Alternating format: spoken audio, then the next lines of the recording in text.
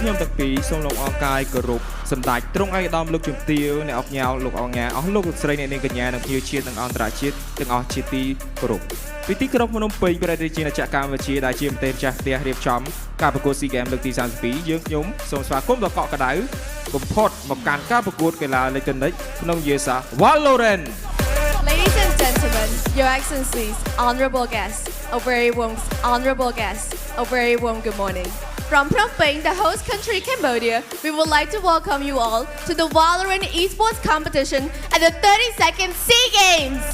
ហើយថ្ងៃនេះក្នុងព្រឹត្តិការណ៍ SEA Games លើកទី32ខ្ញុំពិតជារំភើបព្រោះលើកទី1បំផុតដែល VALORANT ត្រូវបានដាក់បញ្ចូលក្នុងបញ្ជីប្រកួតដណ្ដើមមេដាយផ្លូវការផងដែរ At today's event will also mark the first participation of VALORANT at this very prestigious Southeast Asian Games.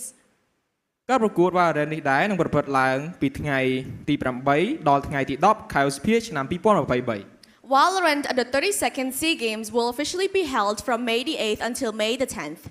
ប្រទេសចូលរួមមានប្រទេសកម្ពុជាជាប្រទេសម្ចាស់ផ្ទះ Indonesia, Malaysia, Philippines សិង្ហបុរីនិងវៀតណាម Nations participating in the competition include Cambodia, Indonesia, Malaysia, the Philippines, Singapore and Vietnam. មុននឹងចាប់ផ្ដើមការប្រកួតរបស់យើងសូមគោរពស្វាគមន៍គណៈថាបតីរបស់យើងលោក Jeff Lam. Before coming to the event, we would like to introduce our esteemed guests who will be a part of this ceremony. It is my pleasure to introduce Mr. Jeff Lam, the technical delegate from the Asian Electronic Sport Federation. ជាបន្ទាប់សូមគោរពស្វាគមន៍ដល់កក់ក្ដៅវត្តមានរបស់លោកឯកឧត្តមលន់សាមរីអគ្គលេខាធិការរបស់សហគមន៍សហព័ន្ធកីឡាអេឡិចត្រូនិកកម្ពុជា Please warmly welcome His Excellency Mr. Long Samadi, Vice Chairman of Esports Organizing Committee, General Secretary of Esports Federation of Cambodia.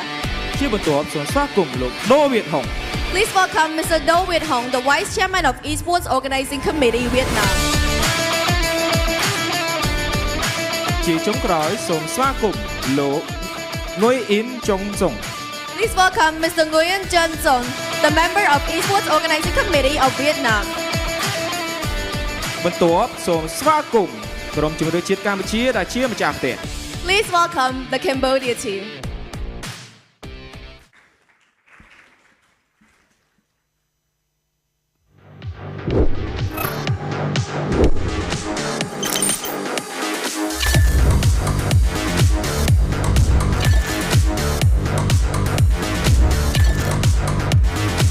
Victory is in our blood. Let's go, Team Cambodia! បន្ទាប់សូមស្វាគមន៍ជម្រើសជាតិហ្វីលីពីន Please welcome the Philippines team.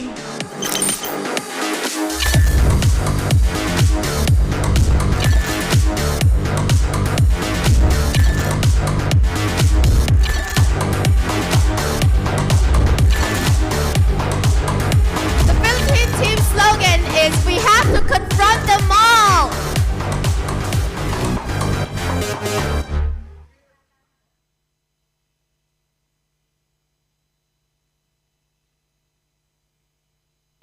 សូមស្វាគមន៍ជម្រើសជាតិឥណ្ឌូនេស៊ី Rajavali all the way. Please welcome the Indonesia team.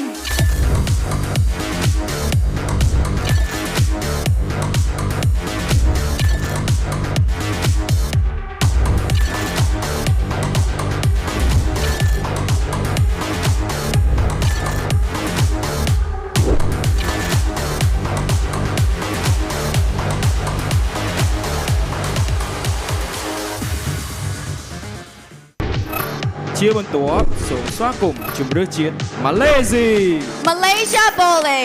Malaysia team, ladies and gentlemen.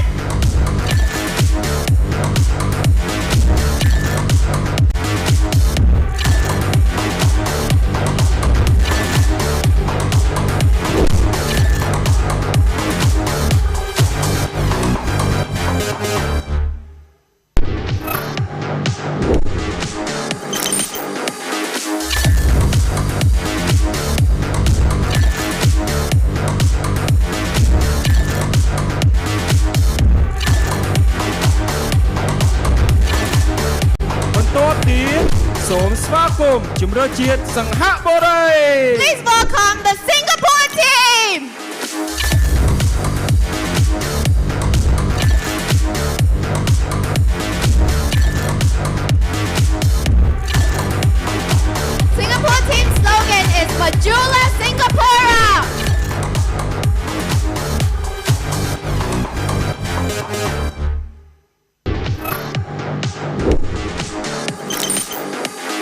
ចុងក្រោយសូមស្វាគមន៍ជម្រើសជាតិវៀតណាម And last but not least, Vietnam team!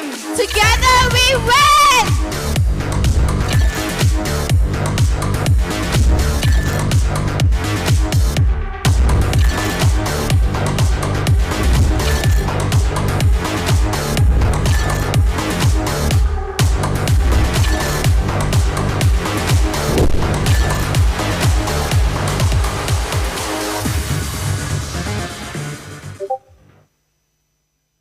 បន្ទាប់ទៀតសូមស្វាគមន៍ជម្រើសជាតិវៀតណាមនិងជម្រើសជាតិសិង្ហបុរីឡើងទៅលើកៅអីប្រកួតរបស់យើង Now we would like the Singapore and the Vietnam team to step on the stage for our very first match. ខណៈពេលនេះយើងខ្ញុំសូមប្រកួតតួនាទីទៅកាន់ caster ដ៏ស្រស់ស្អាតនិងស្រស់សង្ហារបស់យើង Now we would like to give the floor to our game casters.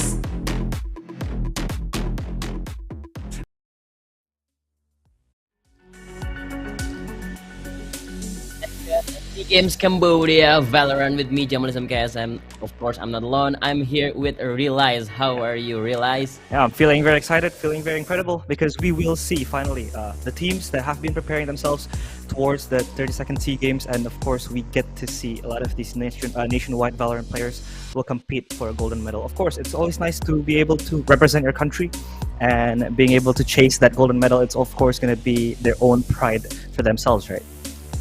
Yeah, this was some prestigious international event. Yeah. And you can make some gold medal for your country while just playing Valorant. Is that nice? Yeah, of course it's nice because we've seen past SEA Games, mostly it was traditional sports like we're talking about football, badminton and all that stuff. But now we get to see Valorant and other esports titles in contention. Of course, this is something that is going to be very much developed in the near future. Maybe we could see esports in the Olympics, we never know, but yeah. But this is going to be an exciting part of today's event. And now for the first match, Jamal, we'll be talking about Singapore and Team Singapore against Team Vietnam as the first match. Do you have any maybe first thoughts or insights about this game? Yeah, among 6 countries for the Valorant SEA Games, we have Singapore versus Vietnam for our first match, our opening match for today. And yeah, just to be thought, I think Vietnam has a really good lineup from their side. True.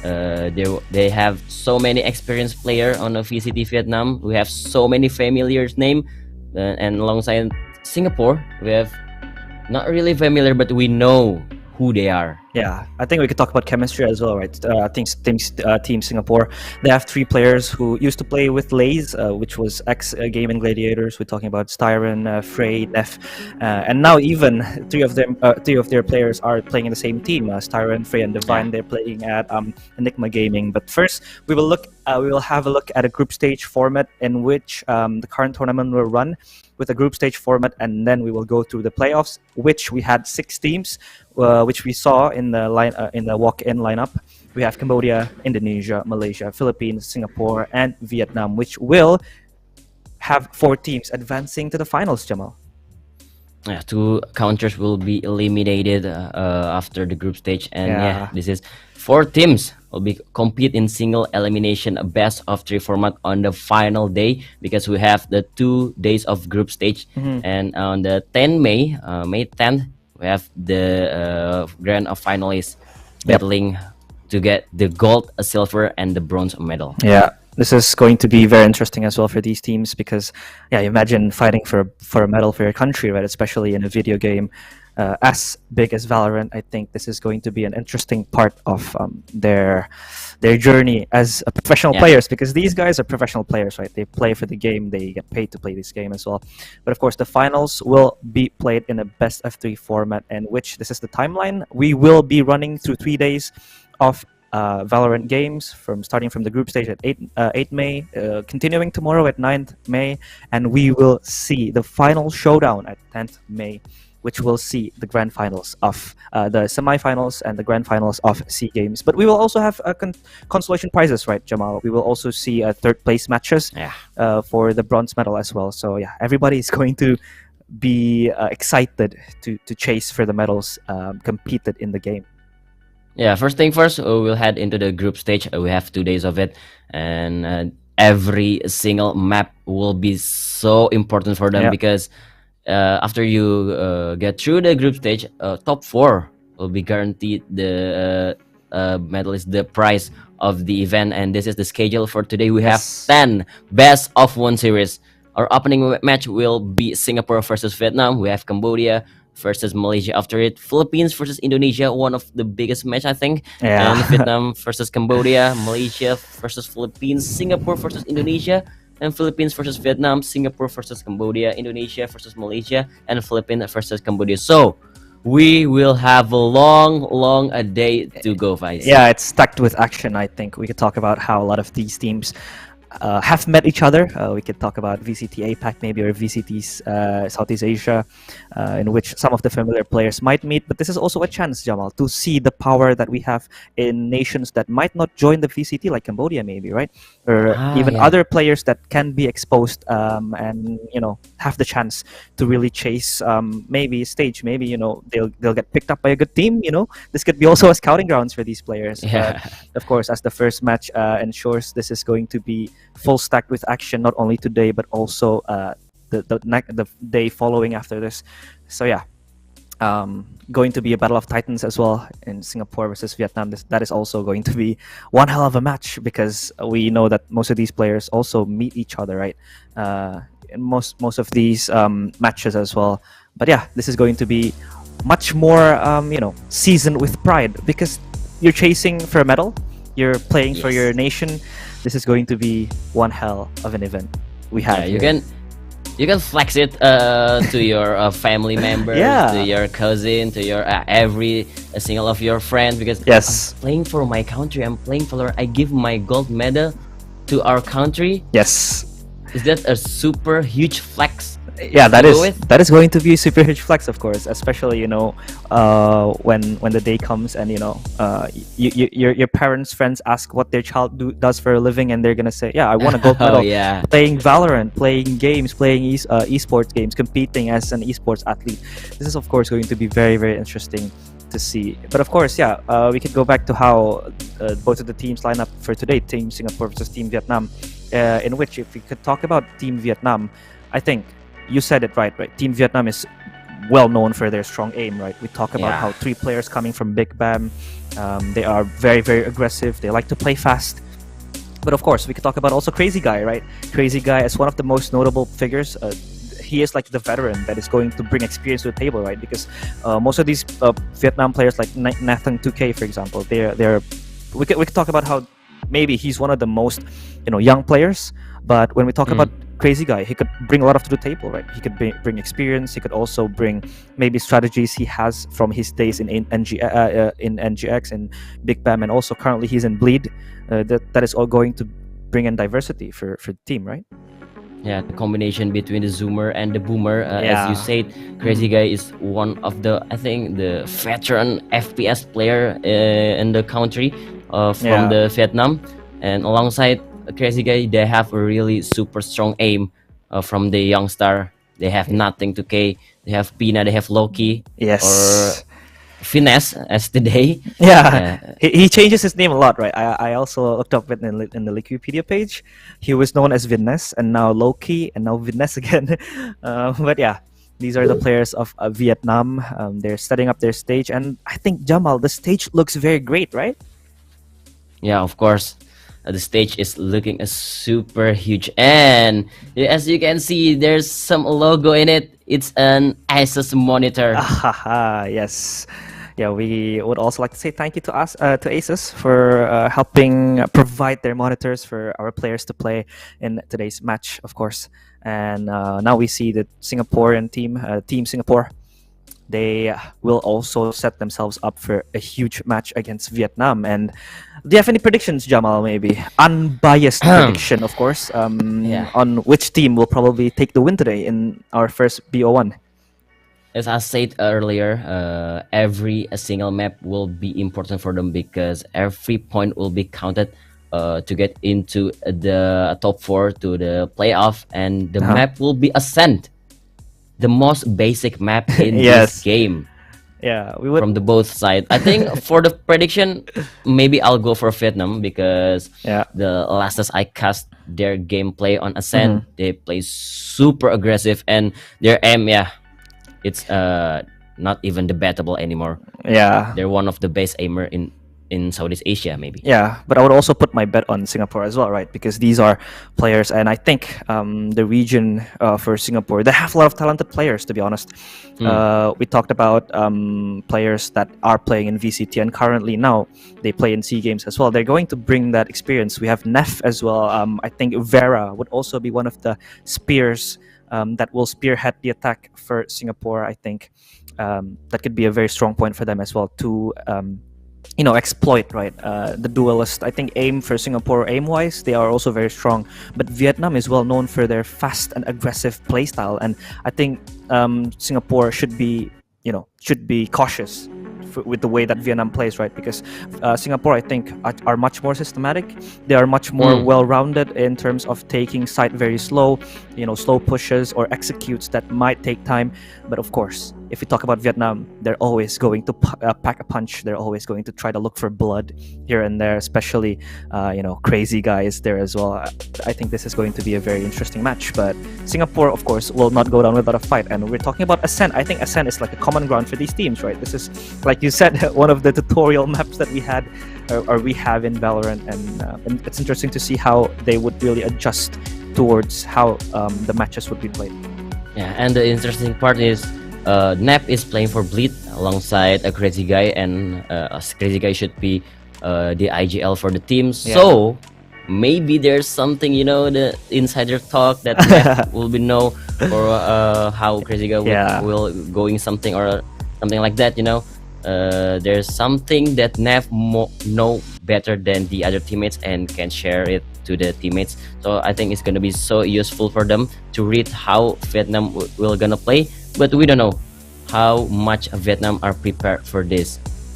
Yeah, that's interesting as well. I think Neff, of course, is in one team with a crazy guy. They are playing in Bleed currently, right? But Neff is a substitute. But of course, when you talk about team talk strategies, maybe Neff might know the habituations that maybe a crazy guy would do, right? His habits, his executes, these kinds of stuff. Of course, he would probably be able to deviate these things. But now we could also talk about the patch, maybe, Jamal. There's a lot of been going on, right? Throughout the past few months, we saw the addition of Gecko. We also saw a few nerfs towards Raze, and we also know that Vera is one of the duos that likes to play Raze, especially in Ascent.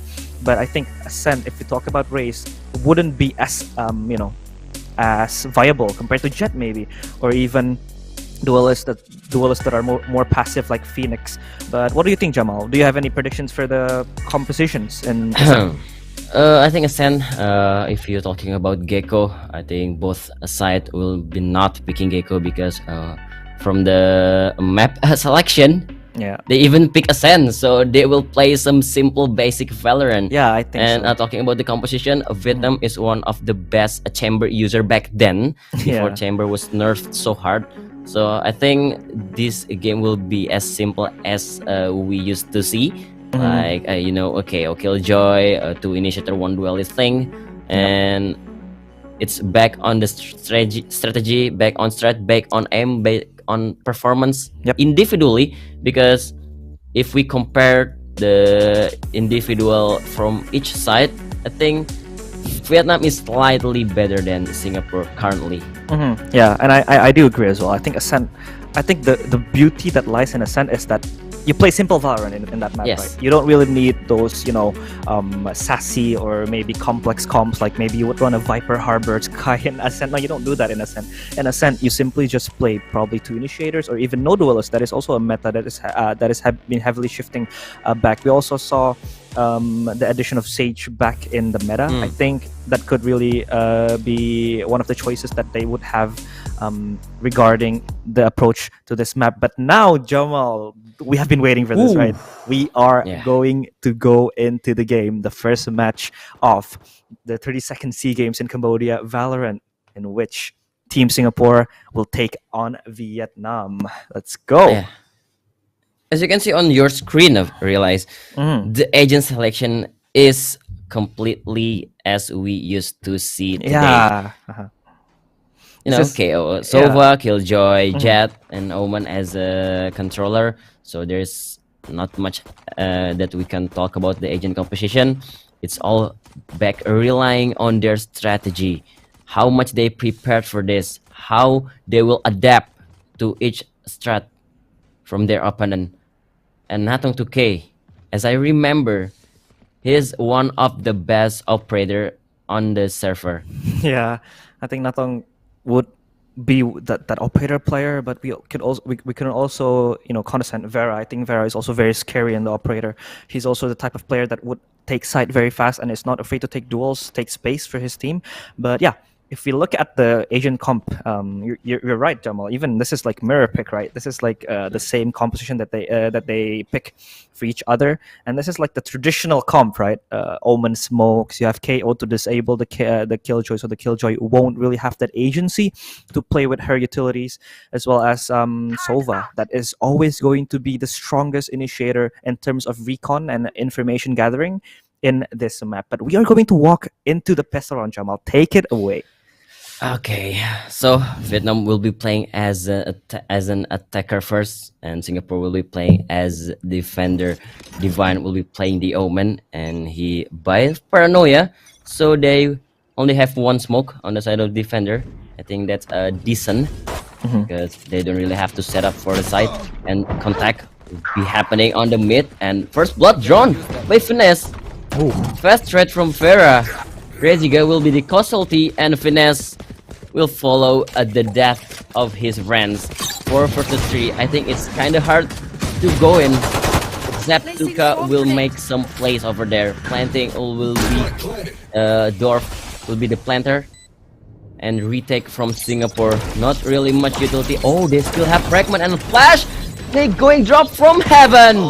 Nev with the frenzy doing so much work, and the trade from hell Natong 2K, but he will not stand alive anymore because Nap is doing so much work from the heaven. He dropped and the frenzy spray, and even win the pistol round for Singapore. Yeah, like I said, Vietnam, they played very fast, they played very aggressive, but of course the response from they just heaven, like Starion just went in swinging towards hell, and Vera with the triple kill, making a multi around. Luckily, of course, Nathan 2K was able to be slain by Neff, and Singapore will take the lead. Now they're going to buy 5 Spectres, rushing into A side, it seems, with all of their utilities in hand. One-way smoke with the 0 point as well to try to push away Nathan 2K, or Vera, excuse me. And Finesse will try to climb up. Swing from Vera. Gets Nathan 2K. Even the second one for Vera. Neff as well. The firing squad from Singapore is relentless up in A main. Suka, alongside his teammate, or alone rather, is going to be taken out by Styrion. 2 quick kills from him. Of course, an easy round for Singapore as they march their way in towards the depths of Vietnam. I don't really know what they're gonna do on the side of Vietnam, because they split up 3 on A main, 2 on mid lane. But the 3 members from the mid lane, I guess they surprised how Singapore will play that much aggressive, swinging out 2 people with, better gun. They have 2 Spectres on hand. And 2-0, it's an easy round for Singapore. And now Vietnam will be by the better arsenal from before. They have 5 rifle on hand and push. As you can see, Frey is controlling B main, and Vietnam plays so slow. This is not Vietnam I used to see. Yeah, this is Vietnam temporarily just slowing down their pace, right? And now you see Crazy Guy trying to walk up forward. Look how aggressive Vietnam is. They're sending their Sova, and Crazy Guy tried to get the peek, and they do get the peek. Neff will be beheaded down by the guillotine of Crazy Guy, his hands full of blood. The drone will be flown into market, but a reply drone from Singapore, from Styrion, will be able to dig out more information. Vera is already dripping blood, 26 HP. Of course, Crazy Guy will be able to trade it out. A reply, no reply. Triple kill for Crazy Guy. Styrion as well gets a kill, but that is not going to be enough because they're losing their man advantage. 4v2. Styrion, quick recon towards tree. Grabs any form of gun he could save. Maybe Crazy Guy's gonna wait for him. He's gonna lose the Battle of the Sovas. But 3v2, this is doable for Singapore if they want to try to chance it. But of course, one-way smoke in the switch. That is a very, very good smoke. They are denied fully. Pushing from switch, they're going to try to drop from heaven. Slowly but surely, tiptoeing their way into the site. Nothing okay with the spray transfer. Perfect round from Vietnam, and I like that. I like that aggression from Vietnam. They just casually sent Crazy Guy to take mid as a Sova. That is very crazy. Yeah. Look at this. The Sova is the front of your team. Crazy Guy. Yep. Living up to his name. It's kinda crazy for that play. And that one-way smoke too short from Finesse is just winning the round. Winning the round for Vietnam. It's a 2-1, and Bladstorm might be out from Vera. Yes, we already heard. Watch this sound from the Jet. Taking orb first, and look at the Killjoy. Suka is waiting. He will play the turret contact from anyone who push a B main. And Vietnam, they'll play sudden, but I think Singapore's ready. Paranoia will be the key to hold this. Divine will play the main role in this defense. Alongside Nap, who has the fragment. Drone is out. Dash from Natong 2K. The recon is out. No, the fragment delay and the paranoia. Might delay some direction, but no, the trade is there. Vera can use the Bladstorm, but the short he will do. Oh no. The reckless pick from Crazy Guy. And now Singapore will have to retake with the two members left, Prey and Styrion. Prey is known from short and the crossfire is there. Vietnam winning the round convincingly. This is game on right here, right? 2-all, and now Singapore with an economy that isn't very stable. They have to probably do some mix buy, and Vera has already expanded his Bladestorm for this, but he gets a kill, and that is more than enough, I think, for a situation like this. And Singapore, they are being chased down by Vietnam now. They even out the score 2-all now for both of the teams. And yes, they are going to do eco, Jamal. So with only 5 sheriffs in hand and also a light shield in Styron, as well as Divine, right? And now Viness, interesting angle. And look at Vietnam, how much they respect Singapore. They don't want to rush it forward because they know Singapore is low on weapons, even low on economy. So they're just gonna play slow, play this down to the time. And Crazy Guy will be looking forward, scoping his way into short. 3 players together up in tiles.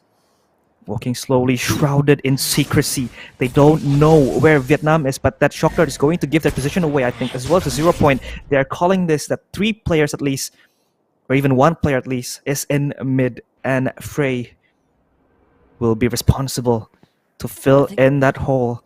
This is the best choice to play from Vietnam, to control mid first, because you know your opponent is on eco round. Yes. So they will use their gun. But they can't waste their time, right? The sheriff angle.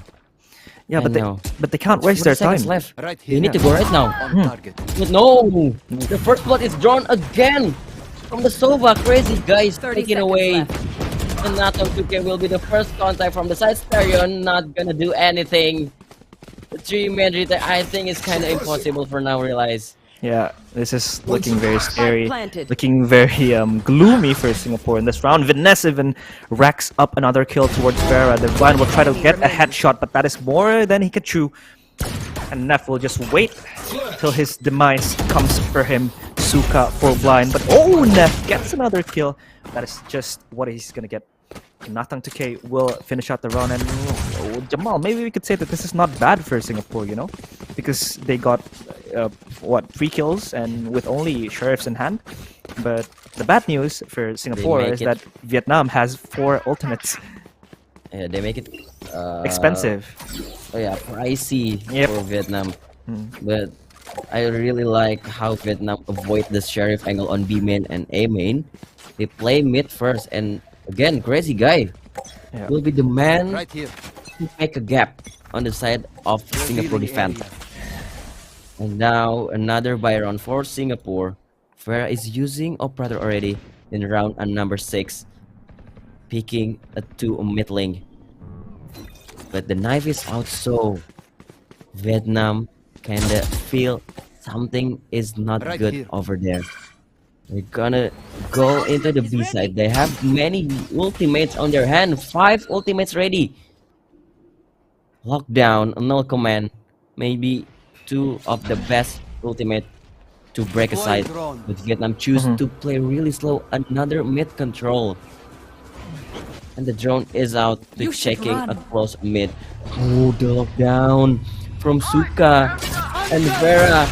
Hunter's He Fury. need to stay alive. Oh, he get a kill on the Suka, and the mid control is so good. They need to stay away from the side, Singapore. But the spike is not going on to B side. The spike is going to A side, and the flank from Crazy Guy. Vera is feeling it, but the aim! Another multi-kill from Crazy Guy. Insane. No. Insane. Look at how Crazy Guy is always so sharp, and Vietnam, they're not afraid to take the initiatives. To just take mid like that. They like, come on, we can count how many times Singapore gave mid for free for Vietnam, right? Like Vietnam was always able to play mid consistently, round by round, and Vietnam, it's like mid is their second home. And for a very few times, they're able to here. always get the control in mid. I need to see Singapore pressuring mid a lot more, because this is just a giveaway at this point. You know, Vietnam still with the Hunter's Fury, still with the from the shadows, and 2 people waiting Start. up in short. A flash going to blind Crazy Guy, but Natang 2K is relentless. He gets a kill on towards Vera, and he is hungry for more. They circle him in like sharks. Neff is going to wait only with a Phantom in his hand. A full buy, of course, from Singapore. Look at this Now, man. Crazy Guy, look at him. He is indeed his name, Crazy Guy. When will you see a Sova playing this far up in the front line? He's even going to flank from short as his teammates march their of way charge. in towards B. Crazy Guy even gets a Scanning kill. This ahead. guy is unstoppable. You know, nothing to K alongside with Suka and other of his compatriots will try to test Freight, Forge, and the fires of Flame. It only gets 1 kill. North will try to get the reply. 1 for 1 is site B. But it's Tyron and Divine now, last 2 men standing. Alarm bot as well Spike initiated, planted. and Crazy Guy will chase him from Enemy behind. remaining. Crazy Guy! Oh my goodness, what a swing! This guy is insane. This is just brutal. Crazy Guy just running around like Sofa. No respect for Singapore. And Divine is left alone in this world of hurt, lonely, without any of his teammates. 4 against 1, can't do anything else, and Vietnam will surely lock the 5th point for them. You know, when nickname is more than just a nickname, Crazy Guy. He's proving that he's Crazy. crazy guy himself. Yeah. And Divine, okay, another pricey round maybe, but I think in terms of economy, Vietnam is doing well as for now. Oh wait. Okay, what 4K? Okay, some consolidation kill for Divine. But yeah, I think Vietnam is still fine for that. The round is still a drop for them. Yep. 2 of 5 for now. And Singapore, they forced to be played in another eco round, except maybe Divine, who brought the weapon from the previous round. Nah. Like Crazy Guy, like you saw him take mid alone with no support, maybe only a flash, right? And then he took Cubby by himself, gets a kill, flanks from behind, goes from heaven, one taps the player guarding B side. It's crazy, Jamal. Crazy guy, really living up to his name. And Vietnam still have 3 more ultimates. But as we know, the ultimate is not that the S-tier ultimate from the Shadows and Bloodstorm.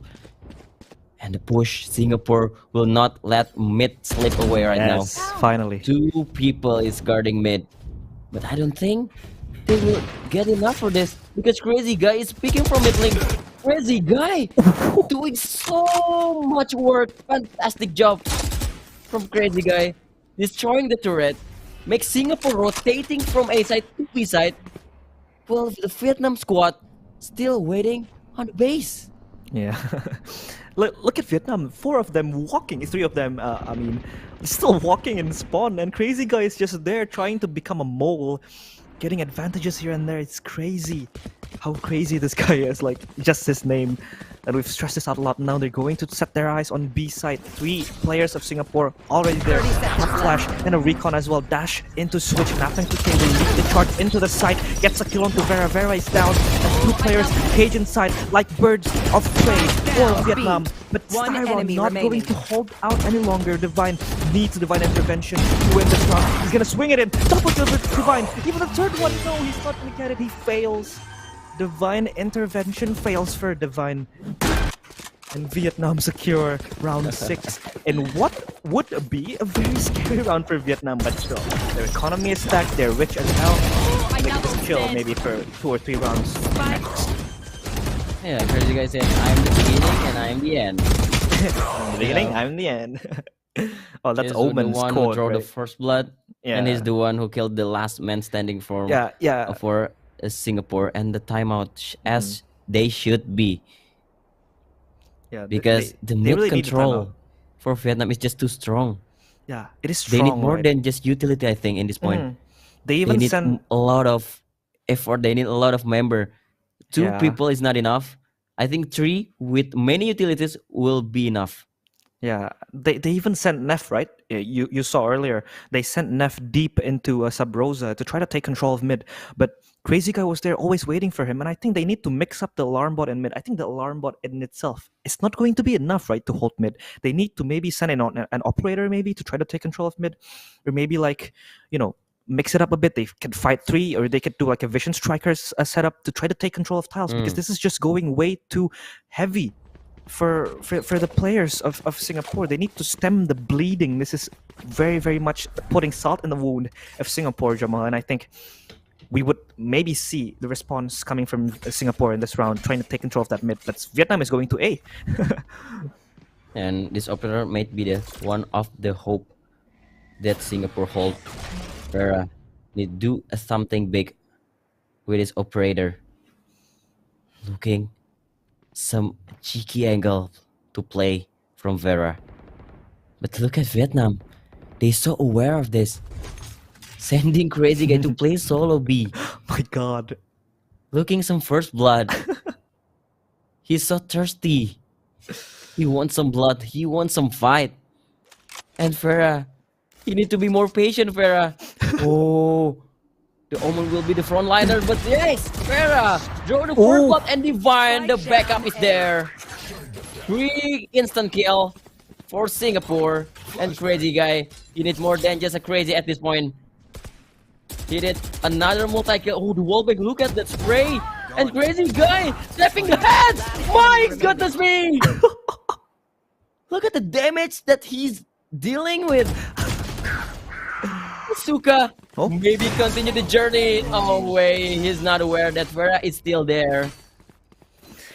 Oh man, Oh I think somehow it's just so scary for Singapore. Crazy Guy is just so insane. He's doing the heavy lifting for Vietnam. Like, when will you see a Sova flanking and solo taking advantages and choke points in like a Valorant high tier game, right? This is just him doing the job by himself.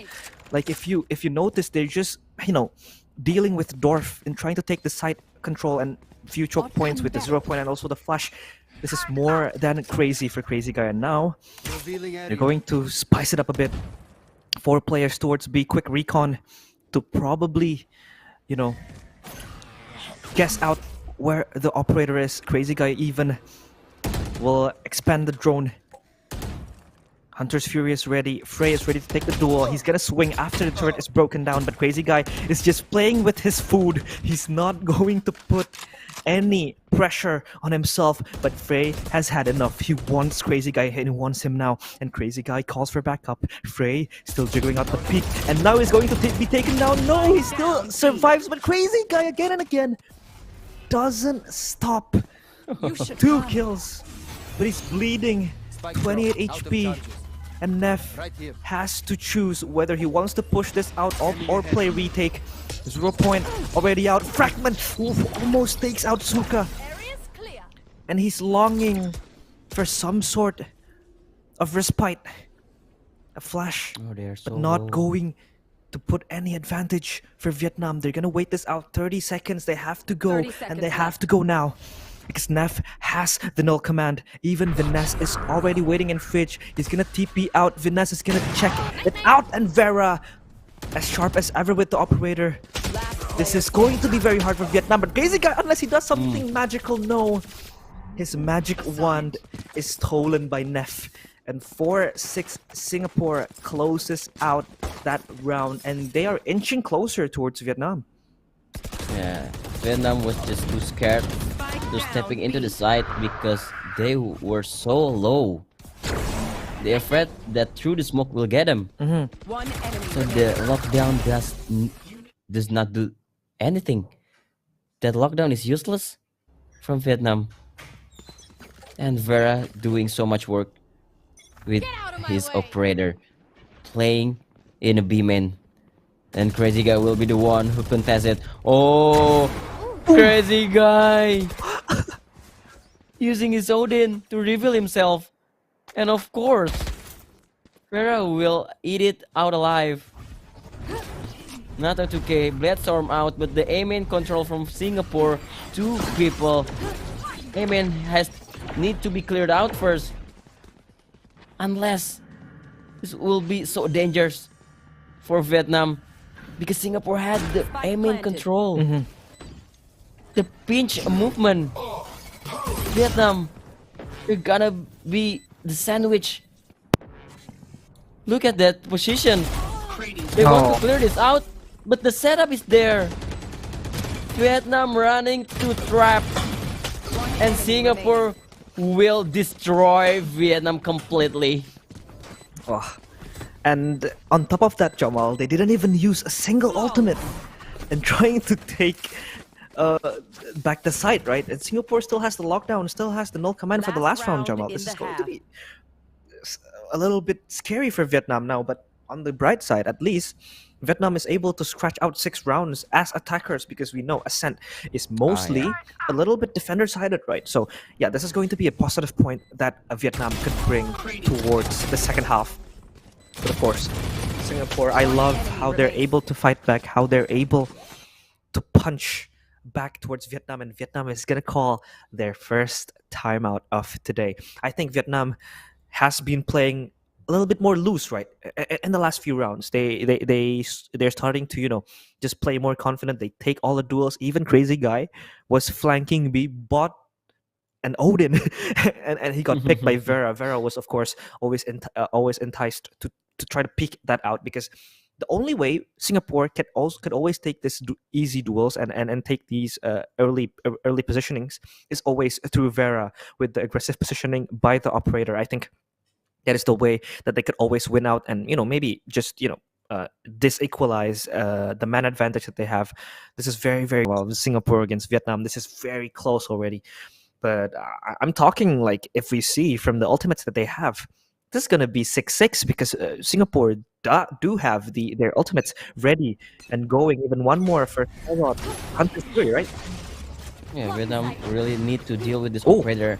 And how to deal with operator? Nobody's just rush into the site. Nobody is in the site. It's a free real estate for Vietnam. And look at Crazy Guy. Spike planted. He's just doing his job. Spread away, playing solo, and hoping for some kills. Oh, the setup. No, Define getting Suka first. Oh, Crazy Guy is get caught off guard because he's using the Hunter Fury. Vietnam is in danger. Even Finesse got detained and the flash. But Define is get caught. Not a 2K. You need to go big. And Finesse, everybody knew that he is on wine. No way, Crazy Guy. You want to play far, far away. Switching sides. But 2 members from Singapore flanking. And yeah, that was a round given for Vietnam, to be honest. But I think Singapore also was, they were aware of their conscience, that they know they have the lockdown, they have the they have the lockdown, they have the Hunter's Fury to try to take back the site. And now switching sides, best of round for both of the teams. Singapore will try to spearhead the attack. 0 point catches at least one player.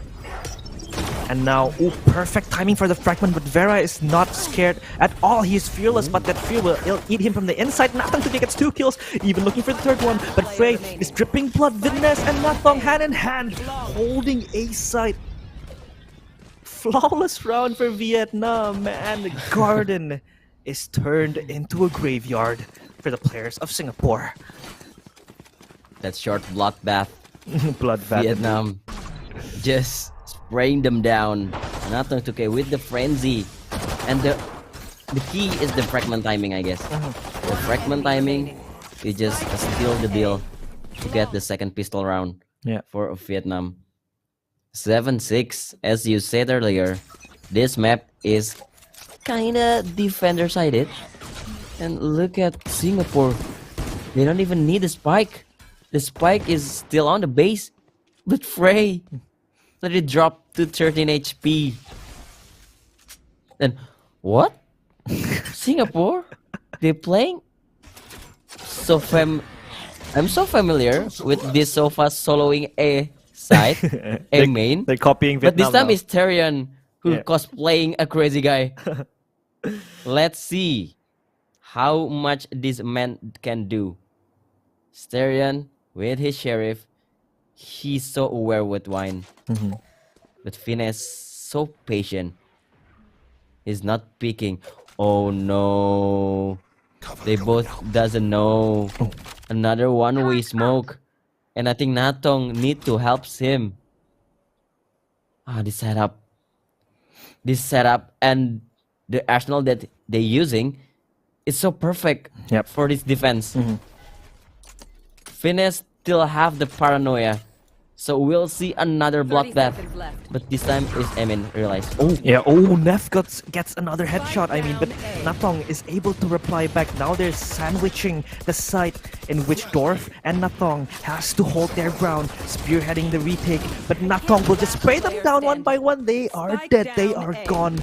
Beheaded from the side. Frey gets a very good kill, but that is not going to be enough. Running out of time, running out of options, running out of patience. He's gonna run away, dropping down towards Hell, and Hell will be his final resting place as Crazy Guy secures the round for Vietnam. But also that is via Nathong, 2K and Dorf, which they were able to hold the site, just 2 of them with the pop flash, with Nathong swinging in, getting the triple kill, and Vietnam was able to hold their ground. But of course, this is also Singapore with a minimalistic economy, right, Jamal? So they didn't have much of a chance to try to take the site. Good eco indeed for Singapore, because they took down 3 members from Vietnam, and Vietnam will do the mix buy because they have 2 rifles earlier. And the push, the B main push from Vietnam. Frey need to deal with this. Oh no, Frey. The fragment, the flashes. Frey absolutely dead. And with the side, Singapore get the side as the trade for the death of Frey. The 4-man retake.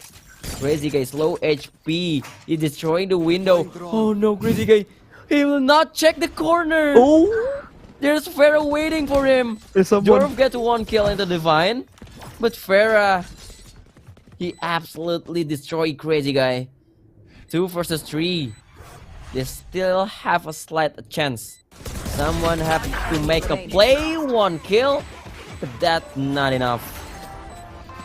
7 around for Singapore. Yeah, nice try for Vietnam. Crazy Guy, that is one crucial role that he missed, right? But of course, like that's common that he would not really suspect that angle, because Vera is fucking inside very deep, right? But I like how the players of Vietnam did take their initiatives to push out the site. and take their chances because they were also on a bonus round, right, Jamal? So now they do have the arsenal. Even Crazy Guy back with the Odin. Let us see how he would try to take his advantages with the Odin. Divine, a fake shrouded step to try to lure the players of Vietnam into his arms. One-way smoke by Vanessa, in which Natong 2K has a little bit of curiosity. But Divine will not be quick and hasty to try to respond to that. Two players taking mid control, deep smoke into Pizza, but Alarm Bot is going to be destroyed by Vera. Still taking their chances, still taking their time, while Vietnam still is to guess where the players of Singapore are. Even Crazy Guy is aware of Heaven. Look, if you look at the minimap, he's very aware of players coming out of the pizza area. And now Tyron pushed out, in which Divine is already up in the pillars. They're gonna peek here. Paranoia towards Garden. Is Natong gonna wait for this? He's gonna swing it in and dash out, but 3 players already in Garden. Natong still able to bring one back with him to the graves. And now Vanessa, half HP, already with the null command out by Neff. They have to play retake against Suka now. He is going to be able to avenge the death of Crazy Guy. 3v3. 56 HP. Dwarf coming up from Heaven now.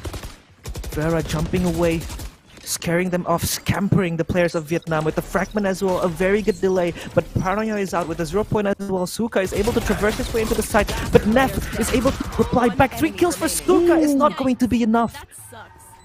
And Vera with the final shutdown. Jamal, we have a game on our hands. 8-8. Oh no. Vietnam are just crumbling. Look at the Styron. Even if you go for more, that's kind of overheat, but still, the job has been done from Styron to cut the movement, cut the rotation. Vietnam is on danger. They're playing defender, but the gap is closing out. Maybe this Betstorm would do some work. Natong 2K. Hop on this shoulder. So another solo push from Crazy Guy. He's trying to duel with 3 people from Singapore. It's just impossible. The first blood, more like first death for Crazy Guy. Vera is still waiting for utility. And he's waiting for the drone. But Vietnam is kind of ready. 2 people on site, but they don't have much. They only have handgun, Frenzy, and Sheriff. But the recon finesse, forcing out to move. Vera. And Vera is playing away with the updraft. Natong 2K won a clutch to make your country proud. Look at the move.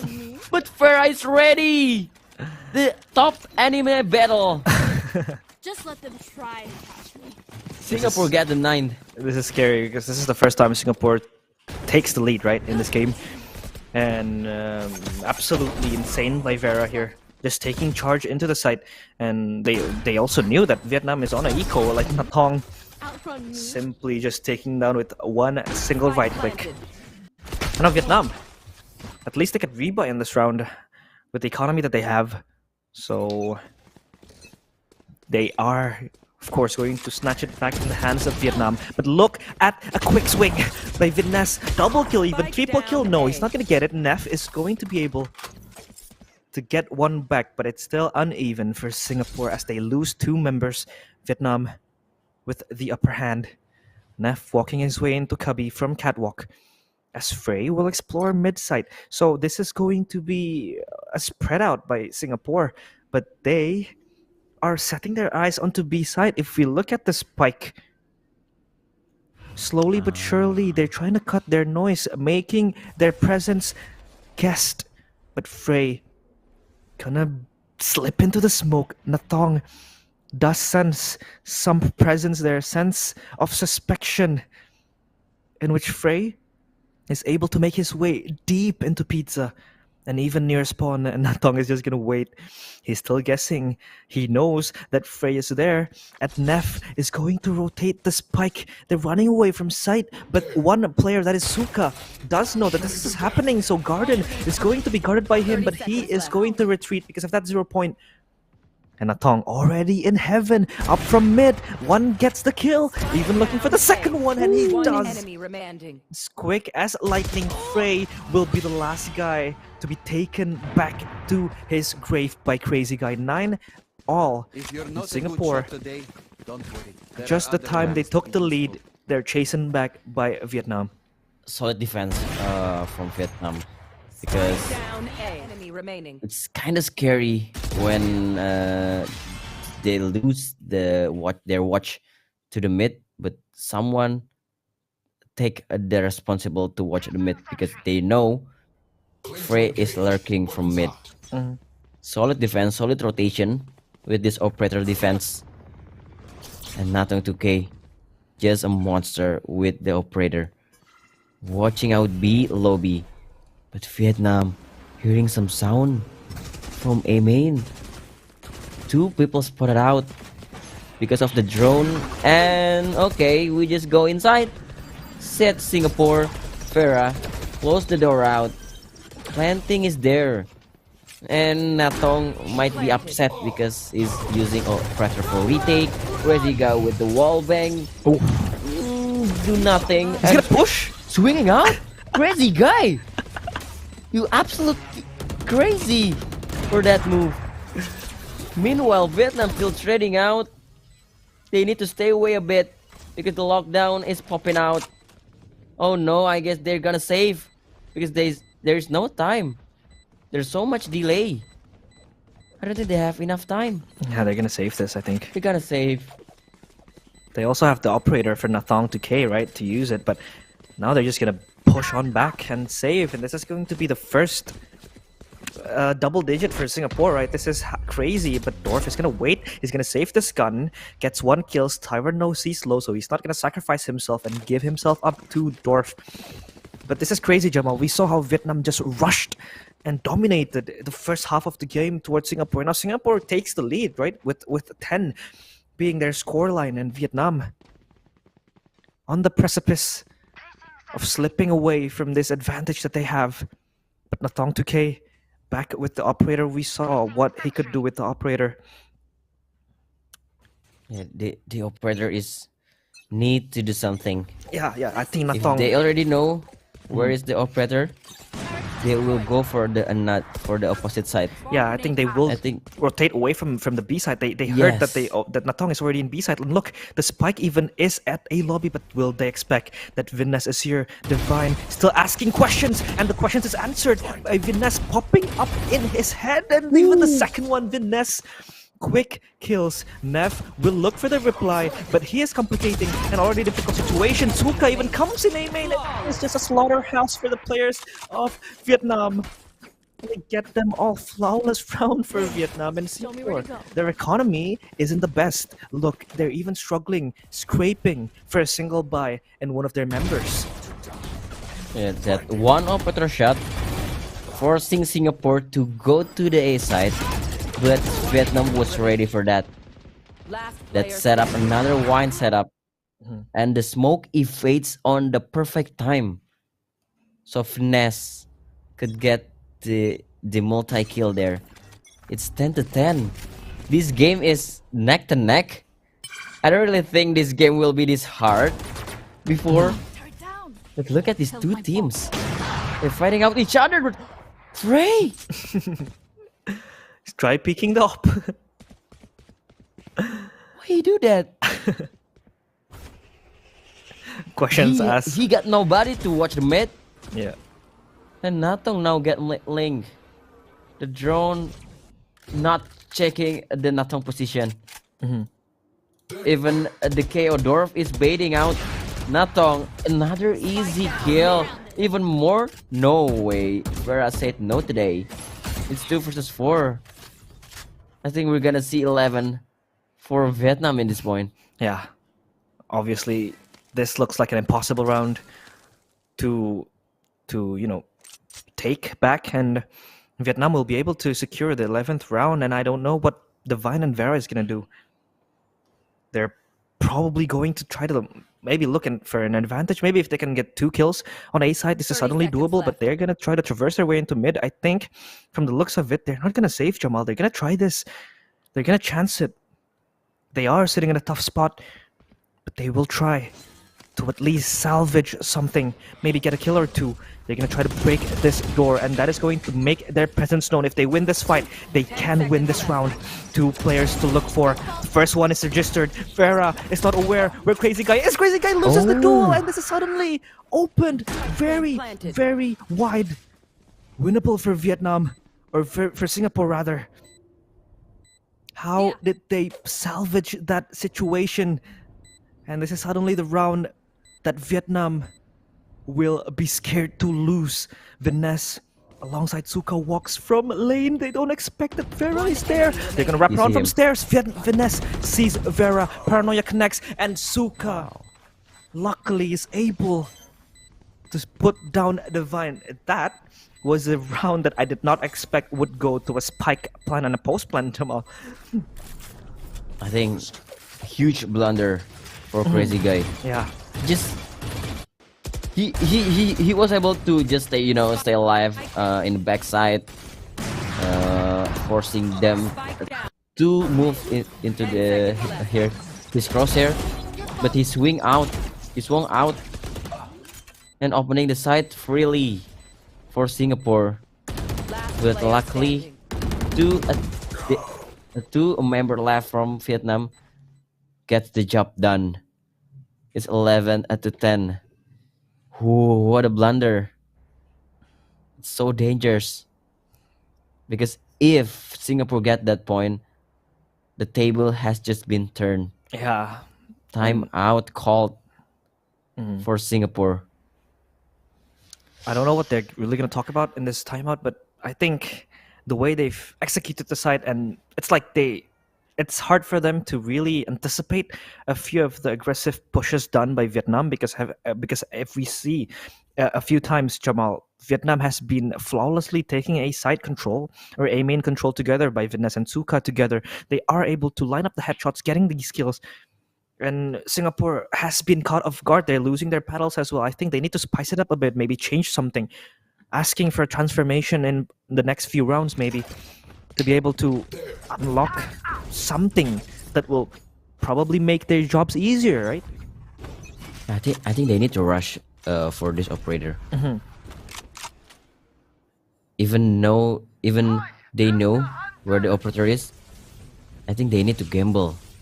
But Hunter's the Fury. blind Hunter's Fury from Crazy Guy. No, Nap, you have the spike, Nap. Nap, you have the spike. Oh no. Don't bring the spike if you want to push. It's so dangerous. No, they stuck. Singapore They're need to stuck. escort the spike to the safe space, and eventually they will do. They're inside. Oh no! Wait, what? They will go from heaven to the side, but the A main is absolutely salvaged by the Vietnam. Ooh. It's 5 versus 3. I don't know what they're gonna do.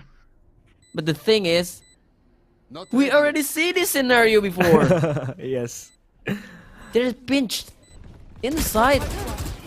They need to make some space, make some play. But they absolutely can't do nothing. Another scenario.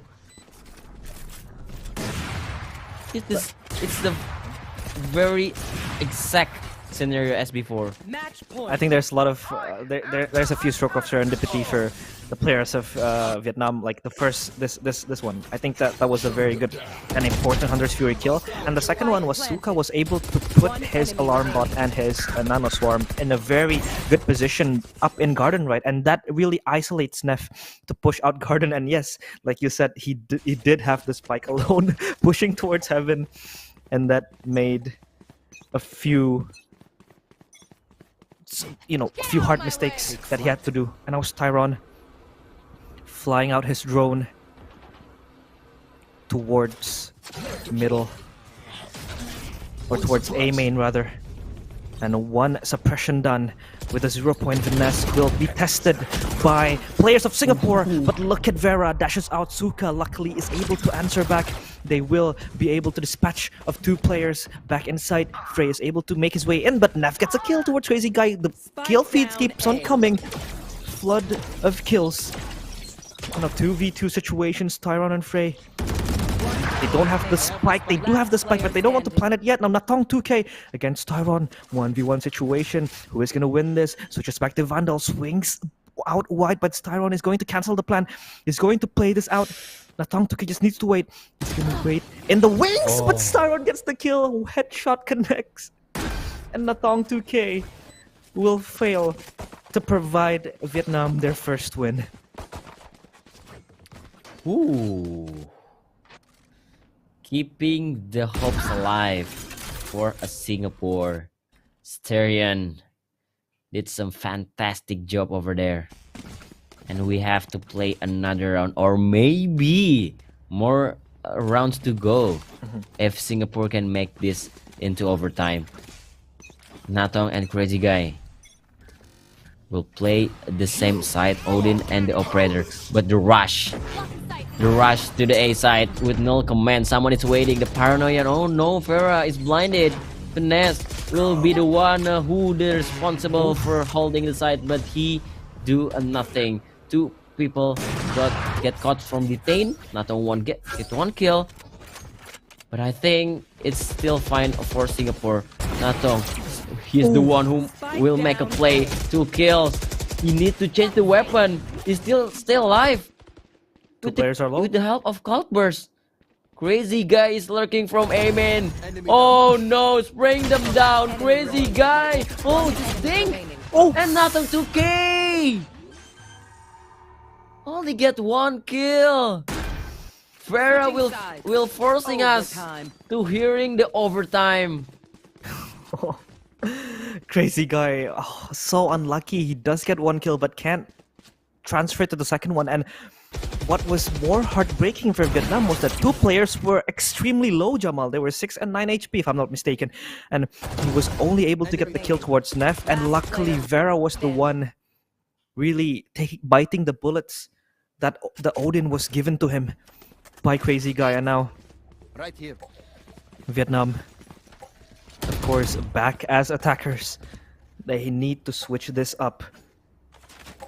A few crazy rounds that we have seen, but who will be the first team that will pick up their first win here in SEA Games 32? And of course, Recon close, Natong 2K walking his way into the sides. Tyron does sense some danger. He is flirting with death. He is trying to dance with death. But look at Natong 2K inside. The backside is not checked yet. And look at Frey still spraying down. Very, very luckily he has given the space to play for free. And now Crazy Guy spraying to the smoke like a crazy guy. Indeed, Suka gets a kill. 2v3 spike going to be planted. Novenes with the paranoia.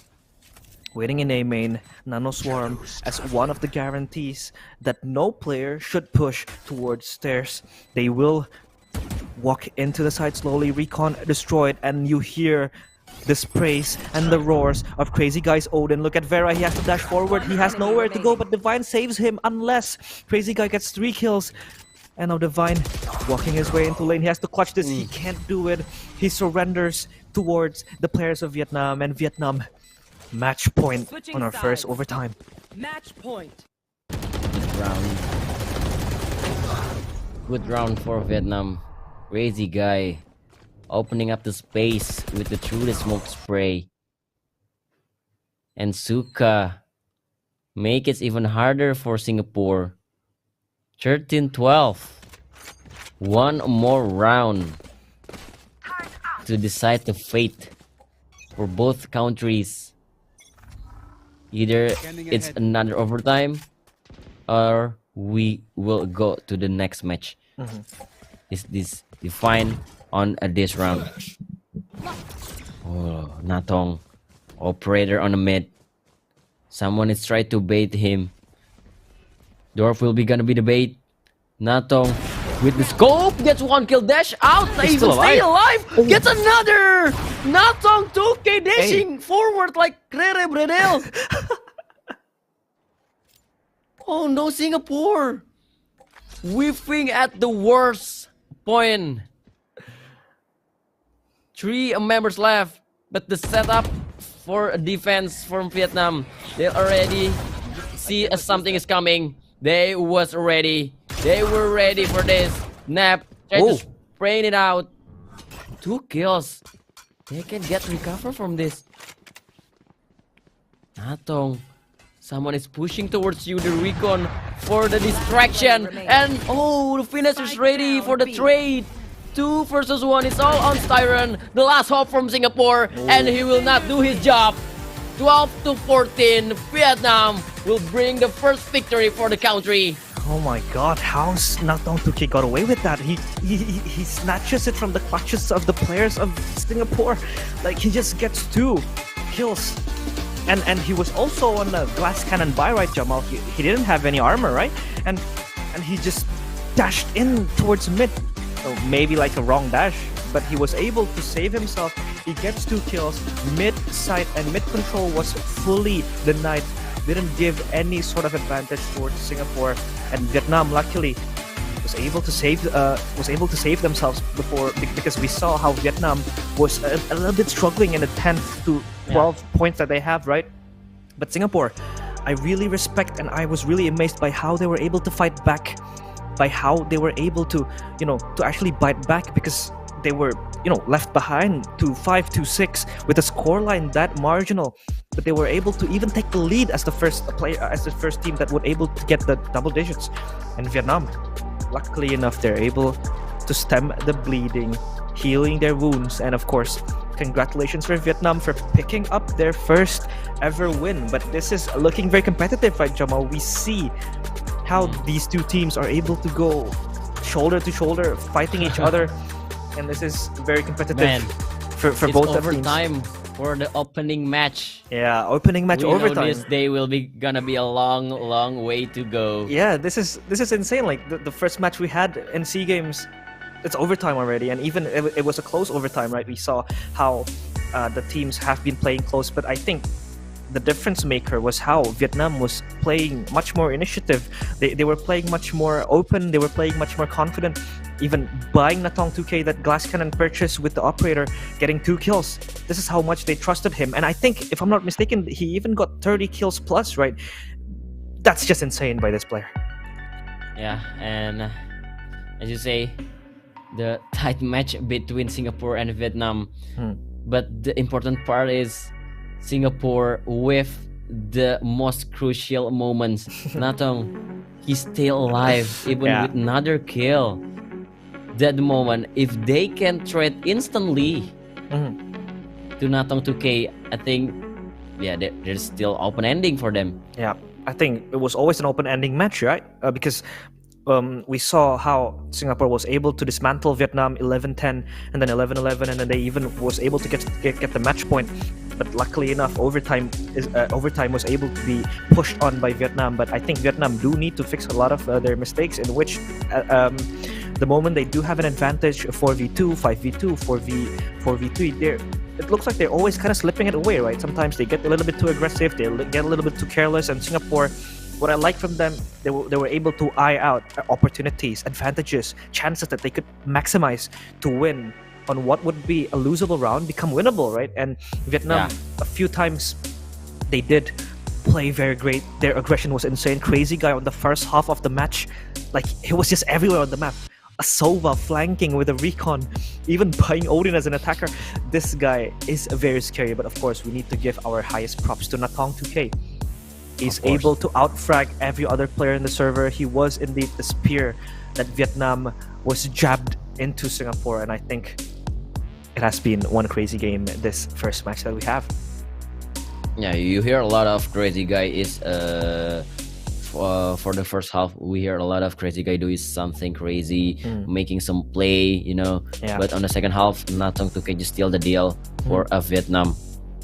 He continued the effort from the first half from his brother. Crazy guy. Not to I think he got like 30 kills. 30 kills or maybe plus, even more. yeah. 30 kills plus. I think. Yeah.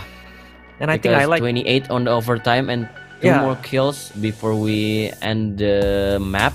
Yes. So it's around 30 or 31 Mhm. kill for Nathong. I think that's enough to make him an MVP for today's match. Yeah, look at this. Even Neff is also the MVP for Singapore, but Nathong 2K 326 average combat score. That is that is absolutely ridiculous for a first map, especially playing for your country. It's of course going to be very pressuring, right, Jamal? Because you're playing you're playing for your country, you're playing for the pride, you're playing for the people that supports you back home nationwide. And you're able to pop off like this. I think this is very insane how Nathong 2K is able to hold back the pressure. But of course, we have Crazy Guy as the second in command or second in the line of the MVPs, 253 scores. A very, very active Sova, out-fragging every other players that were in the server as well. He was flanking, he was everywhere in the map, and that was just absolutely brutal what Crazy Guy shown to us, right? Yeah, congratulations for Vietnam winning their first match of the day and opening match for this 32nd SEA Games Cambodia Valorant. But we have still a lot more to go. We have still 9 best of 1 series. 9 matches to go. It's gonna be a long 9 day. matches to go because 6 teams will still compete because this is the first day of the group stage. But now we're looking to the highlights for the first match of the day. Yeah, he's very sharp, isn't he? Look at him. Look at him go. Like, he's always active to look for the picks, and I think this is what makes Vietnam a strong, solid core, because they have strong support players like Viness, Dorf, and Suka, who is able to back up Crazy Guy and Nathong, and is always looking to play aggressively, right? They do play aggressively, they do look for the advantages that they can get, maximize them, but they're able to also slow down the tempo, like we see in how when they won the weapon, when they won the gun round, and the new Singapore was, you know, slowly but surely buying their eco guns. They slow down and they play respective towards Singapore, right? Yeah, that is the highlight, guys, for both sides. And yeah, I think that was our first match. We have a lot of match to go for today. 9 matches to go, 9 best of 1, and we will have to prepare for another match. Realize I think the next match is Cambodia. Let me see. Cambodia versus Malaysia. Yeah, Cambodia versus Malaysia. So yeah, guys, so we'll be right back, of course. Don't forget to keep staying tuned on 32nd SEA Games Valorant in Cambodia.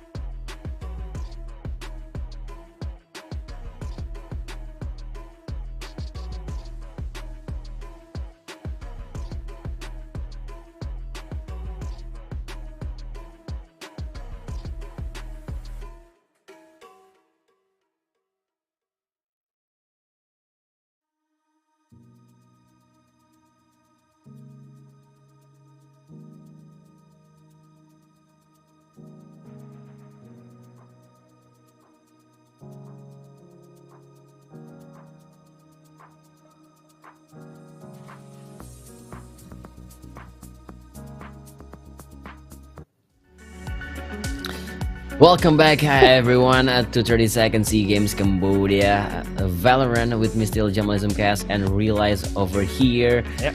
Yeah, we're heading into the second match of the day. It will be Cambodia, the hometown crowd versus Malaysia. Yeah. And anything to say for the first match, Realize?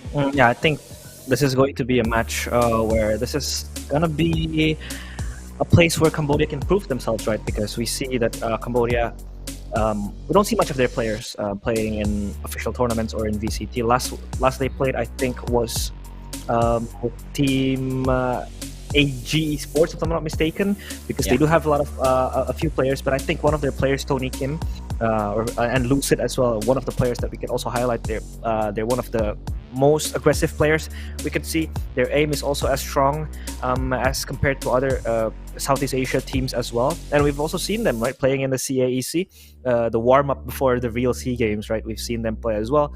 And they did give out a few positive points that they could, reap and sow and bring towards this match. But I think Malaysia is just as strong, even without a few Malaysian players that we know, like maybe Aduka or Davai, that is still busy playing in Pacific League. They are still a very strong team. You know, we have Frosties, we have Sabe as well, two players that is as strong, and four of their players currently play in Todak, and one of their players, which is Zeke, is playing way in India in Reckoning Esports. So I think this is going to be a chemistry related team with all of the different strategies that they can that they could have, that they could apply. I think this is going to be an interesting match as well. Malaysia does look a tad bit stronger. Yeah, as you said that we're not really familiar with the Cambodian team because I think there's no VCT Cambodia or on the APAC or Southeast Asia scene. We're not much see Cambodia as the other country, but this is their home crowd. They have the buff, they have the supporter, the fans cheering for them. I think that's one of the positive things that you can take as a team. But their opponent today is not easy. Malaysia, as you said, at Todak, even though they don't have the top tier Malaysian player who are playing in Pacific right now, but still Todak is a scary team in a VCT MYSG. I'm so curious how they will bring the match for today. Yeah, I think this is also making me curious, right? This is going to be probably a storyline as well for Cambodia on how they could, show to the world or show to at least Southeast Asians that they are indeed still alive and breathing, right? In terms of Valorant players, they do have a few talented players, and this is their chance now to prove everything that they have. Especially like you said, this is going to be a home crowd buff. They don't want to disappoint their fans. They don't want to disappoint the country that they have. So I think this is going to be interesting to see how they could really fare against these players. But I think this is also going to be an advantage for Cambodia, Jamal, because then players from Malaysia don't really have the VODs of these players, right? They can't really, learn the habits of Cambodian players. They don't know how they really play. Maybe they do a little bit of scrims here and there, but I think Cambodia could use this underdog tag that they have to really just play with nothing to lose, play very efficiently, play brave. And I think this is going to be a very interesting spot that they could be in facing against Malaysia.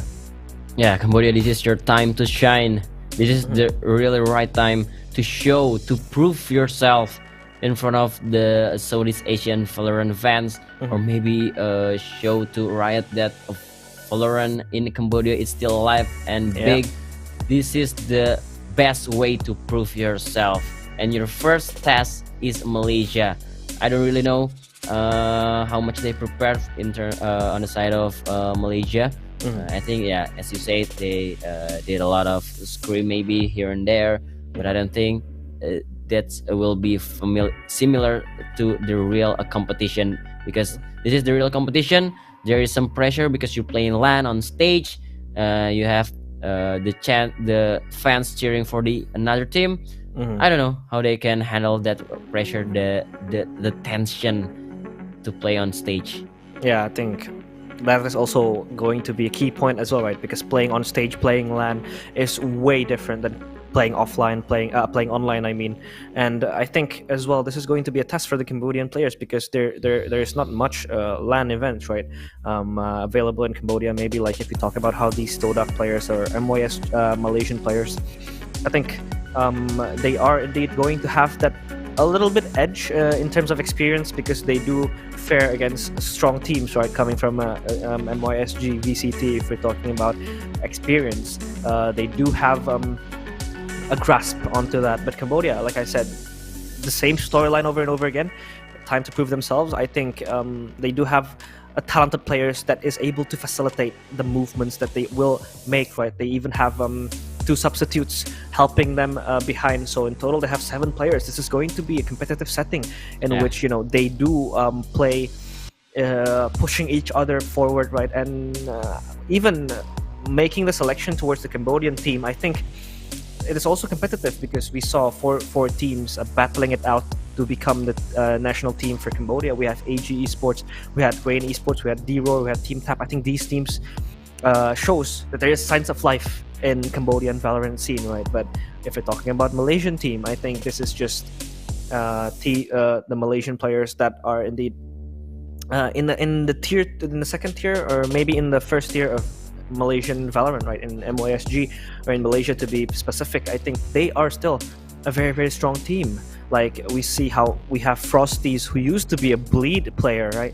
He used to play for Bleed, now moving into Todak. We had also Sabe, who was a little bit, faltering here and there in second tier, but now he's made a name for himself in Todak, been there for 2 or 3 years, and 4 of them, or 4 of the players, has been in Todak, and this means that maybe chemistry will be the least of their worries, right? Compared to maybe the players of Cambodia. I think Cambodia also won't have that much of a problem in chemistry because they are indeed coming from the same team, right? AG Esport, they won the qualifiers as 7 players, so I think chemistry would be the least of the worries of these both teams. But I think what would be the worry is the strategies, right? Because like I said, Cambodia isn't that exposed to high tier Valorant, or maybe the Valorant that we play in Southeast Asia. They have been isolated, and this is the moment for these players to make a name for themselves. Maybe they could be picked up by an org or two after this event if they do proceed or if they do perform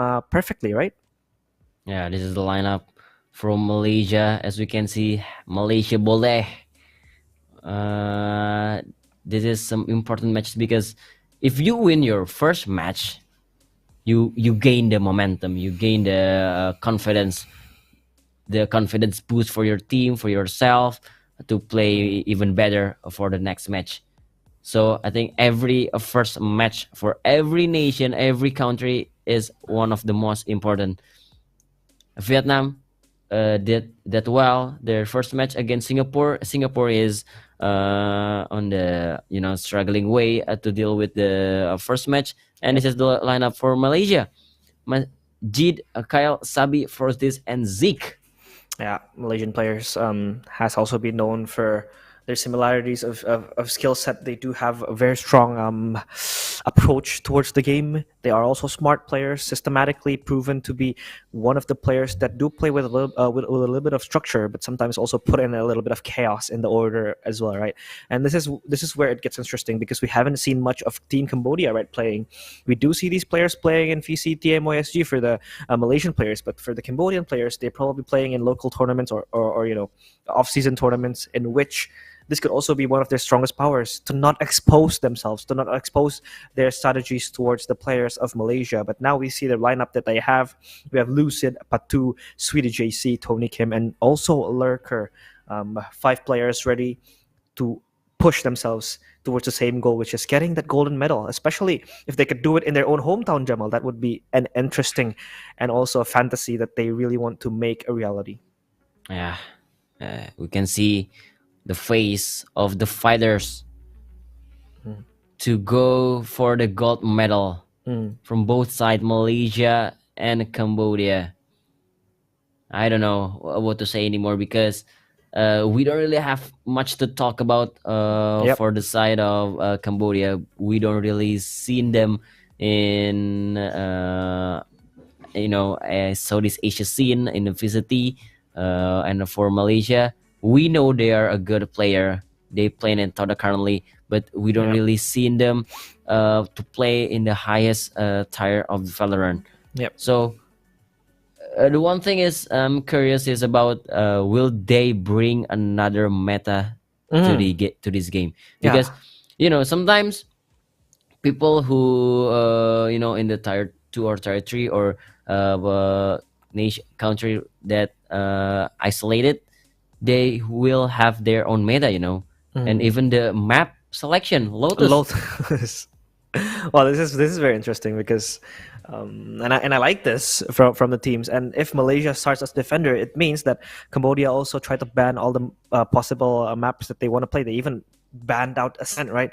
Which means that Cambodia does have a bold statement, Jamal, that they want to play and they know how to play in new meta and new maps, right? And this is what I'm also talking about. How will Cambodia approach the game? Because if we see Malaysia approach the game, they would most likely go with the meta currently that is playing, right? We know 2 initiators, a single duelist.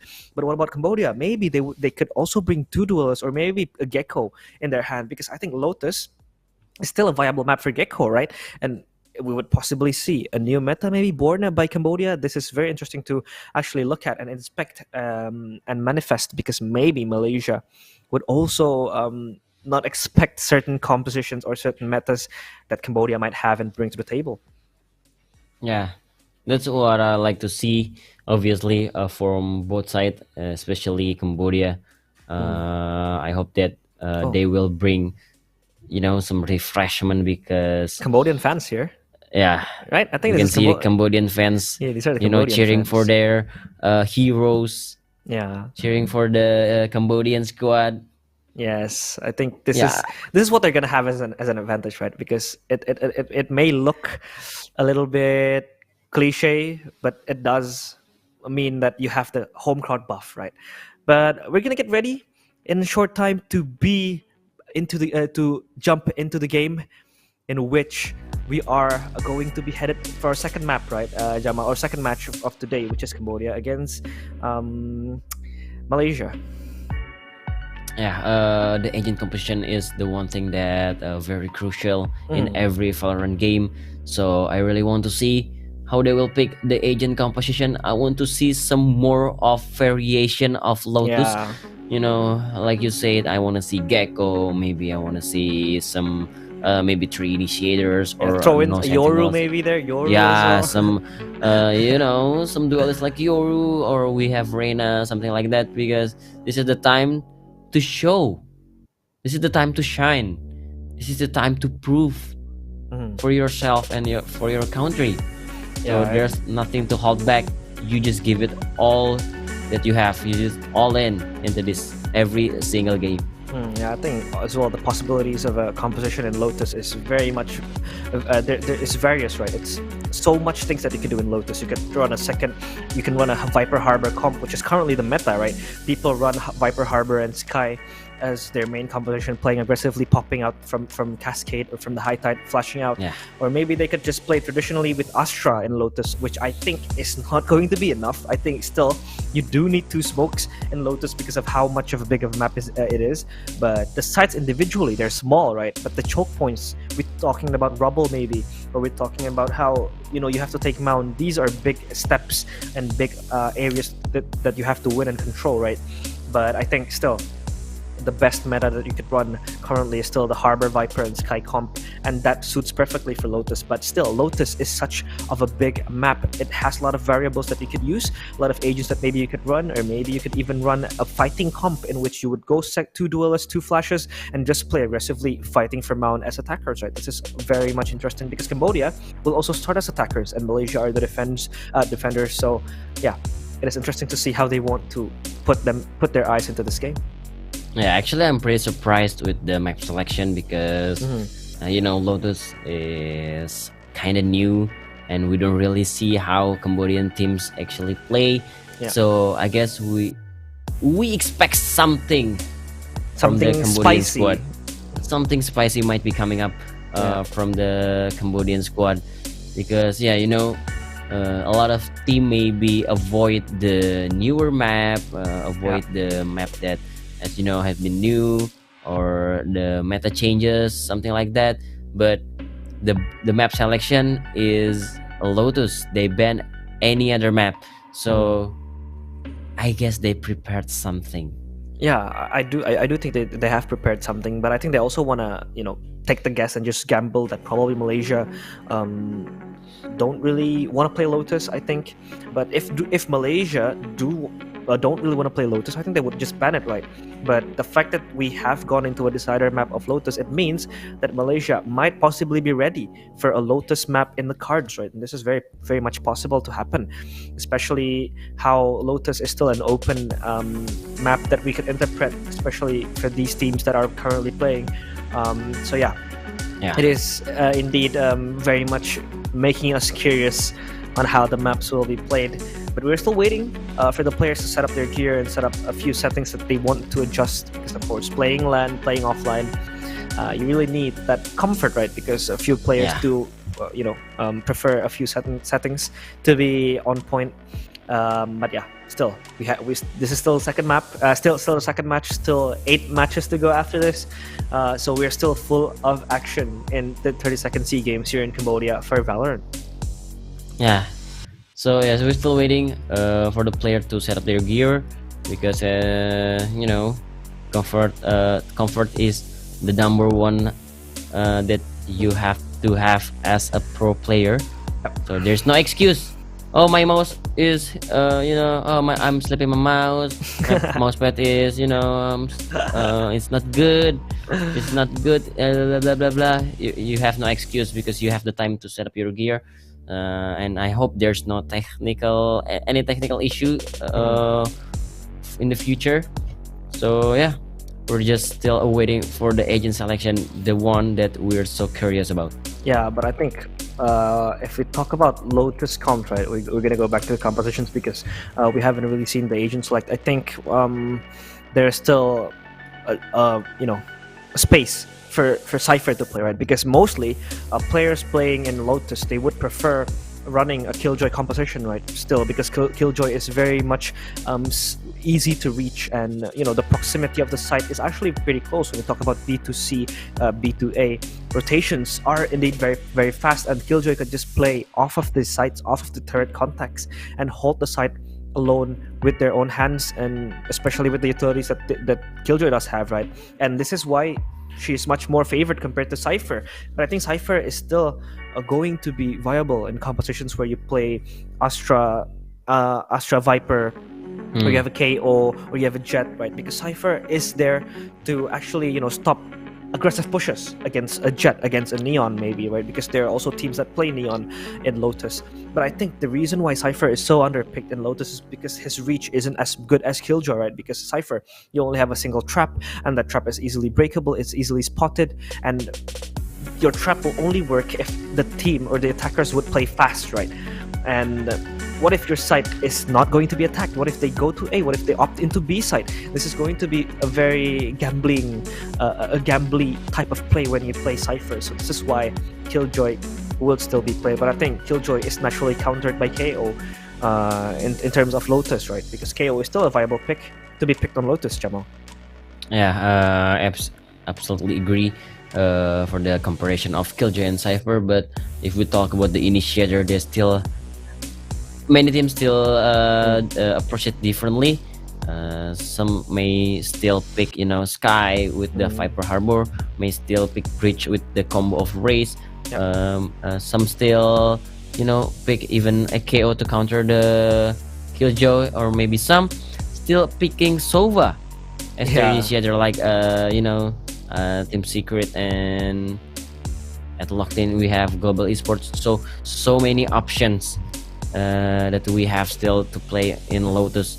So what do you think the best composition for the initiator part? I think still, like I said, currently the best meta and currently the best agent select would be running the Harbor Viper comp with the Sky, and probably 1 or 2 aggressive duelists. I prefer a Jet, maybe a Raze as well. You could chuck in there as well, and yeah, just play a Killjoy maybe, and that is much more enough. And you have control, because the main part of the Harbor Viper comp is that you have a lot of vision control, right? You have a lot of space control. You make your you make your enemies play uncomfortable because you have that cascade, you have that high tide, go, you have safety, you have push, you have vision control, and that makes them really scared to push, right? And this is also the natural counter towards a race breach comp in Lotus, because a race breach comp would actually only rely with the fault line, with the flash, and with the pain shell, right, to take early control of rubble. But when you have a Harbor Viper and Sky comp, you could just push them easily, scamper them away from taking the choke point. A flash from the cascade and just pop out 2 or 3 together, triple peaks, double peak, that could easily catch them off guard, right? But still, when we come towards defender side, I think most of the teams here would play aggressively, because a rubble is not a choke point that you just want to give them for free, because it gives them access to go to B, gives them access to go to tree, towards the rolling door. And I think with the Fade breach or maybe race comp, you could really neutralize all the push coming towards rubble with the C's, right, with the fault line and pain shell combo, and even satchel up forward. The possibilities in Lotus are endless. But still, I'd go with the Harbor Viper and Sky comp. What about you, Jamal? What comp would you play? I heard you play a lot of Raze, right, in competitive matches. I think for Lotus, I kind of still ship for. I think I still sim for, a race bridge combo, because you don't really have to control rubble every round. You still have a lot to do with that setup, especially breach. I mean, you can control B main easily with only one stun, and maybe in the help of flash or one smoke. That line, that hall for the B main is just easily countered by a fault line. So I guess there's so much things to do with breach and race combo maybe. But yeah, as you said, for the rubble part, it kind of easily countered for because of the cascade and the sky flashes combo. Because if you add another additional, like some controller or another flashes for maybe paranoia or stuff, you can counter the counter. Yeah, but I think we heard information, Jamal, a very, very important information, that the game is ready. Because, of course, everybody has been waiting, especially the fans at the venue. So let us go. Thank you very much for your patience, because we know you've been waiting for so long. But if we see the composition, Jamal, we see a gecko in the hands of the Malaysians. So the Cambodians will still go with the double smoker comp. This time they do replace the Harbor with the Astra. I think still a little bit viable, because Astra actually provides a lot of delay, right? And post-plant situations with the cascade, with the gravity well, with the Nova Pulse, and they also have Patu on the Raze. I think they're going to play much more faster. But on the defender side, we just talked about how Cypher isn't as good, and they picked up Cypher, Jamal. This is interesting to see, right? And yeah, I'm also interested to see how the Gecko would be utilized in this situation. I don't really know what they're gonna do, but I have some vision for Team Malaysia well play as an attacker. That B side is gonna be easy, I think. That you have wall, you have cage, you have smoke. And they're gonna utilize the Gecko Sage combo maybe to get into the easy B side, but I don't really know that's gonna work as much as they expect, because Cambodia will maybe adapt to it, or they just counter it with the Viper wall or Astra wall. So yeah, I don't really know what they're gonna do with the Sage Gecko combo.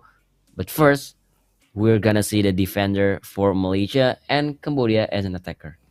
Yeah, I think it's true as well, because interesting to see how they do have the Gecko in hand. But I think the way they would try to, fill in the gap there, which Cypher can't really fill, is by adding a Sage. I think the Sage will be playing actively in B, walling off all the rotations, walling off all the pushes coming from Cambodia, because they don't really have a Killjoy, right, to really extend her arms and cover two sides together. Because as Killjoy, you could play in B and have your turret set up at B, at C maybe, or you playing C at B as well. So a lot of possibilities, endless possibilities, to be honest.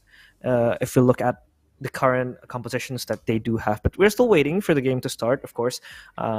Please be patient, because we also want it to start as fast as you guys do, because this is interesting to us, to see Cambodia's resurrection back towards the Valorant scene. Because Jamal, if we do track back a bit, right, towards the history, especially this squad, AG Esports, that is currently representing Cambodia.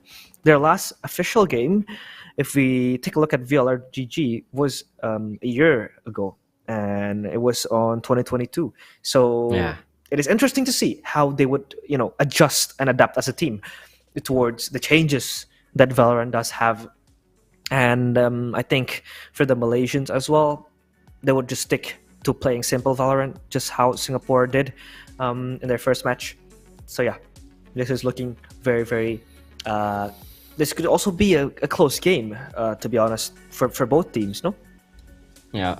Based on data and statistic, as you say, 2022 is the last match that Cambodian squad playing together. So yeah, I'm so curious to how they're gonna adjust and adapt with the new map, new meta, new agent. But with that lineup, maybe they're gonna pick up some strat from the top teams, top World EMEA teams. They're playing Astra Viper, so for the defense, maybe Cambodia is so much a delay power for their agent composition, but they will play attacker first, and the clock is ticking. So finally, we're gonna see the fifth round in 20 seconds. We already see the toxic screen is coming out to the A side. Realize? Yeah, this is interesting to see now. Of course, curious how Cambodia would approach the way they look at the game. And as Jamal has said, toxic screen has been initiated, of course, and they would try to take the most important choke point of Lotus, which is the rubble part. And now flash by the guiding light triggers out a response from Tony Kim to pull out a nebula, but the spike is going towards B. They're just building up fake depictions of where they want to go, but Sabe is curious on where the players are, and he's gonna be bitten by that curiosity, in which Tony Kim is able to get a kill towards Sabi, who was too zealous to take the chances, and now Kyle even takes away his own life by submitting himself towards Tony Kim, and this gives a big gap for Cambodia to push into B side. But Jeet from the back of the smoke, they go in. Patu double satchel sees out Zeke. There's trying to fight for his life. He runs away. Pain shell as a response to push him away from the site. The spike is even going to go towards C, planted by Sweet TJC. Cambodia on the precipice of getting their first pistol round, and they do. Cambodia, simple playstyle, and Malaysia, they did a little bit of blunder by peeking individually towards B main. Perfect pistol round for Cambodia, especially that B main control.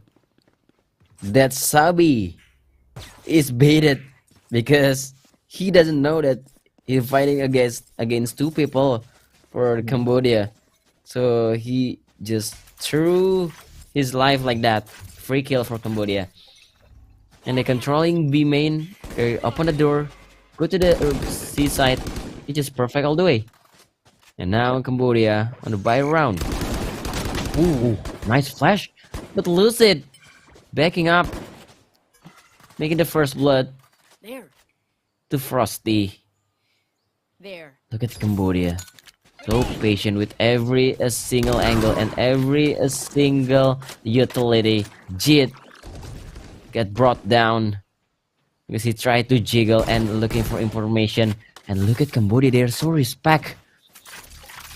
Malaysia is rotating towards C to play with quantity and shorty, but Cambodia said not today. We still have toxic screen, we still have better guns, and we still have 5 members left, and they're taking orb too. You're taking every possible advantage, right? Basically taking everything. Spike planted. This is one of the how you play Valorant in offensive way. Last player standing. And they're just gonna throw their life away. Maybe Zeke can get a kill for some consolidation, but Malaysia is dropped down to 0-2. Yeah. I know Malaysia, backs against the wall. Of course, they have the Vandals already purchased, as we see. But Cambodia, they're playing very smart, Jamal. They know that the Malaysians would tuck into certain corners, would play close because they don't have the economy and they're only using shorty. And now they respected that. They just poked into C, rotated back to A, and got the site for free. Now, Cambodia, a quick snake bite to ensure that nobody jiggles out C main. Already a Cam and Zeke patiently waiting. A lot of traps set up already for him to play around the traps, play around the tripwires, play around the cyber cages. And the camera as well, actively seeking for information. Trailblazer up in hand, going to roar away a bit after the Boombot does go up, but now Satchel's up by Patu as Zeke is stuck inside. He does not know that Patu is already walking back into his sight, and the Vandal has been secured. 1-for-1 kill, and Spike is going to be planted by Cambodia. They have the site for their own fully. Retake for Malaysia. 4-on-4 situation. Wingman scouts out information, and Patu is going to be taken down by Jeet. A reply is not yet open, but Cambodia are dropping like flies one by one. They go down to the aftermath. Unless Sweetie JC could do a miracle, no, he does not. Because he is going to be taken down by the player of Malaysia.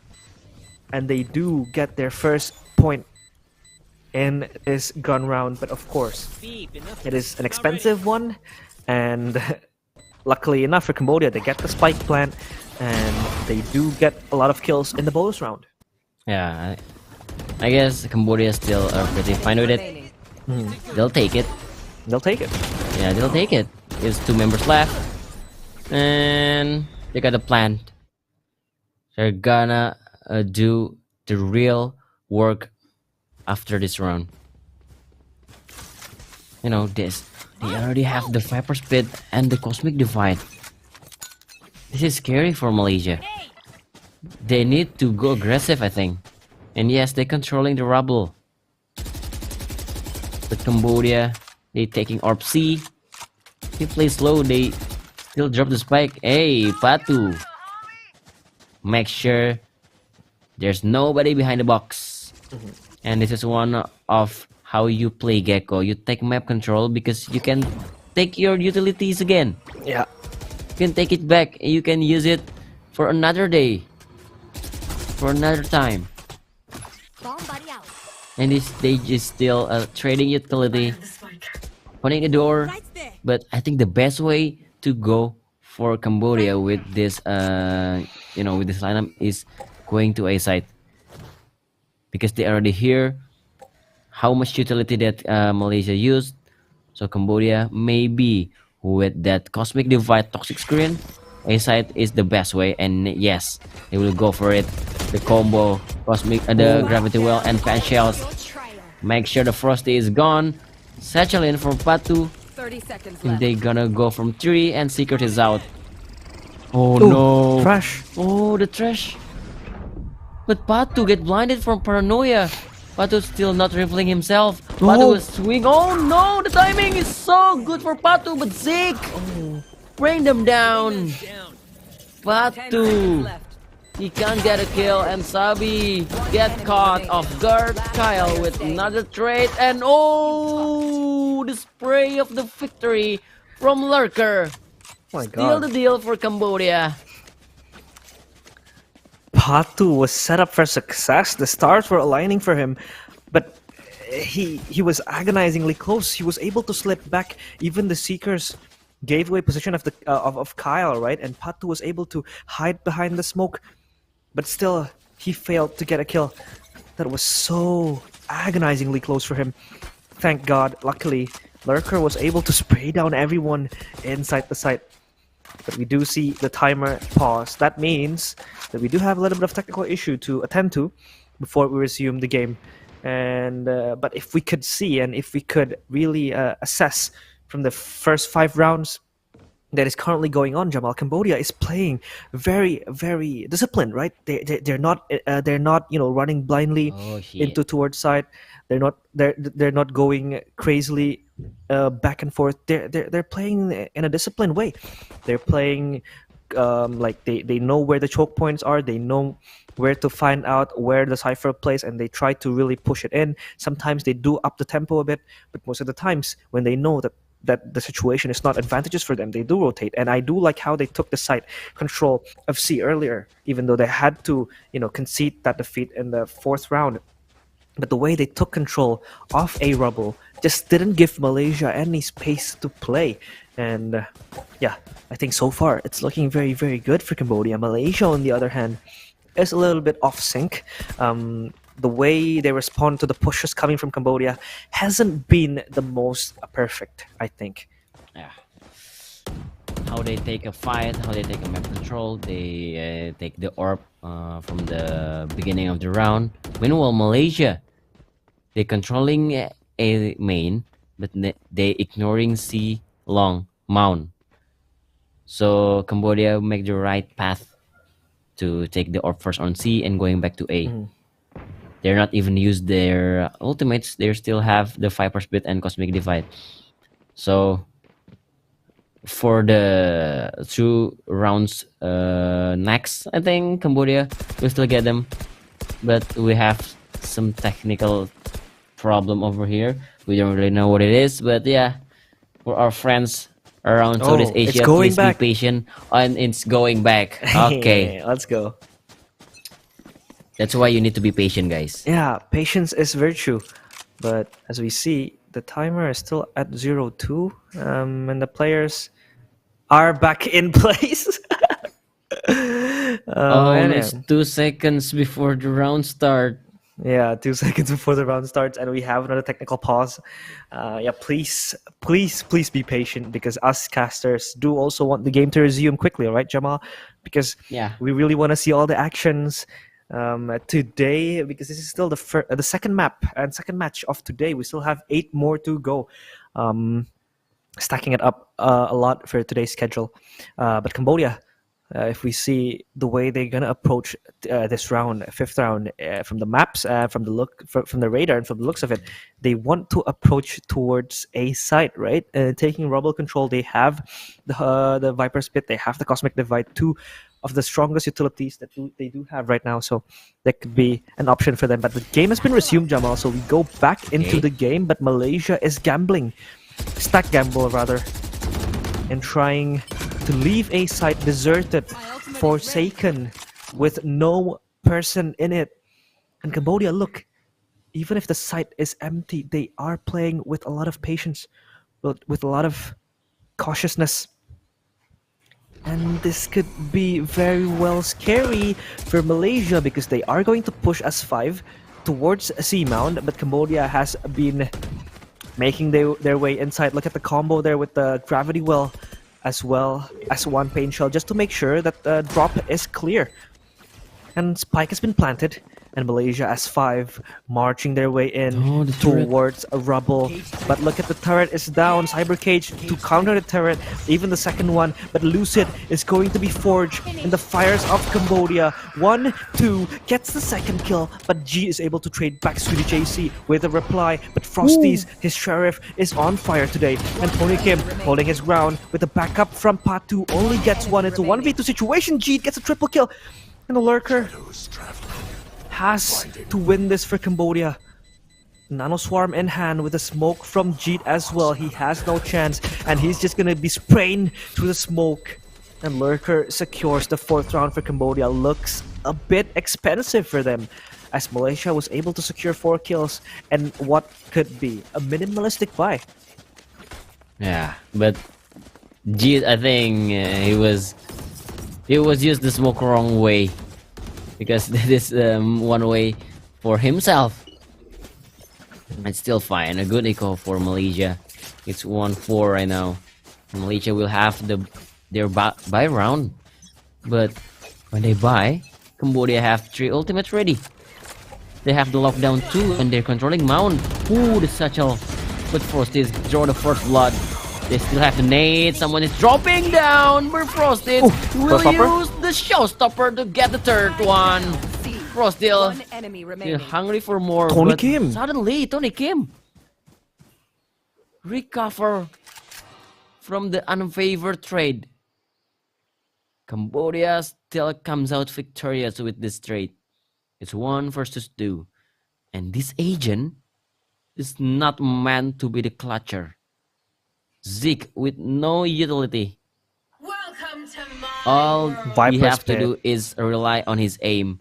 And oh no, another nightmare. Spike The planted. Viper spit is out. Cambodia. Only one huge blunder that can cost this round. It's all on Zeke now. I don't really think Zeke's gonna clutch this. Except Zeke have some miracle shot, but it's not today. Tony Kim makes the recover, and Cambodia leads with 5 rounds. It's a 4 rounds gap. See, this is what I said, Jamal. This is what I said about this match was that it could be very exciting, and it is, right? Because Cambodia has proven us wrong. 5 rounds they have secured, and Malaysia would call the timeout to attend to the wounds that they have been given by Cambodia. They have been scarring Malaysia throughout the rounds, and I like how in this clip or in this replay, Frosties did take the initiative to fight back towards Mount because they didn't want to give him for free. They didn't want to give Mount for free because it always enabled Cambodia to push into the site. But look how Tony Kim, Last player just replenishes all of the advantages that they had. And even in a 2v1 situation, playing together, Cambodia puts out the Viper spit. This is how much they played disciplinedly. They play Yeah. with utmost respect. They don't want to slip up or create blunders that they might just minimize by using a certain ultimate or a certain utility in which would give them further and further more advantages into the rounds. Because they need one more orb to have lose it the Seekers again. Yep. I'm sure it's maybe 3 rounds back before or 2 rounds back before they lose it. Used the last Seekers, and they still have the Cosmic Divide. I think it's similar use to the Viper Spit, but now another eco round for Malaysia. They're in danger. Someone have to step up. Screen is out. Oh, Cambodia. Mixed buy from Malaysia. Look at that. Yeah, Frosty, the hero buy. And they will try to push both C and B side. The door is open, maybe gets delayed from the pen shells. But look at the spike carrier. Sweetie JC indicates that they might be rotates to the B side through Link, through the door. Yeah. Because there's still no contact. But Frosties really hope that Cambodia will go to A side through the door. Yeah, this is very smart by Sweetie JC, but still, they're going to put their heart out towards attacking A side, and Frosties is going to be tested. He is full of pressure, but under the pressure he doesn't crack. He gets a kill, only good for 1, but not for the second. Lurker is able to reply back. 4v4. Look at Patu. He 30 is seconds left. smelling blood like a shark in the sea, looking for more. But Cosmic Divide is ready. Kyle gets a very good kill, pops the head of Patu. Lucid with a very heavy task to do, does the heavy lifting. Guards drop, doesn't hear one, drops down, and Kyle is just fully blinded. Triple kill for Lurker, and Lucid able to hold his ground down and drop. Cambodia gets 6, and Malaysia limping, yearning another point. Perfect post plan. Perfect post plan. Perfect post plan. Even if Patu gets brought down by the one tap, it's still fine. Because Lucid will be playing flashes from drop. And everybody's ready to trade. Even there's Nano. And you can see Kyle died with some disrespectful way. He fully blinded. He Dropped just down. dropped down. And he got the damage from the Nano. Yep. And another technical pause. Oh. Okay. We don't really know what's going on over there. Yep. Because we are here at our each home. Yeah. We're not on Online the venue. cast. Yeah, We're doing some online cast, guys. Yep. So please be patient because we're already resumed the game. Yeah, you have to be patient because look, when we talk about patience, the game just resumes, right? Well, a few tad bit of contact done, in which Jeed does have to be a little bit more cautious because he has been brought down to 87. Not much of a damage, but still. Damage is damage. Pain Shell and Frosties is out of patience. He wants the control onto Mount. And look, Cambodia, they just don't care. They just fully ignore Frosties that has been always actively seeking for advantages, seeking for information, seeking for kills. And look at how clean they clear their corners. They even expend a Gravity Well and a Nano Swarm to try to clear out a right side of rubble. Now it seems like A side is going to be the same target over and over again. Look at where Zeke is playing up in tree, breaks the tripwire, but Lurker is able to make his way into stairs back towards heaven. And look, he hears that Sabe is on drop. He's just walking, and the world is on his grasp. He gets one kill. Even the second one, he swings back Lurker, just like his name. He embodies it like a damn real Lurker, but still dancing behind the side is Zeke, is able to hold his ground. 1-1 situation, and Kyle 46 HP has the trash, and the trash is going to be chasing up back. Detain.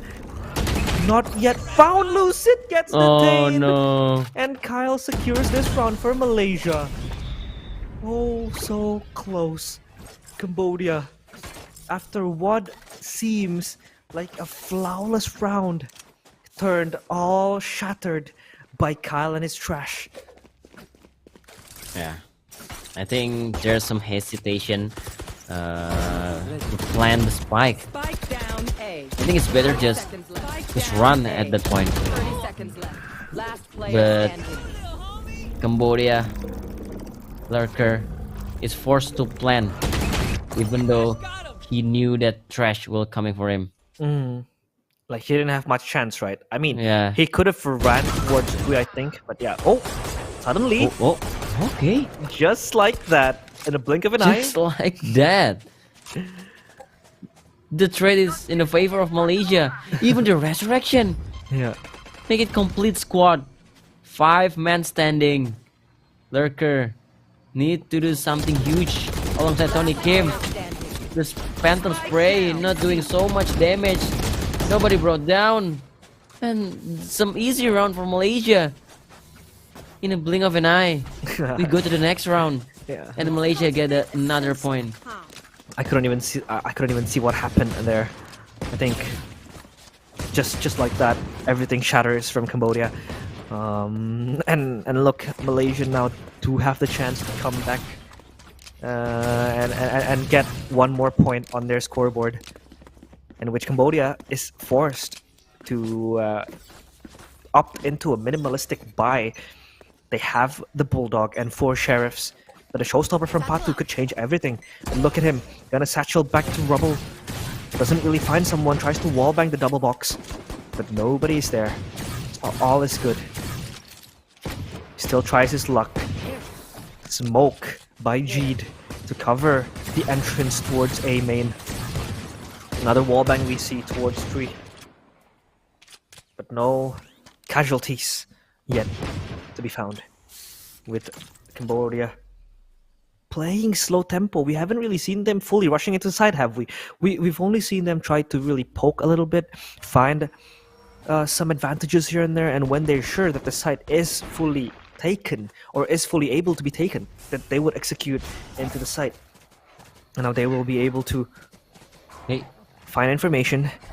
Walking into B site up from Link, Sabe is a little bit cautious of that place because he know B main is fully walled, so he just needs to wait, but he loses the duel. Sweetie JC opens up the site, and the site is fully on their hands. 5 fingertips, won't let it slip. Oh, but Patu, no. oh my goodness, unluckily the wall, or the door rather, has been closed down, so he misses his rocket.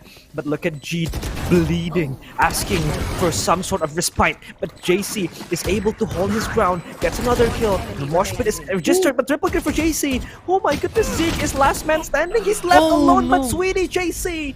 Sweet, sweet sugar. 4 kills registered. 4 kills given, and he is bestowing the burden upon himself to save Cambodia from that eco round. All the job done by the Sweetie JC. That round is absolutely presented by Sweetie JC. The first kill, the trade kill, even though he's staying alive with his 67 HP and closing out the round. This man do all the job. And it's 3-7. Suddenly Cambodia back on the right track. And the mount control now from Malaysia. I don't really think Cambodia will contest this. They're just gonna wait. They even put smoke after smoke. They put the poison cloud. And Sweetie JC, I know you got a quad kill before this, but through the smoke isn't gonna really do anything. They have the lockdown from Cambodia, but in the other hand, Malaysia, they have trash and showstopper. Maybe they play for retake. They only have one agent. They only have Zeke to guard the spike, and Zeke is giving up the information. The lockdown is there. Malaysia had to play the retake.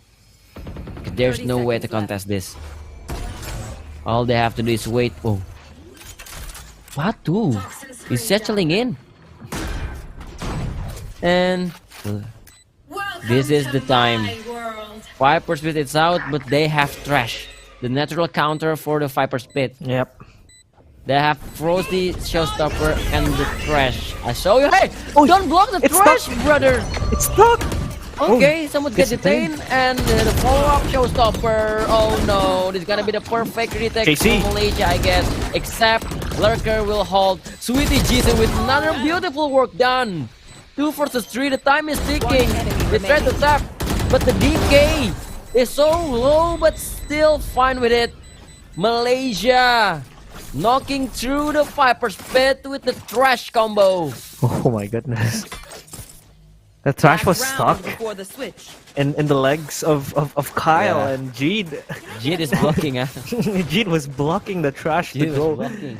But luckily enough, they were able to detain Patu. So, job is done. And Sweetie JC, yeah, like you mentioned, this is him just doing the heavy lifting. He's doing God's work. Holding up the ground, getting a lot of these skills as a Viper. He's been playing phenomenally well. And Cambodia needs to concede that defeat in round 11. But now look at Frosty's only with the Guardian. Gonna try to take control of Seamount. Now Malaysia. This is what I want to see. They are not going to give any control whatsoever towards Seaside. They're gonna take it aggressively. And 3 players have been stacking in Mount, and even Kyle reverse flashing. Look at looking at the sky. He's going to prepare his Dizzy to possibly flash out and blind all of the Cambodian players. And look at the wingman, confirms that there is at least the presence of Cambodian players. But look, they are aware of that. They don't want to take the chance and the risk of walking into possibly 3 players. And Subay now is going to be the lone wolf, like a bird in a cage. But are his claws still out? Seekers is going to find information, and Subay is not going to be harmed whatsoever because Cambodia are going to rotate away from B and even C. They're running towards the gladiator pit of Zeke, full of tripwires, and the tripwire does catch one. Sweetie JC is not able to really spot out the tripwire. Zeke is still alive. Patu double satchel, but the satchel is a little bit off, and Zeke is fully blinded. Lucid, thank God, gets a kill towards Zeke. 4v4 situation now. Spike is planted, but look at Lurker. He's going to play Spike deep planted. into B site. His chance is now, just like his name, Lurker. he could shatter the dreams of Malaysia in this round, and he does get a kill. And even the second one, the Guardian connects. Last enemy remaining. Frosties, My even God. Lurker, triple kill. He spills all of the blood in the hands of Cambodia. And Kyle is left Switching to lick his sides. wounds. And Lurker embodies his name, manifests it, and engraves it in his heart. Oh my goodness. And that round, I must say, is won fully, or even mostly by Lurker. Yeah. Besides that, whoever calls to rotate, you're the man. Yeah, you're the man. What a call! because- that was a crazy call. From the gesture, I think a few player from Cambodia wants to contest that mount, but suddenly they going back to B side and they're rotating away to the A side. So whoever makes that call, you're the man. So when they have to go inside the A side, they still have a lot of utilities that they didn't throw away to control back at the mount.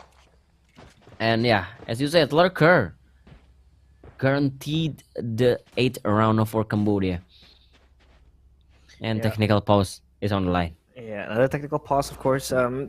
Still, Jamal, this is the first day, of course, right? So we do probably see a lot of Yeah. issues, and we are trying to troubleshoot it. We're trying to diagnose and fix it because still the first day, and we do hope that none of this would 30 happen in the seconds next day, left. right? But here we see a replay of the previous round. Zeke was playing absolutely good behind the cyber cage, but look at Lurker, One down. just with a Guardian.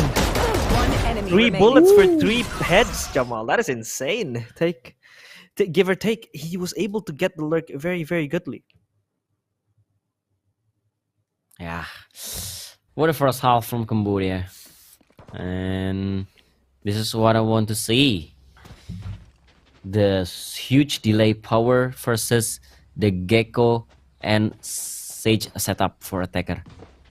Yeah, They really need to not let the B side completely for Cambodia. They need to guard that B side. I think the setup, to be honest, is a little bit tricky to play.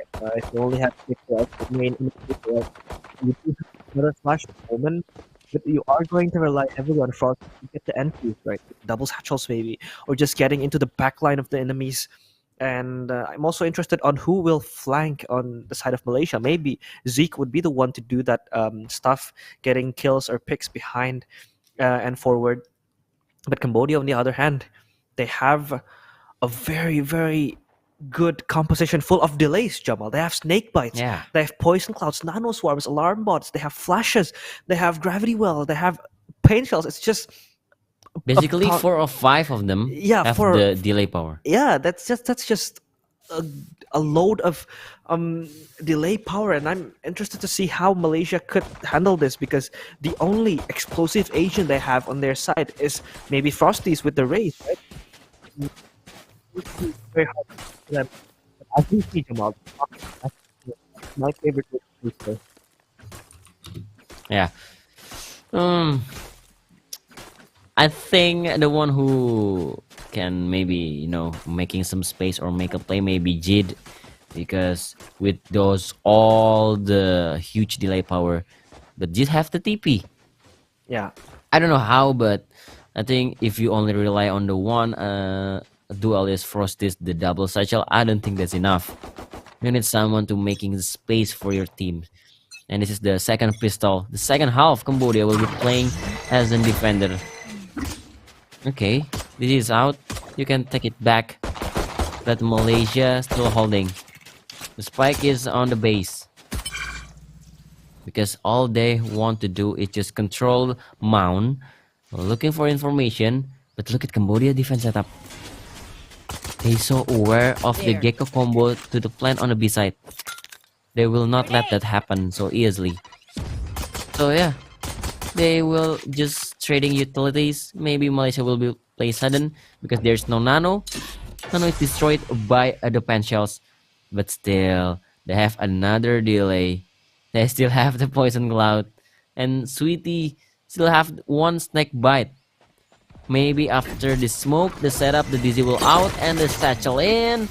they still have to deal with. Look at the delay. The Spike turret down, kill. C. Oh no.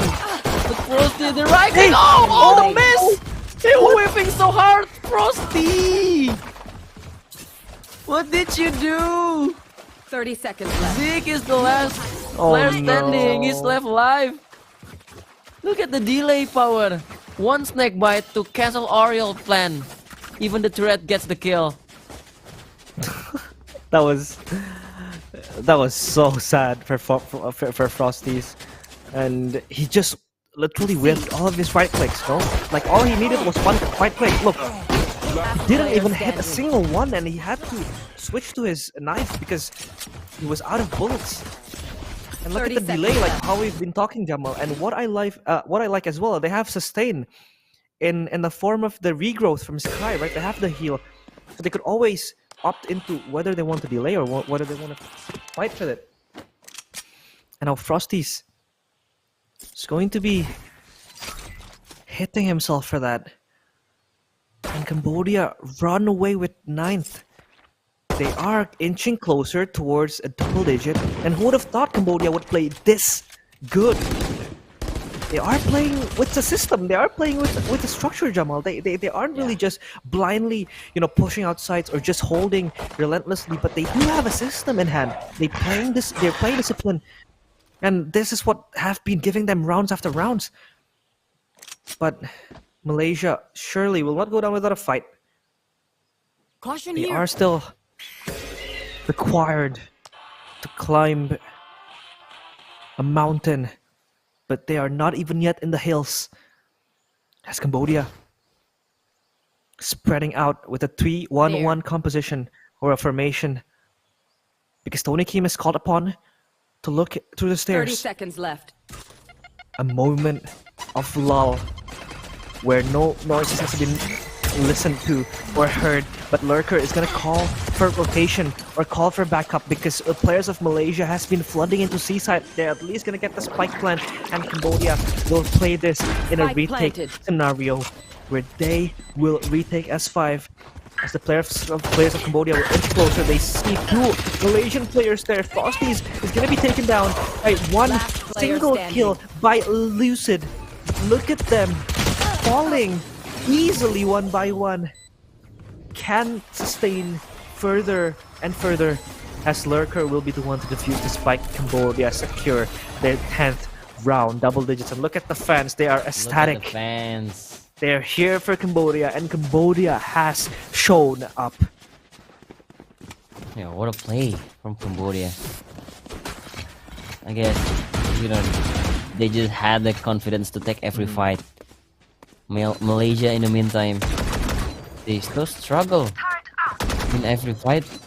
The fourth round that they won is won the bonus round. So I don't really think Malaysia can handle the pressure. They need the momentum to take it back, and Frosties with one single tap absolutely delayed Tony Kim. One delay power is out, but they still have 3. They still have 3. The door is out. But look at Cambodia. They respawn, attacking 4 members. The wingman's trying to plant, Frosties trying to make a space, another kill, but the threat is there, the play is good! Oh, the Spectre kills everybody from Patu! The last man still alive is Zeke. He's the Lurker. On the showstopper, Zeke said run! Here, the zoning away. And the defuse is completed. Cambodia utilizing the Spectre into the peak of the potential. My goodness. Who would have thought? Nobody expected this. Cambodia, as the underdogs, are able to prove themselves. They've shown up today. 11-4. And Cambodia is going to be the one to call a timeout, Jamal. This is interesting. I don't think they want to give any moment or any form of advantage towards Malaysia and trying to think what they want to do. Because look at this. How the Spectre just sprays down and most of the player of Malaysia. And Malaysia is just left questioning what they would do and what they should do next, because the way Cambodia holds their line is very insane. Oh, but a bit of a fix, because the one calling the timeout is indeed Malaysia, not Cambodia. So a little bit of HUD mistake there. But yeah, I think this is also perfect for Malaysia to call a timeout, because they have been fasting for their rounds. They're losing 3 rounds in a row. And they need in to the second decide. half, and they do need to decide what they want to do. At least in this round, they have the trash. They need to decide whether they want to buy now or potentially lose this, They should. I and think they should. maybe go poor for the last round, or maybe they want to eco for the last round. But I think they will buy this, and I think this is just a gamble that they have to make, because they have to stop all of the bleeding done by Cambodia. They should. This is maybe the last right for Malaysia if they can. If they're not able to win this. This might be the last right for them. Malaysia, life is on the line. We only got 4 rounds. That's not a good sign. Meanwhile, Cambodia playing out of their mind, flawlessly, round per round, and they're so chill with it. They let Malaysia to come to their side and punishing them brutally.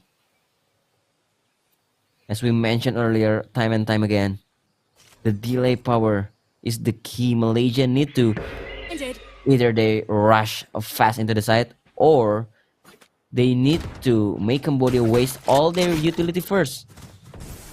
And look, Zeke is trying to lurk out. Tree is open, Trash is Trash. out.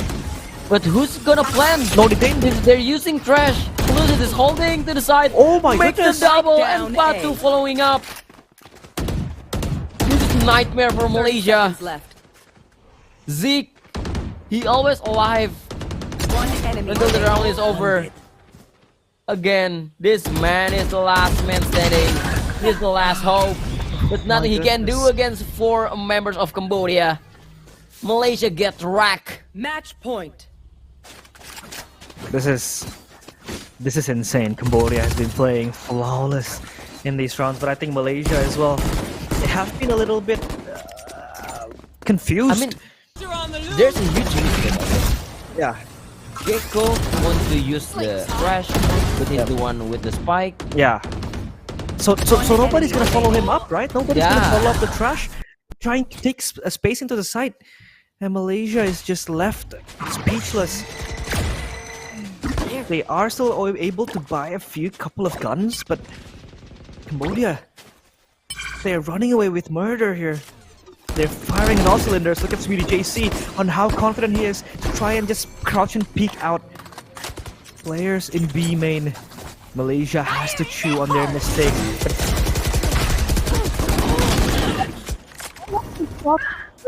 Oh no. Spike down. The kill feed, it's all raining kills and full of blood in Seaside, but it's 3v2 now. Zeke and Sabe.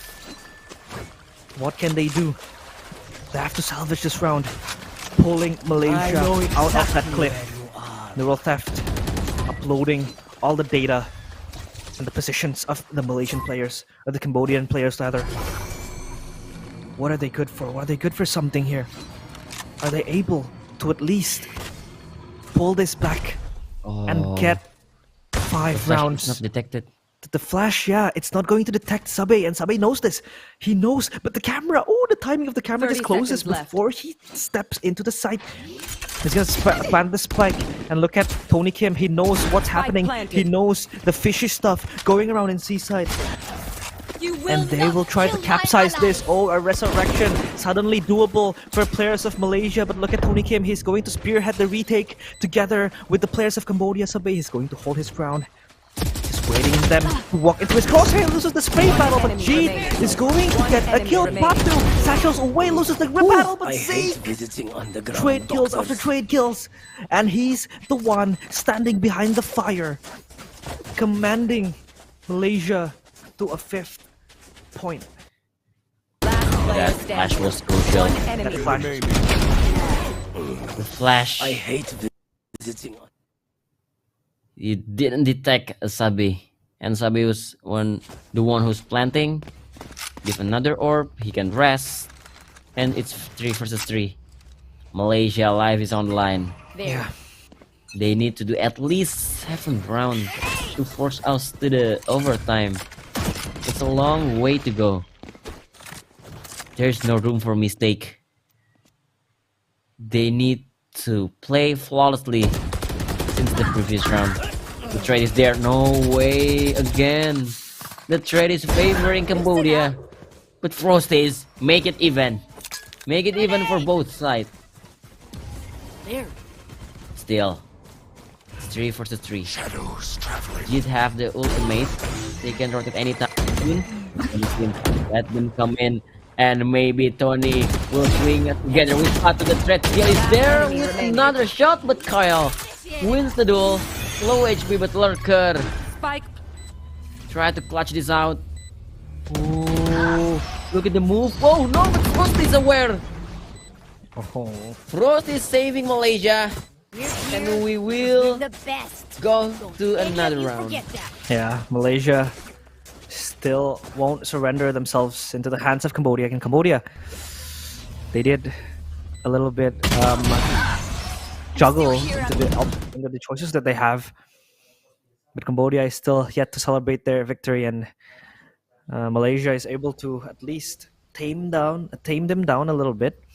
And we see a timeout called. I think this is going to be timeout by Cambodia. Yes, they need to realign all their strategies, because if you look at the economy that they have currently, they're a little bit breaking the bank, in which if they do lose this round, Jamal, I think it is still possible that Malaysia could mount a comeback. Because if we see, and if we look at the guns that Cambodia do have, it is indeed limited to just a few guns. And the economy-wise, they are struggling. Even after 4 rounds straight that they were able to claim and they won. But the guns and the economy, they really have to preserve for the upcoming round. Yeah. Cambodia. They will do the mix buy. Statistically, they will not close this round. They will not close this map yet, because they are on the eco mode. But who knows? Oh, the aim in control with the gravity well and flash, but nobody's pushing it. In fact, 2 players from Cambodia is pushing Mount. Sweetie JC, one of the GOAT with the Bulldog, and Lurker, one of the best Guardian player on the server, makes the first blood. Tony Kim, he cannot die. He needs to hold. All he needs is just staying alive. Cambodia needs to play best on sound cue. Nothing happened. Malaysia still holding, and the Viper split is out. One of the entrance is blocked by the jelly of the Viper. But Malaysia, they want to contest this. But the thing is, they don't have the trash anymore. They don't have the main initiator. So they can't. They're not able to go through the Viper split anymore. And the A 30 side seconds left. is the destiny. Is the decision. Yeah, I think A side will be the side that they're gonna hit, but Lucid and Patu is there to ready themselves up. And Patu only with a Sheriff, Lucid with the Stinger as well. But look, they're traversing their way back to B side. But look at the Bucky doing a job in which Tony Kim able to secure a kill towards Frosties. And a Lurker with the Guardian, who is going to be chased down by Sabe. Sabe is the one retreating now, but Sabe is able to get Sweetie JC. And now it's 3v2 situation in which Zeke is holding his ground. Heed, not for long. And Zeke, the bullet goes straight to the dome of the players of Cambodia. And Malaysia suddenly, 7-12, they're able to get another score on the board. It's insane how they really want to play. This is like a last minute decision that I think is also quite good, because if they would force themselves to fight A side, they would check a lot of angles, and mostly they would probably play with Stingers, with Buckies, and it was a good choice for Malaysia to actually opt into B side. Now, Cambodia, they still do have a chance. They actually have 5 rounds to make mistakes, but mistakes is the last thing you want to do. Yeah. And Subay now, Cyber Cage, just trying to spray through any possible utilities. Lurker playing in B side. Zeke is called upon. A try and back up.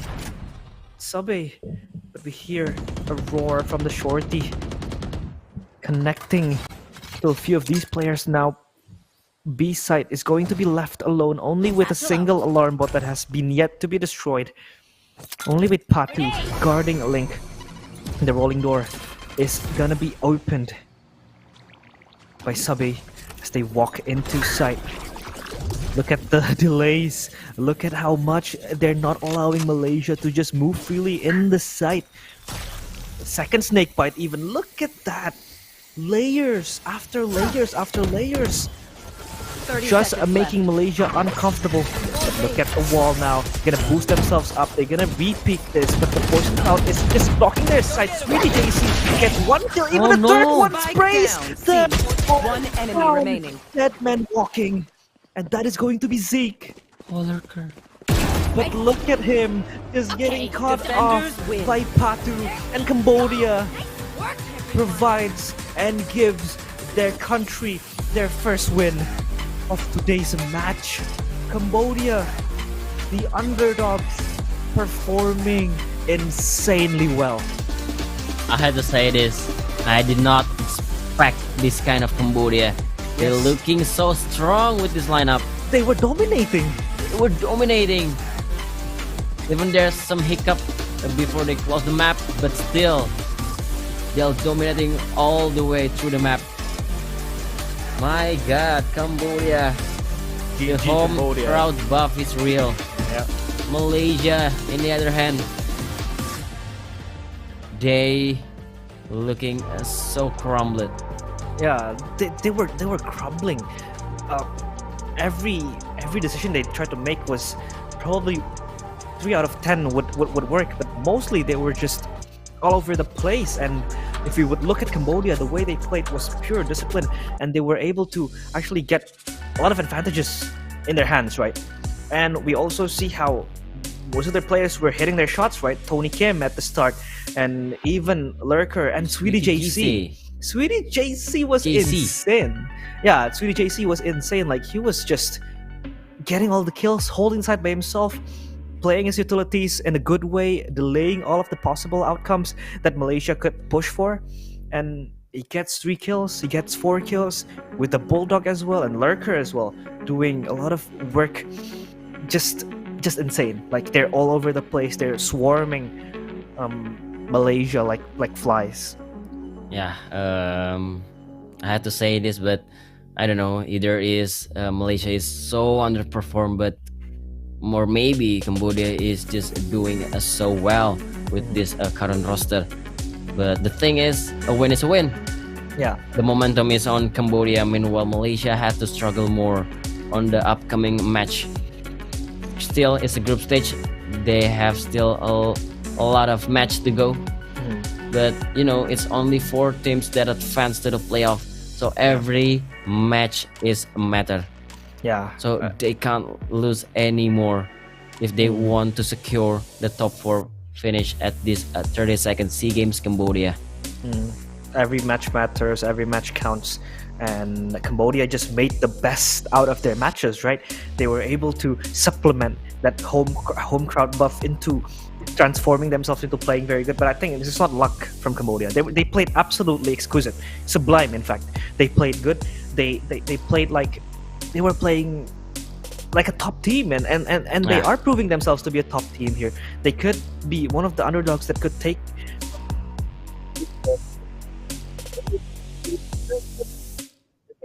Wasn't much of a problem for them, maybe only once or twice, and it was only the trash Meanwhile, the Dizzy Flash, the Mosh Pit Wingman wasn't that much of a deal, and Cambodia just didn't have to care about that, right? And all they did was just hold side, play safe, pushing out for information, pushing out for potential utilities that might have to be destroyed, and they do that.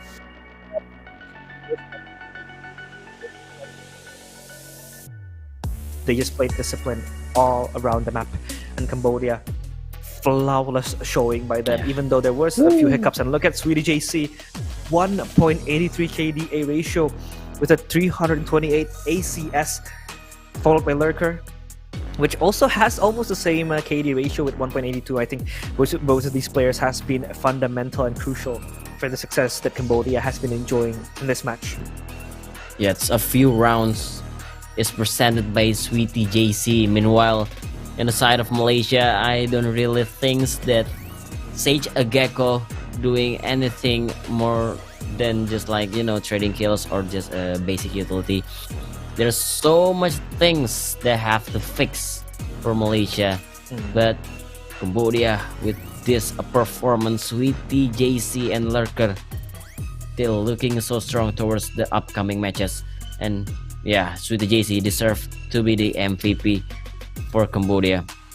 Yeah, well deserved for him. And I think Malaysia, they just lacked that punch, right? They couldn't really, you know, show us that explosive playstyle that they were aiming to achieve, because with Frosty's, I think he did his best to try to maximize what he had. But yeah, all in all, it just goes to vain, because Cambodia was able to just tame and suppress and neutralize all of the power that Malaysia has. And we could also talk about how Malaysia was made uncomfortable, and they were playing like as if they were vexatious, because there were so many delays that Cambodia thrown into their faces, right? They get thrown like a snake bite, and then the second snake bite comes in, and it's just done.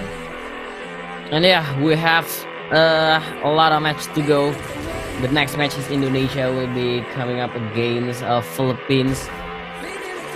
And yeah, we need to prepare for the next match first. It's Indonesia against Philippines, and yes, we still have 8 best of ones to go. So guys, don't go anywhere. Please stay tuned. This will gonna be a long day of Valorant. So we'll be right back after this break. Mau.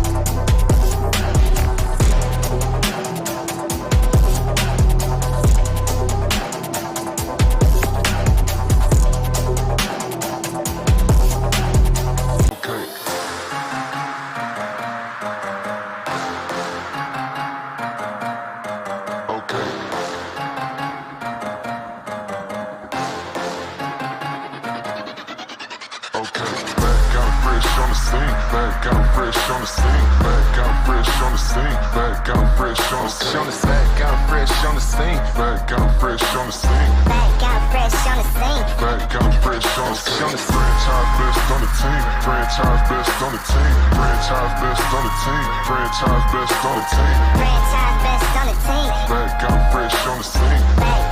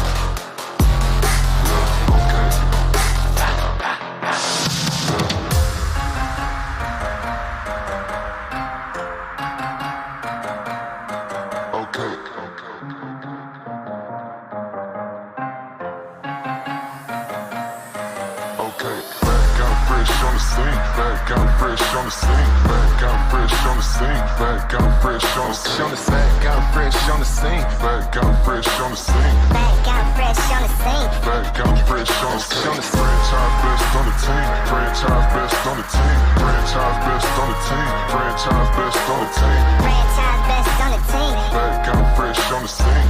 Back out fresh on the scene.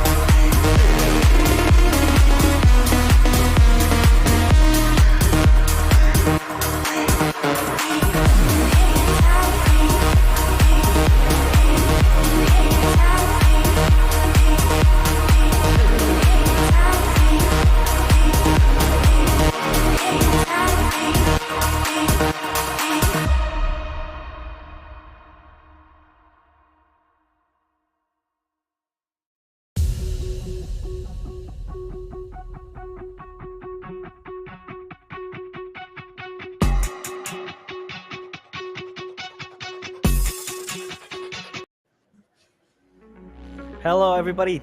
Welcome back to the 32nd SEA Games of Valorant in Cambodia, and we are back to our third match. Of course, we are going to have 10 matches. We have completed the first match, Vietnam versus Singapore, in which Vietnam was coming out as the victors. In the second matches, we had, and now surprisingly, Cambodia, who was able to take and snatch the win away from Malaysia. And now we are headed to our third match, Philippines versus Indonesia. I think this match, Chimomo, is waited. Like, everybody has been waiting for this match to happen. This is like Battle of the Titans. We have a lot of players that are indeed in the top flight of VCT playing in Indonesia and Philippines, and now they're going to face each other head to head here in SEA Games. Yeah, true. Everybody is waiting for the third match of 32nd SEA Games, and Indonesia, we know this is one of the, maybe I could say, the strongest team in SEA Games. We realize that they have a lot of a strong player here with the good aim, power. Delby, NC Slazer, Eor, Moria, Asterix, and also Kus. The combination coming from Indonesia is coming from Alter Ego and also Bigatron player. Yeah. And we also know that they are representative their country for a SEA Games. So everybody, I think they want to show us how strong they are in SEA Games, right? Yeah. Especially when they are they already look for the Cambodia, Singapore, Malaysia, and also the Vietnam matches just now. So I think Indonesia, they also prepare something new for us in this in SEA Games, but they have to encounter Philippines for their first match here, and we know that how strong Philippines as well, because they came from the Oasis Gaming here. Yeah. We know that Oasis Gaming maybe looks very famous in Philippines with their own player. They have a lot of a good player as well with a good aim. We have Wildero, and we also have Drax, we have Gorgie, and the rest of the players from Philippines. They will represent their country to show us that they can be the dark horse maybe in SEA Games. Yeah, I think Philippines is also one of the strongest teams we have here. Indonesia, of course. This is the team that everybody has been wanting to see, because Indonesia has long been one of the strongest teams here in Southeast Asia. Especially, we have players coming from Boom Esports, coming from Alter Ego, BTR, but now the ones representing Indonesia will be players from Bigatron and Alter Ego. We have NC Slasher, Sayo, Morea, Gemma, and Delby. So Asterisk and Eor will be benched for now, and they won't be playing in this match. But look at Morea. He's looking at the camera. He's waving hi there. Yeah, Morea, of course, one of the most I'd say funny players that we have here in Indonesia, right? He's one of the most, trash talker, but he backs that up with his but he backs that up with his confidence, and he backs that up with his skill. But now we can talk about Team Philippines. I think this is one of the strongest teams as well here in SEA Games.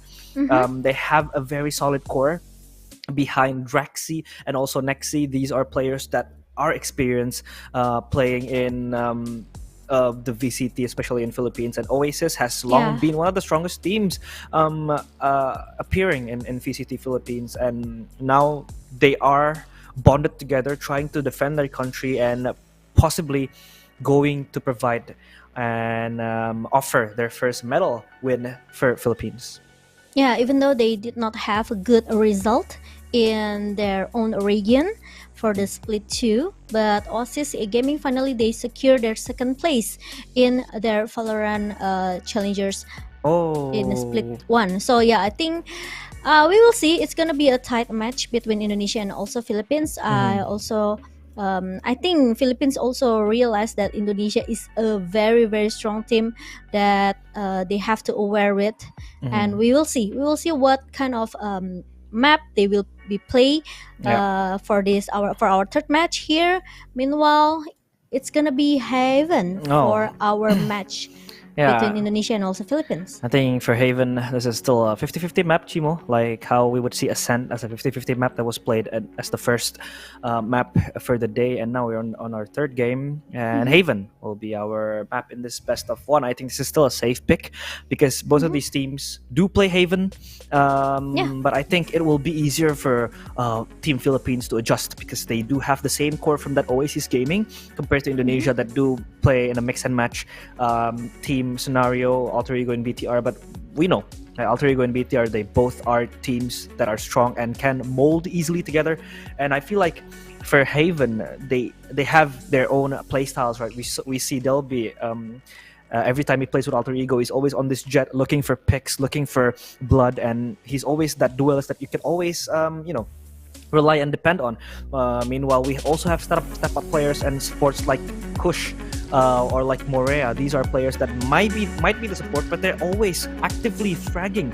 Their aim is very, very sharp, and they're always on the run trying to tear down their opponents. But Philippines, I feel like they will also come strong, especially in Haven, which is actually one of the strongest maps that Oasis Gaming has. But now they are not record when they play Heaven. Actually, it's not really, it's gonna be a tight match like I said earlier. But if we talk about the aim power, maybe Indonesian they prepare a lot from for this 30-second SEA game. So I would like to see how Philippines try to counter Indonesia here, because Philippines, they are looking very good in Indonesia. If we compare to our last two match before, actually it's quite a tight match, right, between Singapore and also Vietnam just now. So I think Vietnam just now. So I think we will see the same match again for our third Philippines. Yeah, I think this is also going to be about preparations. We could also talk about how Indonesia boot camped in South Korea, right? They were playing with Korean teams. I think they were also screaming with Korean teams. They also enjoyed a little bit of taste of competitive play in Korea. I think we are given the list of agents in which both of the teams are already picking, in which NC Slasher will pick Breach Killjoy on Sayo, Morea with Oiman, his signature agent, Gemma as well with his signature agent, Sova, as well as Delby on the Jet. Meanwhile, or for Philippines, Waloreo on the Sova, Nexi with Killjoy, Breach on Saviet K, Drax with Oiman, and Georgie with Jet. I think this is a mirror pick, so it all comes down to how they want to approach the game, strategies that they implement, and how they react towards their enemies and foes trying to do certain stuff. Will they be counter-reactive? Will they be proactive, trying to find information, attacks on how they want to play? Maybe a little bit aggressive in certain situations and certain chances that they could take. This will probably be a bloodbath if I could predict. Yeah, I wish that we could see another tight match between Philippines and also Indonesia here. But if we talk about Heaven, I think we saw this a lot of we've seen this a lot of time, right? Realize like Sofa is gonna be the initiator here. The double initiator will come from both of the teams, and meanwhile there's gonna be a solo duelist coming from Jet for Delby and also for Georgie. So we'll see for the game number 1 for Indonesia and versus for Philippines for our best of 1 series. Yeah, but as we see, Chimomo, the time has stopped, meaning it's gonna be another technical pause that we have to endure and be patient, because of course LAN tournament, and this is indeed an offline tournament, so there are going to be a few hiccups and a few rocks along the way, but do please be patient and wait with us as we're ourselves into commencing the first match, or this third match rather, of today. But if we see the utilities that they buy, we see Savi 8K with a full util, 2 flashes and an aftershock with the fault line as well as the recharge ability. I think he's going full-on support for his duelists in this match. Meanwhile, Anti-Slasher takes the more aggressive approach with a ghost and a single flash as Breach. I think Indonesia would probably try to play more aggressive in this scenario, because they would want to push out. They want to try to maximize the play style that Ansi Slasher and Moria has in playing aggressively, because these are the players that have been racking up ACSs in Challengers Indonesia, right? We see them as one of the strongest core of BTR alongside with Sayo. Meanwhile, Gemma and Delby has been the dynamic duo in holding their ground for Alter Ego, especially since Eeyore and Asterisk was able to finally join the team. Meanwhile, for Team Oasis. They play with a little bit more structure. They play more passive. They play a counter-reactive towards what their enemies would do. But still, Savi 8K, one of the best players, one of the best initiator players there is in Philippines, as well as Nexi, who was rumored to join RRQ, but he then had to leave back. So now he is back in Philippines as one of the core members for Team Oasis. Yeah, if you take a look from the history from Nexi, while he was in the RQ last time, maybe didn't give much a lot of a good result while he was in the RQ. But now he looks very strong with his Philippine teammates. So it will be might be a disaster as well for Indonesia if they do not respect with the empower that Philippines have. So yeah, I think both of the teams, they have to prepare their own different strategy here. It depends on how they initiate, go to the side, or maybe how the defender trying to defuse the spike here. So yeah, we will see. Meanwhile, we are waiting for the technical pause. Yeah. Please be patient, guys, because we know that everyone is waiting for today, especially for the 30-second SEA Games. So yeah, we will see. Yeah, of course, technical issues is not. It's always, it's always happen, right? When we go for the offline tournament, this kind of thing, it's normally happens. So yeah, especially for the day number 1. Yeah, especially in the first day, when it's the first time you're gonna go to the venue, you're gonna check a few things, and then you're gonna diagnose and troubleshoot a few issues, and they just keep popping up sometimes. So I think it's for the better that we take a technical pause to prevent it from happening tomorrow. So tomorrow we might have a much more smoother schedule, and flow for the map, of course, for the matches. Of course, this is something that commonly happens, and we urge you to be patient. And there you go. When I tell you to be patient, the clock will continue to tick on forward. And now, Indonesia, 3 players posting up in B, meanwhile playing with a 1-3-1 comp from Indonesia, as Philippines will try to spread out and find information, 3 players rather, heavying themselves towards C. And Sayo, tagged down to 75 HP, not yet faltering. Turret and one alarm bot will assist him in trying to hold his ground, but of course the fault line is going to connect to him. Flash towards backside, but a very, very fast response from Indonesia. They just want the side back in. They want to win it back, but Philippines, they're running away, scampering away like cats in a scaredy bag, as Indonesia is able to push them back. But A side is empty. So is B side. Philippines only cutting off their noise as they would try to re-hit back to C side.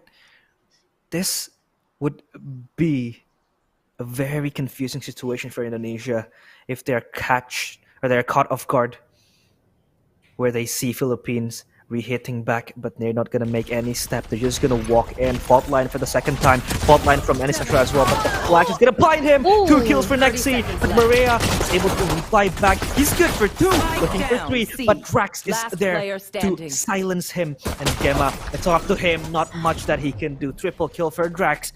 And Philippines, with the cut noise and rotation back to Seaside, they secure the pistol round. Yes, Philippines.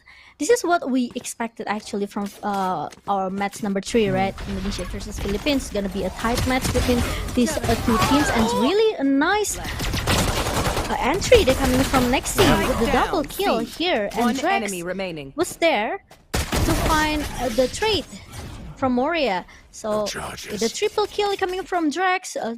Double kill coming from Nexi. Philippines looking very strong in the pistol round. So now, but we are going to have another technical pause.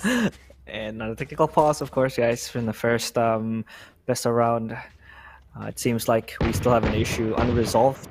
So please be patient, because see, whenever I say the word patient, the clock keeps on going again. So I think the safe word for me is... I think it's gonna be a magical word for you. It's gonna be a magic word for me. My magic word now is patient.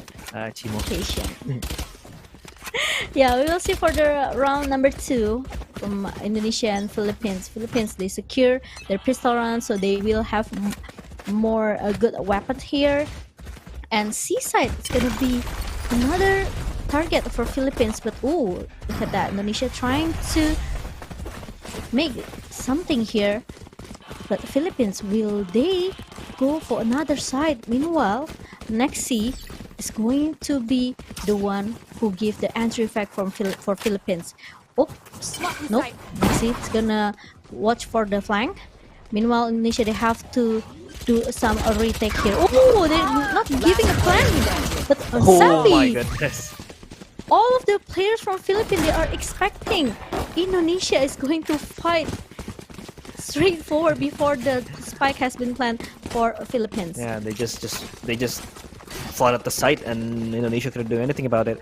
Of course, Philippines also had the upper hand in terms of weaponry, so Indonesia couldn't do much of a thing there. They just flooded down. They just dropped down into hell, from heaven to hell, and of course, that's just good food for Philippines, and they are enjoying a very good start. Now Indonesia, the pressure is on them to at least get one more score, one more point, but Philippines knows this. They don't have the maximum weapon to try to take those close long-range duels. But they just storm into Seaside and it's clearly empty. Asai just gives it away because he knows the importance of playing retake, especially when you have that weapons advantage. But look at Georgie. He's actively seeking for blood, like sharks, circling them around. The drone is going to help him. But look at Moria, 2 kills from Georgie. What just happened there? He just got away with murder. Actually, not long he's going to lose. But look at that. Just in a blink of an eye, Indonesia lose all of their members and Philippines secure the third round.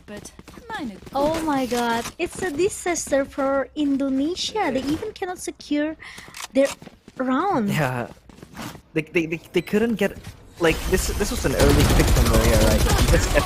He gets the swing, but Georgie was backed up with a very good aftershock, and it was just job well done by the players of Philippines in knowing that they don't have the weaponry to play long range, Chimo.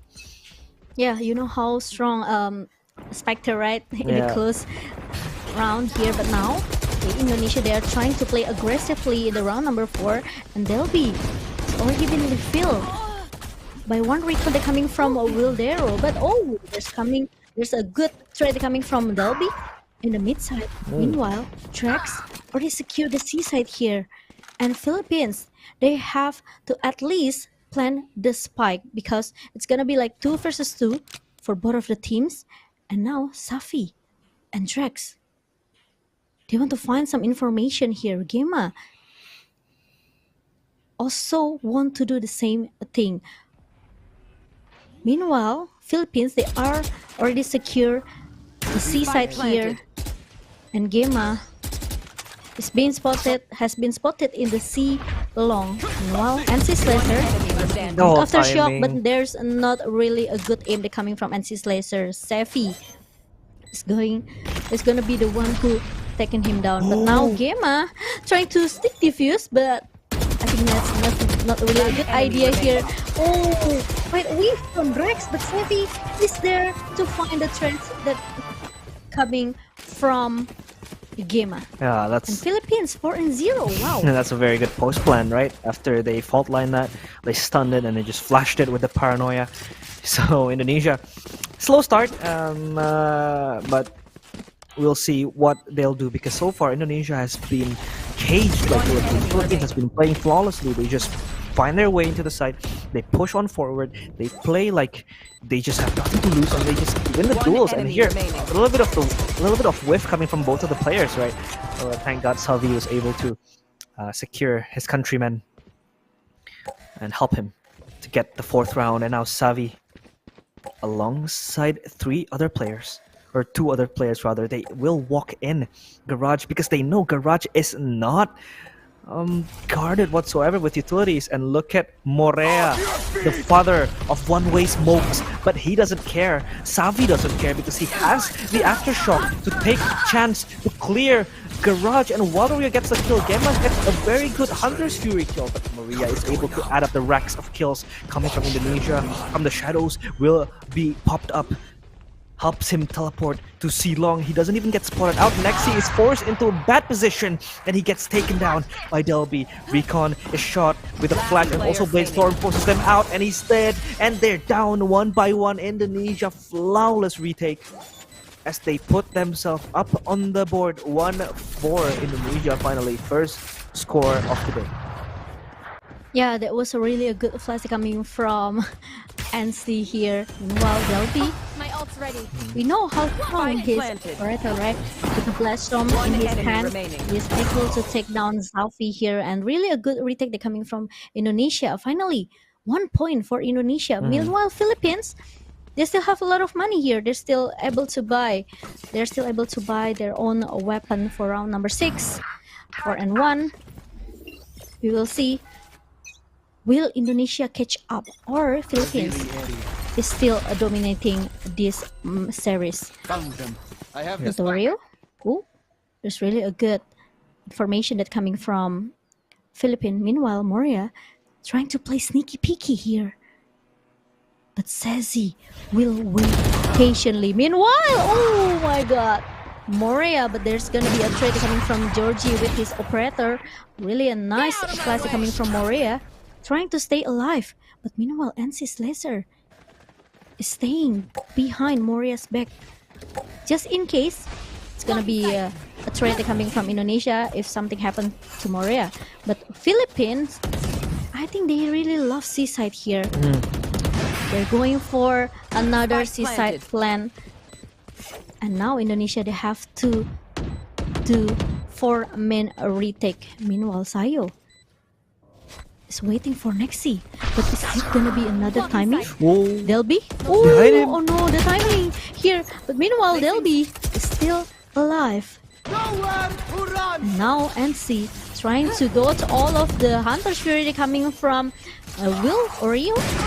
Meanwhile, Sayo going taken down by Georgie. And Delby still looking for more. Meanwhile, what Oreo Delby. got 2 members from No Indonesia. time. And Delby, yeah, he got no time, so he needs to save his operator. It's another point for Philippines, and Philippines are looking very strong in this series. Yeah.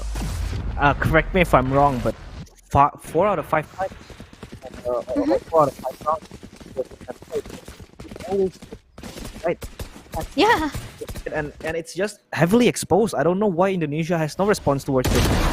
I think most of the times Maria was able to really get that early push, but isn't necessarily helping Indonesia to further their advances towards the site, because Philippines just answer back with rotations, with cutting noises, with just getting a kill.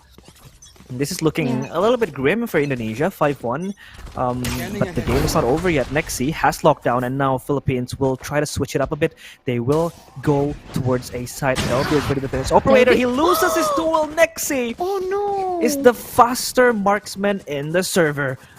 And he executes Delby. Meanwhile, Indonesia has called 2 players to help Gemma defend this site. The drone is not gonna spot anyone. Answer Slasher with the Rolling Thunder is gonna make an earthquake inside, but Gemma wins the duel against Georgie. 2 kills back from Philippines. It's 4 against 2 now. It's not looking very good for Indonesia. No equalizer whatsoever, as the spike will be escorted back out of from A, maybe towards C or even B. And Indonesia is just left confused. They just didn't know where the Philippines went. They're just gone. It's like it's like a normal mini games that Philippines always brings to us, right? For this series, like they are not really fully committed going to one side. They are trying to play with Indonesia. They are trying to play with their mindset here. So as like 6 round has been played, Philippines know that Indonesia always do a fast rotation here. So they just trying to get 1 player or maybe 2 player. After that, they are doing the same strategy by just rotating to another side. Yeah, and it's just simple Valorant, Chimo. Like, they're just playing simple Valorant. They're just getting picks, and when they know it's not possible to do that, they bait out the utilities. And when the utilities are out, they simply just either re-hit, rotate, or just straight out fight them all, right? And this is leaving Indonesia in a speechless and bad state, because now they have to go back for a save, in which Savi will even get NC Slasher. Sayo has to save this operator, or else It's going to be very hard for Indonesia. He loses it from the grasps of his hand. And Philippines 6-1, Chimo. It's looking very, very good for the Filipino fans as they are present in the venue. And Indonesia surely will call a timeout. And we expect Bangil or Rosso to do some tactical changes, maybe a little bit change in pace of the game. Maybe they could play more aggressive, take spaces, take charges, because Indonesia has just been letting themselves cage inside of the site. And Sayo, so far, he's forced to play rotate. He's forced to play retake every now and then, and the Indonesians just seems like they don't have an answer towards this. Look at that, the KDA from Sayo, 0 and 7. Maybe I'm not sure it's gonna be a good condition for Indonesia, right? Because this is a best of 1 series, and we are in the group stage right now for the number 1 and the number 2, so they need to get points day by day so they can go to the playoff later. If they cannot get the points since day number 1, I think it's gonna be hard for them to catch up with another country here. So we'll see. The timeouts from Indonesia, what will they do after Roseu as their coach giving a little bit of lecture there for Indonesia? And Philippines, maybe this is what like sometimes all the Filipinos say, like lang malangkas, looking very strong for their country. So this is what I say. Indonesia, they have to respect with their aim power here. And we have another technical pause, so please be patient, guys. I don't know if my magic word will work again, because this has been the second time or third time I've used this today. But we'll wait. I'll wait till I'm gonna use it. But we can talk about Indonesia's economy right now. It's crumbling. Like, they don't have enough credits to do a full buy and to opt into a purchase maybe. And I don't think the effects of the timeout will happen this time. Maybe it'll happen in the next rounds maybe. But Philippines so far has been playing splendid. Like, they've been playing excellently. They know how to maximize their timings, to push out into the side, just force their way into inside. And Sayo has been zoned out. Like, he does not have that freedom to play inside. And as we see currently, the clock has been ticking. I'm saving my magic word for later. And now Philippines will indeed head back to the side, Chimo. They're ruminating with their 6 point, and now round number 8, Indonesia, they look crumbling. And now another C site for Philippines, and it's gonna be another retake as well for Indonesia. Look at that. This is what makes Philippines looks very strong. They have their aim, and they also have they always get their own entry, right? So this is what I think what Indonesia has to do, right? They have to be very confident with their aim, because I know how strong their aim as well. But look at that, Lexi deny all of my words here with the operator. Moria and also NC Laser. Moria gets Nexi in the trade of his teammate. Meanwhile, it's gonna be 2 versus 2, because there's gonna be like another trade coming from Wild Oreo, a fake TP coming from Moria, and another TP. I think Wild Oreo expected it, and there you go. Another round for Philippines, 7-1. Indonesia, they are crumbling into pieces right now. Realize this is insane. Like, Philippines, they just know the weakness of Indonesia has always been that C site, and they just attacked it repeatedly, and they just pummeled Indonesia into the corners of defeat. And this has almost been a winnable round, right?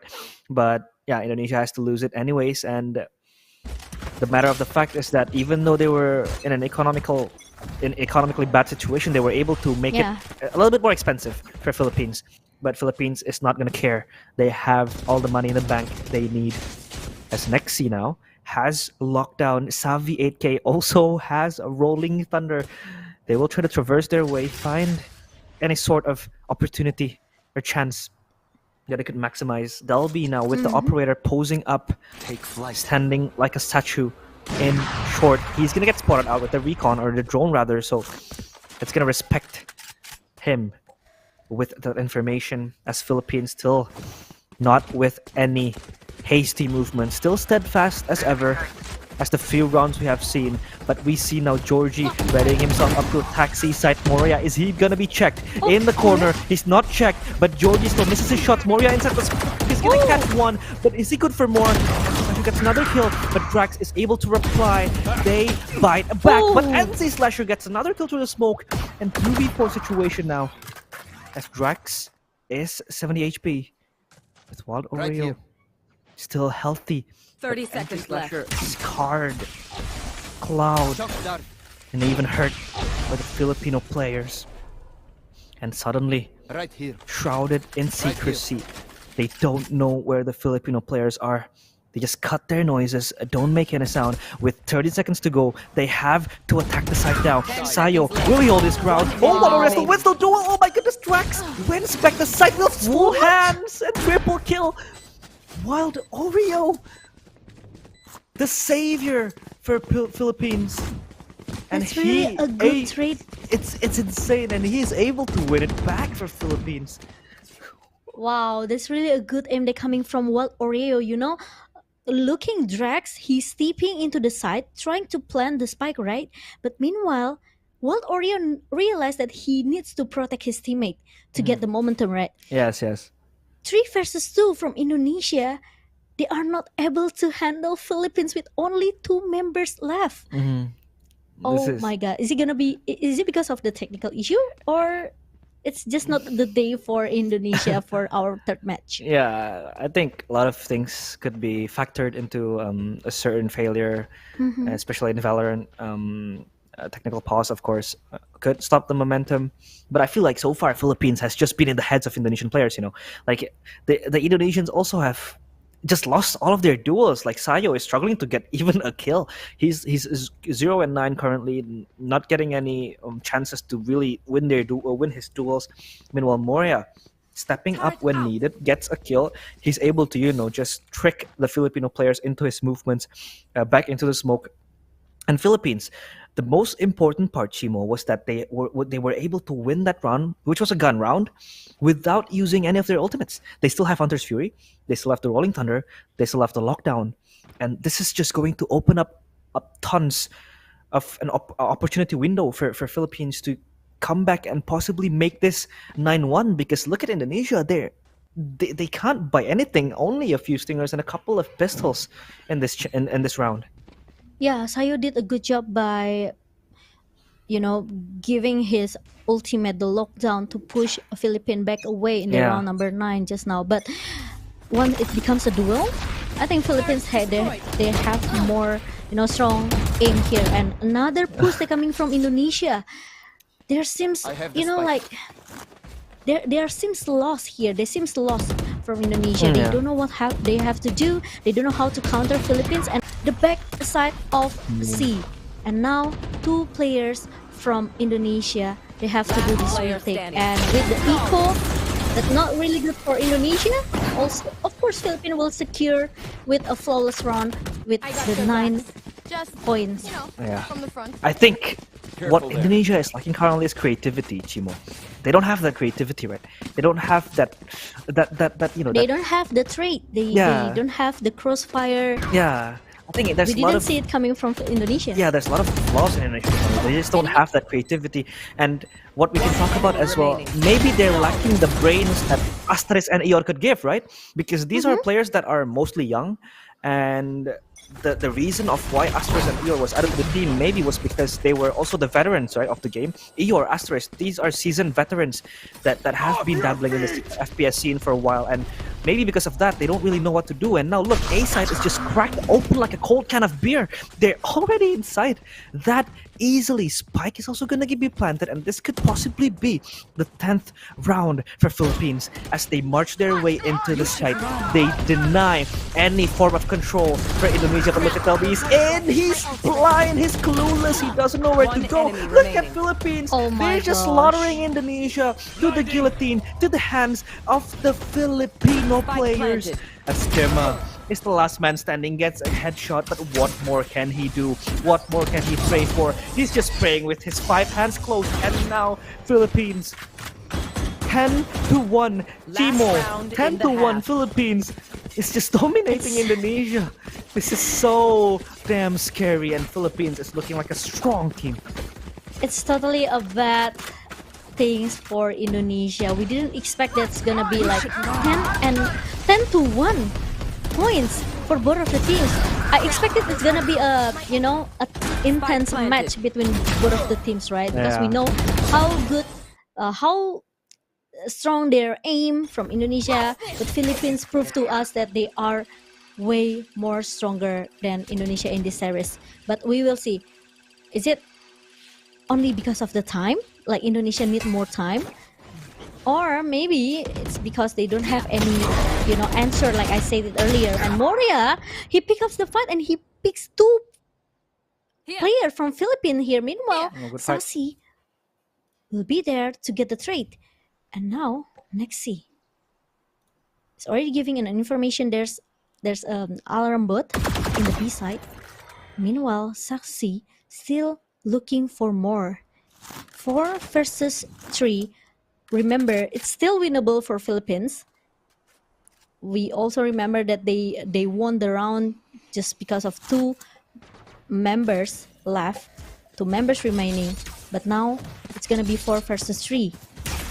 I think it's gonna be a B side. And now Philippines are trying to find someone, but MC Slasher at the back side. And Delby finally secure the last man standing from Philippines, and it's gonna be the point for Indonesia. 2-10 for Philippines. Yes, finally Indonesia gets another score on the board, but 10-2 I think is a tall mountain to climb. Still a long way to go. Yeah, it's a long way to go. It's a skyscraper that you have to climb, and Indonesia, I don't know how they're going to approach this. Chimo, Sayo, 12 rounds, 12 deaths, 0 kills. Oh my He is God. struggling. Like, he is really, really struggling to get himself on the board, and I hope that at least he could get a kill or to really, regain that momentum to boost his confidence, because this is talking about mental now. 0-12 is not a spot you want to be in. It's a tough spot to be in. So Philippines, of course, won't stop because they have all the momentum in their hands and they're going to grasp it with 10 fingers tip. Won't stop and will never stop because Delby now is going to pose himself into mid. And a stun towards window with Shroud of Step as well. Look at Delby, he loses the duel! Malaysia falls! But 2 trade frags coming from Sayo and Maria is at least able to equalize the score. No, it does not, because Maria is not left alone. He heard has someone. Yeah, he does. He heard someone, but he's just curious now. Where did that person go? He's left alone, adding insult to injury, left to lick his wounds as he mourns the death of his friends. But he's gonna opt into going back to Seaside, in which this is not going to be a good choice because 2 Filipino players are waiting here. The Filipinos, they know what they're doing. They know what they want, and what they want is victory. What they want is Maria to die in the hands of Wild Oreo. Timing is not that good as Maria surrenders himself in the hands of Drax. 11-2 Philippines. They are steamrolling. Another pistol round as well, Chimo. Yes, it's just going crazy. Another pistol round for Philippines with, one more step for the match point for Philippines. Yeah. Indonesia, they only have 2 points here, and it's not looking good for Indonesia. And Sayo finally able to get his first kill in the round 13 just now. And now we will see what will Indonesia do. Is it gonna be a match point for Philippines? 2 players inside A, and now Delby on his way to get the entry frag. Oh no, Georgie is able to get 2 players, and meanwhile there's gonna be a trade coming from Indonesia. Meanwhile, Wild Oreo staying alive in A short, but the timing is not looking good for Wild Oreo. Meanwhile, Nexi is going to be the last man standing for Philippines. Killjoy versus Killjoy and Nexi. is able to close Oh, the no. round, the match of point for Philippines. Realize. Match point for Philippines. I don't know what is happening with Indonesia. They just got dominated. Philippines handing them what would be their first ever defeat in such a marginal way, because what we saw from the previous tournaments in CAAC, for example, Indonesia was able to perform very well, but here they're just stumbling. They That's don't why know. I said that I expecting an intense match, right? Yeah, but this is just one-sided, and I know. Philippines is able to just nail them down, and this could possibly be the final nail in the coffin, death sentence for Indonesia. Drax gets tagged by the recon, but Delby can't follow it up because of a stun. As Maria walks his way in, timing is everything. He doesn't really see Walurio there. He's just gonna swing it right set. Oh my goodness, no! Walurio is still alive. He pops up the smoke, gets still kills. Moria? Maria is still able to survive. But Savi gets the trade frag. He's still all alone, can't really hold his ground. And Drax comes in, helps him out, but Drax gets a kill towards Spike Delby. planted. And now it's 2v3, still doable, still winnable for Philippines. Nexi pots out one player, that is Gemma, enemy dripping with remaining. blood. And Nexi gets 2 Enemy kills. remaining. The last guy is Sayo. Can he save Indonesia from embarrassment? Can he save his team? Can he save the Garudas? He Oh can. my And gosh. Philippines, 13-12. Indonesia, or 13-2 rather. Indonesia not given the Wow. chance to Defenders play. Indonesia not given the chance to touch even the third number. Chimo, this is wild. Wow. Philippine Malangkas, look at all of the supporters that coming to give their support for Philippines. Indonesia, this is not what we expected from Indonesia, but maybe this is, maybe this is just their start. They need more time to, fix their aim, fix their strategy, and come back stronger for another series, because we are still in the group stage. We are still having a lot of times. All of the country that maybe not having a good result for today, I think it's gonna be at least become their lesson. Yeah, it might also be a chance for them to experiment, right, Chimo? Because I think Indonesia would possibly want to see how the team functions without Eeyore and Asterisk, because I think what has been lacking from Indonesia was that they just didn't have any creativity. They didn't have any much of a strategy to really implement. I think that could also be because Asterisk and Eeyore is not in the team, because Asterisk and Eeyore undoubtedly is the brain of the team, right? It is they are the team, they are the players that have the most experience, has the most, taste of competitiveness, and I think Asterisk and Eeyore could have been the key to unlock that brain of Indonesia. But yeah, this is still a group stage. Yeah, there could still be time to experiment here and there. But to be frank, Indonesia just got handed themselves an embarrassing defeat, and Philippines just went wild with them. And Philippines, they played fantastic. They didn't lose their duels. They were able to kill, to get a lot of frags, and they were able to time their rotations in a very splendid and sublime way. They just played confidently, and they weren't afraid of all the threats coming from Indonesia. Walurio just showcasing us how good he has been playing. Georgie as well. They look like a very, very synchronized squad, this Filipino team. Yeah, we didn't see a good result coming from Indonesia. Surely they have to bring something different for the next match, because even though we are still in the group stage, the point is very, very important for all of the country. We still have another playoff later on the day number 3, and hopefully there's gonna be some changes that coming from Indonesia for sure, because maybe like you said, I realized we haven't seen Eeyore play for this series. Maybe Roseu is going to, I don't know, maybe making something different from Indonesia. But let's take a look for the post-match from Indonesia and also Philippines. Looking very strong, very dominating in this series. And look at that, Nexi with the highest combat score here. The highest average combat score, 273. Meanwhile, Georgie and also Oreo, I think maybe I could say all of the Philippines player, they play brilliantly. I could say they always play with the mini games. Their mini games, they play with their utility. They maximize their potential to get the entry frag, and also all the trade, all the crossfire works for a Philippine for the series. Yeah, I think Indonesia just, they were just clueless. They didn't really know what to do. And if you could see also the KD ratio, none of the Indonesians has a positive KD. Meanwhile, Philippines, we saw that Wild Oreo was mostly everywhere on the map, Chimo, but look at Nexi as well. He has been holding the line. He has been able to counterflank Indonesian players into thinking that they would probably have a chance to push out forward, and it's just looking very grim for Indonesia. But yeah, it's insane, Chimo.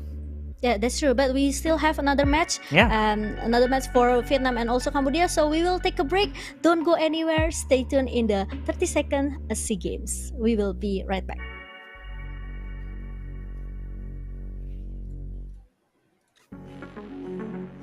Any minute now. Of course, after the highlights. We're still waiting for the highlights. Yeah, but I think we'll be waiting for the highlights first to send off our regards, guys. But yeah, like Chimo mentioned, here are the highlights. We'll see soon. And yeah, we'll see you guys soon.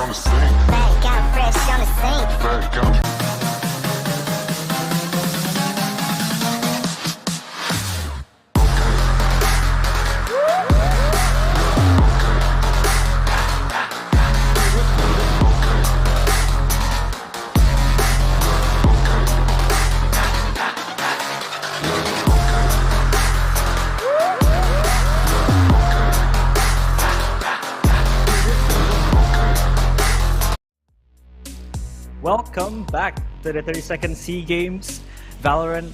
As we see currently, we've been going through 3 games, right, Simomo? If I'm not mistaken. So now we are going to jump into our 4th game, which calls upon an interesting matchup: Vietnam versus Cambodia, in which we saw Cambodia defying our expectations. They were able to batter Malaysia into victory, but as well as how Vietnam was also a little bit shaky against Yeah. Singapore. They pushed it to overtime, our first ever overtime here in 32nd SEA Games. But what was most shocking was how Indonesia was slaughtered. They were dominated by Team Philippines, which was pretty crazy because Team Philippines also showed how insane they could play. Like they were playing fast, they were playing in a very high tempo that the Indonesians couldn't keep up with. So yeah, now we are going to enter our fourth match in which we see Cambodia take on Vietnam.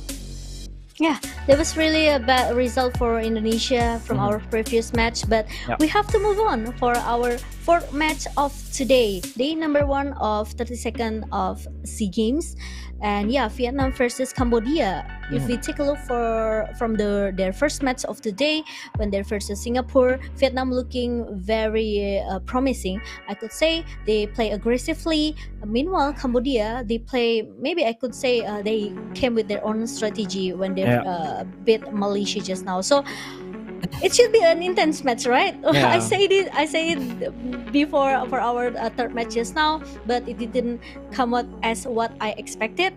So I would see how will Vietnam and also Cambodia go for our fourth match for today. Yeah. We know how strong this Vietnam player. I maybe I could say they are one of the dark horse in SEA Games here.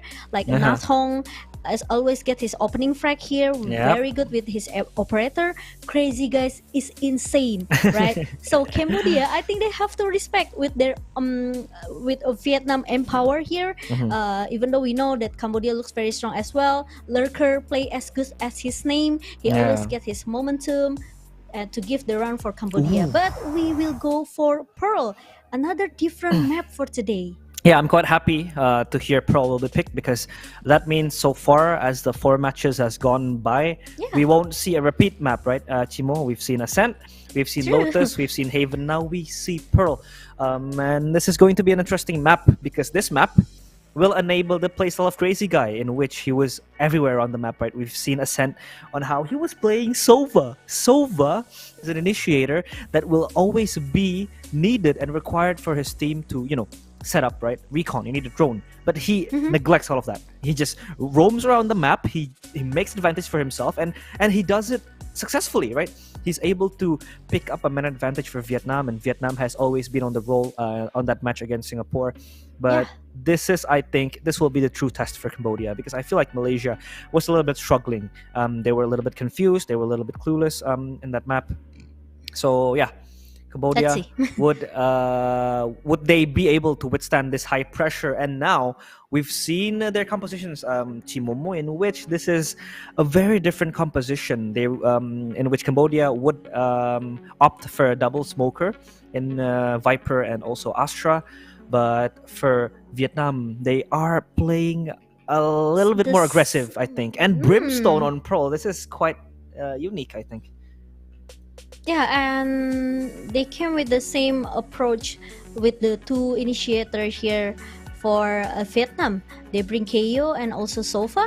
Maybe we barely see KO. We barely see Sofa in Pro, right? Because sometimes people just bring Sky for the flash Yes. and also the Trailblazer to get the information. But now, Crazy Guy, we know how crazy he is with this Sofa. So might be it's gonna be a looking promising for Vietnam. I don't know. It's all depends on Cambodia how they counter Vietnam with their aggressive play here. Meanwhile, Cambodia, like you said earlier, they came with the 2 controller, Astra and also Viper. We've seen this a lot as well with the delay potential coming from Tony with his Astra, with the Graffiti Well, with the Concast as well, and also how good Astra with the Cosmic Divide. It will be a game changer for Cambodia. Yeah, I think Astra is still, for me, one of the strongest smokers that you can have in Pro, because like Cosmic Divide, like you mentioned, Chimo, is a strong tool to especially take a B site, right? B site and Pro is like one of the most obnoxious site that you could attack. It's very easy for the attackers to access that site, and it's very hard for the defenders to hold it, yet let alone retake it. And I think with the Astra in the hands of Tony Kim, that will really enable them to at least explore a little bit more options in their in their attacker side. Especially Cambodia will start as attackers, and now we've seen the clock tick. No more technical issues. Thank God for that, because we will see much more favoritism, or rather favorite Valorant actions here at the 32nd SEA Games. Cambodia against Vietnam.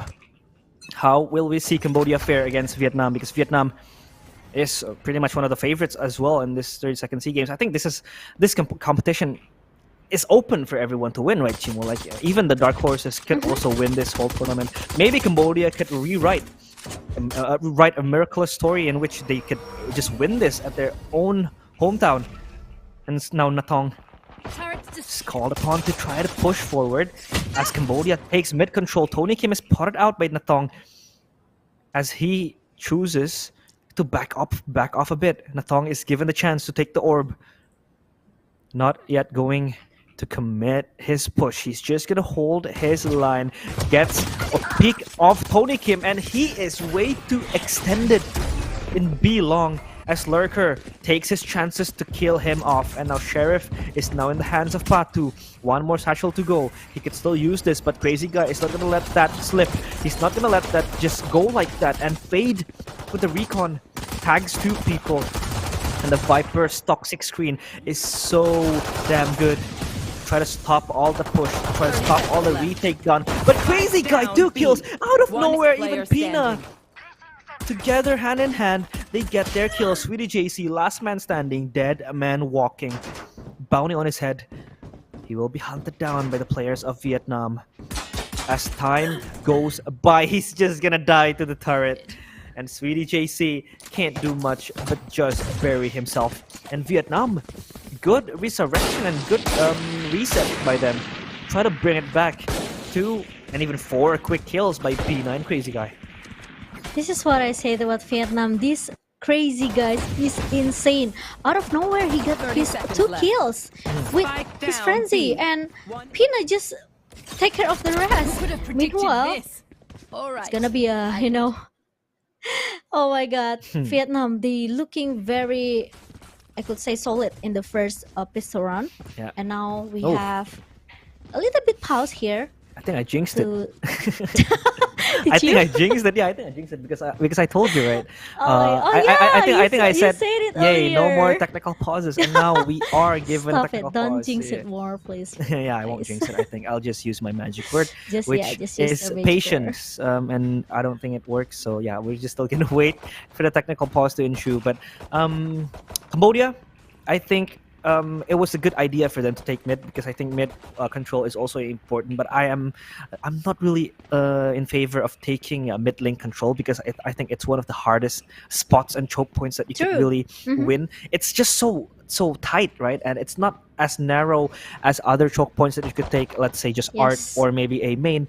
It's that tight spot that it's really a 50-50, if not 60-40 angle, and that 60 is for the defenders, the 40 is for the attackers. And Cambodia kind of fumbled that first pick done by Tony Kim, or by Lurker, I'm sorry. And even though Natong was a little bit too overzealous, pushing up forward like that, posing himself towards B main, but yeah, at least Crazy Guy and Pina is able to back him up with the frenzy. That was a very, very good retake by the players of Vietnam. Very good recovery. And of course, looking at the economy that they have, most likely they will, of course, full buy for this round with a Bulldog and Crazy Guy's hand. And I think Pina will still stick to the frenzy. No, he's just going to buy one Spectre. And I think this could be a 2-0 for Vietnam already. Yeah, we'll see. What will Cambodia do for round number 2? And 2-4-2 for Pina and also Crazy Guy. And now Tony realized there must be someone who tried to push. And now Natong also has the information. Like you said earlier, realized they are trying to get the mid control here. Lose it. He got no ability or utilities to get the information as fast as we know. And now Sweetie already being spotted in the mid. Meanwhile, Vietnam, they know they have a better weapon here. They don't want to play recklessly. They want to just play very, very patient. And now even we'll see Sweetie trying to get his bait in the mid door. But meanwhile, no one been taken down. And Cambodia, they slowly but sure, but oh, alarm bot spotted one member. Oh, Pina. Also Lurker get 1-for-1. And meanwhile, Suka is able 30 to seconds take down left. 2 members of Cambodia. Meanwhile, Lurker is going to take the trade, but he is not able to do it. And Tony will be the last man standing, being taken down by Asuka. 4 kills for Asuka. Vietnam looking very strong, even though we know they have the better weapon. But look at that, all of the jiggle that Suka did just now. Yeah. It makes all of the Cambodia cannot get their trade. It was very hard for Cambodia as well to capitalize on what they have. I mean, they got 2 early kills, but still they couldn't really retrieve the weapons, Chimo, so they don't really have the chance to, push forward with the weapons that they have.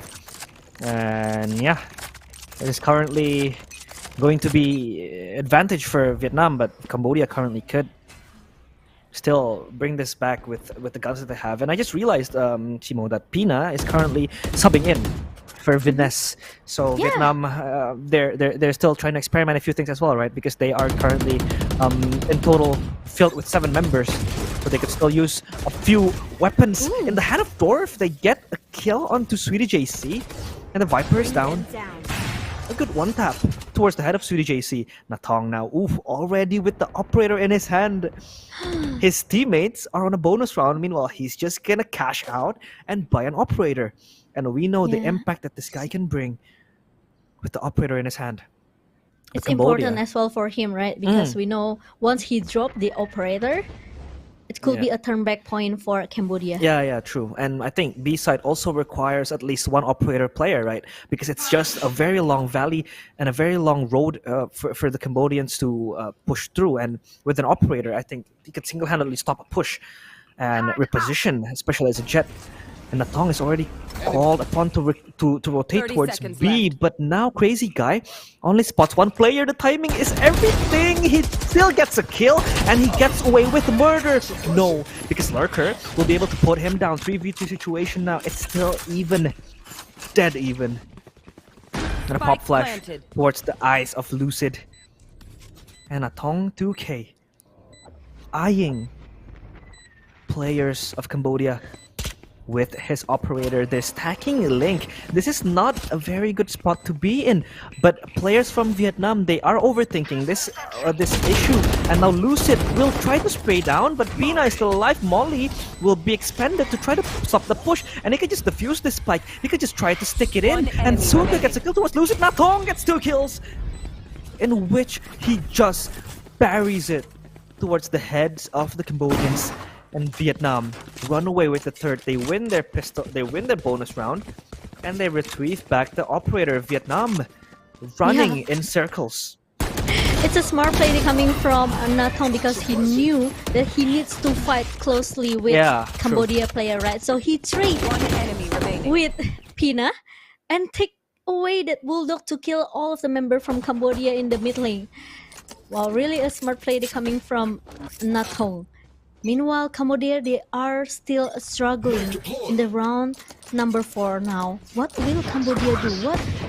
What's the strategy coming from Cambodia here? We haven't seen it so far. It's gonna be another buy eco cycle for Cambodia. With the Sheriff, Natong got the operator entry kill.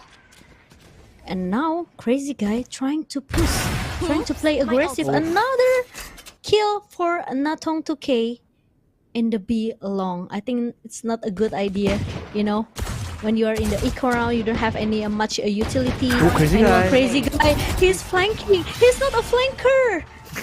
He's not a lurker because lurker in Cambodia side, but he play very brilliant. Yeah, this is like Sova that is always eager to be on your backline, and he just does that with pure flaw, like pure flawless. And look at this, how he moves throughout the map. It's like he's always making these players guess. And the problem as well with Cambodia is that they don't really have a pure sentinel. They don't really have like a Cypher or a Killjoy to try to watch the flank. But now they're equipped with 4 guns. And even 5 guns. And look at Natong. Oh, he's ready. He's ready to take the kill. He doesn't really bring anyone with him. But the shock dart blown towards side. 0 point as well. Thrown towards B side. Drone from Crazy Guy to try to spot out. He sees at least 4 players there. And now Natong taking his chances. Playing aggressively. Playing like it's a goddamn gamble. And a lurker. Hugging the wall close by him. Crazy Guy is not afraid to actually peek out. And look at the gap in the smoke. There's one chance to actually win the trade. And 0 point will spot no players because it is eagerly destroyed. And even the second recon there by Vietnam, they have a lot of information in their hands. And Cambodia is not going to give up this side easily. Natong gets a kill. Look at Dorf coming in as well to back him up, but Lucid evens out the score. It's not really even, but look at Suka now gets a kill to Patu. The kills keep on coming, but it's disadvantage for Cambodia as Tony Kim becomes the sole member of Cambodia to try and pull this back, but it looks near impossible as Suka just jiggles out and strafes away. Pina gets a safe strike and 5-0 Vietnam. They are forcing their way into this win, and they are indeed looking for that 2-0 group stage record, Chimo.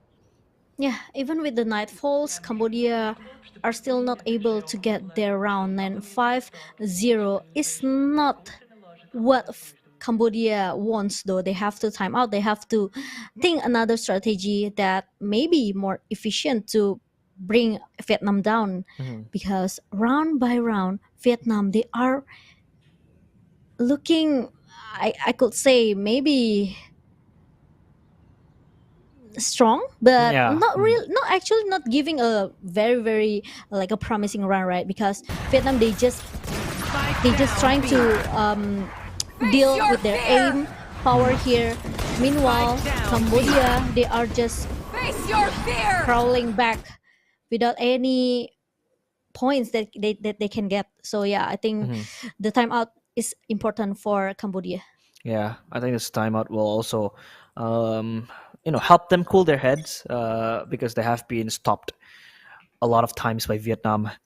And now Vietnam do have a lockdown in the hands of Suka, who has been playing magnificently, only dying once, killing 8 times. Meanwhile, Cambodia is forced to eco with the guns they do have. Lurker does have the null command. He could use it if he wants to, but no, I don't think he's going to use it. Sweetie JC, we have seen him in Lotus with the Bulldog doing wonders for Cambodia. As now Vietnam will try to push forward by Natong 2K with the operator, always trying to close out the gap, close out the space, not giving Cambodia freedom of movement. But look at the delays. Look at the Nano Swarm not vying, are not allowing Cambodia to push forward. Now they're gonna do it. Fragment has a second delay. Look at the layers of delay. There's just too much for Cambodia to handle. Even a flash that's just gonna pop in front of his eyes. The Pain Shell with the Poison Cloud lineup as well. Pina and Dorf will be the holders of this side along with Suka. And Cambodia suddenly just don't want to push anymore. They're just trying to, cut out their noise and try to maybe rotate to another side. And this has been the same way Cambodia has been playing. They just cut noise, rehit, cut noise, rehit. And I think it's just getting too predictable now. And look, they're just gonna force their way into the side. Secret is spotted out, but Dorf gets killed. But kill towards Patu. Pony Kim, not for long. He's just gonna try to hold his ground, but Dorf is able to get another kill. Even Lurker, not for long. Pina will put him to the ground as Crazy Guy ends the life of Sweetie JC. 6-0 Vietnam. They are going insane, and look at the HUD, Chimo. They have 5 ultimates now ready to be used for this round. Yeah, even though they already lower down their tempo from Cambodia. They're still not able to get their answer. 6-0. Cambodia is getting crushed down by Vietnam, and now Vietnam, they just need to get their their position. They just need to play a little bit patiently. Oh, that's really a bad way for KO to get an information. And now Netong is able to take him down. Meanwhile, Tony finally able to trade. And there's a cosmic fight. And another drone is already being applied by crazy guys. And one pen shell with the shuttle trying to push this crazy guy back away, because we know what's the impact and how strong this crazy guy can do to do the retake. A good flash coming from Adolf, able to take down a Lucid. And meanwhile, Patu and also Tony need to survive. 2 versus 4. Meanwhile, there's still a sky smoke.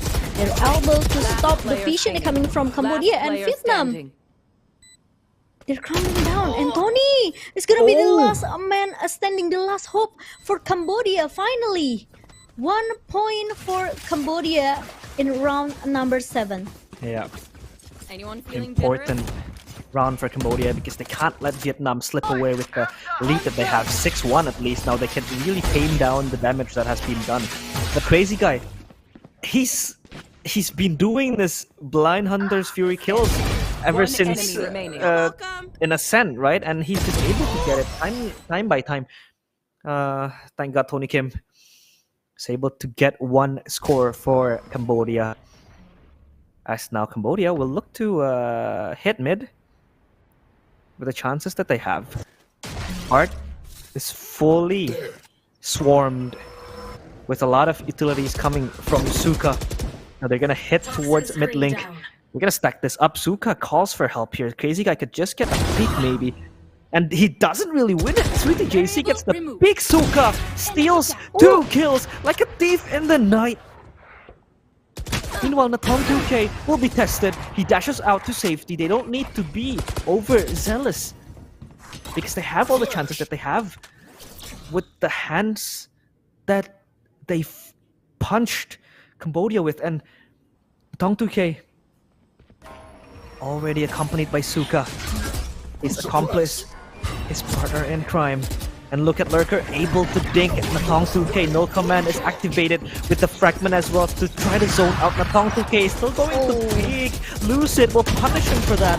And now they swarm the site. It's a trade kill after trade kill. Dwarf is caught from behind. The Lurker with 5 HP. Lucid has to be the Guardian Angel to cover this plan, but no, orbital strike is expended, and now Lucid is going to die. No, he doesn't. Pina through the wall bang.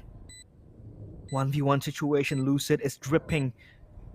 He is full of blood. He needs a miracle. Smoke's down. He needs help, but his friends are all dead. Molly towards Ling. He reads this perfectly. Pina can just go for the defuse if he wants to. Lucid spots him out. Information gathered clearly, and the Haunt will not detect him because it's smoked off. And Pina just wait for Lucid to come. Oh my goodness, Lucid! Through the smoke, he takes his chance and he runs away with the fortunes that he has. Lucid, the Guardian Angel for Cambodia. What was that? I thought it's gonna be Lurker who has to be the Guardian Angel for Cambodia, right? Because Spike planted. we've seen that. Oh my god. It's a miracle round for Cambodia because Lucid left with 30 HP. Wow. And Cambodia now, they are bringing back as a unity, and now Natong trying to deny all of my words here with a good operator kill. Another operator kill for Natong. And Sweetie, what am I going to do? Because Cambodia now, they spotted the operator guys staying in the mid door, so they don't want to take a chance. They don't want to take a chance to just go passing through the mid door. But now Dorf already got the information. Maybe like 2 or 3 players in the art. Trying to rotating all the way back to the A side.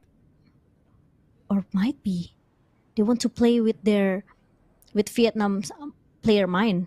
They want to make sure they can get tricked by Cambodia. And now Lucid trying to get his entry 30 seconds frag. left. And now Lucid, ooh, Just walks in. Dorf and also Pina, yeah. Sweetie, I think it's a bad idea for you to just push away from that smoke. And there you go, Vietnam, with the 7-2 closing the round. Oh, Vietnam looking strong. I'm pretty convinced that they had Cambodia in their pockets. They were able to zone them out, forcing them to always push art. And this is why we see the alarm bot and Nano swarm by Suka 30 seconds left. put down in the areas near art. And Vietnam just held this push successfully. Enemy remaining. Cambodia are left with not much options. They are indeed looking very, very strong and firm. Ultimate count. We see Suka still with the lockdown. Unused. Ooh, Nice beautiful recon from Crazy Guy. Just gives him all the information that he needs. Oh, Lucid gets caught by Suka, wandering off in mid. And now Patu could maybe give a window for entry with the showstopper that he has. He even has 2 satchels. This could be an option for him to go through if he wants to. Sweetie JC as well as the Viper Spit. Viper Spit extended already. Crazy Guy gets a kill towards Patu, spraying through the smoke. He's playing like he's out of his goddamn mind. Sweetie JC, double chalk dart. It's gonna cancel the plan. He doesn't cancel the plan. Sweetie JC, oh my goodness, Crazy Guy. He is indeed crazy. This guy is he just doesn't stop. And Yeah, then, the oh my mono. god, and they're just gonna spray his body. Look. Oh my god. That's actually a good molly coming from Pina, but Yeah. maybe he didn't realize that all of the Cambodia players already Are got dead. taken down. Yeah. Are dead. And Oh, crazy sorry, guy, crazy guy was like, wait, what is this molly? Hello. Hello, you're just trying to hit me, but yeah, crazy guy. Perfect play Perfect. by the Vietnamese. Yeah, that's really a good instinct coming from a Crazy Guy. He denied all of the Viper Spit that actually become a game changer for Cambodia, but nah, Cambodia said maybe next time. But yeah, Lurker want to play a bit aggressive. The recon is already being destroyed, but Crazy Guy realized, oh, that's really a nice thing that coming from Lurker. But now the operator guy will stay in the mid just in case there's someone trying to go back to the A side. What will Cambodia do? One toxic screen and a good flash that coming from Dorf here. They're trying to clean up the hole, and Spike there you planted. go. Lockdown trying to push all the members from Cambodia away. Meanwhile, Lucid finally shut down Pina. There's no smoke for Vietnam. But Natong and also Crazy Guy come back with insane playstyle again and again. A good flash coming from Dorf, trying to push and trying to get the information. Meanwhile, Tony Kim is able to stay, but the diffuse stick coming from Crazy Guy. Oh my god! What is going on, Vietnam? Last round. This is what before you the call switch. trust, okay, between your player, right? All of the players from Vietnam, they are trying to throw their body away because they know this is their momentum to stick it, the diffuse, stick Yeah. the diffuse. Like, There you go. it's insane how he's gone away with that. He just sticks it, and I think because there was this upheaval in B long, they couldn't really hear much of the sounds, right? Like like there was like gun sounds and also the showstopper. You couldn't really hear that Crazy Guy was defusing, but now Natong just steals the soul of Lurker as he gets dinked and forced You are divided. playing a little bit passive now, but he doesn't care. Oh, look at how aggressive Natong is. Look at how ready he is to get another kill. He does steal it from the clutches of defeat. Cambodia left with 3 men. Natong 2K, relentless as ever. Tail as old as time. He's been playing the same way he did since Ascent, but now Pina is able to get a kill. Natong, can he hold his ground? He can't. Not for long. The Lion has been tamed. Desperate time calls for desperate measures, and now Hunter's Fury again with the blind. Hunter's Fury even gets another tag towards Patu. Crazy Guy, more like Hunter Fury Guy, because he just keeps on getting the blind Hunter Fury kills. And now a pop flash, Patu is able to anti it, gets the spike, collects it, and now he's able to at least spot out the player. No, Crazy Guy gets the second bite of the cherry. And he confirms double digits for Vietnam. Vietnam just speed running this defender side in Pearl. Look at that. One enemy remaining. It sticks to the player. One enemy remaining. It's unlucky though. Yeah, it is unlucky. Again, blindly realize this Crazy Guy is totally insane.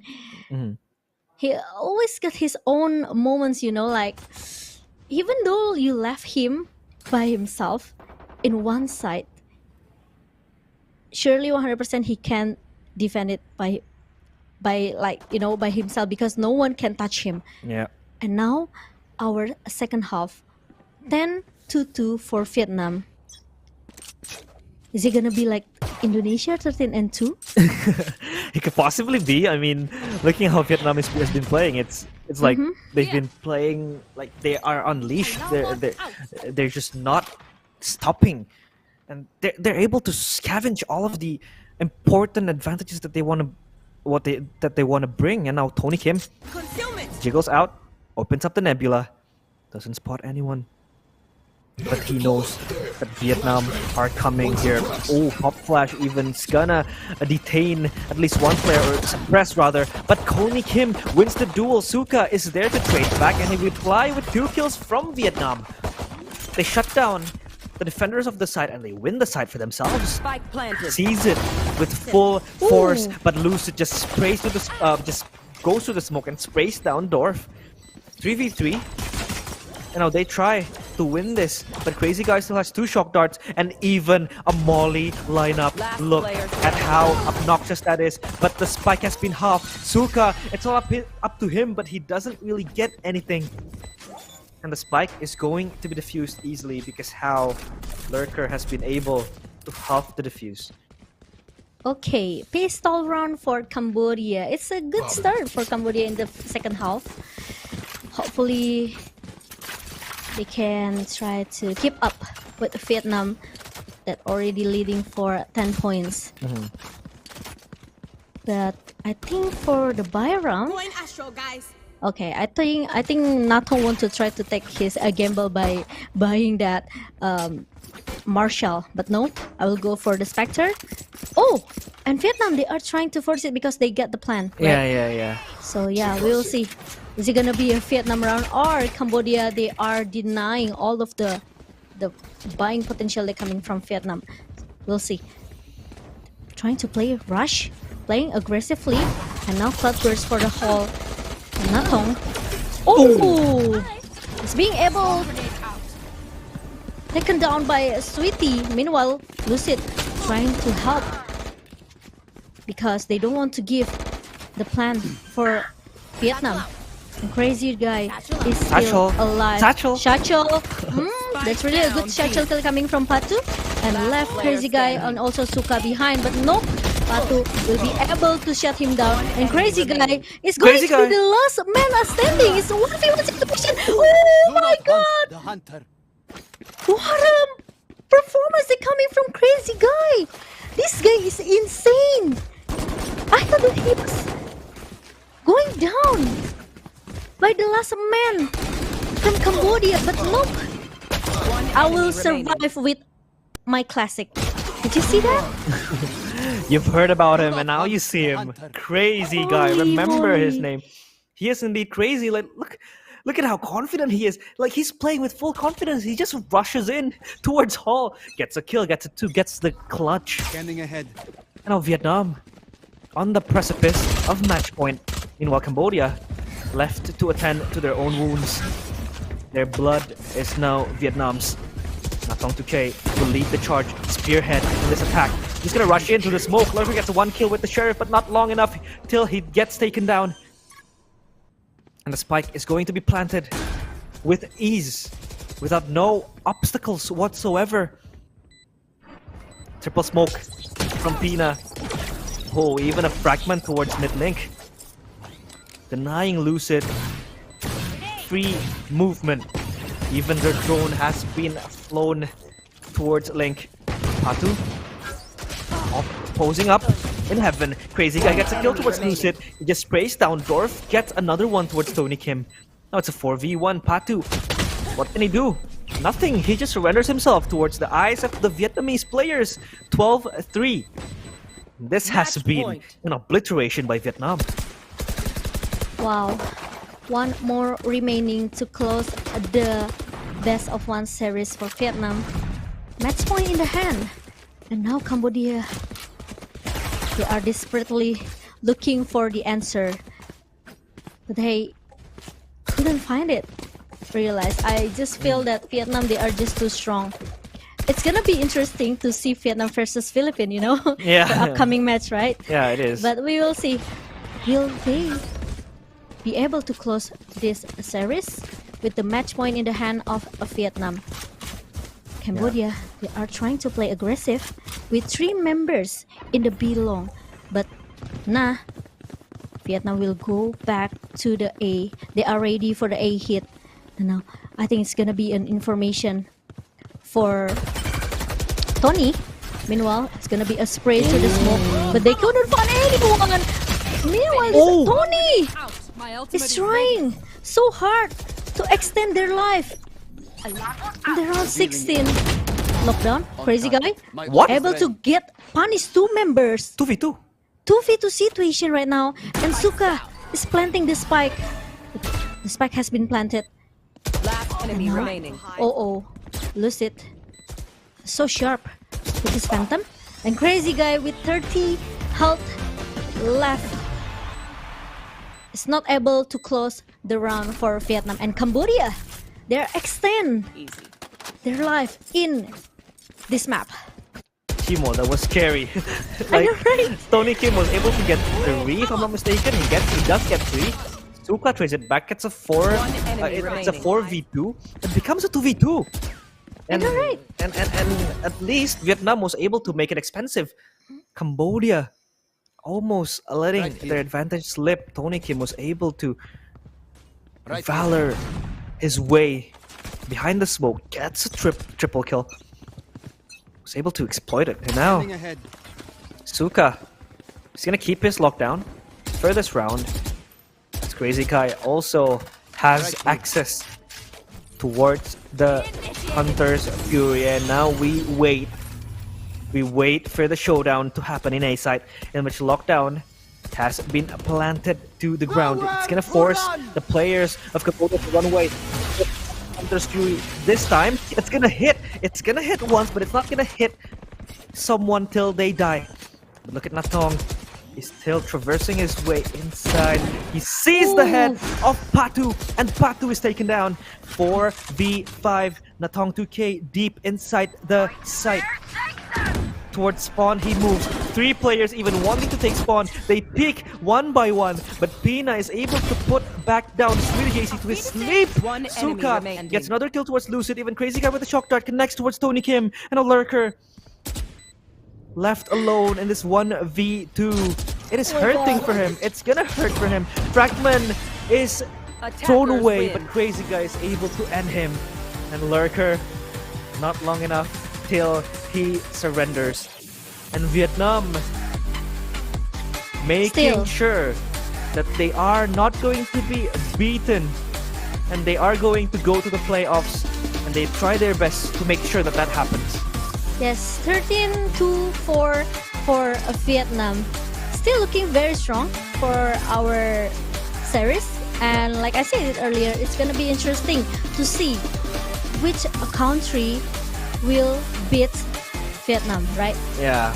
I would like to see, is it gonna be Philippines, or because we know that how strong Cambodia when they beat Malaysia, right? But but Cambodia they fell, but Vietnam remaining strong in this series. Yeah, this team looks scary, Chimo. Like, I could tell you Scary, yeah.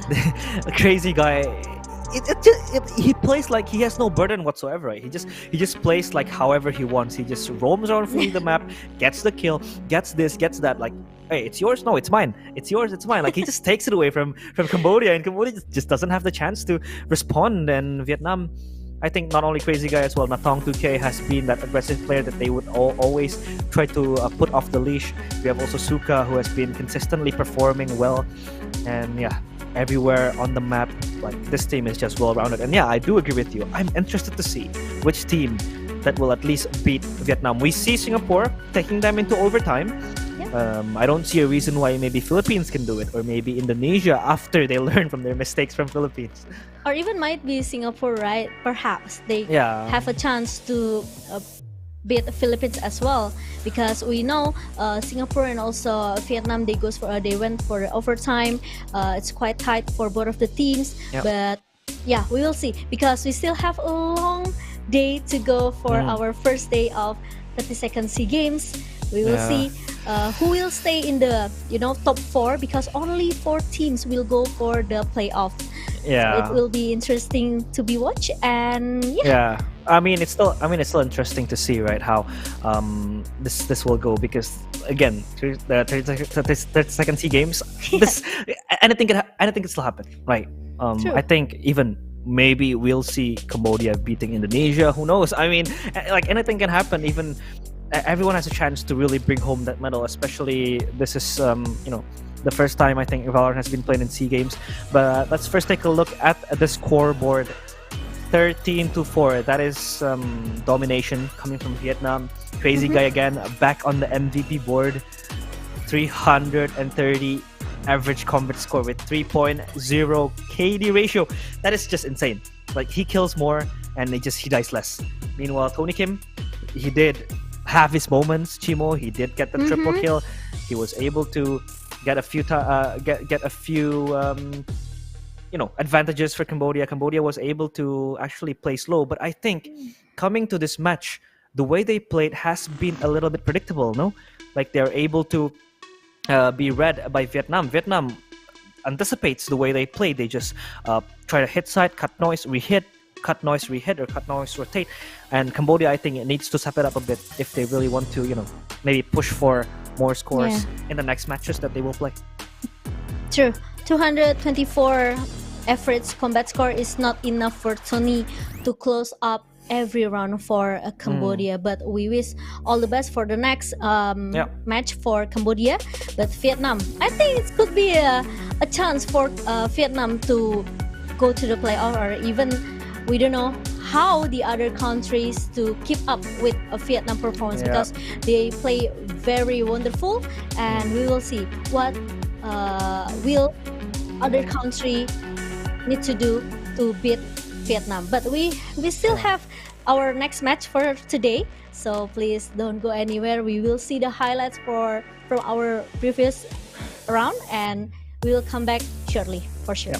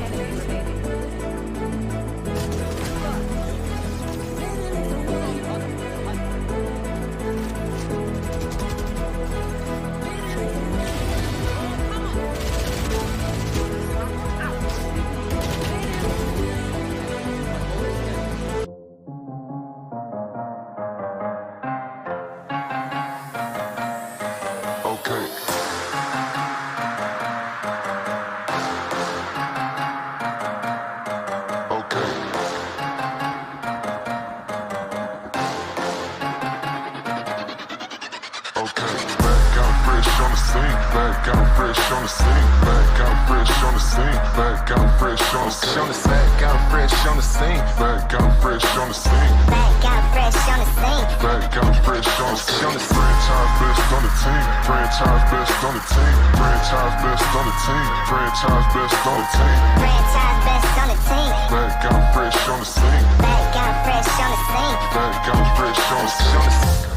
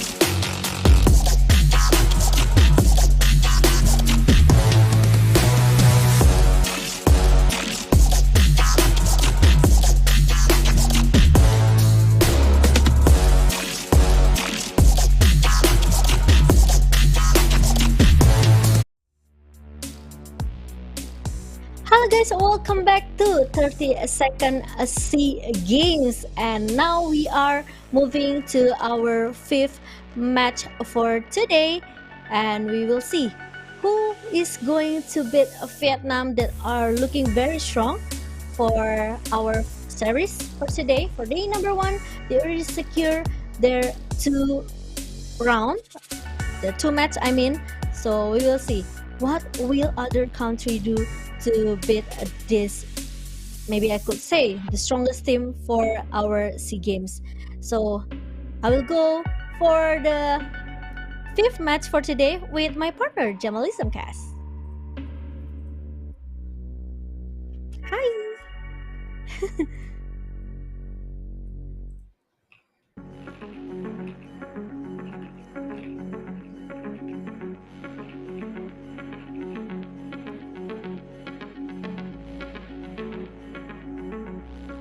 Mm-hmm. Indonesia 13-2. As That's you right. know, in this group stage, we have some tiebreakers rules. When you have head-to-head result, head-to-head map, and you have the round difference. So even every single round is important. That's right. Beating 32 isn't a good sign for Indonesia, and Philippines just looking so strong coming up into their second map. Yep, and now it's going to be Malaysia time to beat a Philippines. Hopefully, we've seen the Cambodia versus Malaysia in the match number 2 for today, but turns out it didn't turns out very good for Malaysia either way because they have to lose with Cambodia 13-7. But now it's time for Malaysia to shine, like you said. It's their chance to take down Philippines, but we know how strong Philippines. Langkas, like all the Filipinos say, because they look very dominant when they beat Indonesia just now with 13-2. So yeah, I think it's gonna be a little hard, a hard match for Singapore. So especially after they've seen how it goes with Indonesia. Yeah, it's not like a one-man army or something for Philippines. It's their 5-man current roster is just performing incredibly well. They have Nexi, they have Draxi, Georgie. All the lines are doing so good on the previous round. We have Drax, Marky, Wild Oreo, Walduridu, and yeah, Nexi. Ooh. Or I don't know, Nexi is a couple of times changing his nickname. And Yeah, we have that's Sefi true. 8K. So they are the Philippines lineup Lang Malakas as they just approved themselves beating Indonesia 13-2. Yeah, I think it's gonna be Marky who is going to replace the controller just now from Philippines, which is his Drax, right? So it's Yep. Marky time to prove to us, because we know how good Drax just now when he beats Indonesian team, and the map will go for Fracture.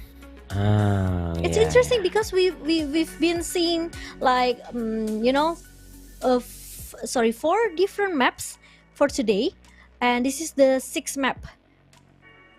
This is the 5th map, I guess. Oh, the 5th map, yes. Yeah, we've seen Pearl, Haven, Lotus, and Ascent. So 5 different maps each at For each today. match.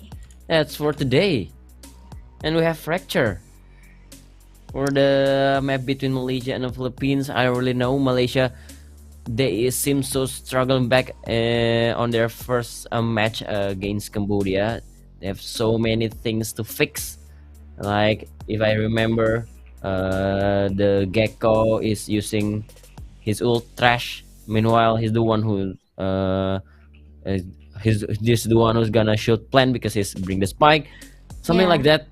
Just signaling that the communication between them isn't that really good. But we don't really know how they're gonna fix after their previous match to coming up against the Philippines. That's right. Because when you meet, or maybe I can say, when you meet the strongest team in the series, you have to come with a special strategy, or a different strategy. You cannot use the basic strategy here because you know how strong their aim power, like you said earlier, Jamal, because it's not only one man show from Philippines. All players from Philippines, they play very very good just now when they beat Indonesia. So yeah, I think Malaysia, they have to come up with something different if they Yeah. want to beat Philippines. And let's go. Let's see Ooh. if Malaysia can do it or no. Look at the agent composition from Philippines. 2 controllers. Mhm. It's not Viper Astra, it's Viper and Brimstone. Oh, Drake is playing. So it's Wild. Okay, it's Wild Oreo playing. So the one is not playing is Georgie. Georgie. Ooh. Yeah, Marky is replacing Georgie. Meanwhile, the agent composition from Malaysia, we have some default agent composition. They're using Cypher instead of Killjoy and Neon. They're gonna be the spearhead for Malaysia, supported by Breach and KO. 4 flashes in the hands of Malaysia. Yeah. Oh, this is interesting. The This is agent new? composition is completely different. Yeah, it's totally different approach coming from both of the teams, right? So it could be interesting. It could be an intense match as well. But I'm not sure how about the aim they coming from Malaysia, right? Because they are not looking very promising as well when they met Cambodia just now in Lotus. So let's see if Yeah. Malaysia will deny all of our our words here, our sentences, because surely they have to stepping up because it's already their second match for today, and only 4 teams that can go to the playoff, right? So Malaysia chance is a little bit smaller than Philippines. Yeah, they had a lot of hell, a job to be done from Malaysia. Meanwhile, Philippines, the euphoria from their previous match is still there, the momentum, and even they play a 2 controller on the attacker side. True. I really curious how Malaysia gonna attack against this kind of composition when Yeah. they're switching side. Yeah, 2 initiator versus 2 controller. Philippines, they can play maybe brilliantly like they beat Indonesia just now, right? They are not committing to go to the site directly. They are not going to the site instantly, but they are playing with their mindset. They are trying to trick their enemy here. So Yeah. we will see if Philippines will go to with the same strategy for our match number 5. Yeah, Malaysia, they have 4 flashes. Kyle and Sabi each have 2 flashes in their KO and a breach, but no Philippines walking out to B side. There are only 1 trapwire and cage. How Zig gonna do anything? Zig's gonna do. He's not even showing himself. The trap is destroyed. Easy side for Philippines, and now they have to play a retake. As Drax, I guess he just gonna play the lineup and Frosty brought down by Marky. On the arcade, even Nexi brought down Sabe. It's 3 versus 5. This is disaster for Malaysia. Oh no, they brought down one by one. And G, the last man standing. Oh, look at the BM. Look at the disrespectful move coming out from Philippines. They want to chop it down with a knife. They bring a knife to a gunfight. It could be our first knife kill if it happens just now, Jamal. But luckily, Philippines, they want to show some a little bit respect here to Malaysia. And first pistol round being secured by Philippines. Nexi and also Wild Oreo looking so sharp with their pistol just now. And now with the old Bulldog. Better weapon for Philippines. But is it gonna be the second round for Philippines or Malaysia? They will try to play aggressive. They try to push the dish. 3 players from Malaysia is already being spotted. Nixie out. He doesn't want to take a risk. And Frosty. They take the gamble. They are going for B side. But Philippines, all of the players, they are going for the A hit. Oh my god. Oh And now they have no. to play another retake. 5-man retake for Malaysia. This is what happens to Indonesia before, right? They gave Yeah. the site freely site. to Philippines. So Philippines will always get the bonus for the planted. So yeah, we will see what will Malaysia do for the retake. And It's Zik. just so hard to play with this handgun. Mhm. And they're coming from drop. There's Yeah. poison cloud. They're Oh just no. coming into the trap. Yeah. They're just gonna fall apart, I guess. Wow, Okay. look at the spray. They Spray. brought down every single member of Team Malaysia. Okay, Sabi. Get one kill. But I don't think Malaysia will get another from this situation. They're just gonna giving up. Giving up their life to the spike. In Philippines. Easy round for them. Easy run, easy side for Philippines. But we will see. Round number 3, it should be a run for Malaysia, right? With a better weapon, Vandal. 4 Vandal and 1 Phantom for Malaysia. But If they look at cannot... Philippines. Ooh. They have 4 rifles in their Yeah. hand. But they will play bonus. So if they lose in this round, I think it's still okay. Yeah. But they might be have to a little bit eco for the next round. Or maybe half by. But let's see. Round number 3 for Malaysia. Okay. Marquis is already being spotted. In the arcade side. And next see. This player always become a clutcher for Philippines. And he always watch his flank. Okay, alarm bot spotted 1 member. And there's still more. Lexi looking for another one. Jit is still not able to catch him down because there's Saksi. Saksi who able to protect his teammate. And now another retake for Malaysia. I think Oh it's no. hard. 2 Vandal and Malaysia, I think they will go for save. They will go for saving. They don't have much choices here. Yeah, they're forced to save because Safi 8K coming to save his teammates. That one tap and then the heal from regrowth. Just forcing Malaysia to just stand up and do nothing except waiting because they have no other option. There's no way to retake this 2 versus 5, and even on top of that, Philippines are looking for them. They don't want to Philippines, give a chance. they want to hunt somebody. Drax, ooh, coming out. My God, another casualties. Malaysia, they can only able to save 1 arrival to go for the next round.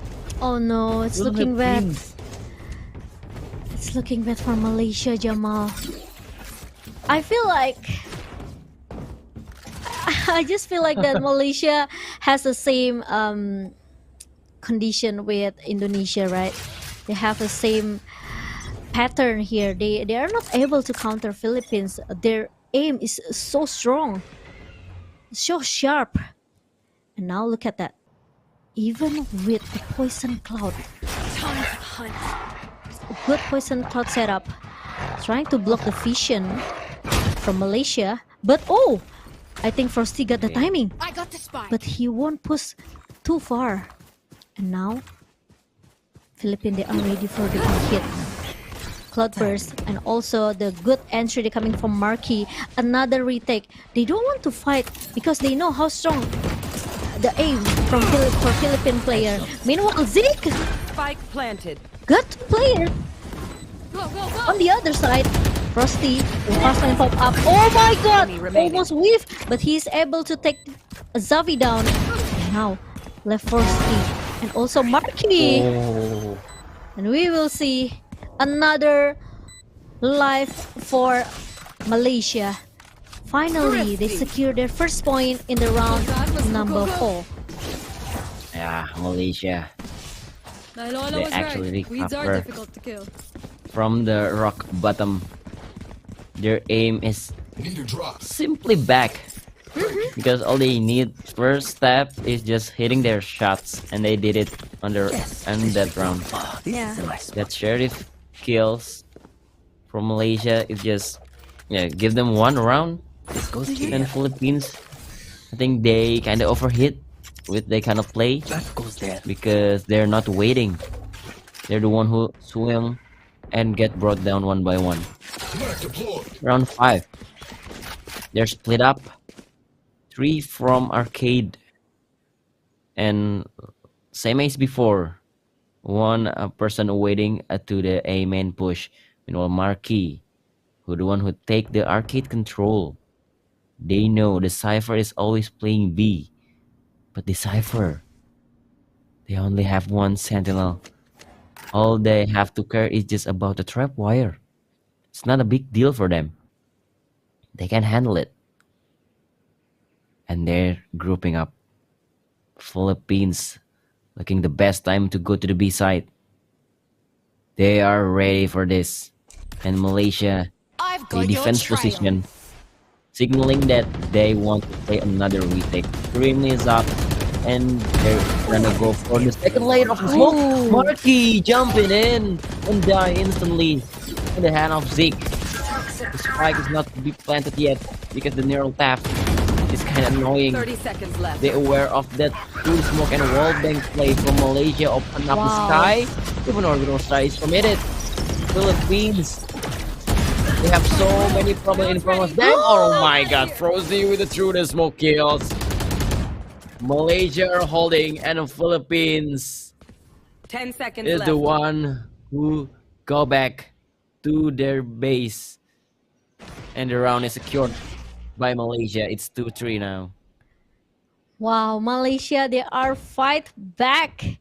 They fight back right now. And Philippines, they lose 2 rounds. It's quite expensive because we know economically Philippines, they're falling down. And Zeke, that's really a good opening bracket coming from Zeke for Malaysia. And Frosty, My ult's ready. what a shot through the smoke.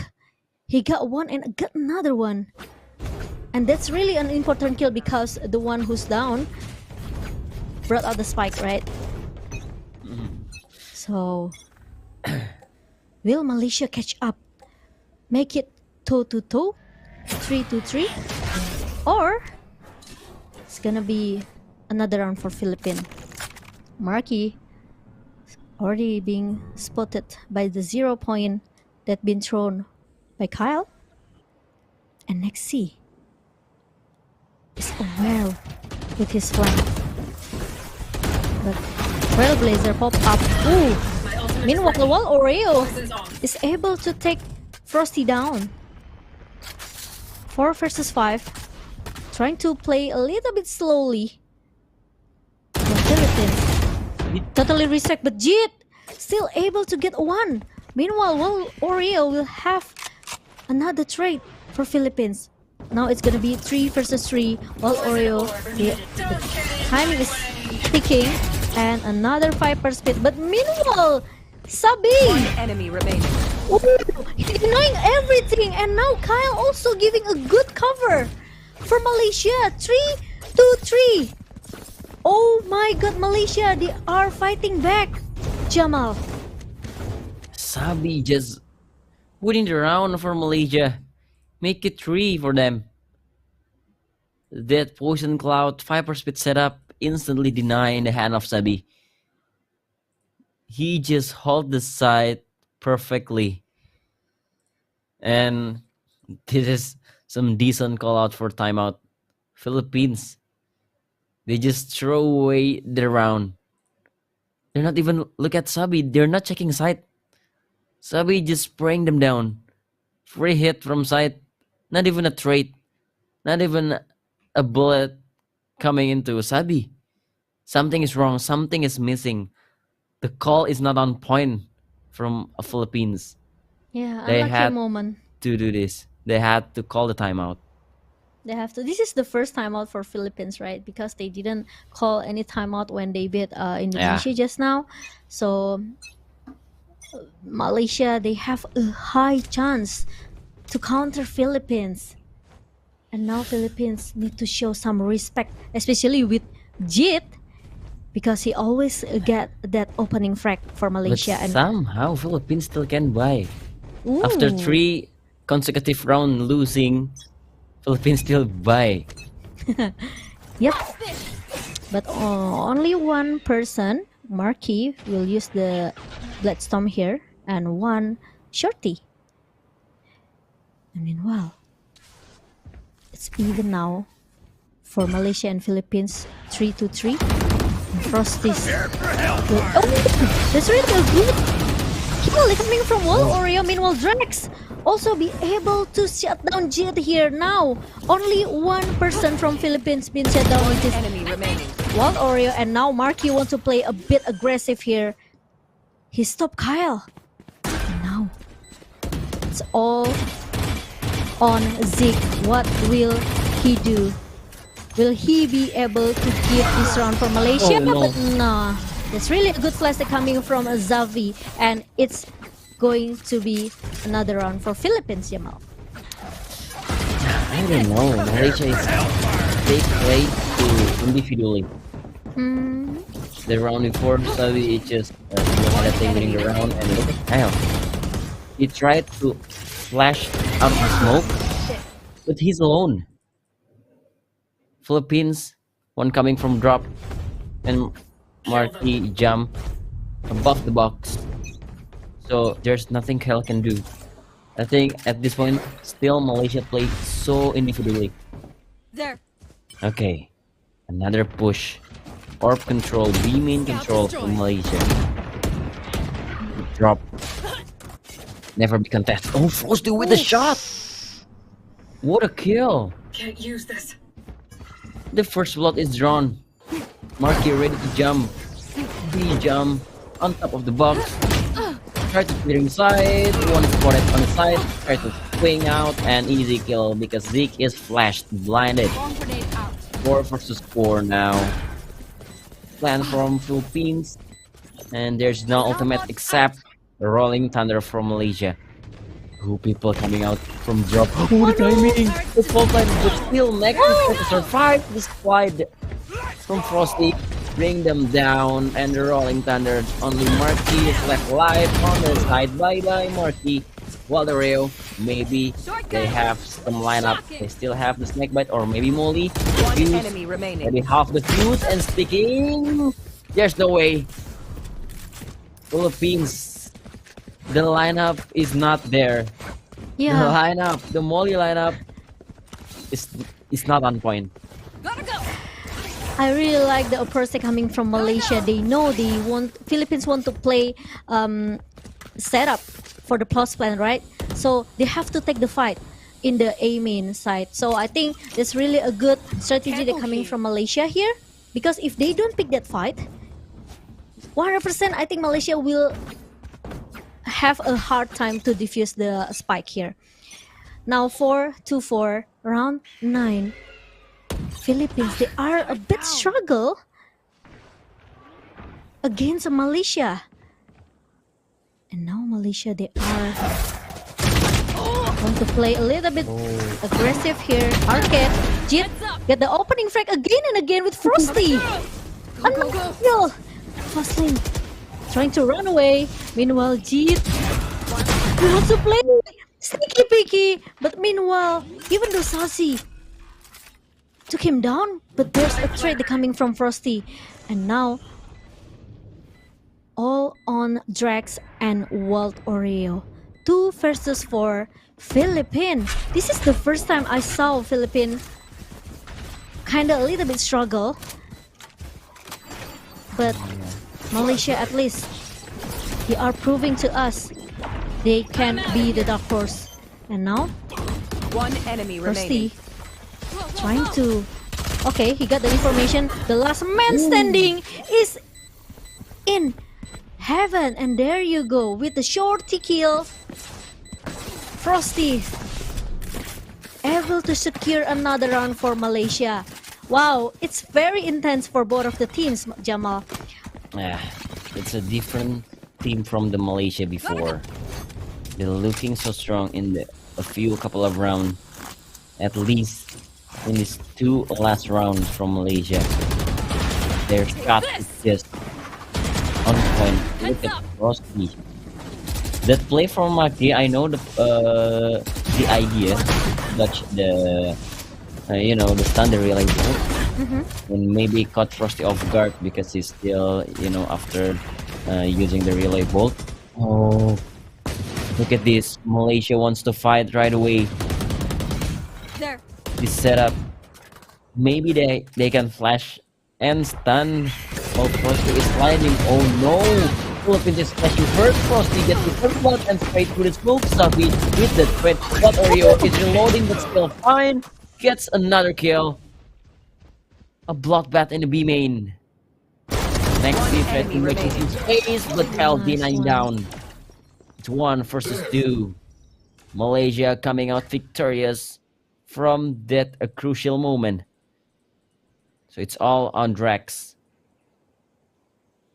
I don't really think in this situation you can do the the lineup things because you still have two opponents that will be looking for you. But at least Drax, he will plan an A side. There's still some trap warriors, so Malaysia, they only need the trap warrior to be 30 destroyed and then seconds left. rotate and play the retake together, 2 versus 1 in the favor of Malaysia. Okay. He decided to destroy the trap wire, so the information planted. for the last 2 player remaining for Malaysia. Okay, is it gonna be another fight in the aiming? Because he has the orbital strike. But there you go, trying to delay all the Last enemy remaining. diffuse potential. The Drax, it's gonna be 1-for-1 for Zeke, and there you go, Zeke. Another round for Malaysia, and now they even lead the points here. Philippines, even though Drax was able to get at least 1 player, but unlucky. He cannot win the fight between Zeke. That ult coming out from Drax, I don't really think that's a good ult. 1 enemy remaining. You have to be in 1v1 situation at least to use your lineup and your ult. You need to make some space first for yourself 1 enemy. to make it isolate 1 versus 1. If it's still a 1 versus 2, it's just nothing to do with your ult, except you the crazy flicks or crazy spray transfer. And now Malaysia is leading up to 2 round. Philippines, they're so struggling, and someone is waiting from the underpass. Sabi, the information is there. Look at Malaysia. They push all the way from drop and arcade to make sure Philippines doesn't have this half of the map. And Malaysia know all the Philippine members in either in B main or A main. So this is their time to choose. Are they gonna fortify B or are they gonna fortify A? And Philippines making some max sound on A side, but nobody's there. Seekers out from the hand of Savi 8K. And they try to play contact. What Oreo? For the first blood. And Savi is left alone. In the side, 30 Marky. seconds What an left. entry.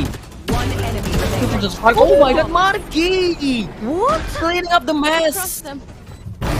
Proving themselves Last that round I in the am half. your duelist. What a fast round. Yeah, what a close round as well for Philippines. Once Marquis stepping into the side, 30 seconds he left. got two members. After that, he just eliminates the rest. Wow, Marquis. And now Philippines, they don't want the gap for the point is too far. They want to keep close the gap here. And now, is it gonna be 7-5 for our first half, or Philippines they want to catch up with 6-6? Let's storm for Marquis. And you can see the respect that coming from Philippines. after Malaysia fought back just now in the couple rounds, they're trying to slow down the tempo. They're trying to play with their utility. They're trying to get some information. And once all the utility ready, Marquee will go for it. And now, Perfect lockdown.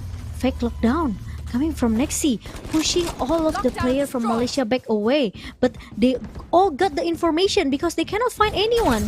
They cannot find anyone. And now, Philippines, they are ready for the A hit right now.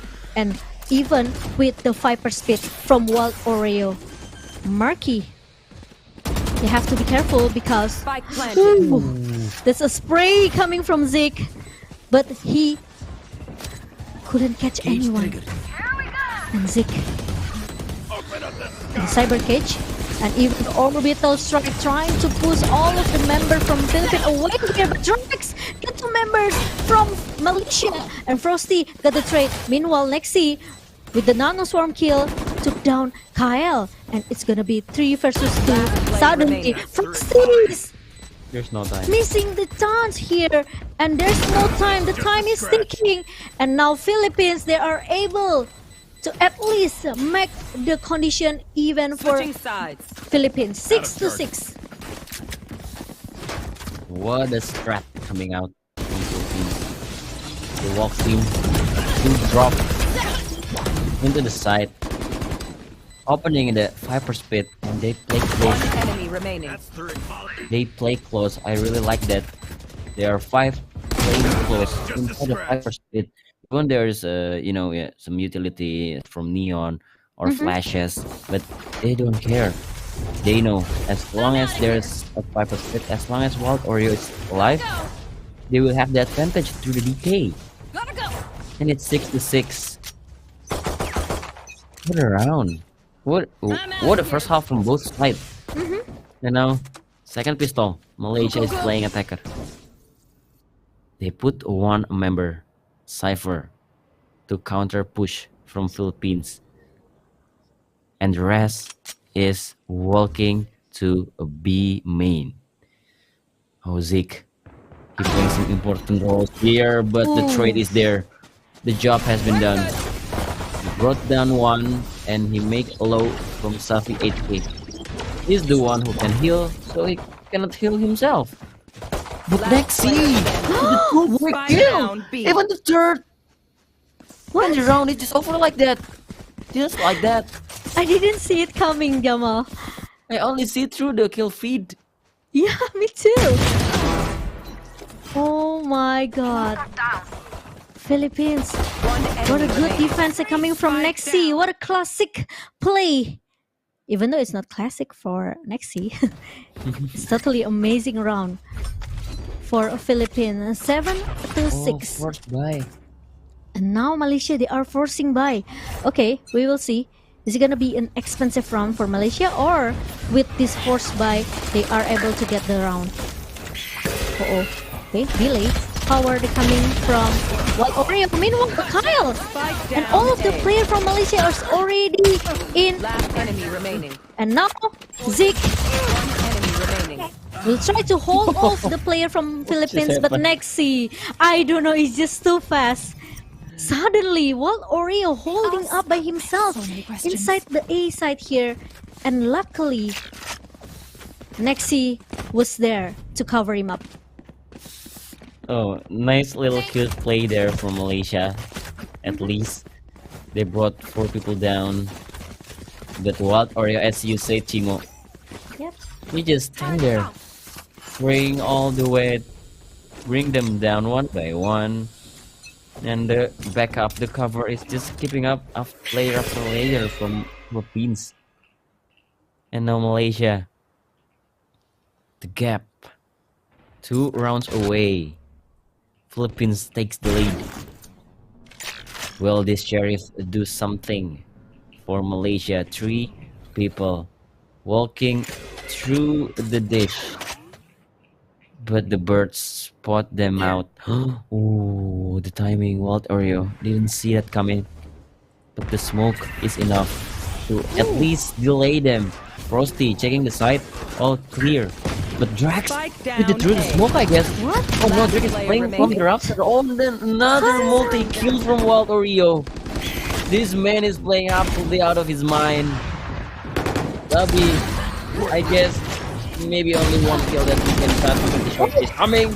But no, Sabi gets 2 kills for the consolidation. It's 6-9. Another fantastic round for Wild Oreo. Very good defense from Philippines. Even though Malaysia, they are able to go inside the site, the problem is they cannot win the duel. They cannot win the fight. And I don't see that Drax with the through the smoke kill. It's not through the smoke. He's picking from. He's picking a little bit. Oh, okay, from Rafter. But now Marky, he stopped Frosty, who wants to play a little bit aggressive there, and now Drax is able to cover him up. There's no threat coming from Malaysia yet, but Marky is still locking into the arcade because he knows No, there he's alone. must be one player. But look at that. Look at that, Safi. Retired. My Oh, ult's ready. Safi. Last player standing. Hold a little bit, but no need Zafi though because Marky will close the round for Philippines 10-6. Hey, You know, this is the buy round for Malaysia. Hey, they can't even step into the site. The operator play from Marquee and the backup is on point. They read them so perfect. The operator placing, the operator placement, and Philippines take some people to the B side. They just read them Malaysia well. And now, Malaysia, they are need to win at least one. 6-10 and Frosty just play left alone. They're throwing out bodies. Wild Oreo. They're following this Trailblazer, picking. Spike down. Look at that. Attacker spawn. Last player standing. Philippines just destroying Malaysia at this point. Zeke. Oh my god. Of course he can do anything. Here, I can Malaysia. pretty well myself. Make sure to They need to catch up 5th round. The switching side, after you win the switching side, Malaysia doesn't even win any single round, any single fight. Yeah. One enemy I remaining. miss how Malaysia fight backs same like in the first half, right? But we haven't seen it yet in the second round, in the second half. Meanwhile, Philippines, they are back in their domination here. Look at that. 5 rounds in a row for Philippines for the second half. And what will Malaysia do? And we have a little bit technical pause here, as usual, guys. Friends, family, just be patient. Yeah, it's normal to have some technical pause, guys, Yeah, in it's this normal. LAN event, because we doesn't really know. We're working with machine, maybe some Machine, internet or audio true. problems that can't even speak for themselves. So Yeah. we should troubleshoot every single things that might be cause some problems. Yeah. And we have technical pause. But you know what's more in the problem? Malaysia. Oh no. They're in a big problem. Oh no. They need to swing back the momentum. Do you know Malaysia? The player come from Todak, right? Yep. So they have this yell, or I could say maybe they Chants. chant. Yeah, they chant. They call it Todak Langgar. What is that? What does it mean? means like it's same like Philippine Lang Malangkas. Like they langgar everyone to win the round series. But so we want to see how Todak Langgar goes for this series. But not really good for Malaysia for the second half, Yamal. Honestly, it's very hard even though they got the side, but they cannot win. They're not able to win. Yes, but they want to push very aggressive.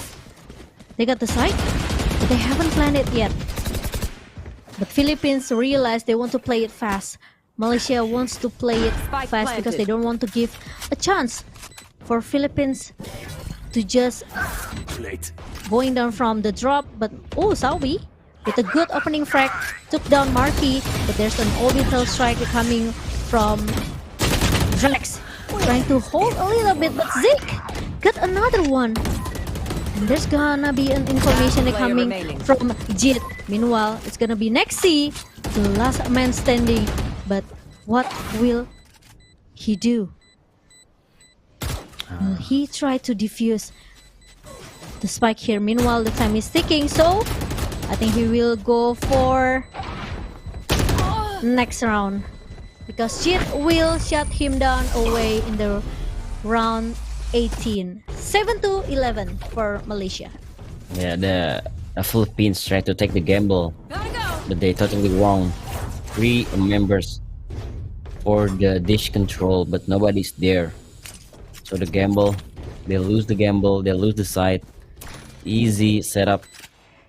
You know, 4T just running, sliding into the side, telling their buddies to side clear.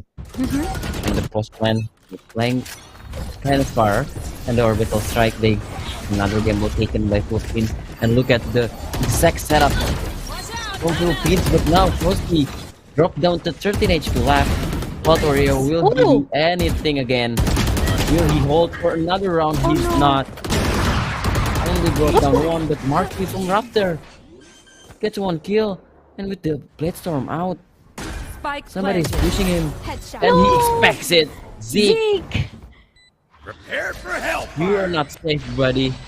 It's 2 versus 2 now. Next you have the orbital strike, and I mean next you have the lockdown. Meanwhile, Jit, he doesn't have any more the orbital strike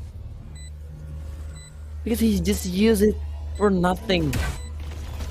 And this is the time.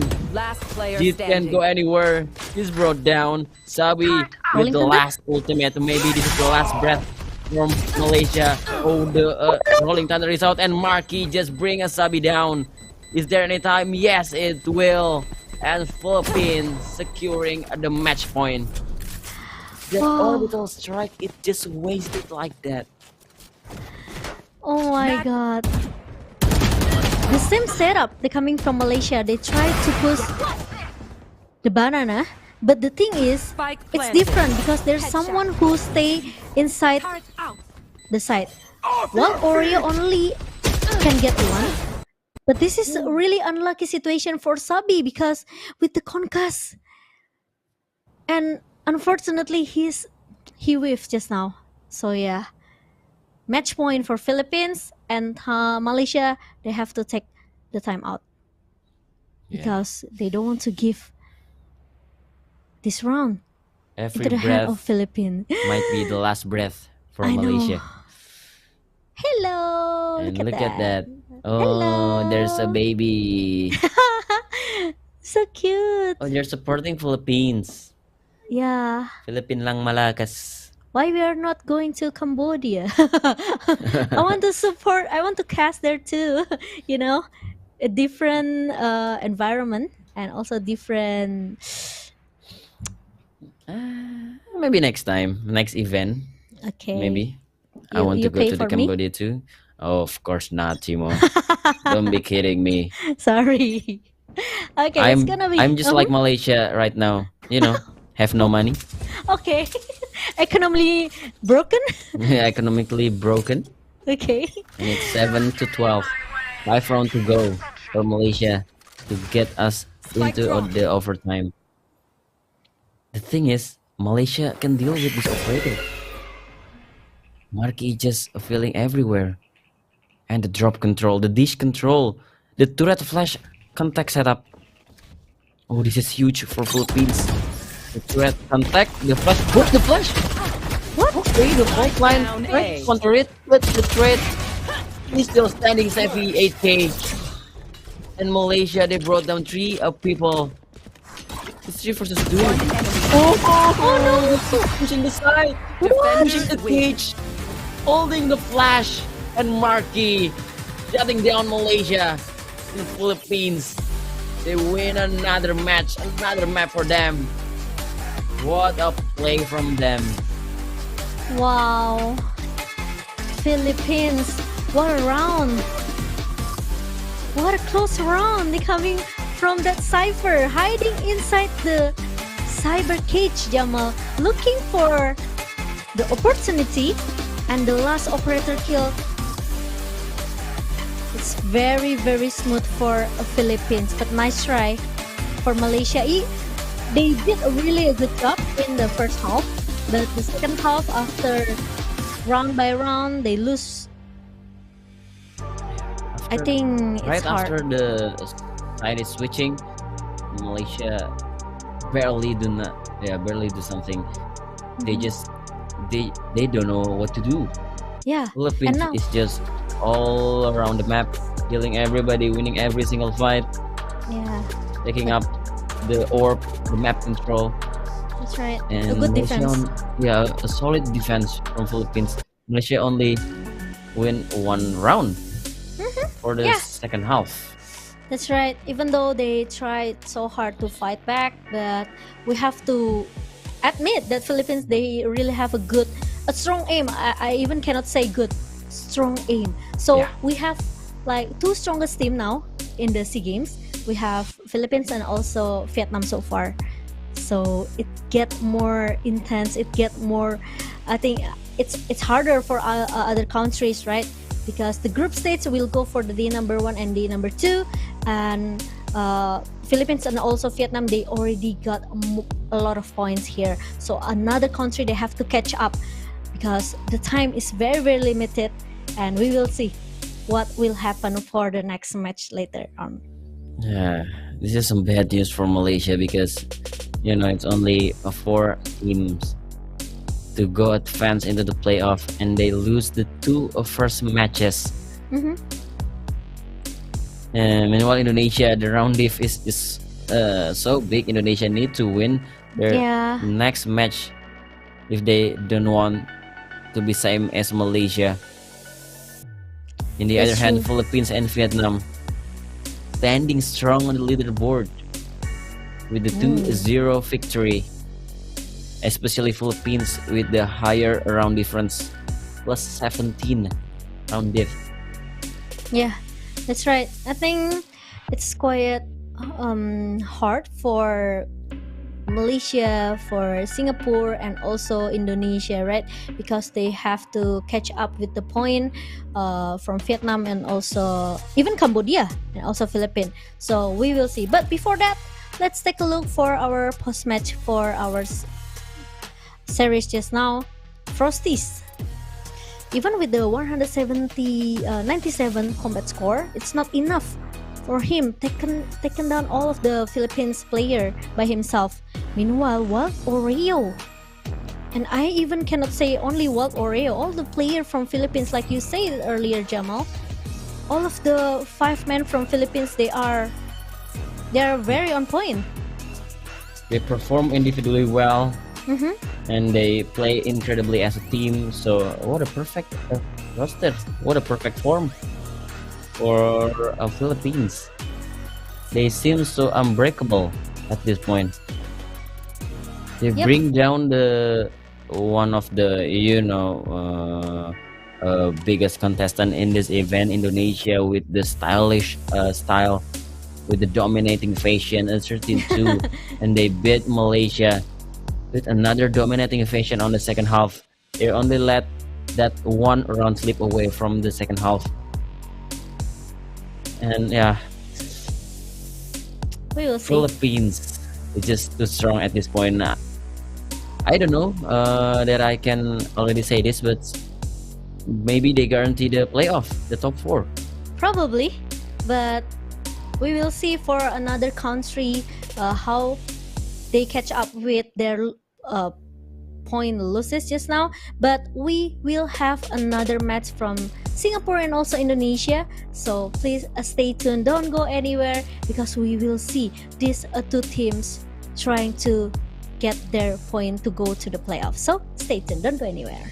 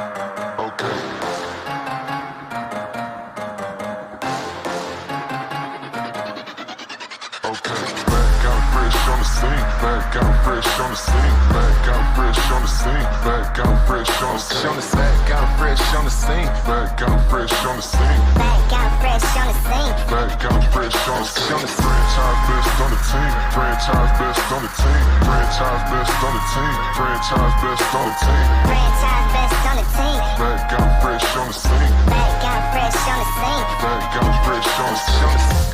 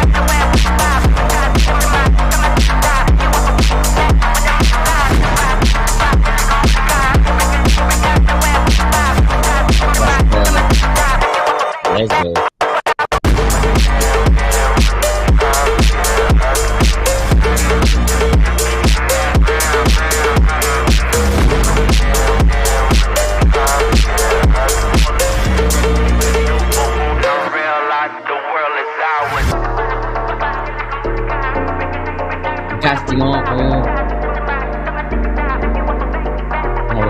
santai aja Cimo, relax.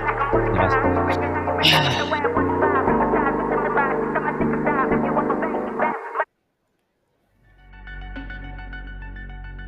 Second SEA Games for Valorant, and now we are going to the sixth match of today. With still with Yes. me, Momo-chan, and also Journalism Cast. Hello. It's been around 6.5 hours since we did the live stream today, and yeah, we still gonna with you guys until late night because we still have around 5 matches. Yeah, I think around 5 matches to go, and the next match is between Indonesia versus Singapore. Both teams had lost their first map. Singapore had lost to Vietnam 14-12. Meanwhile, Indonesia, who had one of the best roster in this event, Yeah. gets stomped by Philippines 13-2. What do you think, Chimo, with this matchup? I think it's kind of sad for Indonesia because they have to lose total domination coming from Philippines, right? 13-2. It's not really a good number for Indonesia, but I think they can try to at least make some changes here, even though the enemy is Singapore, because we know that Singapore, they also lost their first match for today when they against Vietnam.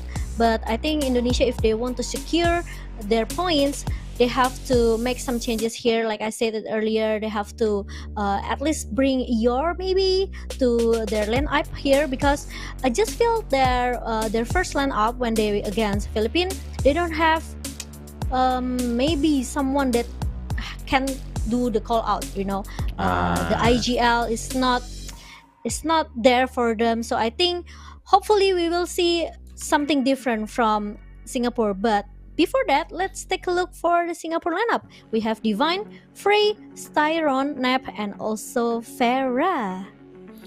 Yeah, this is the Singapore lineup, who sadly lost in overtime on their first match against Vietnam. Divine, Frey, Styron.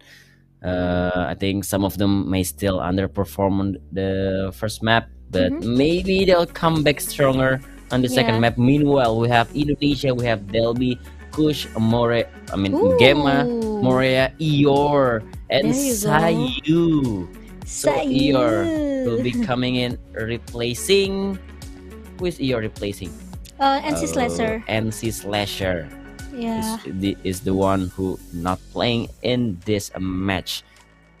Yeah. As you say, Chimo, you have a good prediction about this matchup. Eeyore, maybe one of the Zoomers, one of the senior, one of the veteran that coming out into this game. The one who responsible for calling out, to chilling them down, to maintain the mentality for the team, maintain the mentality for this young star. Meanwhile, Singapore, they're still the same lineup. They don't have their roster change. Yeah, that's true. But because this is important for not only for Indonesia, I could say for Singapore as well, because both of the teams had lost, like you said earlier. So they need this point. It's very important for them. And with the ER comes to the lineup for Indonesia, hopefully there will be something good for Indonesia. But Singapore, without any changes for the roster, for the lineup, they have to. I think Indonesia have to respect, because Singapore, they brought overtime when they against Vietnam, right? 14-12. So I think if we talk about the empower, Singapore still has it. But the thing is, maybe Singapore, they don't have a very, very effective setup if we compare to the Vietnam just now. But we are going to Pearl for our sixth match for today. Okay, so Pearl. Have we seen Pearl today? I guess we've seen Pearl. Vietnam versus Cambodia. Yeah, Vietnam versus Cambodia. We've seen Pearl. I don't know. Indonesia played so bad on their Haven on the first map. Yeah. But I don't know the Singaporean Pearl, because as I mentioned before, Singapore, they have some members who still not playing well, still underperform in terms of aim and movement. So I guess we will see better of them. And Indonesia, with the roster change, NC Slasher is out, replaced by Eeyore. They had some addition in terms of the stability of the team, the mental boost, the calmness of the veteran, and yeah, we'll see. We'll see the experiences from the old player, I could say, because Yor has been, I don't know how many years in FPS, right? Because we know that even though he's a little bit boomer, like Jamal said, but he has a lot of experience. He has a good aim. He could be the IGL as well. He could be the changes for Indonesia to be a better team for this match. And Singapore, even though they have a good aim, but they have to respect, because even though Indonesia didn't look so promising when they met Philippines just now, but I think with Eeyore comes into their lineup, he can bring something different for Indonesia lineup. And yeah, this match is so important for both because both had lost their first match, and whoever lose in this map will go 0-2, and yeah, they're gonna go to the bottom 2, and maybe the place is a red zone for them. And we have the agent composition for Pearl. Ooh, two initiator for Singapore. Yeah, Singapore will be still playing to initiator with Fade. We doesn't see a lot of Fade for current meta. And Indonesia, they still have the current meta, the current favorite lineup for many teams. They have Sky, Viper, and Harbor. Yeah, I could say with this Harbor and Viper combo with Sky, actually the composition look very nice for We Indonesia. have 10 different agents. Yes. Oh, okay. We have It's not 10 because, different agents. You know why, Jamal? Because it's not Haven, right? And this is not the Sand. Yeah, that's true. So we will see who will take this map. Is it gonna be a Singaporean pride or it's gonna be Indonesian pride? So let's jump into the map.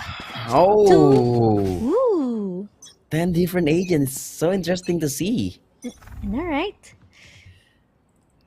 Oh, Indonesia is playing attacker first. Meanwhile, Singapore will be playing defender. And the wire is not destroyed. Okay, they'll be said, I'll do it myself. And look at the control. Singapore, they're taking B. But Indonesia will be not coming into that. A side is the side that Indonesia will hit. It's only the Vine. And he have no vision because the high tide is out. Look at the setup Spike in this planted. pistol round. Indonesia get the plan of really, and Singapore will do the retake from the two different direction, two flanks from Vera and Asterion. But Indonesia, look at the control that Delby is taking. It's hard. Vera to relay bolt to strike it, but no, the corner is not cracked. There's still somebody. There's still Gemma who holding a main. The fuse is straight to tap. But look at Delby. Look at Delby. Delby is rotating all the way. He dashed in.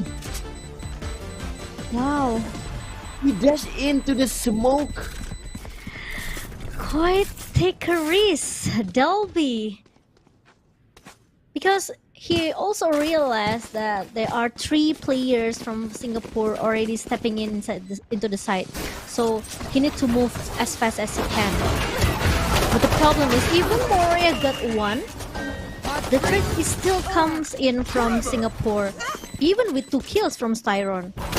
So that's really a good opening frag from Singapore. So it left 3 versus 2, and unfortunately Indonesia, they cannot close the pistol round. And Singapore, this is what I said earlier, Jamal. Indonesia, they have to respect with the aim power that Singapore has.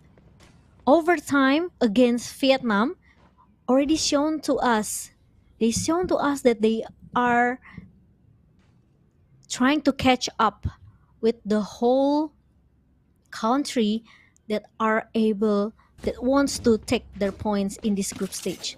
Look at So, that. oh, look at that, Indonesian representative, and we also have BTR Valiska, who become the brand ambassador from Indonesia. Yeah, we're seeing Kailu and Frostmine as assistant coach, Uh-huh. and we're seeing Asteris NC? and NC Slasher as a substitute, Yep. and we're seeing the brand ambassador from Indonesia. Who's his name? Valeska, yes, Valeska. She's pretty though. Yeah, she's pretty though. We have Indonesia has two brand ambassador, which is it's Valeska and also Anissa. So Yeah. they are trying to give their support, even though they know the past result is not that good for Indonesia, but they are not losing their hope. And Singapore, they finally got their pistol round, but suddenly we have some technical timeout. Yep. Tactical timeout, guys. Maybe we may say the magic word. We need to be patient. And as if I'm not wrong, Mm-hmm. I saw some forced buy coming out from Indonesia. Oh, because they got the plan. Yeah, because they got a plan, and when you're playing a pistol round, you can't really have that much utility for post plan because you started with 800 creds. Yeah. So I think it's kind of questionable for Indonesia to play that type of post plan. They want to play it far away. Meanwhile, DLB is rotating through the sewer, but they don't have really much utility. And Singapore took that chance to just floating into the side together. Yeah. But they have to take the risk. Oh, wow. Oh, Hello. oh yeah. Hold up, Mr. Maria. Harbor. Hold up. Yeah, Suddenly they're forcing you by scared us. Chimo. Yeah, because they got the plan, so I might in the be middle they right think it's okay for them to take the risk. At least they have to win this round. If not, I think it's gonna be a huge disadvantage for Indonesia.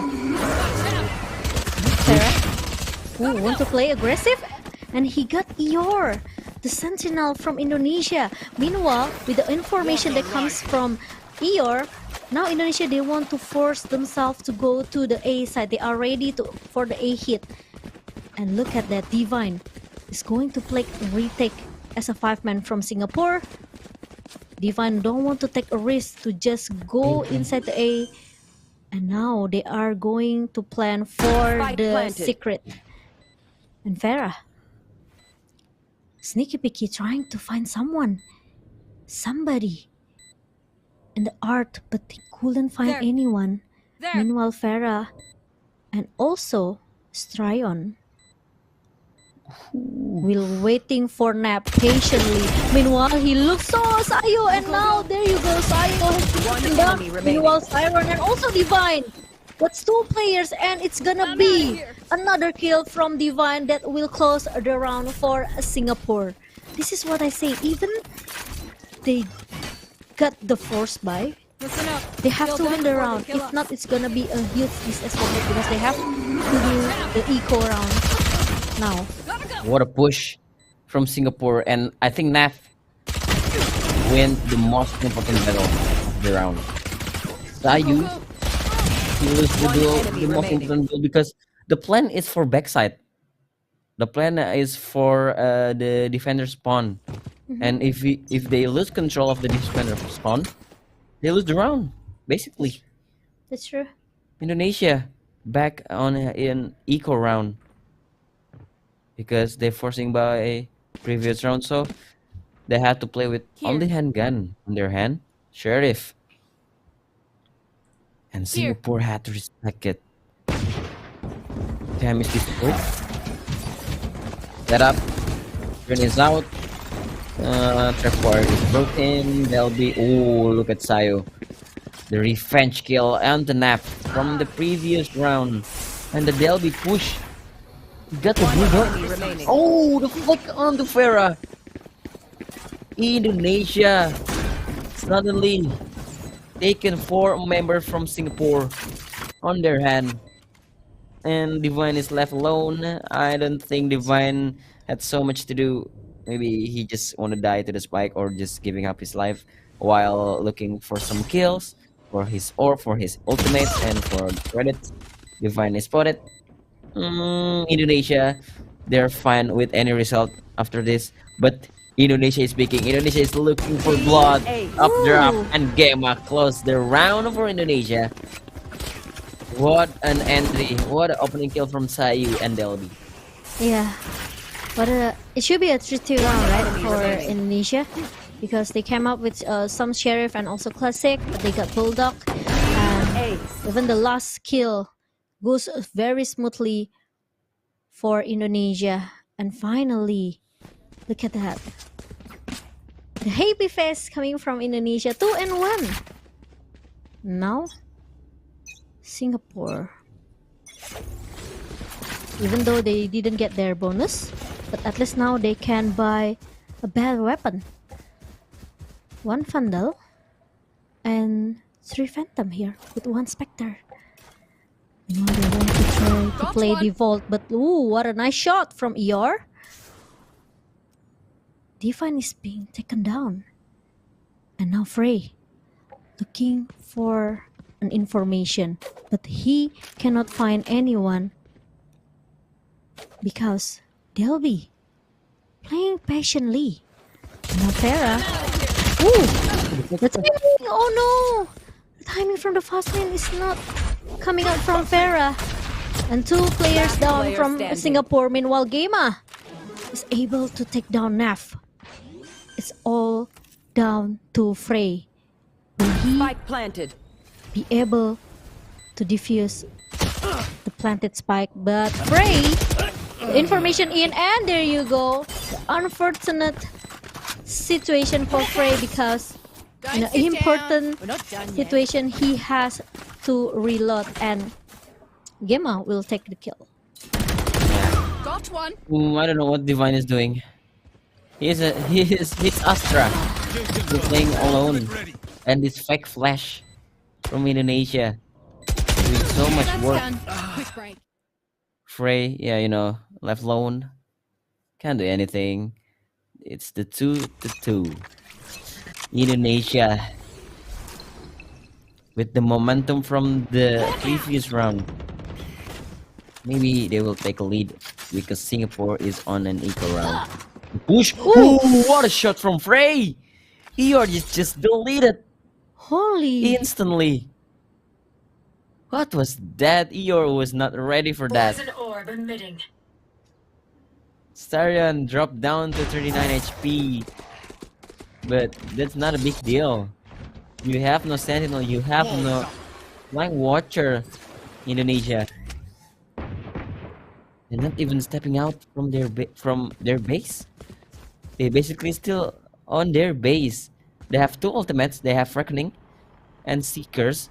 So maybe you can combo both ultimates on one side. But Singapore are gambling. They're stacking 4 members, 4 players to guarding the A side. Indonesia, will they go to the trap that Singapore used? Another 1-tap kill from Farah. The Reckoning and Seekers is out, and Farah tried to looking for more, but the Phantom Supremacy reloading. Ray, okay, it's not a good time to reload. And Gema with a triple kill. They still have 1 flash, and Sayu following up. It's 1 versus 3 suddenly. Nap left alone. You have your utility, but you have no teammate, Mr. Naf. I think it's kinda over for Singapore, Chimo. Yeah. It's impossible for Nap, I think. Because his true enemy is time. Yeah. Not Indonesia. Gema with 4 kills. 2 first kill for Singapore, actually. Quite good because they got the entry frag. They have a chance as well to deny all of the push that coming from Indonesia. But after Gema stepping up in a important moment, seconds left. look at that. This is the first kill and Frey.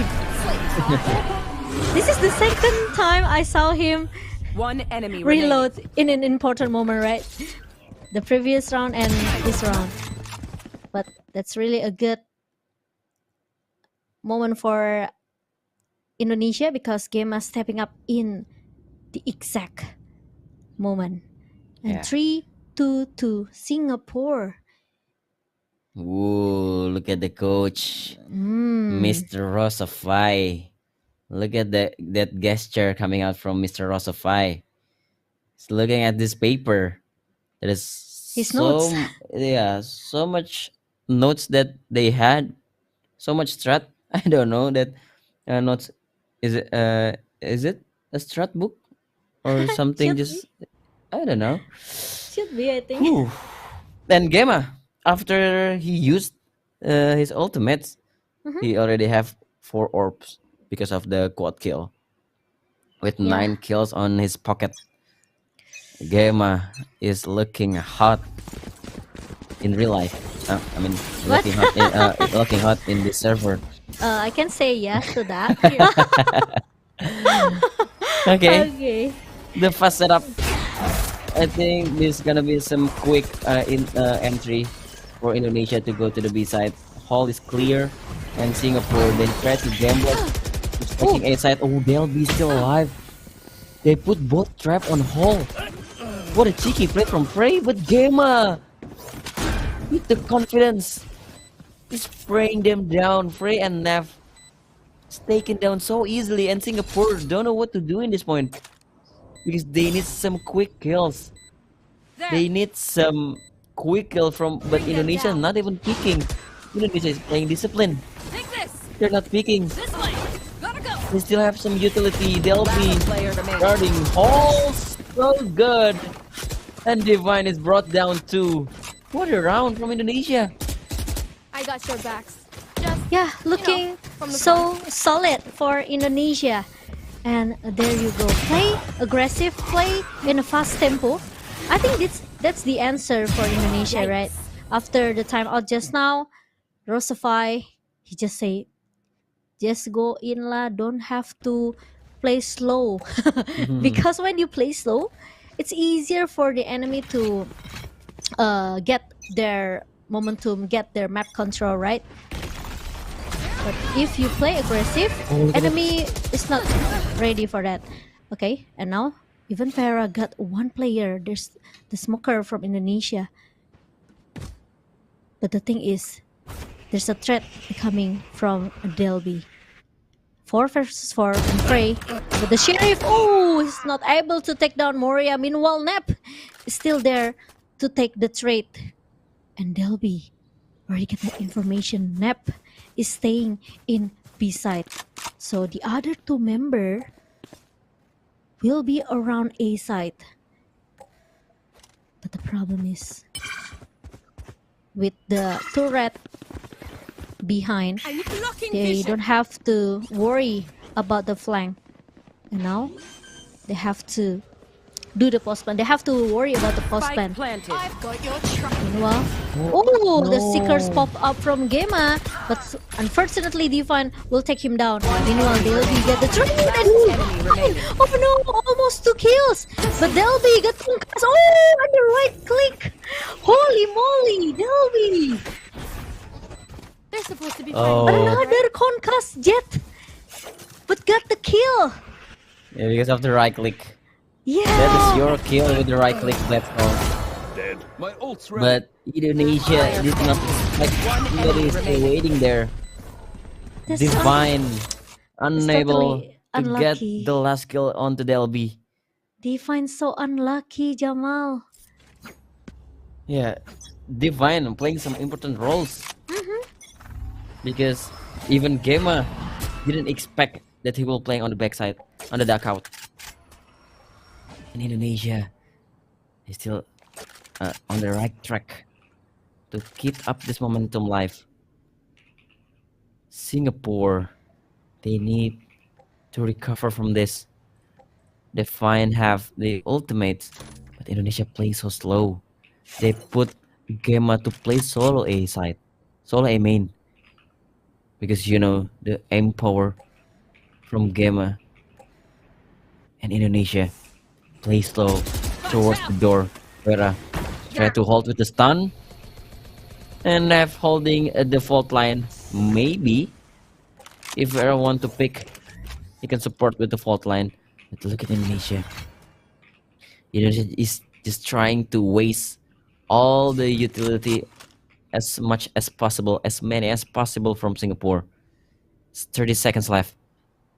Oh, the bait, the Trailblazer bait from Gemma and Frey. 30 seconds The left. information is there, but look at Singapore. They had to rotate all the way from the A side because Gemma keep, giving some sound cue. And this should be an easy free side for Indonesia. The thing is, it's just the post plan, Chimo. You should Okay, run. and now they're looking for 10 seconds the left. retake, but Define Spike planted. got one member. Is it Oh. enough? But Sayo almost got taken down by Frey. But meanwhile, there's gonna be a lockdown. enemy Meanwhile, the remaining. Divine player coming from Singapore. There. Indonesian player being flanked. Meanwhile, Farah will close up the round for Singapore. No one watched the flank, so it's easy for Divine to take them down. 3-5. Oh, they're not expecting Divine again. This man is just terrorizing Indonesia. Welcome to my The previous round, Divine is waiting on the dark enemy out, remaining. nobody expecting him, and now he's flanking. There. Nobody is expecting him to coming up from behind. And the 2 kills, the most important kill is onto the Viper.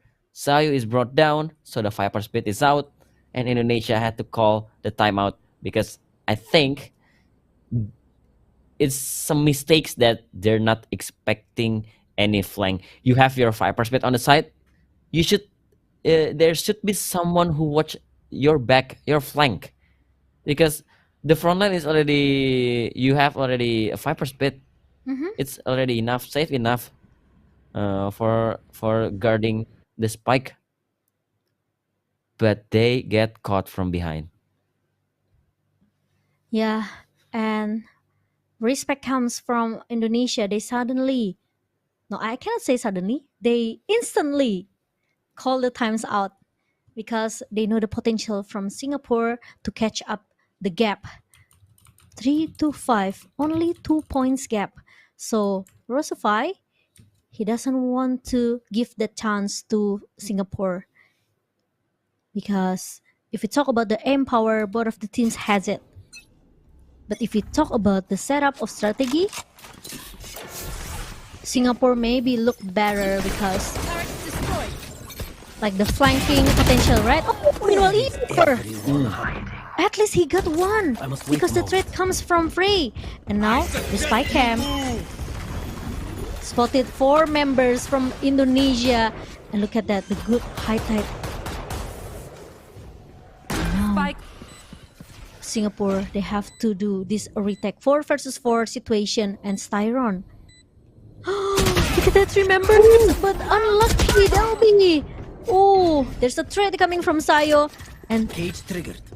the fight still going on. 3 versus 3. And Frey, so sharp Cage triggered. with the One headshot enemy remaining. into Moria. And Divine also got Igema here. Meanwhile, Sayo, the last man standing for Indonesia. Information is there, but Oh. but Divine will close the round for Singapore. And there you go. 4-5 Indonesia. The timeout didn't work well for them. That was a good cosmic divide from Divine and Yeah. Styrian. Got some important kills, even deal some damage. Another and Frey just, I think that kill to the harbor is just game winning kill. That flick from Frey, it just winning them round. That is so important to get. Indonesia, they still can buy. Their economy is still kind of fine. Look at the Hon lineup. Look at the push. Another push with Eeyore. Bring them down. And Styrian did not expect there's somebody still there. Singapore lose 2 members. And the trade in the favor of Indonesia. They try to push. They try to play together as 3. Oh, they're pushing together to mid. They overthinking. Where gonna Indonesia go? So they split up. And they will play one by one. Nap get 1 kill. The information is there, but Frey cutting out. The reflect from Gemma. Frey only get 1 kill. It's 1 versus 2. It's all on Divine. How many times Divine gonna save Singapore? He used to save Singapore back then. Will he do that again, Chimo? It's possible 2 versus 1. Spike planted. And a Divine. You just need to wait for the spike planted. And now it happened. Indonesia. 2 players has to take him down. But we know how good Divine, like Jamal said it earlier, he saved Singapore twice. Is it gonna be the third? Gemma, 50 HP. Meanwhile, Indonesia just need to wait for the time. But there's no time for Divine. Oh! And look at the short kill coming from Delby right in his face. And 4-6 for Indonesia. And Divine. Spike down. Even 2 versus 1, he still can get 1. What a shot from What a Divine. monster from Divine. This guy is a beast. Player standing. Divine. Some scary name coming out from Singapore. And yeah, Indonesia. What a roller coaster round for them. I know, right? Because the push, some early push from Singapore. Indonesia can read them well. Singapore is on a mixed buy. Divine. He doesn't buy anything. They can only have Sheriff. 1 Trailblazer should be enough to clear and push them away. Meanwhile, Farah, this position is kind of cheeky, but Farah is the one who's gonna swing. Farah just throw the bodies. Free kill for Indonesia. The bait from the art. And now it's all on to Frey and Nav. Frey is spotted. Dior makes the duel happen and wins that duel. Nav's left alone. And I think Indonesia knew that the last guy is on A, so they're just gonna play safe and go B. Minimalizing the casualty and, you know, put some respect over Nav. And yeah, Nav, you had some option. You can just save, or you can maybe try. At least you have 1 orb left. Yeah. Safe for Singapore.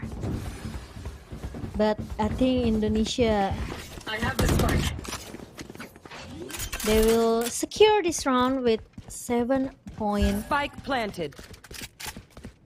And oh, I think Nap is not going for the save. He's going YOLO. He try? He'll try. I think he'll try. The thing is, he die with the spike, or he give the ultimate orb for Indonesia, right?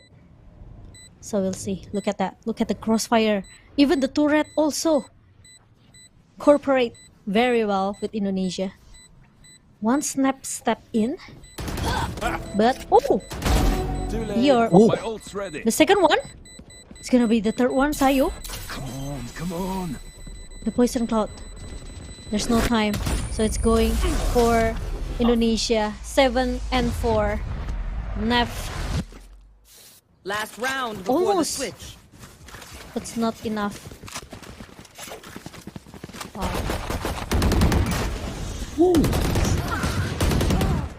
And because of that 2 kills, Nef now have Rolling Thunder for the last 3.5. One enemy remaining. So that might be some consolidation for Indonesia.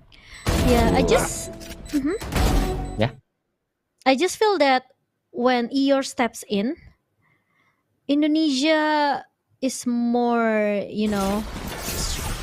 structure. They have a good Yeah. structure and they have a good plan as well. Yeah. They play more discipline, so it's a good thing for Indonesia. And now, Singapore, they left 3 points behind. What will they do? Indonesia. Singapore should be play a retake because they have the best ultimate combo, Yeah. Nightfall and Rolling Thunder. Mhm. And Indonesia knew that the side should be free, or maybe the option is they can play full retake with those ultimates, or they can delay the plan, try to fight the side using one by one in the side of Siren and Nap, because Siren is kind of far away from Nap. So I don't know what will they choose. In Indonesia, they have 3 ultimates. They have lockdown to push them away and reckoning, but they want to fight. Singapore want to fight, but it's just a fake lockdown. Eeyore again. Just throw the body to bait and make some space to his teammates. And Indonesia will go to the A side where 3 people waiting for them. Reckoning is still on Moria's hand. Big Wine on his favorite position. Swing up from Gamma. He's taking his time. And the flash is good. Gamma doing some fantastic job. Even concussed. Dealing with the trail, but there's no time to plan. There's no time to plan. Indonesia is crumbling. They're broken into pieces.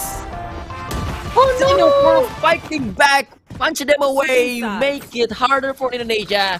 And it's 5-7 to close out first half. All of the players from Indonesia, mostly, they are busy in the secret. They are trying to hold all the Singapore player from the city side, but the thing is Frey. He took his momentum and canceled the plan in the crucial moment, in the crucial timing. Unlucky round for Indonesia, but 7-5. They close the gap, and we are going for the second. Yeah, but true. Now the second half. Look at that. What? Delby? Oh no! Meanwhile, Farah realized that someone trying to push him, but he's able to run away. Able to escape with the high gear.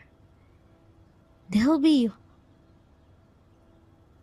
unfortunately, He's Indonesia. lost in the direction. Yeah, It's facing against the wall. Delby. he's trying to. I think he's trying to dodge. Yeah, he's trying to dodge, but unlucky. Farah is there, and now you're trying to set up this alarm bot, and Singapore, they are going for the A hit. The Nebula setup come in, and Farah. Oh, what? What a shot from Hero! Double kill with the sheriff kill. 74 HP left, and now Moria after that one. Enemy down. Styron is going to be the hope for Singapore. 2 players have to be careful because Frey is waiting, and he also saw Player standing. Sayo, but it's going to be 1 versus 1 situation. Sayo aware, but unlucky. Styron got the frenzy kill. 6-7, and Indonesia, they lose. Oh my god. 30 seconds left. Styron. Enemy down. Iron. And look at the bait. One enemy remaining. Standing. Look at the bait. Siren is running while Frey is waiting. And even Siren closing out the round. What a play from him. Sayo is not ready for it. Yeah. He didn't realize that Styron will push that fast to the city side. Yeah, this kind of plays is play that we're not seeing this kind of gameplay on the Singapore first game. So in terms of individual performance, I think there's so much improvement coming out from Singapore. Indonesia right now, stacking side, pushing A main together, try to play the quantity. S4 There. only leaving Sayo alone on the B side. Gotta go. Dark Remember, Sheriff is this Sheriff. One tap. It made me care, but look at the sequence. It's just impossible for Saya to do anything in that position. In Indonesia, planted. maybe they will drop another round because Vera is just spraying them down. And 4 kills. Oh, 4 kills. 1 ARP away to overdrive. Really nice. Go, go. She got flashed, she got stunned. One enemy. A nice relay bolt they're coming from Vera though. And this is what Duelist has to do. Play aggressive, trying to get kills and kills. And Vera did really a good job in that run just now. And now it's gonna be a bonus run for Singapore and a timeout as well from Indonesia. What will Rosefai say this time? Yeah. I think this timeout is to secure the buy round for Indonesia because they Yeah. cannot afford to lose this.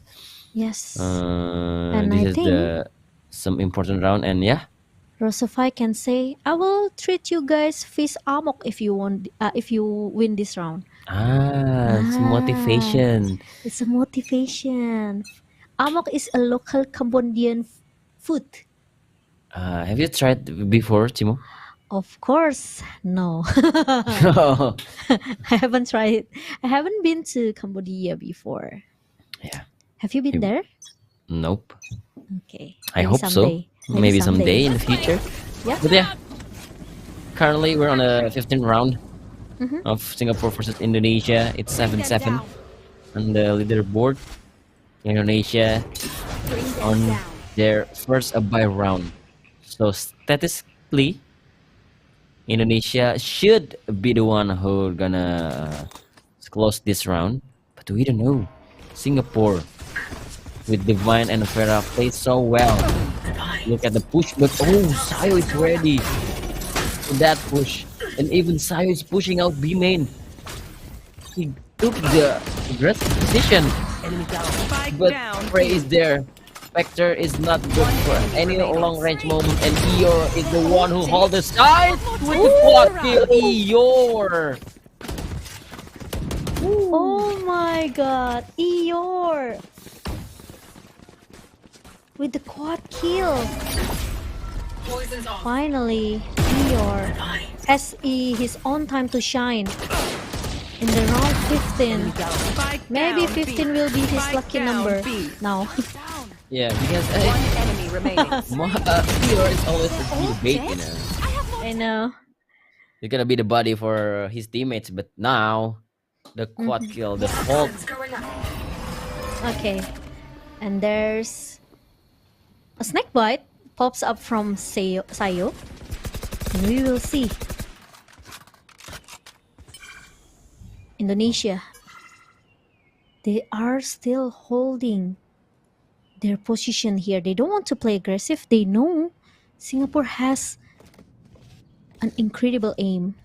So they want to play contact, trying to maximize their utility they have. One nano swarm to delay the push they're coming from Singapore.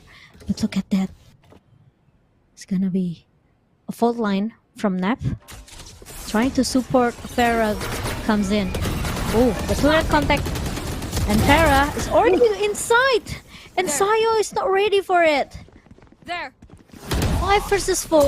And now Morio got flashed. He got blinded. But oh, Eeyore! Another kill for Eeyore!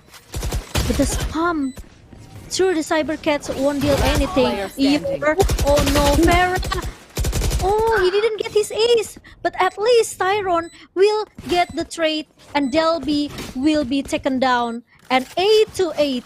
We've seen this before. We've seen Singapore versus Vietnam, right, in the first match. And now it happens again, but versus Indonesia. So Singapore could be a huge problem for all of the countries, I could say, in this SEA Games. Yeah, especially Farah in this map with his neon. Yeah. That slide, Farah doing some fantastic job. Look at the slide and spray from Farah. Just shut Indonesia down. And look at the move, Farah. This is like just his playground. This man of Neon is just on another level. Overdrive is out. Look at Farah. He's hunting. He's looking for blood. He's hungry. He's hungry to eat some Indonesia flash meat. But Indonesia is on an eco round. So Oh my gosh. they will play a little bit slower. Try to isolate some angle first because, you know, playing some sheriff angle. Look at the delay. Gravity well aftershock, but sheriff is just being sheriff like a state. Map is down. Gamer will check the corner. One is left, confirm. But somebody is quickly pushed from the side. Theo gets one kill, the trade is there. But the personal difference is just too huge for Indonesia. We're gonna try to defuse, but Farah guarding the spike with the short E, and Singapore takes the lead 9-8. And Indonesia, they are crumbling down.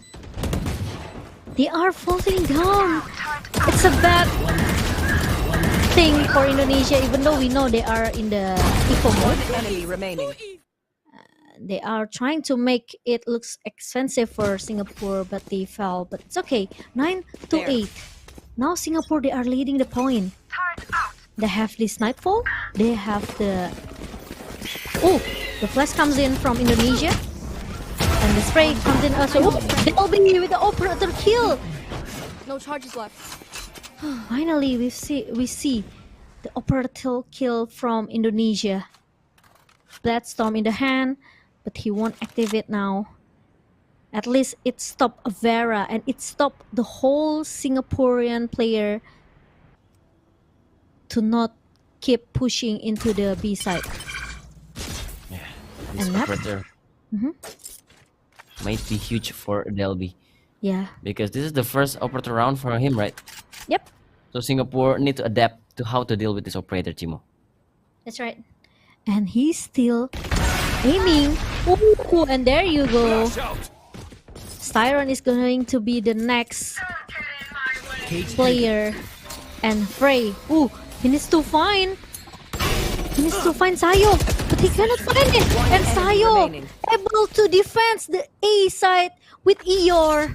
And no one can 30 seconds touch left. them down.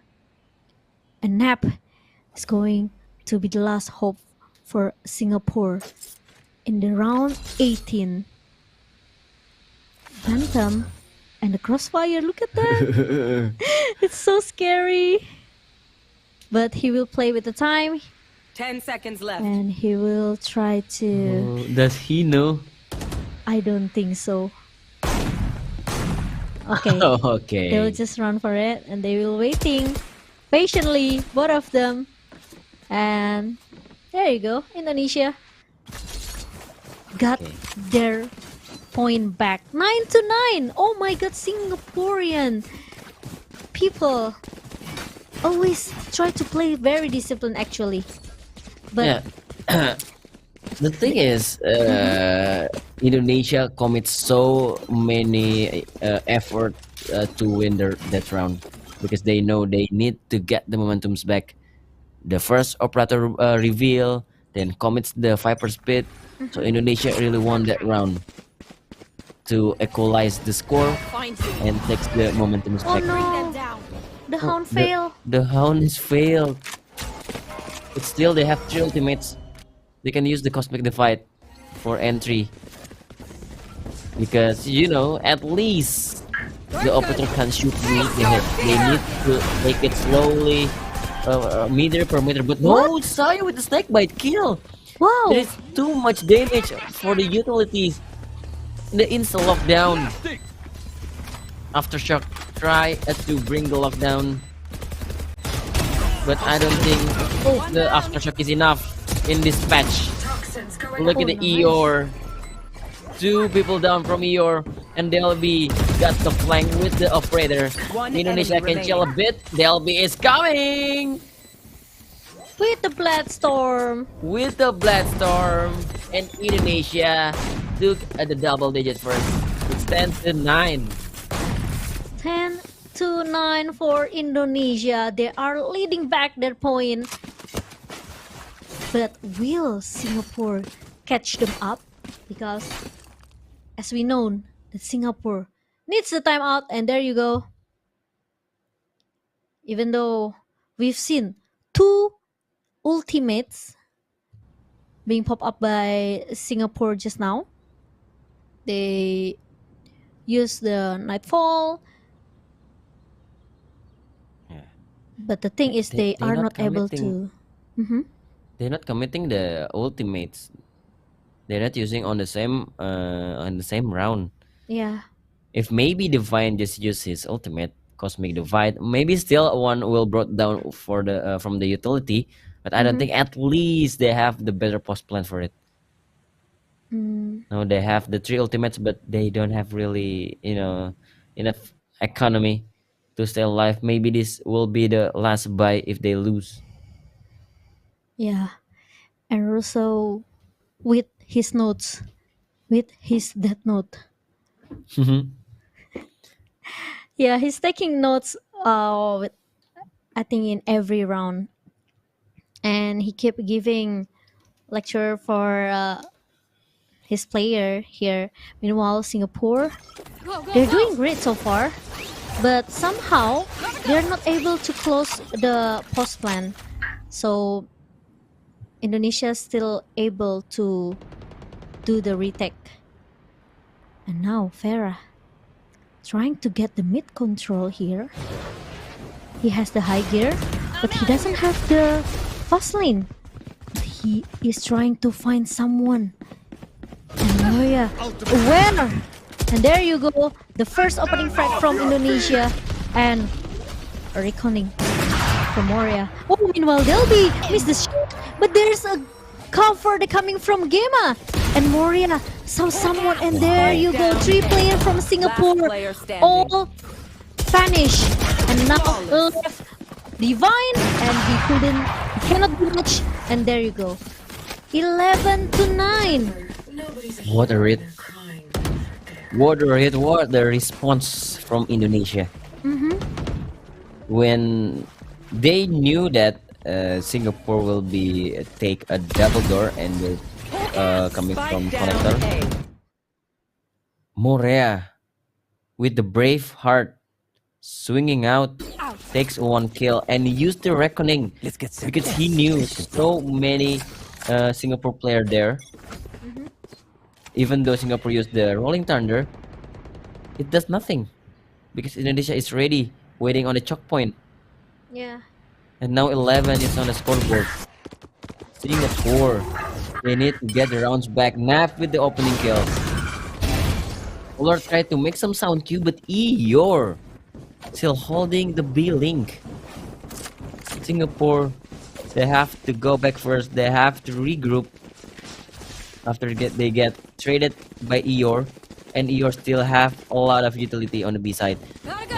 This is some huge work. And finally, Cosmic Divine is out. The Nano might be delaying some time, but I don't think that will enough to cancel the plan. Eeyore taking the risk to play with Shorty on the hall. Eeyore is waiting. Eeyore punishing them down. 1 enemy remaining. But somehow Frey is not checked. Frey is not spotted up. It's only Delby using the operator. Not the best weapon to retake. Try to use Shorty with Frey. confirming Singapore will have the double digit and closing the gap to 10 to 11. I think that's a bad move from Delby once he knew the neural threat coming from Frey. Remaining. He should wait for the second Second thing. thing though, yeah. But it's okay because Frey got the triple kill. He saved another round for Singapore. Now 10 to 11 for Singapore. Is it gonna be another overtime like we've seen before? But Sayo will try to delay with the snake bite and Nap having the fault line, having the aftershock, even the flash.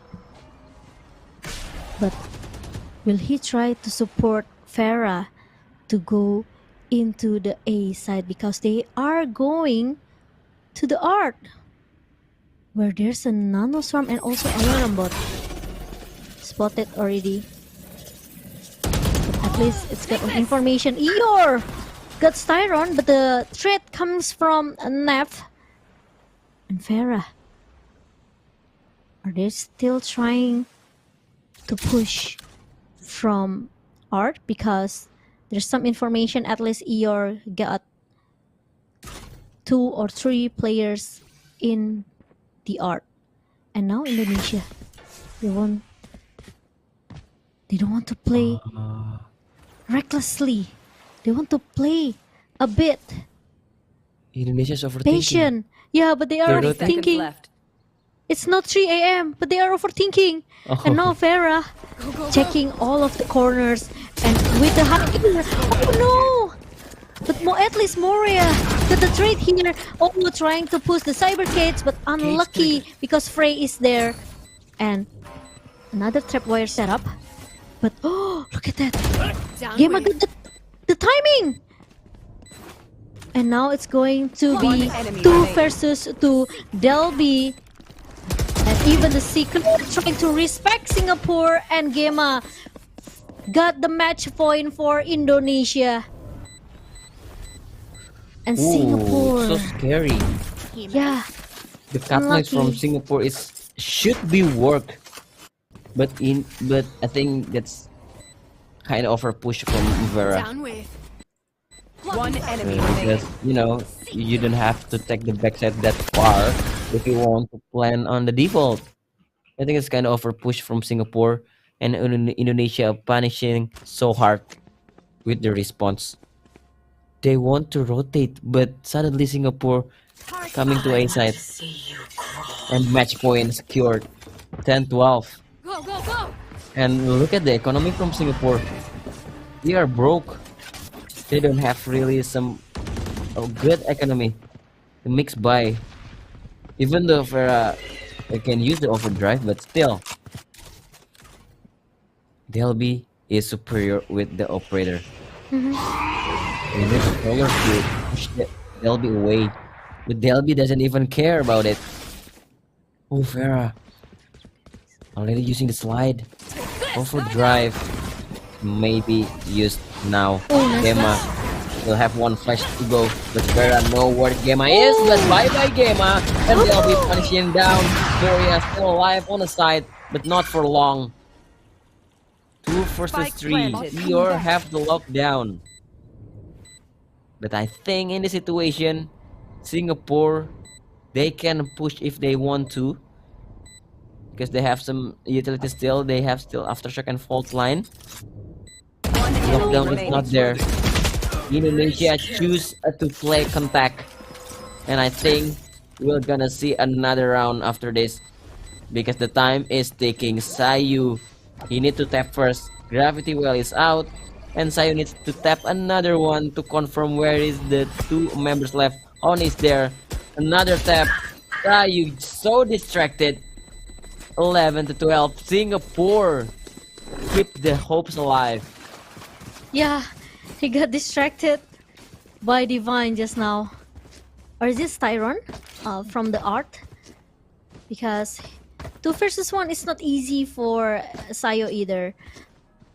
But nice try for Indonesia. At least Singapore, they keep bringing the pressure back And it's not easy for Indonesia to close up the round.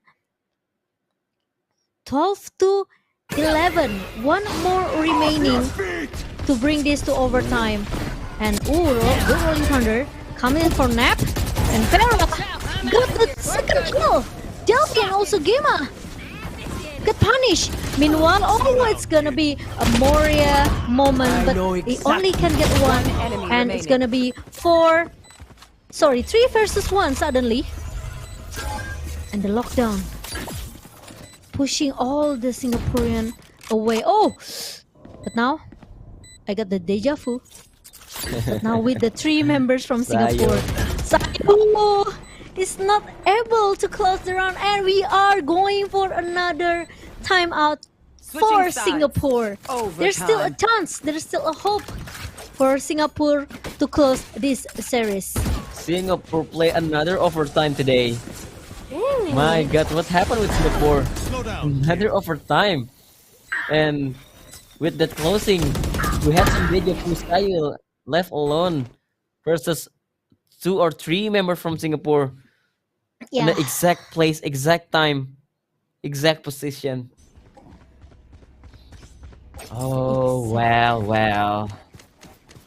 It's another overtime for Singapore and Indonesia. We need to play a couple more rounds to know who's gonna be the 0-2 on the leaderboard. But now Indonesia mid control. Has 8 out with the Trailblazers. Siren gets out.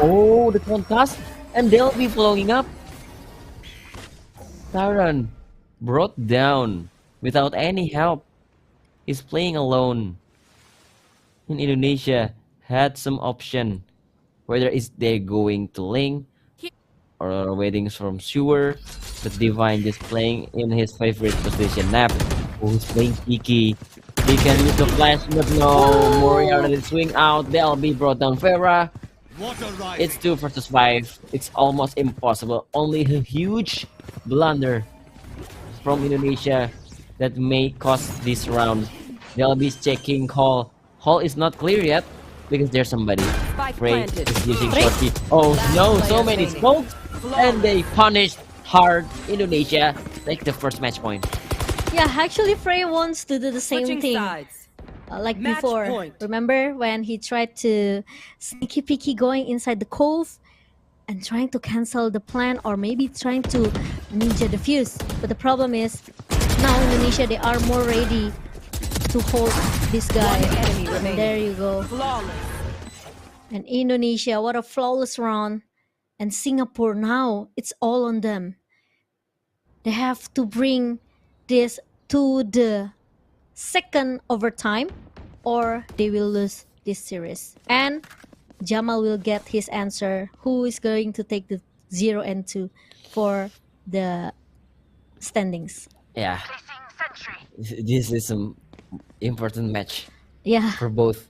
Again, the technical pause will let us to breathe some air, because we had some 25 intense rounds before. So yeah, they let us to breathe a bit before we find out will be another overtime, or Indonesia will close this out 12 to 14. Imagine, Timo, if Singapore lost another overtime in the exact score 12-14. Yeah. It's going... I don't know how they feel. It's going to haunt them, Even for day number 2, it's not going to be easy for them as well. So yeah, I just realized when you said it, it's going to be a nightmare for Singapore. But I still have hope for them. Yeah, Singapore is the one who is under pressure right now. Yeah. And Vera just running all the way, but Nap punishing Delby. Playing aggressively. Oh no! Gimmer inside the fast lane gets 2 kills. Only 1 actually. My bad. It's 3 versus 4 now. And Singapore try to play cross plan. 1 man is lurking. Frey is looking for a flank. but the Eeyore? alarm bot is out. Eeyore try to isolate some angle. Look at Eeyore. timing! Oh, the timing is there. Eeyore with the wallbang shot. What? But the hall is not clear. They need to throw utility to hall. Moria with the kill, but he doesn't Last know enemy there's remaining. somebody still finding the kill. Divine standing strong on hall. Try to tap first, going enemy out remaining. from Tayu is 1 versus 1. Frey versus Tayu. There's no other utility. All they rely Frey? is just aim. Half the fuse. Tayu try to stick it out. Tayu brought down by Frey, and we have another overtime. Divine once again Switching sides. saving Singapore. Overtime. And Frey as well. Because Frey just need to play with the time. One enemy remaining. What a good round for Singapore. He knows Sayu tapping it until half defuse. But the time is ticking for Indonesia, and he just need to play, jiggle a little bit here. And Singapore forced Indonesia to play for another timeout. A good flash coming from Gemma. But there's a relay ball. And Farah, oh my god, I think Singapore want to take this round, Jamal. They are trying to play aggressive. Looking so different than the previous timeout. And now Eeyore running to the A side. Oh, but they cut the noise. They make all of the Singaporean overthinking right now. But the Siren is controlling B main, so they have the Yeah. information, Chimo. Oh no, and it's falling down. And there's a trap wire from Frey. It's not gonna be easy for Indonesia. 3 players standing and even trying to get their momentum back. If they can get at least 2 players from Singapore, they can eliminate 2 players. I think it's still winnable for Indonesia, but Singapore, they 30 are seconds left. playing patiently. But Eeyore with a double kill, and it's enough. And look at that, he gave the Lockdown. spike to Eeyore for the lockdown. Ready. But he's still waiting You should patiently. run. There's a step, and Farah want to punish Last enemy remaining. Sayo, who's hiding. Oh, and Eeyore just need to play with the timing here. 1 versus 2. Oh, but the siege. And also the My hound. ult is ready. Oh my god. And Singapore, finally they secure their round. Look very solid though. Gotta go. Yeah, because Indonesia decide to stay on the dugout and play together on the backside because they don't know where the rest of Singaporean players was. They could become from A main, they could become from art, so they had to isolate those angles and play from dugout. So they only have to look on the backside. But the lockdown it's kind of useless. Because all the Singapore player coming out from backside. In Indonesia, the table has been turned. Indonesia is the one who's on the pressure. Singapore 1 round away to get their first win of the day. Frey playing solo, but the mid control from Gemma and Morea. They have already a nice position because Delby is peeking to be man with this operator. Oh, Gemma. Oh, Frey! What a nice shot. What a shot! There was an important kill Cage triggered. to be made. And look at Indonesia. They are overthinking. They instantly rotating without any sound cue. Nice power. This is not good, but Korea holding with the Down triple mid. kill! Keep the hopes alive for Indonesia. And it's 3 versus 2.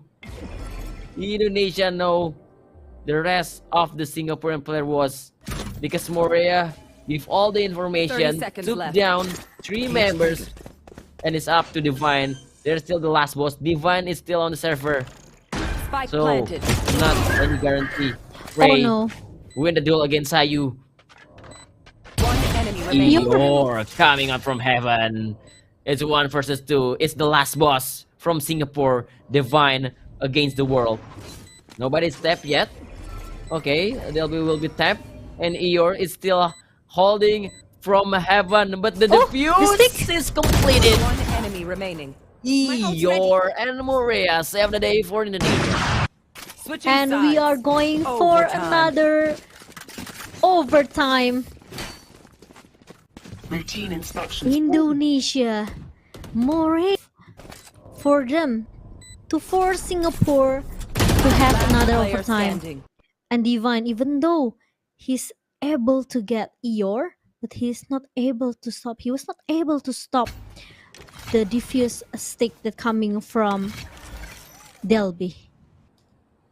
And now, round 29. The third overtime. Morea need to wait. Look at the crossfire coming from these two players. And meanwhile, Farah. They know that Indonesia like to take the mid control here. But playing default is the key for Indonesia. They have to find the information. The guiding light won't give anything for Indonesia. But Frey with the good spy cam. The Prowler giving information. One person. Oh, but meanwhile Nep and also Farah, who already waiting patiently behind the box, finally got two players. And it's 2 versus 5 situation for Indonesia. Gemma at least got the trade. 30 seconds left. One trade. Blinded. But meanwhile, Gemma, Last enemy he knows remaining. there's someone. But Divine is the boss Enemy was punished. for Singapore. And Divine, another safe Switching round sides. for Singapore. Take a breath now. Wow. Release the Oh, tension. there's some. Let's go. Actually, there was some obvious mini games at art, One game. but somehow Indonesia is still fell for that. Yeah. One enemy Even, remaining. yeah, got stunned. The bait and Vera with his aim that is on fire today brought them down. The stun from Vera is just on point. And Singapore, another lead. It's 15-14. There. And Singapore maybe we will go quick. Set up to the side. Vera opening up the fast lane on the stun, and the duck out is put away by the aftershock, and Serion draw the first blood. Moria through the smoke. His HP is dropped to 57 to 47, and look at the fray. The big flame coming out from Frey. Vera is going down. Indonesia floating towards side. Frey is trying to tap. Gravity well is on. Frey, you need to come as soon as possible. One enemy Frey, remaining. where are you, Frey? Oh no. The defuse is half, and they already know One Frey is enemy coming remaining. from behind. The defuse is complete. Indonesia makes another match, another overtime. Switching sides. Frey is just Overtime. too late to come. Yeah. He's too far though. Way too far from his friend. And I think timeout is the thing that at least this one team needed. Singapore call the timeout. And the same approach from Singapore, right? Once they got the plan, the post plan didn't work really well for them. And the stick defuse again, Indonesia One twice. enemy remaining. Last player But we standing. will see for another overtime. Jamal. Yeah, it's just Frey just too far. And the rest of the team couldn't handle well Indonesia's floating to the towards side. So yeah, I don't really blame Frey for flanking from the B side, but yeah, there's some factor that the teammates is couldn't handle. They can't stand long enough. Yeah. Make some time, buy some time to Frey to come. Yeah, But but yeah. the timing is not precise Yep, for exactly. Singapore. Indonesia just float so quick towards side. 15-15, Chimo. This is not what we Ooh. expect, but it is what it is. Another mid control. Indonesia like to play mid first, Mhm. and Singapore will play to retake A because they stack 3 players on the B side.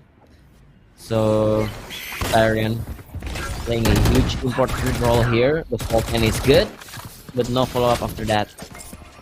Indonesia already controlled the B link, but is Indonesia knew that Singapore have 3 players, 3 players on hall. This hall is the key. This hall is so important for both sides. Frey Frey? tries to pick, and Delby is just entering the crosshair. 4 versus 4. Indonesia had to go back, and yes, they will rotate away from B side, Chimo. Yeah. And still 4 versus 4. And Indonesia, they are running back to the A side. They are ready for the A setup here. A good cascade and also a good cove. Spike planted. But they want to play post plan now. Singapore with a good aim power. Will they be able to get this? There's no one inside. But you're playing a big role in the league, but no. Oh my god, the lineup. And meanwhile, Moria and Sayo, Switching they sides. succeed. Match point. What? There is no lineup. They The lineup lose? is just too late. Oh, the snake bite is too late. The snake bite is too late. Unlucky Sayo. They got the kills. But the problem is The defuse is done. they learn from Indonesia, you know. They just copy it. The defuse is done. There's no lineup. There's no nano. Because EOR is playing on art. Oh no.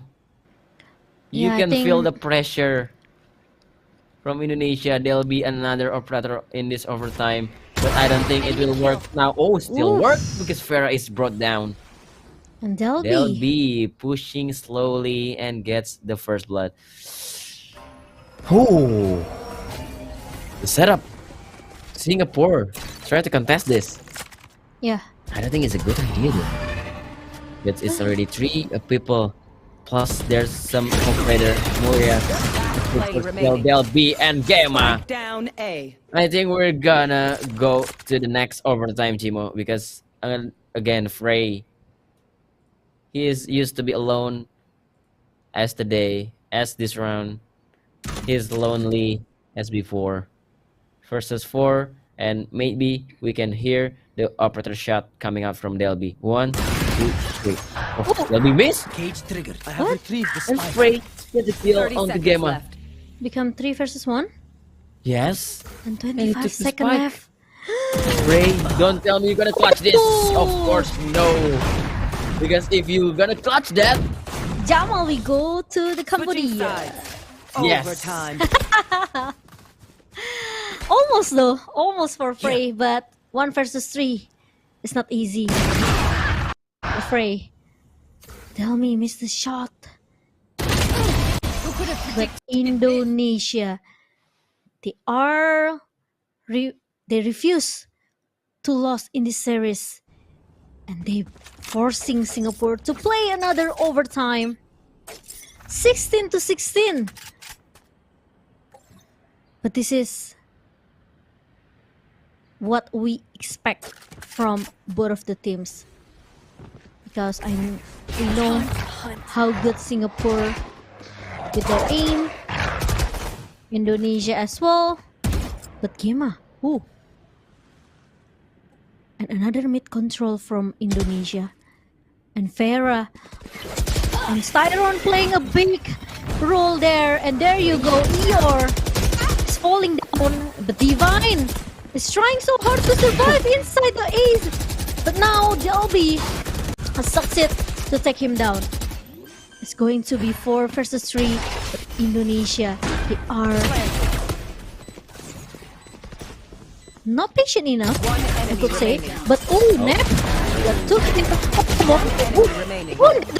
But Farah, unlucky for Maria because he cannot get the fourth one. And Farah, Ooh, that's not enough. Moria, Switching you sides. you Match did good, point. but that was not enough. One enemy remaining. Singapore, Last player standing. they just read Indonesia like a book. They wait every single member from Indonesia to come, and even with the miracle shot from Moria, Indonesia still lose the round and timeout from Singapore. 17-16, everybody. One round away for closing the round. And the pressure, still the tension. We can feel the pressure coming up from Indonesia after they lost their post plan, the huge blunder where the lineup is not there. There's no nano, and the fuse is completed. Now we can feel the pressure. And Singapore, as you can see, their player cam, they're loving because I don't think they feel that much pressure. I think they keep changing their face though. I mean, like how they feel after the fifth. I think this is the fifth overtime, is it? Yep. Or this is the fourth. I even can't remember. But 17, Singapore now they are leading their points. One more remaining to close this series. And Siron, they should realize that they'll be always play this operator defense. But look at that. Delby and also Gema, they push. They are pushing the B long, so they have the map control here, and the information is there for Indonesia. 3 players trying to defend the A side. But Farah, they are trying to copy Indonesian strategy just now by trying to take the art control here. But Eeyore, ooh, what a nice dodge. But ooh, it's not enough because there's a fault line as well. In Eeyore with Sayo, One enemy they are remaining. trying to defend. But meanwhile, 3 versus 1 because Frey is left by himself. Frey, what should I do? 30 seconds I got left. deja vu. I have 1 retrieved versus the 3 spike. again. A hard situation for Frey. And there's a crossfire from Gema and Eeyore. And another overtime. I think this is the longest round for the longest series, I could say, for SEA Games so far. Even though for the day number 2, I'm not sure because we can see, right, Singapore they are desperately they want to close this series, but the thing is it's not easy as well because Indonesia they always find their way to holding up their side and not given a chance for Singapore to claim their victory. And technical pause we're heading into, but what a cove. That cove is protecting Eeyore, and Eeyore punishing them down with the 2 kills. And 17-17. At least we have the 19-17 score line. Yeah, I agree with you. Maybe this is the longest ever in 30-second SEA Games Cambodia. I don't think on the final day or on tomorrow group stage day 2 may this long. We still don't know though, but this match you can feel the tension. This is go back and forth every single round, and I hear some clocks ticking, so we should be go back to the game As soon.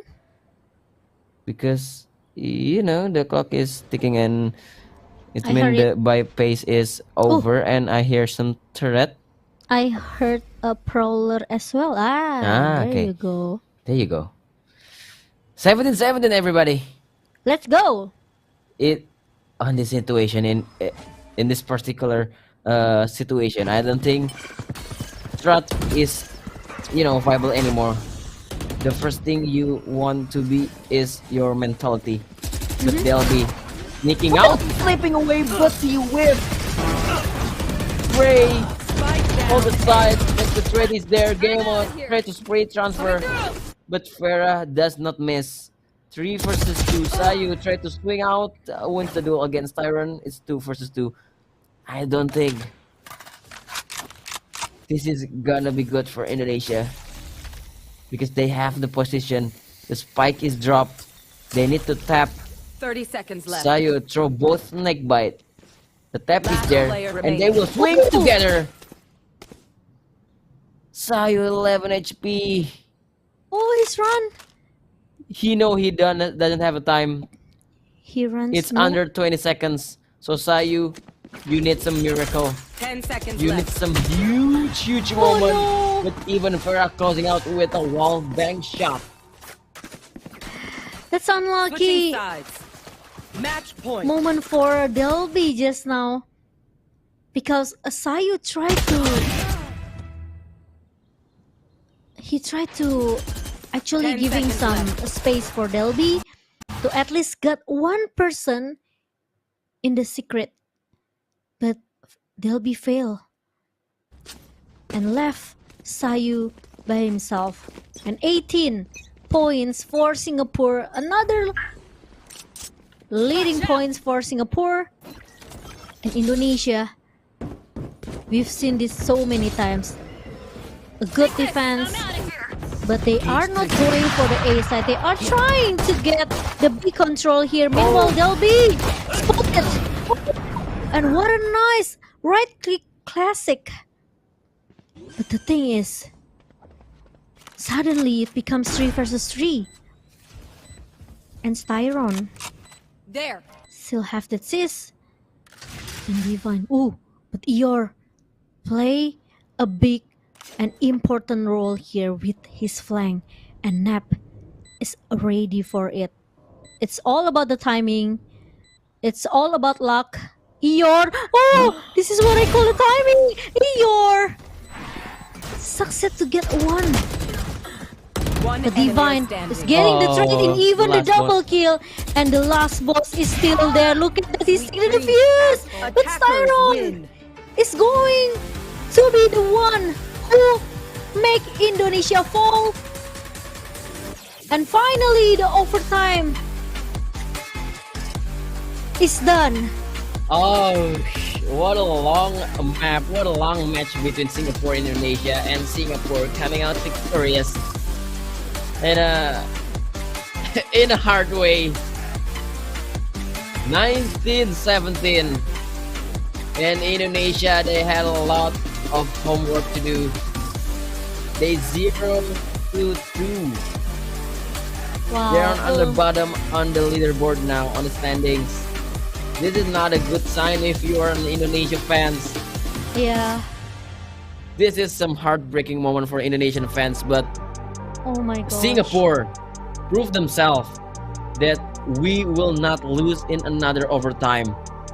And they played so many rounds today already. And Yeah. they still have some couple of matches today. Do Singapore still have a match for today? Singapore, I think they still have. And they yeah, still what? they still. They will meet Yeah, Cambodia. Malaysia and Malaysia. Yeah. So another 2 round for Singapore. Jamal, we are back into the game. Hi. But yeah, Singapore well, will be facing Cambodia today, so they already played so many rounds and they still have one match away. wow, what a series, what a match from Singapore and also Indonesia. But actually, I expected because I know Singaporean did this when they against Vietnam, so it could happens again when they meet another country such as Indonesia, or maybe like you said, Cambodia and also Malaysia, right? So we will see what will happen for the next match for Singapore. But Indonesia, now they are in the bad situation. They lose this match, and if they lose another or maybe remaining matches for Indonesia, I think they will lose their chance to go to the playoff. Only 4 teams are able to stand in the playoff. So yeah, I think they And- have to win their remaining match. The most fun part is the bottom 2 on the standings currently is Malaysia and Indonesia, and they Yeah. both will meeting each other on the 9th match today. So Ooh. that will be a huge match, because that whoever who lose that match between Malaysia and Indonesia, I don't think the chance to survive on this group stage is so low. Yeah, agree with that. Because they lose a lot of matches, and their chance to go to the playoffs is getting smaller and smaller. So it will be important for them to keep catch up with their opponent, and we will see what will they do for Malaysia and also Indonesia. But let's take a look for the post match between Singapore and also Indonesian. What a round, what a series. Look at that, 19 No. to 17. I don't agree with this. Why? I give my MVP to Divine. Oh, but I will go for Frey, you know. No, I'll go for Divine. Even though the KD ratio is maybe lower or the combat score is lower, but Mm-hmm.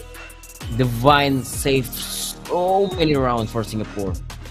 Yeah, agree. Maybe we can give both of them Yeah, some MVP. honorable mention maybe for Divine. Yeah, but unlucky for Indonesia, they have to lose after a long overtime.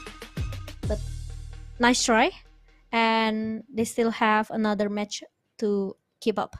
And Singapore, look at that, Frey, 220 combat score, and Styron, this guy stepping up in a perfect timing, I could say. Like he got 2 players from Indonesia. He's trying to get another threat for Singapore. So I think he's stepping up in a perfect timing, especially for the overtime. But we will see if Singapore they can bring another overtime if they meet another country, Cambodia and also Malaysia, because we have still another match to go for today, Jamal. We have Okay. Philippines versus Vietnam after this. Yeah. So we will see. We have Philippines versus Vietnam, the top 2 current standings. So this match will define the top 1 and the top 2 That's right. for Philippines and Vietnam.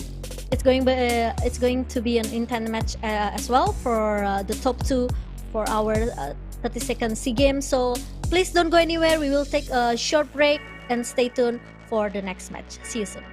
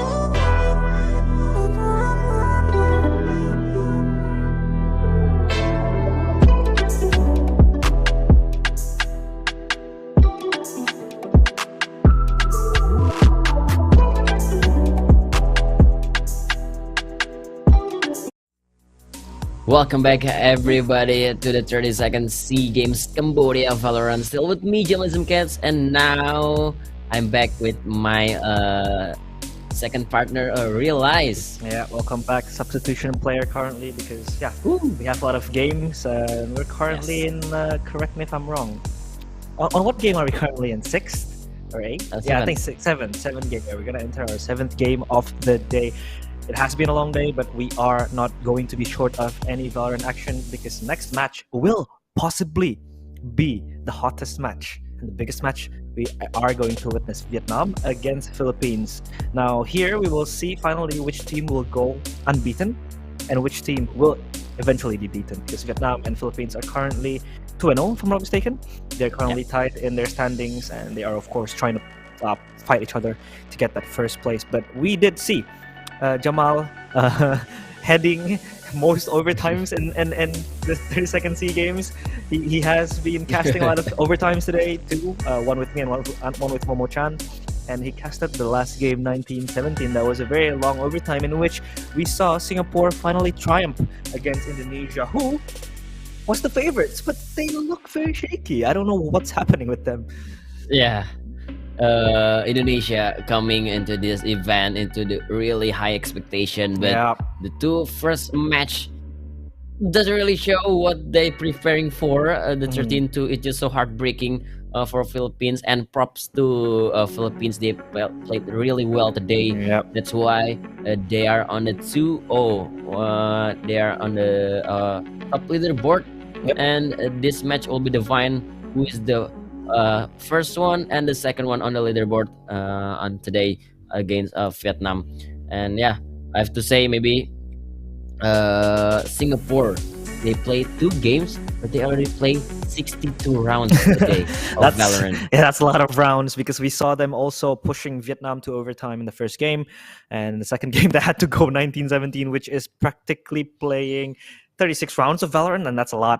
And I hope that their stamina and will still hold, and they won't be fatigued by that. But now we'll move on to our second game of to our next game, seventh game of the day, which is Philippines against Vietnam. Now we see this lineup: Waldo, Rio, Marquis, and the others here. Of course, they have been a solid squad in this game, in this match, or in the SEA game, in 32nd SEA Games. They have been very strong, Jamal. But now they are going to go toe to toe against Vietnam, which fields Dorf, Asuka, Crazy Guy, Nathong, 2K, and Vanessa. So Loki, Vanessa will come back to the starting lineup after they had to play with a different composition. Yeah, they had to play Pina on Pearl. And now we will see how they will fare against each other, because it is interesting to see which of the teams will possibly go unbeaten, right? Because Vietnam and Philippines are both giants in the first day of SEA Games. We had expectations, of course. We had guesses that probably Indonesia will be up there, but they have been thrusted by all of the teams today, and it looks like Vietnam and Philippines are going to be the favorites to probably win the whole thing, and they do look very strong. And we are going to go to Lotus, which hasn't been played by both of the teams today. I've only seen Lotus played by Cambodia against Malaysia. So this is going to be interesting on how they would approach the map, because the way these two teams play, it's almost the same. They are aggressive. They are always on pursuit of utilities. They are always actively seeking for positioning, information, advantages that they could maximize to a certain extent. So yeah, it is an interesting match indeed. Philippines against Vietnam. It's only up to the Asian select and how the players could withstand the cruelty of 10 matches today. Yeah, and the things maybe we can discuss is how these two teams won on their first 2 match. On the side of Vietnam, they had really a big figure, Crazy Guy, who played really crazy today on the first 2 match. On the side of KDA, the gap between player it's so high. Meanwhile, on the side of Philippines, the gap between the KDA of the player is more like, it's not really a huge gap, but only a small gap between the KDA. The 5-man is doing all the job that should be done. Meanwhile, the Vietnam is more like, individual step up, the making plays over here and over there. from Crazy Guy and Suka on the last series against Cambodia. And on the first map, they have Natong who dropped 30 plus kills. Yeah. So, I mean, if you rely on that kind of style to win against your opponent, you know, someday you never know when is your day off. Yeah, true. I do hope that these players are still going to be performing on the peak of their performances. But as we see now, the Asian select and Asian composition, it seems like, yeah, only a change in the Sage and Sky, right? Yeah. Yeah. For Vietnam, they opt into the Sage, and Crazy Guy on Sage. Finally, we've only seen him play Sova, if I'm not mistaken, today. And now he is going to pick up that Sage for him. I think he will be more into a battle Sage, and we know how aggressive this guy can be, and how sharp his aim could go. Meanwhile, for Philippines, they are opting into much more of a controlled state of a game in which they do have the Sky for that extra information, because the problem with Vietnam is that they don't have exact information that could really reveal the player side. It's only a boombot, and boombot is only like 5 seconds, and it's been nerfed, right? And as attackers, of course, they need that information. I think Asians like Fade would be much better, but I think Vietnam, with this composition, they really want to fight, right? They really want to push forward. They really want to get all of the kills possible. Meanwhile, Philippines, I think they are approaching this in a much more controlled state, in which, yeah, they are starting as defenders. So they do need the delay. They do need the control that they want to get into each choke point possible in the map. Any quick prediction for this match, or maybe the percentage of the prediction for both teams? I think I'm going for Philippines in this one. I prefer their composition a lot more. With the breach as well, and the race, which is indeed apparent on both sides. But I feel like the Sky, especially in the hands of Georgie, we saw him play Sky, play Jet in Haven. I think his aim was insane. Now it is interesting to see how he will do when he is given the chance to play Sky. But what's your prediction, Jamal? Do you have any predictions? I agree. Maybe it's a 60-40 for the advantage of Philippines, but it's only a prediction. Yeah. We will see the fact right away, because the pistol round is here. Philippines playing defender and Vietnam playing attacker. We will see Satchel already control trouble from Philippines. Vietnam choose to control Mount, taking out first. Meanwhile, 2 players are holding into the B main. The door is open for Link, and yeah, they would hit B or C. They still have a lot of option. They still have a lot of time, and yeah, you can go back first for Vietnam. But C side is the side that they will go. But Arne is good. The delay is there, but the trade kill is on point for Dorf. The door is open. They want to rotate towards Link to the B side, and the Philippines respawn. There's so many utility on the B side, and Vietnam, they keep opening the door. So Philippines asking where exactly Vietnam's gonna go. Threat is out. Suka still have alarm and nano swarm, but the splash try to delay first. The nano swarm is so good from Suka. The trade is there. It's 3 versus 3. 30 seconds The left. fight is still long to go. Planted. But look at the flank from Savi 8K. Oh, Savi. Makes the kill on the Crazy Guy. And they pinch. Remaining. They both pinch, but somehow they still manage to stay alive. Not for long though.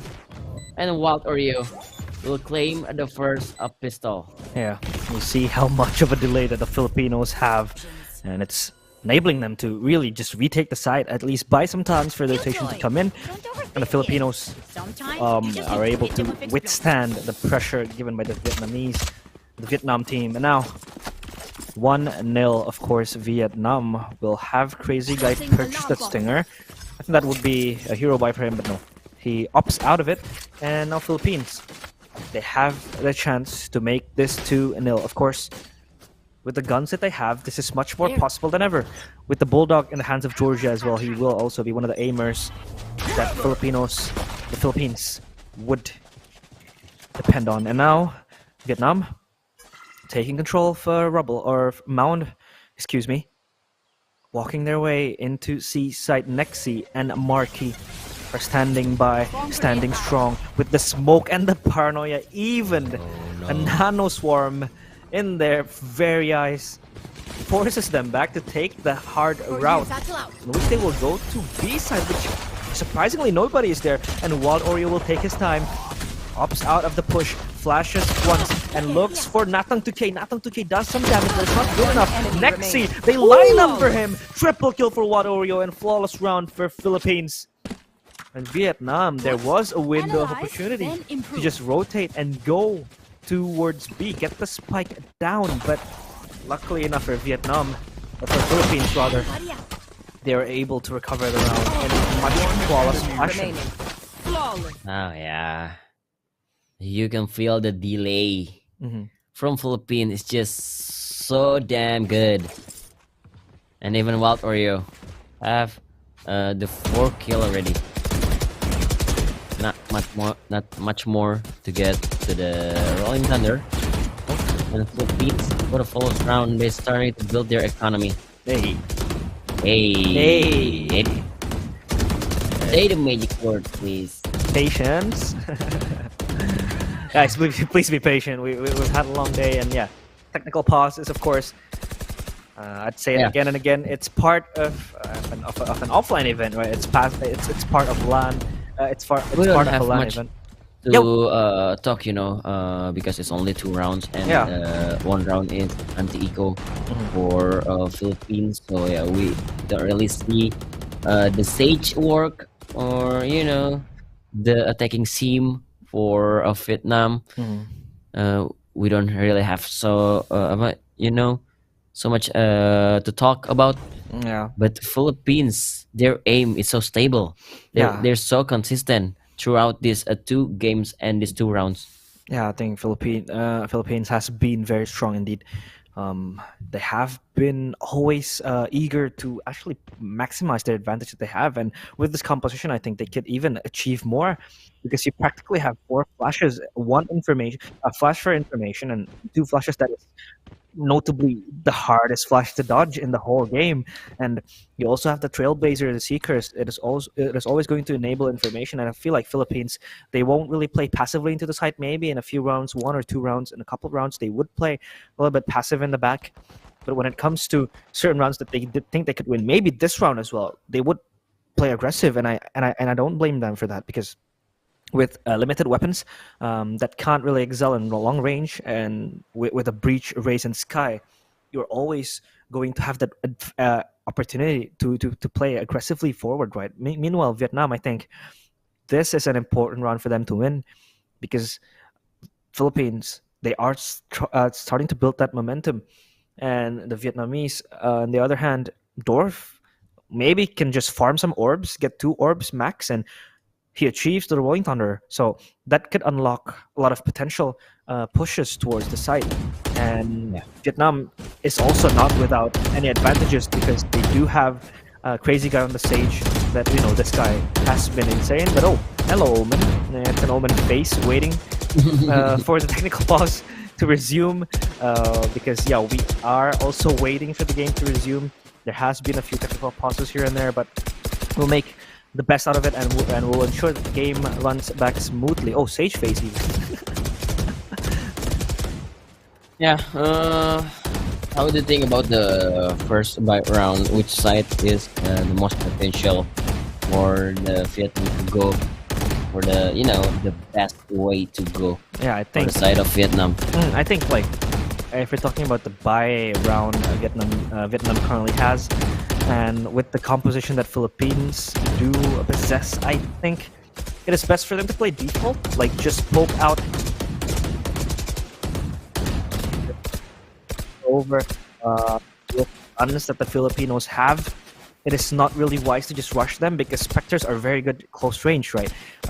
Just force them into isolated long fights, isolated 1v1s that is easily losable for them, and Vietnam could actually succeed in trying to achieve that. And with the abilities, like I said, 2 more orbs for Dorf, and he unlocks the Rolling Thunder, it is possible for him to actually give a window frame for the Vietnamese players to just push into the side. Get to the side. So Vietnam should take a long distance fight to avoid the the Spectre angle supremacy. Spectre angle And supremacy. Yeah. yeah, Dorf might be can take some orbs to get a Rolling Thunder, but we still have some technical issues, so we still don't know how or where Vietnam is want to go. And yep, the technical pause asset is gone, but the time is still freeze. Okay, the It's time gone, is it's still gone, the it's time gone. is ticking now. So, which side do Vietnam want to go? They will play default, and Philippines don't really control much. They only have the flash. It's kind of good. If Mark is not ready, nothing to just drop to 18 HP. There's no threat for that. Georgie comes to make it more even for Philippines. But still, there's some heal from Crazy Guy that you can give to Finesse. Oh, Finesse? How? Oh, how is he there? How is he there? And he's not aware. Somebody's coming. But luckily, Suka gets the trade onto the South 8K. 2 versus 3. I don't know how that Finesse suddenly up there. Remaining. And Crazy Guy make it hard for Nexi to do something. He facing against the wall. Nexi, all you have to do is punching the wall. You need to punch more, Nexi. But I don't think Nexi, at least, he can bring one or more members down. Oh no. There's no way. Can't use this yet. I'm still wondering though. Savi. How come that Finesse be up there? Yeah, I don't even know how Viness was up there. I think he was like flanking. He won an entire shot. Look at this. Like even Savi wasn't aware that he was there. Viness, I don't know which angle he was holding, but he just also didn't expect that Savi was there. Enemy remaining. So a stroke of unluckiness for Viness, but at least Vietnam gets the round. Now the real round would start with 5 long-range rifles in the hands of the players. Look at how heavy they want to fight B or C rather. They don't want to give this for free. Nakong 2K is fearless. He's not scared. But look at the perfect rolling thunder. It doesn't really put someone down. It doesn't really have any impact because it only sends the players of Philippines flying. And Soviet K gets finesse. Now with the fair duel up in A long or in rubble rather. And Savi, 8K, doesn't even want to move. He doesn't even flinch. And Osuka moving closer. Crazy Guy. It's going to be forced back for a few inches because of the paint shell thrown by Savi. He breaks the door. He sees Suka. Oh my goodness, that's very sharp of him. To just crack open the skull of Savi. And a 4v4. The situation is evened out by Suka, who has been getting these nasty headshots. Here. As Vietnam traverse their way into A side, Wild Oreo waiting in the wings, trying to make something happen, but now it's up to Marky. He's flashed, he's blind, he is dead, and now Natong 2K satchels into the side. The fault line will do a bit of stun, but not much that he can chew on. Nexi dances between the wings, and Wild Oreo alongside Nexi and Georgie just cleans up house. Vietnam wiped from the server. The Filipinos confirmed 3. Ooh, the turnaround fight from Philippines. It's just so perfect. Vietnam cracking up the side with the flash and swing to the door to the Hobbit. But Philippines, the right timing to take a fight. And just like that, Vietnam just lose the round against it. The Philippines leading up to 3-1. There's 2 ultimates ready. And yeah, like a default setting of Vietnam, they just gotta taking the orb, but Nano is there. The Nano is out with Nexi. All he need to do is to spray his Phantom. And Natong is go down. Vietnam, they don't really have the, the entry fragger, the duelist. They don't have the satchel. Even they using 2 marshals. So the plan is not go to the side of Vietnam. The plan is to take the duel anywhere that they can duel. But Safi is ready for that fight. 3 members left. I don't think there's so much to do. You're hoping for Philippines to pick out and punish them with the martial one shot. But I don't think Philippines is gonna pick this. One enemy remaining. They're gonna come into the crosshair. For Philippines player. Easy peasy lemon squeezy 4-1 for Philippines. Yep. Philippines has been very, very clean in this round. They respect the eco that the Vietnamese have, and they just, play tight. They just hold them. Maybe it's just gonna be Savi that is going to be given the permission to just play aggressive, because he is, naturally a race. Going for the aggressive push is not really gonna hurt anyone. I know Nexi and Savi both have lockdown and showstopper. Meanwhile, Suka also has the lockdown. Crazy Guy could also potentially turn the tides around with that resurrection of his. They walk into the same crocodile hole, but look at Viness. He's holding the flank. Marky is impatient, jump spots him, but Viness just sprays them down. Triple kill for Viness. Oblivion in A side as the mirror shatters and Philippines lose 3 members. And on Nexia and Georgie left to attend to the death of their teammates. As Vietnam, with discomfort, there is no way they would lose this round. Enemy remaining. Nexi exposed by the smoke that dissipates out of his sight. Viness 4 kills. He is looking for the ace. He is looking for the last man. That is Georgie, but Suka is just gonna snatch it away from him. As Vietnam win that round, mostly courtesy of Viness. Yeah, the spray of the victory from Finesse. Just confirming that Vietnam is still alive. Look at the spray, the lineup, the wall bang. Because of the alarm bot vulnerable. It's easier for him. But still, Finesse. Even the quad kill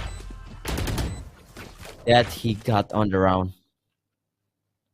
4-2. Maybe this will be some momentum for Vietnam, and that's why Philippines take the tactical timeout, because maybe they have something to do. And the thing is, throughout this 6th round that we had, Philippines always control A main. They always got the rubble with the satchel and the smoke. Meanwhile, Vietnam always control the mount, so they never met on the early stage of the round. Yeah, I feel like one is controlling A main, one is controlling mount. They fight on a choke point, like that Finesse spray on the triple kill. Yeah, because I kind of think that Philippines kind of overpushed that. Yeah, I feel like that was way too enthusiastic of them to try to get that advantage. But I do like the aggression of the Filipinos, because they did play a little bit passive, and now they are going to step up the gas. Look at the satchels coming in. Viness with the shrouded step, and nobody has spotted anyone unless Nathong gets the kill. He does. Savi is down. That's a lot of stunts going on around. Even Wild Oreo with the Rolling Thunder doesn't even get anyone. But Marky has to dodge this. He does dodge the rocket, but he loses. And the resurrection will bring him back to life. Will bring Viness back to life. As the Vietnams will move on to middle and into A side. It's just Marky all alone, having to surrender himself.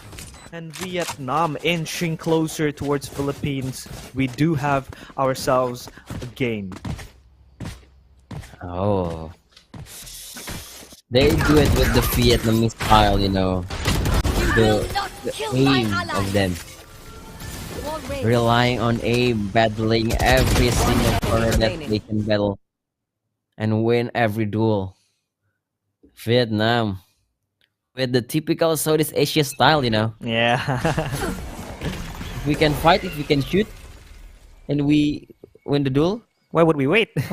Why do we wait? Wait so hard? Just take a fight and win.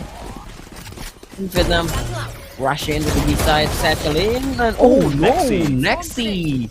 Denied the space that nothing would be made.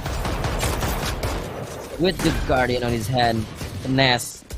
This man is hot. Ooh, he tried to make a play, but Marky answering with the Sheriff on tap. The spike is planted, but both Killjoy using the lockdown. So we're gonna see some time that one player get detained each. How they're gonna keep this post plan alive? The showstopper from Savvy 8K. Bring Crazy Guy down, and Nexi just keep on defusing because he actually trusts his friends. And Georgie calls the round for Philippines. Ooh, Vietnam. That first blood from Nexi, bro. Yeah, that was very good. Like Nexi has been very sharp, right? He's like one of the best players that Philippines has currently, and he just showcases that aim, slaps the Tong 2K in his face with that Guardian one tap. Very, very sharp and precise. The Filipinos could sit in a much more comfortable position. And look at Vietnam. They're upping the tempo. Savi is there, gets caught by Fitness. Tong 2K will try to push them. All the kills keep on dropping. Fitness triple kill. And it's just like a recap and a replay of the previous rounds that we see, in which the Filipinos fail to seize rubble completely, as Vietnam will lay claim on the site. Just Nexi and Georgie together stronger. What will they do? Oh, Suka even lying deep as a flanker, able to catch Georgie off guard. And Finesse again with the 4 kills. Vietnam answer back, and they answer hard. This is what the match that we were expected. Yeah. The battle between the sharp aim on both sides. Look at Finesse. Make like Valorant look so easy for them. He just spraying all the way, and suddenly gets a triple. And even the quad kill. This guy is a beast on this map. Beast. 4-5. Vietnam catching up. Cover going out. And look at Philippines now. They're not even trouble anymore. Because once Vietnam fight back, they're done. And Vietnam slowly push towards A side. Here. Maybe they waiting for someone to pick out for the curiosity. Oh no, they're rolling thunder hits too. But Natong 2K is still not in yet. Because he don't have any satchel. Natong, all he can do is run because there's some smoke from the dark cover. Oh, Philippines, they're floating to the side. Wild Order still have 2 flashes, but Stuka opening the kill. The threat is there from Nexi. Crazy Guy holds the angle. And the 3, 2 people from 3. And Crazy Guy brought down Marky with all the Philippines member moving to the side. Kill one by one. And there's no chance for Vietnam to even set up any post plan. Philippines get the 6. This is the game that we expected to happen, right? Like, this is very close. And finally, Philippines is able to shut down the A control that Vietnam has been longing and yearning for. And this is all due to how strong and how close they've been playing the body One enemy remaining. to these teams. And Nexi with the triple kill just solidifies himself. A very strong member of this team. And we do see both Omens do have the From the Shadows, the ultimate. But how are they going to utilize this? Still a question to be answered. Now Flash against Flash. Trades of flashes. But at least Georgie gets the information that there's at least a player in rubble. As Vietnam again and again, they just make their way into the site. And the way they've been playing this is that they just force the issue towards A side. The same wall is going to happen. I think they're just going to rotate towards B, break this wall, break this door, and just make a wall by Crazy Guy, and they go to B side. Fault line is perfect. But look at how they are stuck inside. Natong 2K prepares his satchel, he gets into the side, and he wins it for his team. But look at the delay. Oh, no. Nanoswarm is gonna take the life of Dorf. No, it does not. But Natong 2K will be caught in the crossfire to a Crazy Guy. Trades it back. Georgie is able to give an advantage towards Philippines, and they will teleport towards A site. But Dorf is just gonna fight through his way through the Nanoswarm, and he gets C site. Next, he loses the duel.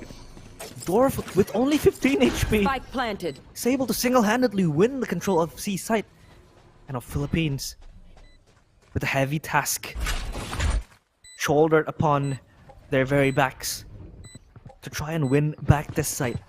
They are fully healthy, they are fully equipped with armors, 2 players at least in Wild Oreo and Marquee.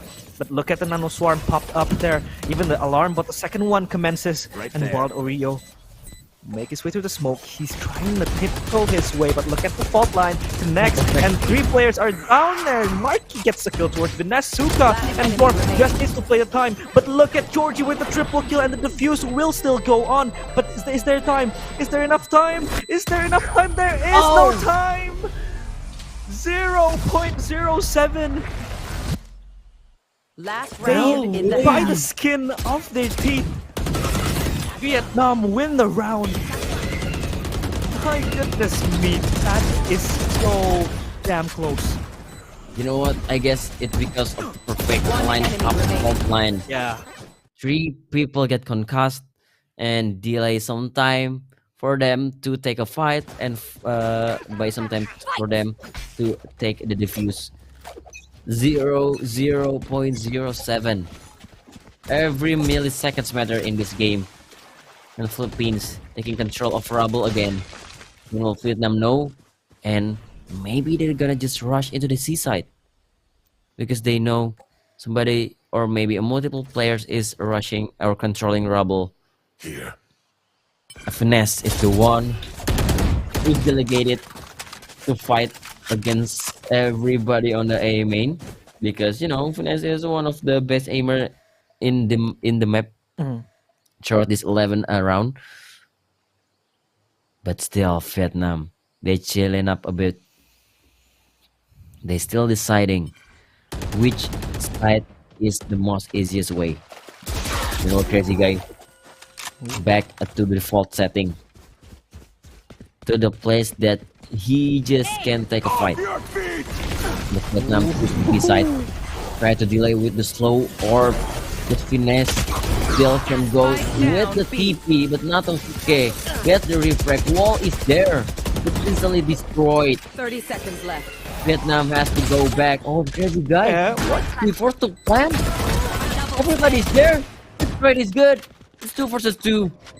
I don't know what to say because everybody's fighting each other. And 2K make it harder for Dorf and close the round for Philippines. Everybody had their own battle. This game is just jam-packed with action. Like, we can never blink our eye because there's just a fight happening somewhere in the map. And here in B side, they're able to just fight it all, skin by skin, mano a mano. And look at how there's always a gunfight happening. It's just so much going on, but at the end of the day, it's Philippines that do get the advantage. They do get another round. As Savi cements number 7 towards the Philippines. And coming into the second half, of course, they will switch sides, and Philippines, I am intrigued to see how they will approach the attacker side with a composition such as that, because I feel like this will be much more aggressive compared to what Vietnam has.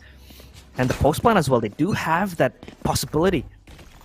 But now Vietnam will just leave B for Dorf with also a single alarm bot. But look at Viness, he's already pushing up Mound.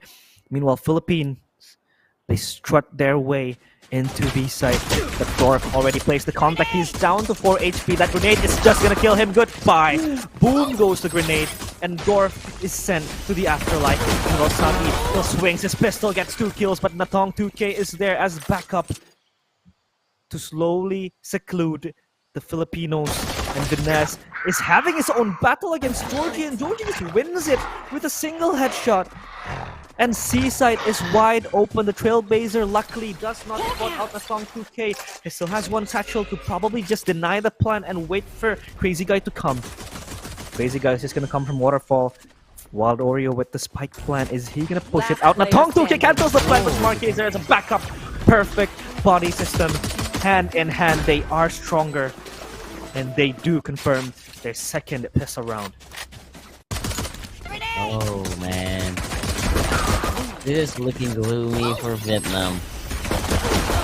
When they already lose their aim, I don't know what they're relying on now. When they lose the battle, when they lose the gunfight, how they're gonna win? Because aim is all that Vietnam's about. They're so relying on that. And like we discussed before, you can really always relying on someone's aim to win every single round. Everybody has their day off. In Vietnam, they have 3 or more rounds to be catching up to at least equalize for Philippines and a full bulldog, the bulldog meta from Philippines, to maybe make the bonus round even better if they're not losing anybody or they have the minimal casualty. This guy is pushed down to death. And the Philippines, they just running around the side, clearing trees from that Savvy 8K.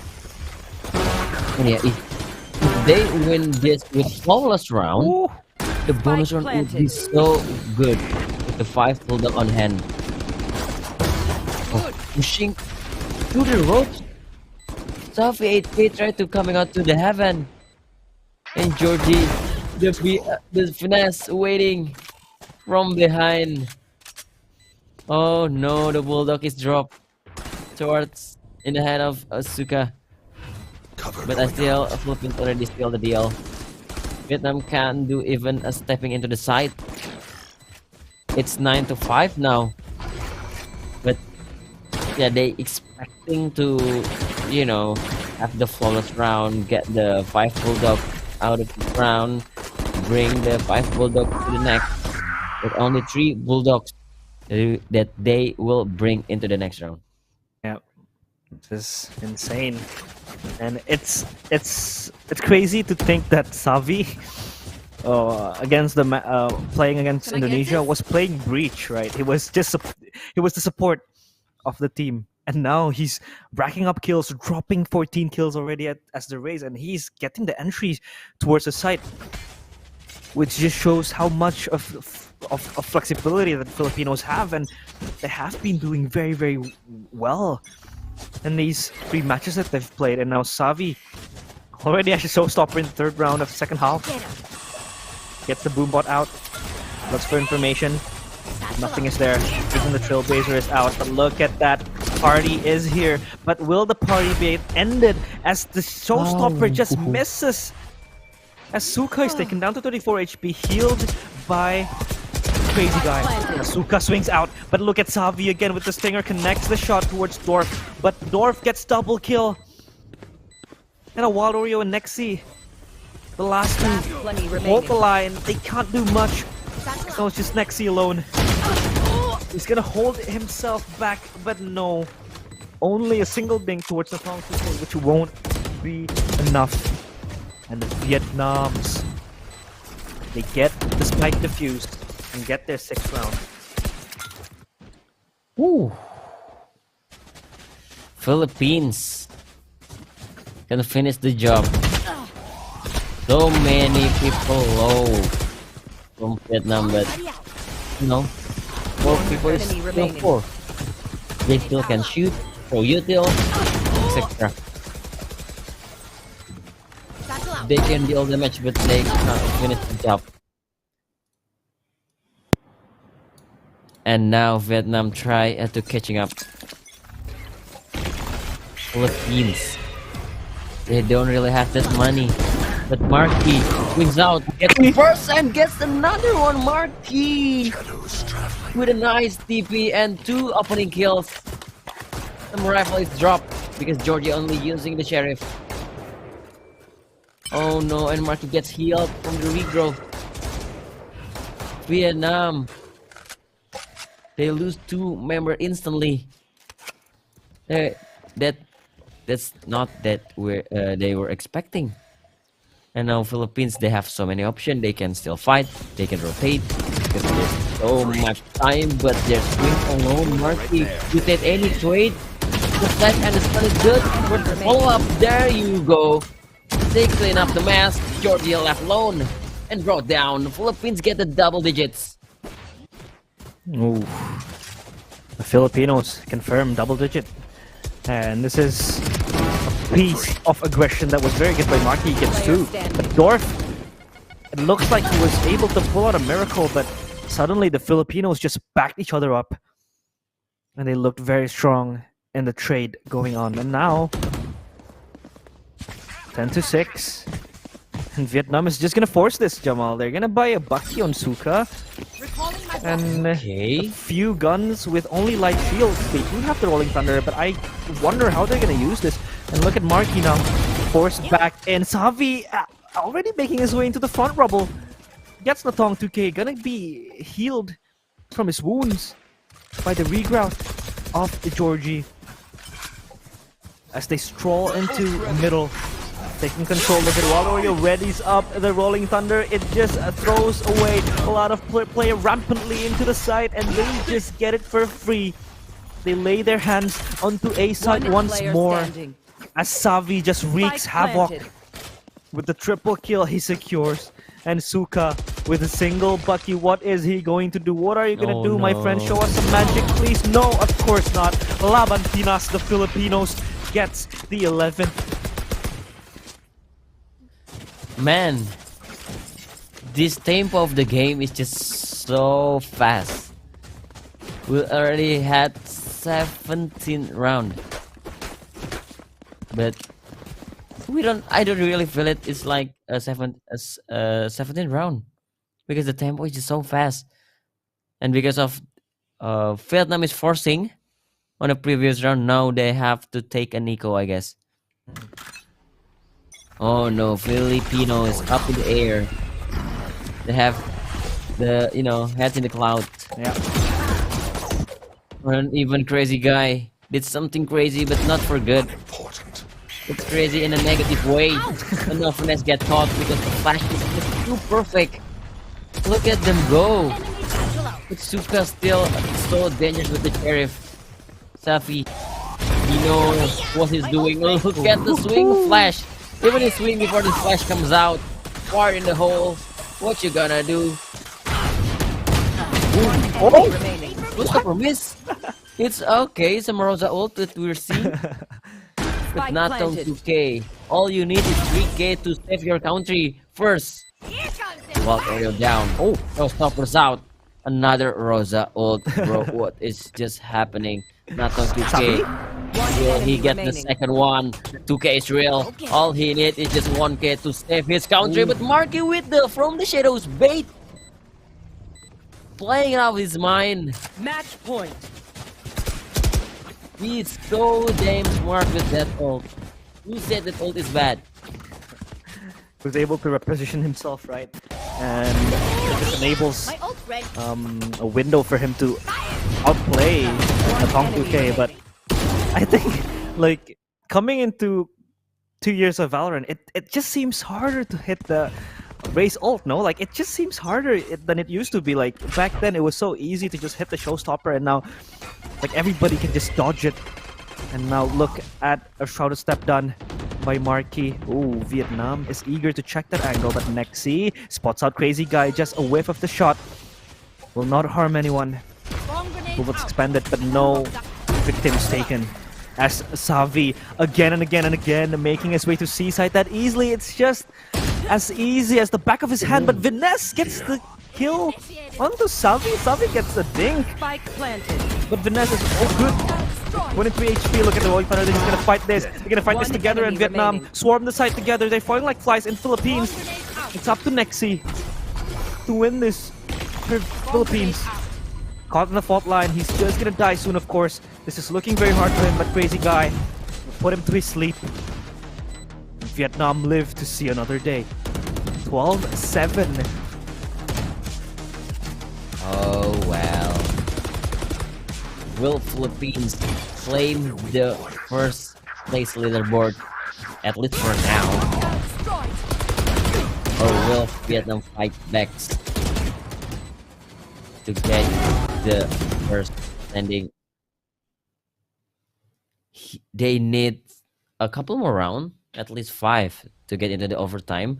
Will I cast another overtime? I think this is gonna be another overtime now. Anything can happen when you cast the games. Maybe we'll go like 22-20 today, Jamal, and we'll just like, Or maybe this could be, some 50-52, or we're just breaking the world record or something like that,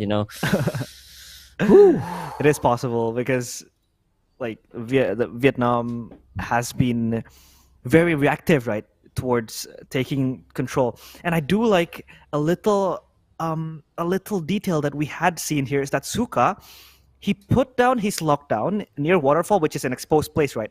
And that just baits Philippines to just go out and destroy that lockdown.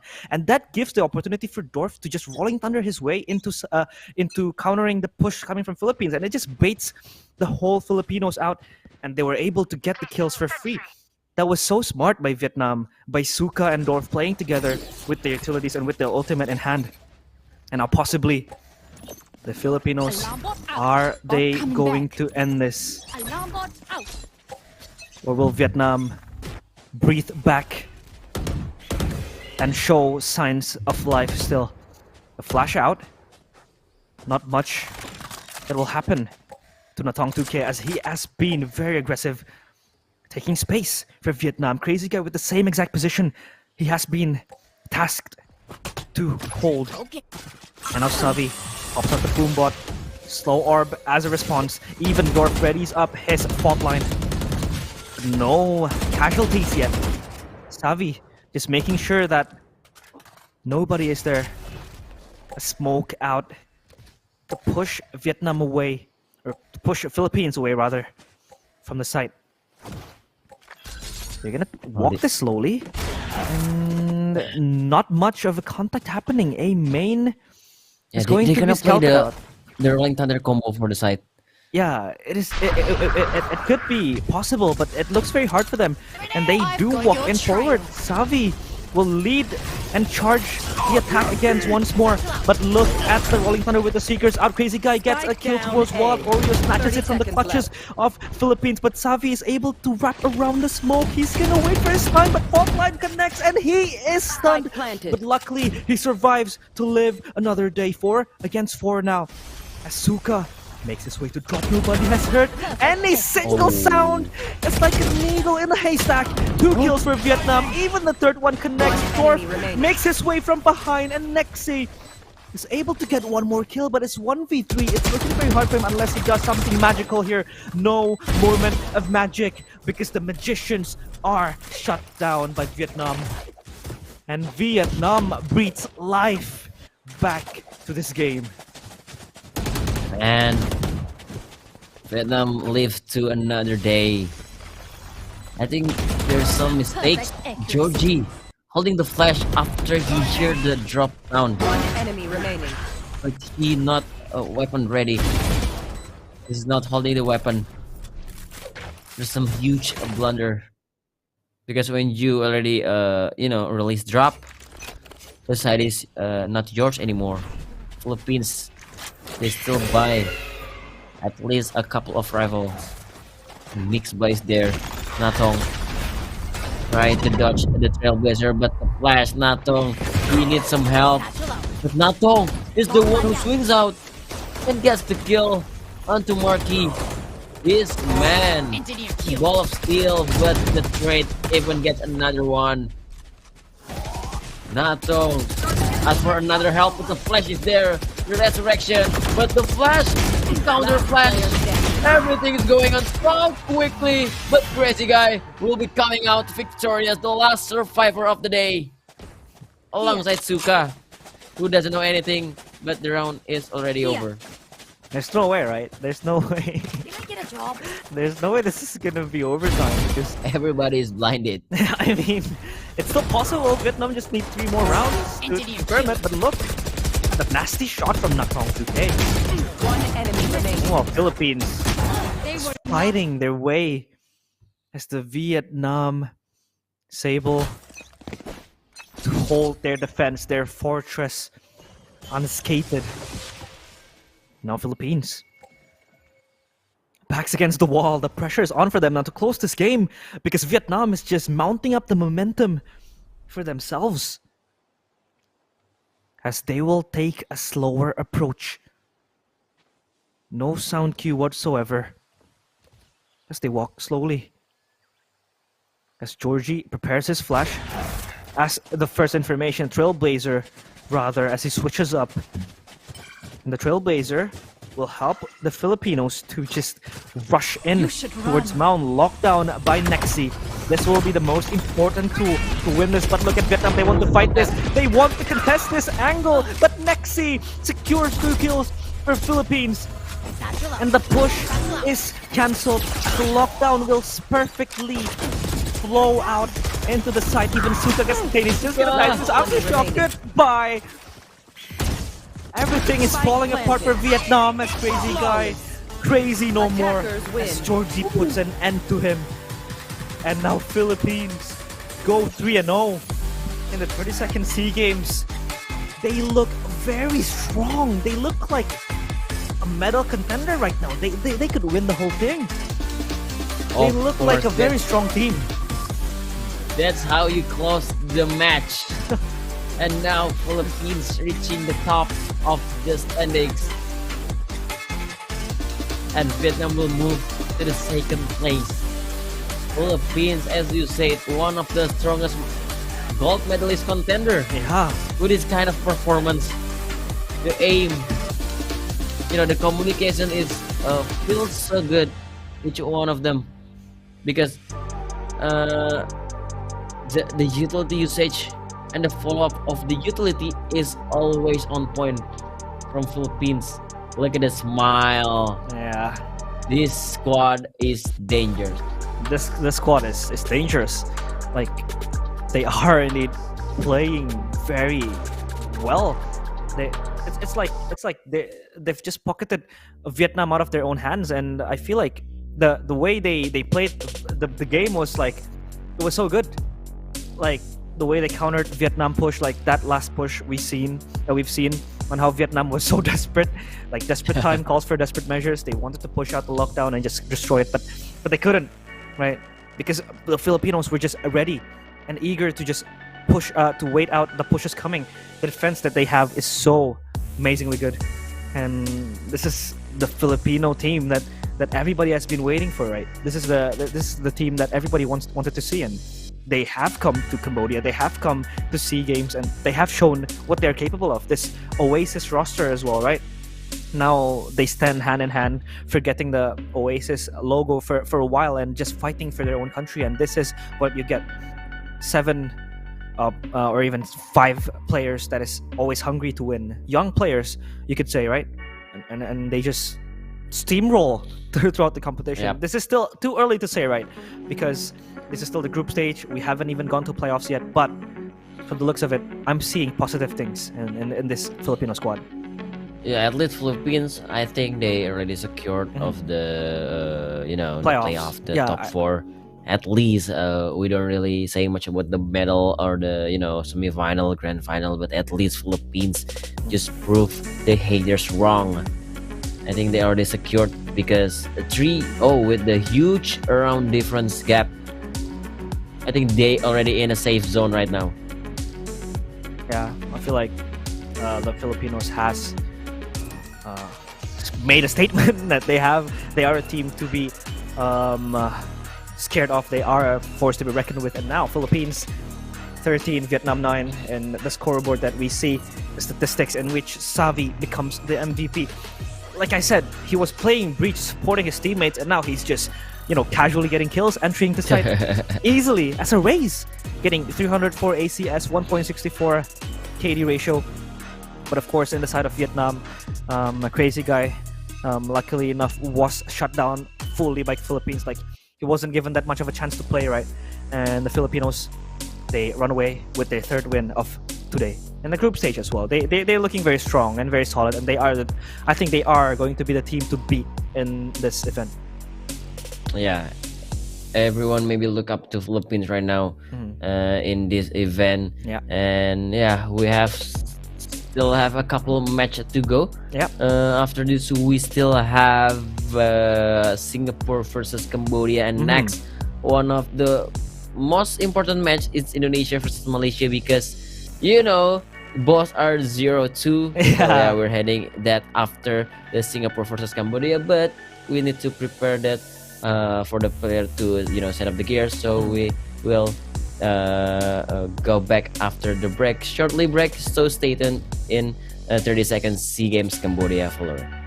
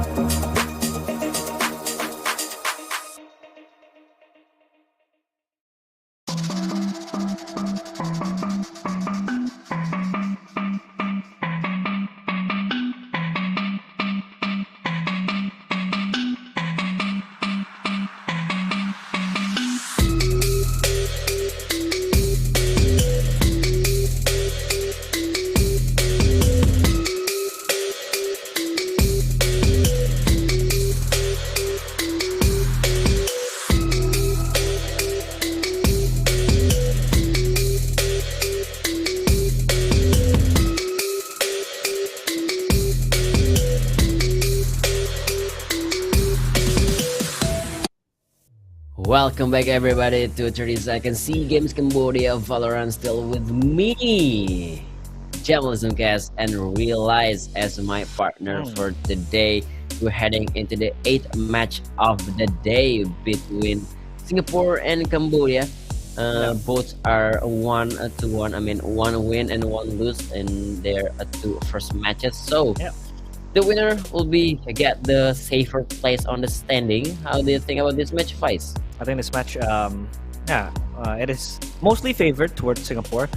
Cambodia got their true test against Vietnam, and they kind of, shook it off. They were kind of shaky in that Pearl match that we saw. They lost 13-4, if I'm not mistaken, at 13-4, and they were handed a pretty marginal defeat. So I feel like they have to fight everything they have. They have to give all they have, trying to fight against Singapore, because Singapore did lose towards Vietnam, but Singapore lost while pushing Vietnam towards the limit. Right, they pushed it to overtime. They were also down like 2-5, 2-6, and they just made it back in the game. So I feel like it's still an open ending for both of the teams, but I still kind of heavily favor. I won't not heavily favor, but it's still like 50-40 towards like 60-40 towards Singapore maybe, because we saw Vera playing out of his mind against Indonesia. He was just running around, running in circles against Indonesia, and he just gave Indonesia a playstyle that was highly regarded as like just full on rush, and a playstyle that was just hard to keep up. And I'm interested to see how Cambodia can keep up with Vera and the other members of Singapore. Yeah, I casted 2 Singapore games already today, and both games went to the overtime. I don't know what to say if this game will be an overtime too, because Singapore, sometimes they're playing like a god in one round and they just throw away in another round. It was so confusing to see, but I guess from the momentum for the previous match against Indonesia, they have some good mentality heading toward this match. So yeah, as you said, this matchup is like slightly in the favor of Singapore, because the last match of Cambodia is they getting stomped by Vietnam pretty hard. I mean, it's 13-4 or 13-5. It's 13-4 on Pearl. So yeah, we're gonna see who's gonna get the safer place on the standing, because someone's gonna be 2-1 and someone's gonna be 1 or 2 on the standings. True, but Cambodia also, I think, is not without an advantage. They showcased, I think, pretty good Valorant in that game against Malaysia. I feel like Sweetie JC has always been the focal point of that Cambodia squad. But of course, we could also talk about other players like Lucid, who has also been phenomenal, right? In a few rounds, a very strong clutcher as well. But for the side of Singapore, I feel like they need Cambodia need to stop Vera, because Vera was just off the leash, playing Neon on Pearl, just running around, getting the kills, playing aggressively, and they just stomped throughout Indonesia. Not really stomped, but like they did make Indonesia play uncomfortable. Like Indonesia was just confused as to why Singapore was able to just catch them off guard again and again. But also Divine, who has been a strong, solid core of the team, playing the smokes, Frey as well. Like Singapore so far has shown their potential in this SEA Games, and I feel like Cambodia is going to be another high wall for them to take down, because like you said, they are of course aiming for the 2-1 record so far, just to ensure their safety in the group stage. Of course, playoffs will be the main point and the main focus of these teams heading into SEA Games. Yeah, and if Cambodia have Tony Kim and Sweetie JC, on the side of Singapore they have Divine, who was the the savior of Singapore against Indonesia back then.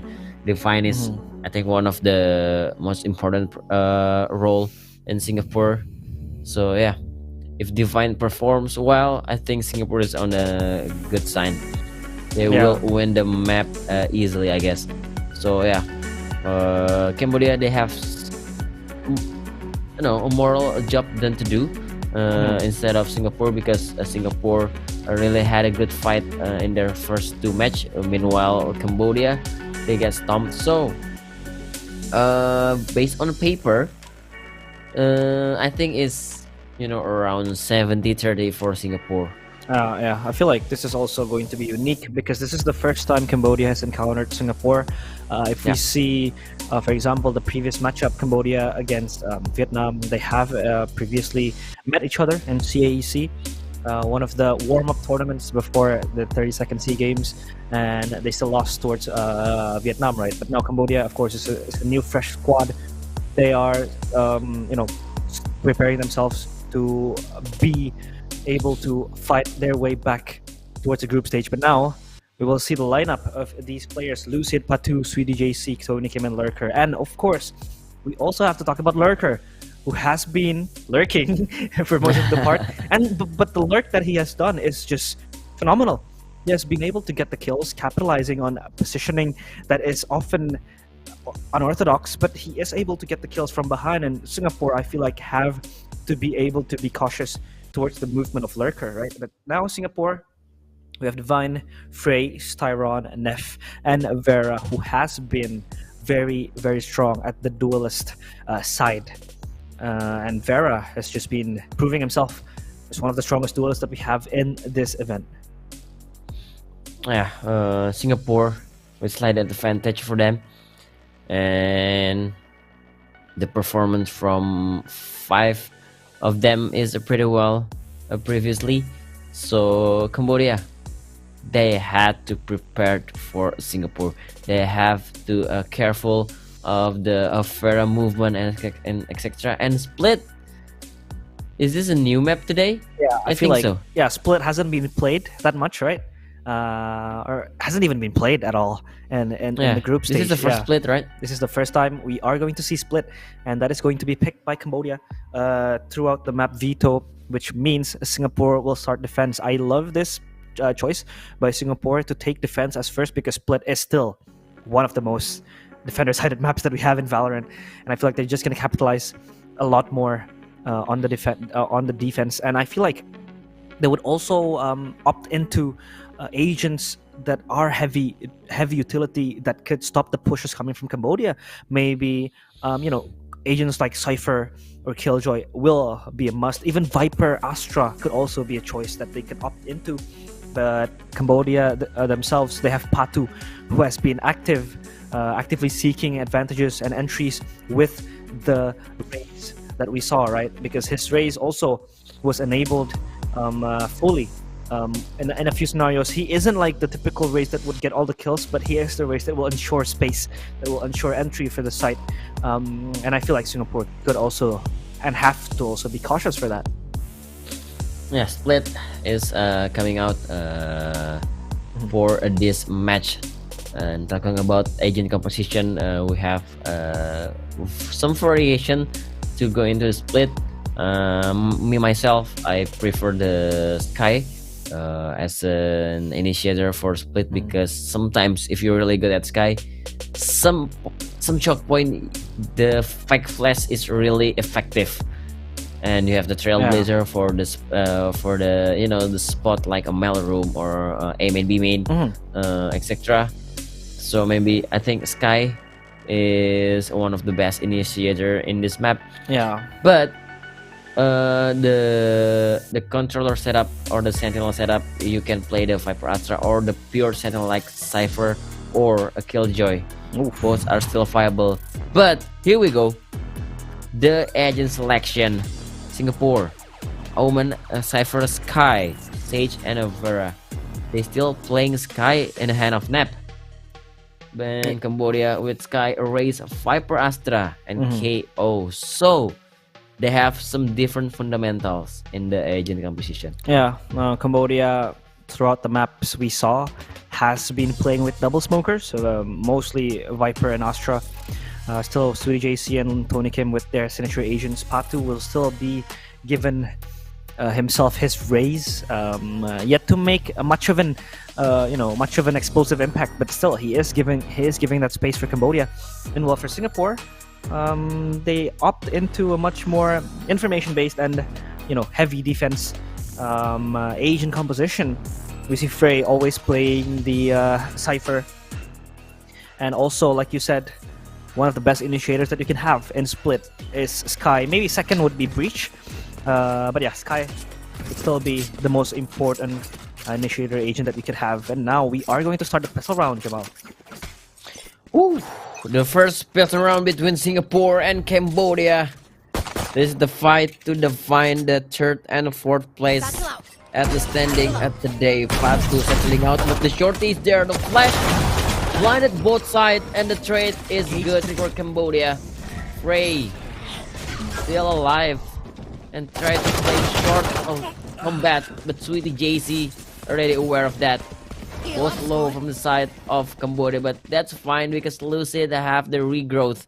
You know, the value of the regrowth on the pistol round is just so huge. But Naps coming out from flank, gets one kill, maybe the second on the right click, but still not enough. Weapon here. 2 versus 3. Divine. Maybe he can help Nap to get away in this, but the flash is just too good. But oh no, Nap still get a kill. It's 2 versus 2. They still have one smoke. But Nap is just so low. It's 4 HP left. Divine needs to do something, but no way. Sweetie JC is still the deal. The first pistol goes to Cambodia. Yep. Very good pistol round. Good choice by Patu to go directly into ramps or rafters. Yeah, ramps. I'm sorry. And Singapore, they did prepare at least 3 players to wait for that push, but they just failed to do so. And Lucid backing up Patu quite well.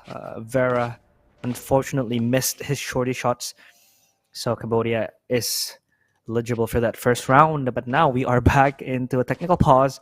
Of course, this is quite common for the pistol rounds to be seasoned with a few pauses. But look at this replay. It was actually a very good flash, but it kind of flashed Patu as well, right? That flash by the KO from Cambodia. So it was slightly not tucked into the right corner. Yeah, the right corner. But Patu as well maybe is also in a quite unfortunate position to anti-flash that, right?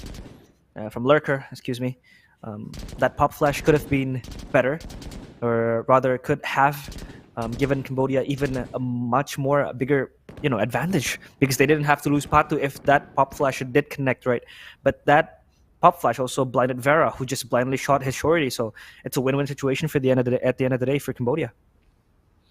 Oh, look at the buy system, the buy structure for Cambodia. 4 Bulldogs and 1 Phantom. Ooh, 4 Bulldogs. This either so expensive or they will have a good third round or bonus round. Farah playing Sheriff close. The Sheriff angle is there, but Sweetie JC, this player is always consistent. But actually Cambodia is playing mid control first. So both smoker on the A main. Nap with the 1 tap. Ooh. Singapore make it expensive. But Frey did not expect Honeycomb will come for backing up Sweetie JC. Will be the second layer for Cambodia. But still, I think 2 casualty for Cambodia is kind of expensive because they're blind rifles. And Patu, how that he will able to get into that position? Cambodia 3 versus 2, and Singapore in this kind of situation, all they can hoping is just extra kill from this. Player standing. Yeah, they could be wishing that they could get an exit frag, but suddenly Tony Kim gets Tyron, and Divine is the last man standing, looking for what he could chew or what he could scrape off, but nothing. As Tony Kim gets the triple kill, and the crowd is still there for them. Jamal, even this late at night, this evening, the crowd is still present to give their support towards Cambodia. And maybe they will once more get that crowd buff and could possibly upset Singapore, right? Because we saw them also defeat Malaysia. Could this be the same old script they would write on this group stage? Now Singapore have the chance to win this round with the guns that they have, full buy. a couple of light shields as well because of the minimalistic buy they did in the previous round. Cambodia will not falter. They have SudiJC on the Sheriff, trying to minimize their spending on the credits because they do need it for the next round. Neff jump peeking, jump spotting. People in mid, nobody is there. Slow orb expanded as well as the smoke. Lavished towards mid. Even a second flash to try to spot anyone else. No, it doesn't really pop. Or it doesn't even give a sound cue. As the players of Cambodia played this very smart. Another wall by Neff already. But look at Vera! Spike down mid. He's able to get a kill towards Lucid as soon as the wall breaks. And now Lurker will retrieve the spike. But look at the delay that Singapore has in this mid. But however, Cambodia is able to make their way into vents. Tony Kim, will he spot out Frey? Waiting in ramps. He sees the chamber of the gun. He gets a kill, but whiffs the other two. And he is forced to retreat towards ramp, or A main rather. But now the neural tech will reveal the positions of Cambodia. Lurker even thinks that he is the Patu is his enemy. But Lurker is able to at least pull one back. Triple kill for Frey. Styron is unnoticed. And the first round for Singapore. And a little bit of miscommunication by Lurker. He was startled by the appearance of Patu from behind. He thought that it was his enemy, but 30 seconds it is not. I don't know what's going on there. But Lurker flick the spray towards Patu. 10 seconds left. Teammates got sprayed down.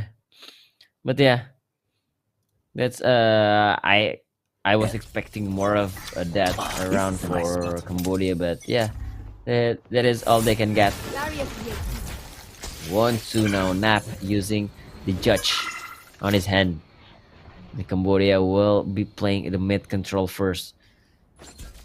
Maybe this is the best way to, you know, destroy the trap first, baiting some utilities to come because they have two controller.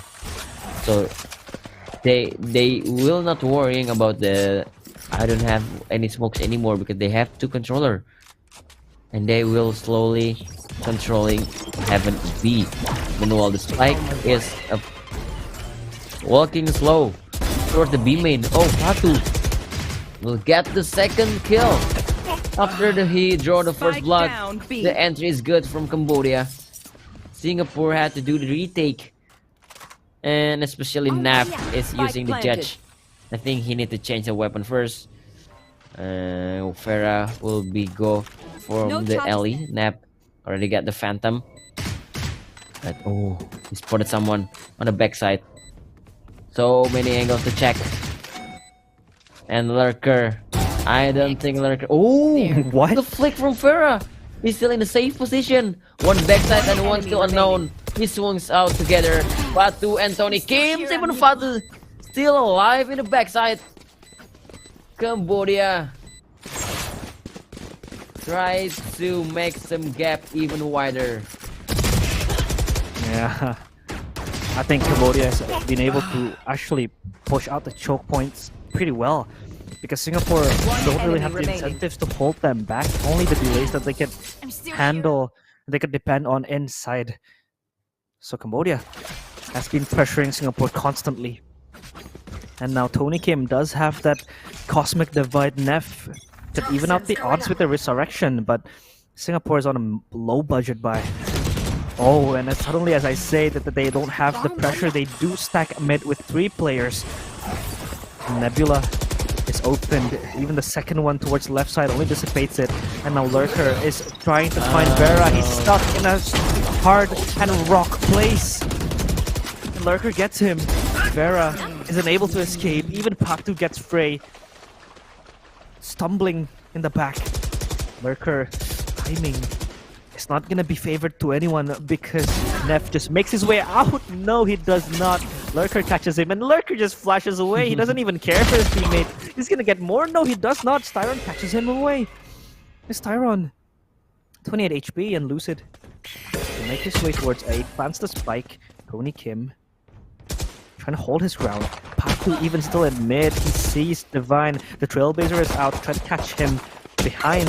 But Tony Kim and Patu will be the players that will try to handle two last remaining Singaporeans. And they do that at the extent of Patu's life. All the utility from Cambodia is just on point. Yeah. How they control mid, and they clear every angle with the utility.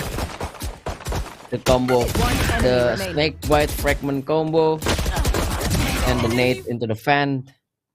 Every single utility is just so painful for Singapore. It's 1-4 now. Patu doing so much damage. And now, I think Singapore wants to contest this mid. Singapore wants to fight this. But the option is on Cambodia. Will they contest back? Will they counter it? Or will they just run away towards A or B main? Because they have both controller on the side of A main and B main, controlling the choke point. So the option is still on Cambodia. Look at Lurker. Try to make some good angle for flashing. Oh, the good Nebula. To stop the aggression. Even Patu have the showstopper. This is a good way to go. Fan is the good way to go. Because you know, you can see Sweetie JC still waiting on the A main. So Frey is left alone there. No command is out. There's no trap wire. But Styrion tried to cut the movement. Where's the showstopper? I want to hear some showstopper to make some wave. But Nap tried to hold it down. Frey with a nice hold. The time is ticking. Even the secrets comes out. Patu need to recover from this. Get flashed away. And Farah will claim the kill. Singapore read Cambodia so well. But the thing is, I don't see any showstopper from Cambodia. Yeah. If you use your... You have so many ultimates. There are a lot of ultimates ready. I mean, if Patu just, you know, gambled it out and actual back to elbow, maybe you don't need to gamble. You just use it and, you know, to zone them away. Yeah, true. I think showstopper is much more than just killing people, right? It could also zone out the players. But I don't know, maybe Patu just thought that it wasn't ideal. So Singapore run away with the second. But still, they have to chase for more, as Cambodia is still in the lead. Neff, he gets tagged. Half HP, forced back. And he uses the heal. But Styron is also going to maximize the regrowth to put him back to 100 HP. The wall conveniently broken by Cambodia.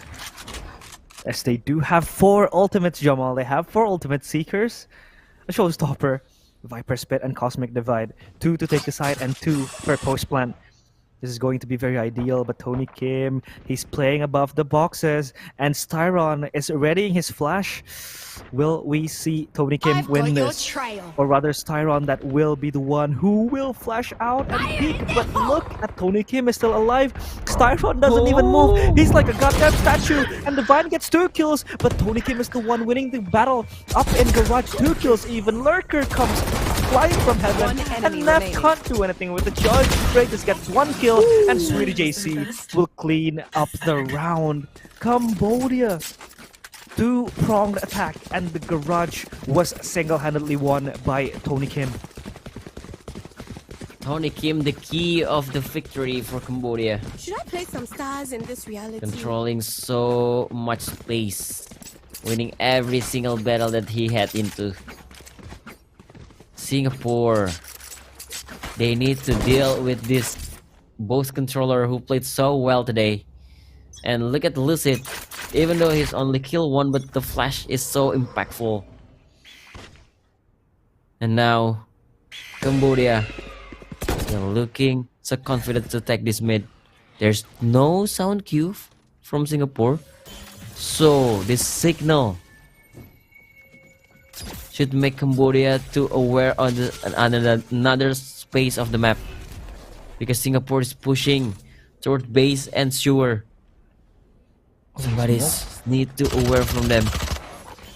Tony Kim's the one who's holding the B main push. But Vera, this showstopper went boom! Showstopper kill even the third! Down mid. Vera! The triple kill! Plenty remaining. And even Frey, the sure push is so well done. Singapore, pitch Cambodia would like to stay so long in mid. It's a good thing, alright? Nobody watching sure. They do eventually. That's the huge mistakes from Cambodia. That very good showstopper. Split second decision by Vera. He knows that maybe in terms of arsenal, in terms of weaponry, he does not really win that fight. But he knows he has the showstopper, so why not just utilize it? And he did get 2 kills in an instant, even third one. And the backup from the other Singapore players has also been very good.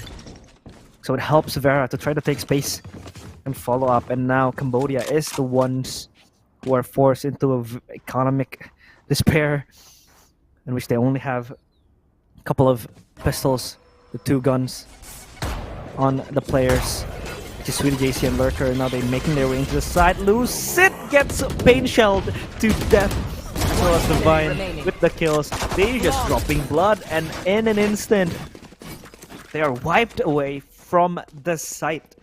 Singapore clean house easily in round 8. Ooh, what a round.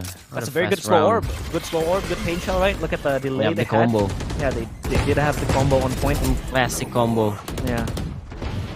Back then when everybody using stage in this map, you know, the wall to the cross to the side. The wall for the crossing to the side. After wall, everybody just counter it with 1 slow orb and 1 nade and done. Blinded. So maybe that's one of the main reason that wall is not used anymore. Even the sage is not really, the pick rate is not high anymore. Farah is playing well, but now, look at him. He's anchoring the A side. They have 3 people on the side, that Farah gets 2. The threat is there, but so low. Sweetie JC can't do anything again. Because Singapore keeps coming layer after layer. It's taking 3 people to guarding the side. And it's all onto Tony Kim. I don't know which way that Tony Kim can win this clutch. Especially with the slow orb and Frey repositioning. The spike is dropped in the worst position of Flash. Oh my god, Tony Kim. What will you gonna do? Frey is watching cross. Woo! Water run again from Singapore. They read the Cambodian wants to go to the A side, so they stack and they take the gamble and they absolutely hit it. Yep. They did their best, of course, but still, Cambodia now chased back 5-5, and Cambodia with the timeout. They need to be able to think of a way to try to break this defense, because slowly but surely Singapore has been able to bring up the fortress. And if we see the ultimate, they have still the Cosmic Divide and the Viper's Pit into trying to maximize their post plant maybe, but this is just blind attack by Cambodia. They just push out, try to clean the site, and almost ensures them the kill, the round that Frey is able to just shut them down in the end. So now Frey is able to get the final kill. Cambodia will take this time out to think what they could do, of what they could really maximize. And surely Cambodia looking spicy for both. Yeah. They're still with their maximum potential, right? You have to remember that Cambodia get 5 rounds on the attacker side. That's a huge point that they get 5. So I think they already done enough, and they are in eco round now. So okay, nice wall. I remember this called some NXL wall.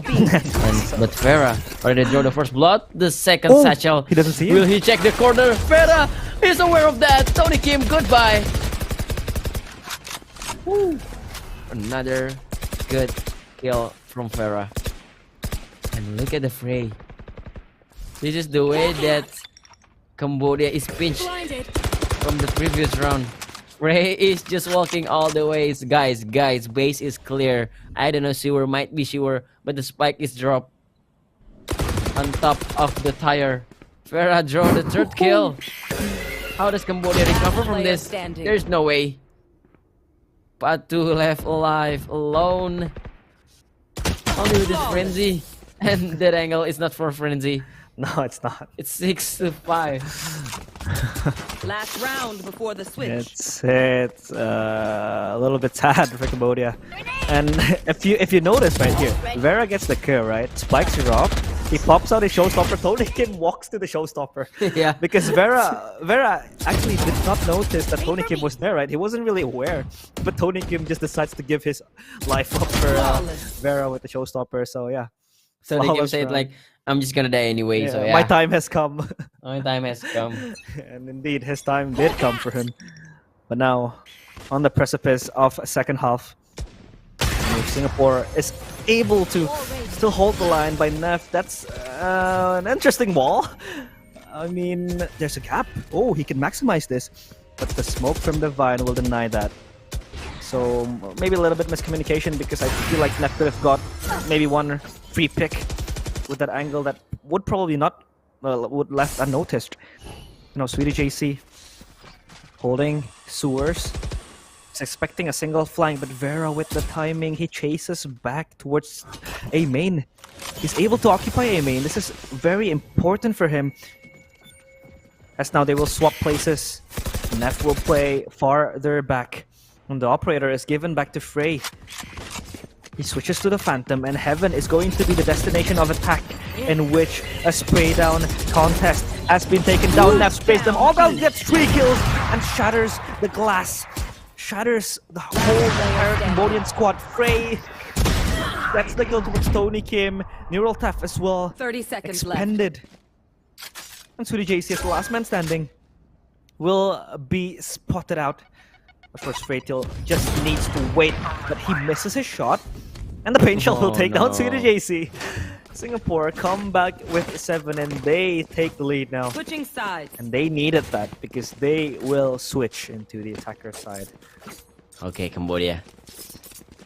I guess 5 is it's kind of fine to play in a split, but with this kind of aim, with this kind of individual performance that Singapore had, you can about to worry for this, especially Farah. This man is stomping on Indonesia previous match. So Cambodia, you should be worried about this Farah on the attacker side. They're looking to play some default first, I think. But Cambodia, they have Viper on it. They have Viper to control mid. So Singapore had a lot to do, because Cambodia have, you know, some delay power from the Viper Astra and even the Nate and Fragment. But this is a pistol round, so it's all back to aim. There's not much utility that you can use. And look at Tony Kim, he just jiggling out. And he spotted somebody's there. Frey is spotted out. The smoke onto mid van. They're gonna go to the B heaven. Is there any delay? There's Nate, but he pushes to the stairs. Farah jumping into the side. The side is clear, but not yet clear enough, because there's still Tony Kim. The trade is there from Divine. Not ready yet. Really good trade for the mid. Turn gets 1 kill. Even though it's traded out, but still the job has been done to delay as much as possible. Cambodia, hey, don't block me, Said Nap. 2 versus 3. Where's the trade? There you go. Sweetie JC left alone with only frenzy on his hand, but the crossfire is just so good. Singapore Widening the gap. Surrounded by It's 3 Mina rounds Familia. gap. We won't lose. Oh, whew. Interesting. In which Singapore finally come away with another pistol round. So now Singapore will, of course, have the upper hand in the gun rounds with 4 Spectres and a Bulldog in the hands of Divine. Cambodia only has pistols, and they are looking to reaggress towards mid. Tony Kim just jump spots. I don't think he knows that Frey is up close and personal, but he will jiggle. He will go into astral mode. Oh my goodness, he's just gonna spot him out. He still gets away from it. And Frey, I think he knows that Tony Kim has the shorty. He does, and he just goes away from the site. Doesn't really want to force it. So now he just traverses away. Jump spot. Not even going to reveal any information as Tyron. Look at how respectful Singapore is playing this round. They know that the economy of Cambodia is not the best, so they're trying to play with shorties. But look at Vera already swinging in, flying into the site. But look at that kill from Lucid. I don't know where he got that. But not for long, he gets through with the frenzy. That's more than enough for Cambodia. And now Singapore, oblivious of what just happened.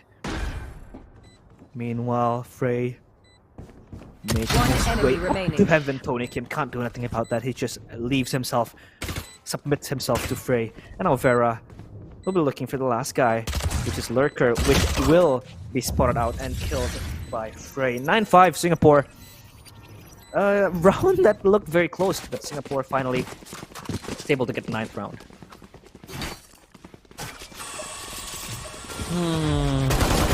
I don't know.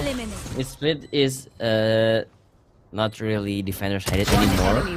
Because Singapore played really well at attacker. Especially Farah. This man is reckless. He just jumped into the side like, you know, he doesn't even care if he dies. And now Cambodia needs to control this bit. Oh, look at Farah! Just jump in front of you right away, right in front of your face.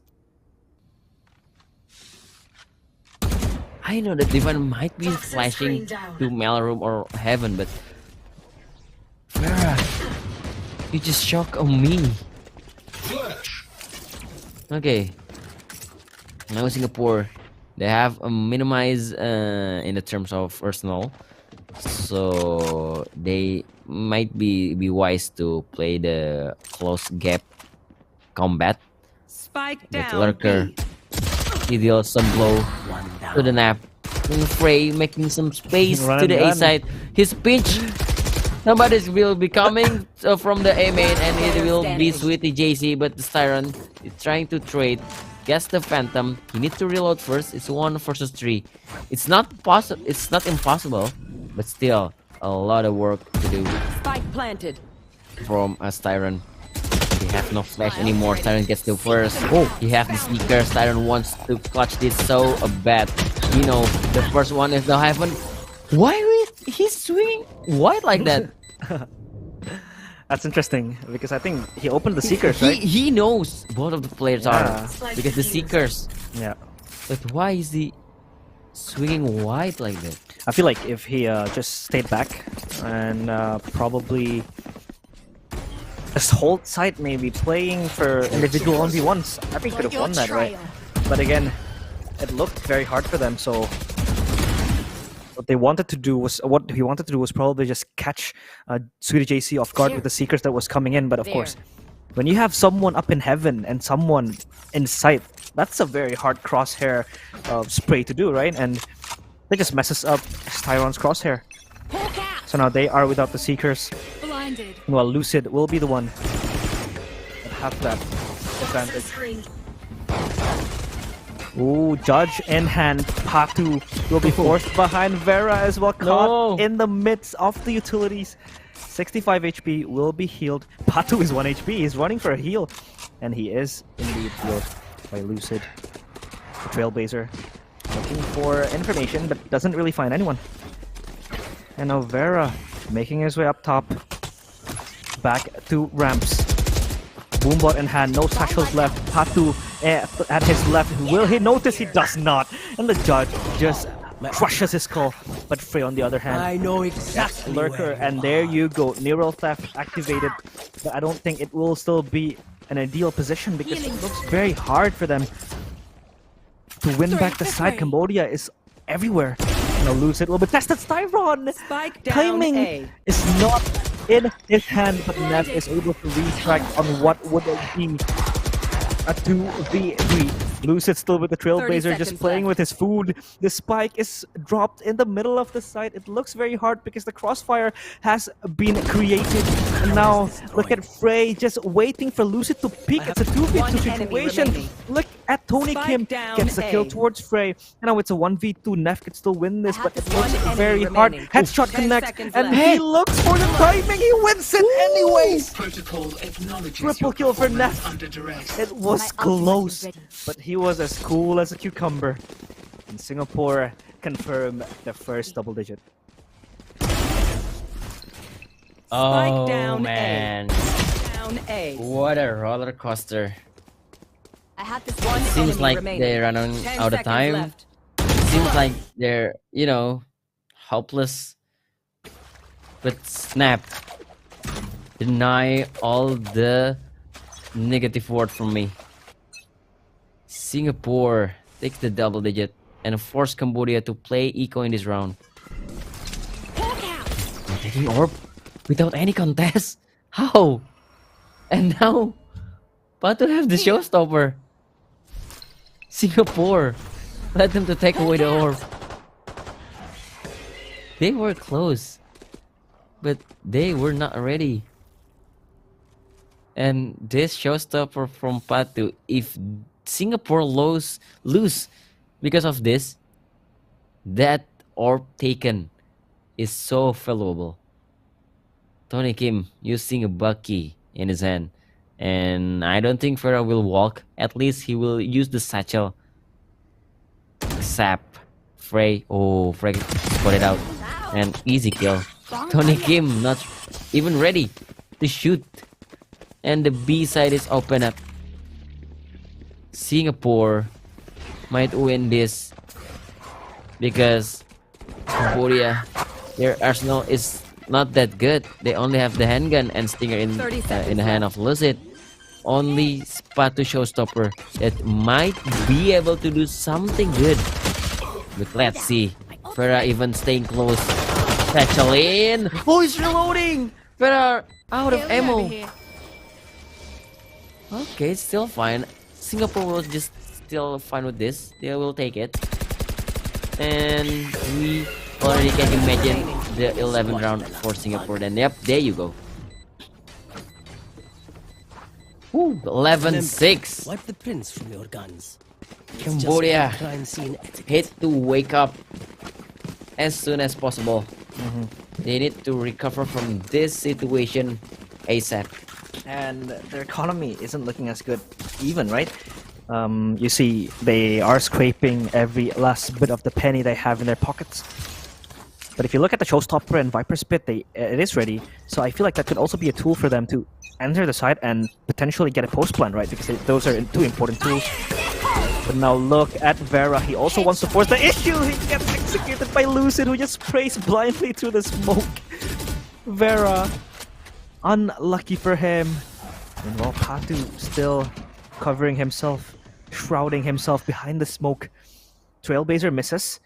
But I think Neff should know that there's at least one player there. Oh, an interesting wall that will cover vents. But look at Patu's driving away, flying like a pigeon. And Neff is able to trade one back, but it's just not enough because it's a 4v2 situation. Styron answers back. And the trade is there. Resurrection is ready and available if they want to make this a 3v3. Maybe just even out the score or even out the man advantages. And they do. They resurrect Divine. Back to life he comes. The Sweetie JC has the Viper's Pit, but it's reluctant to pick it or use it. And he does see the Singaporeans in a main.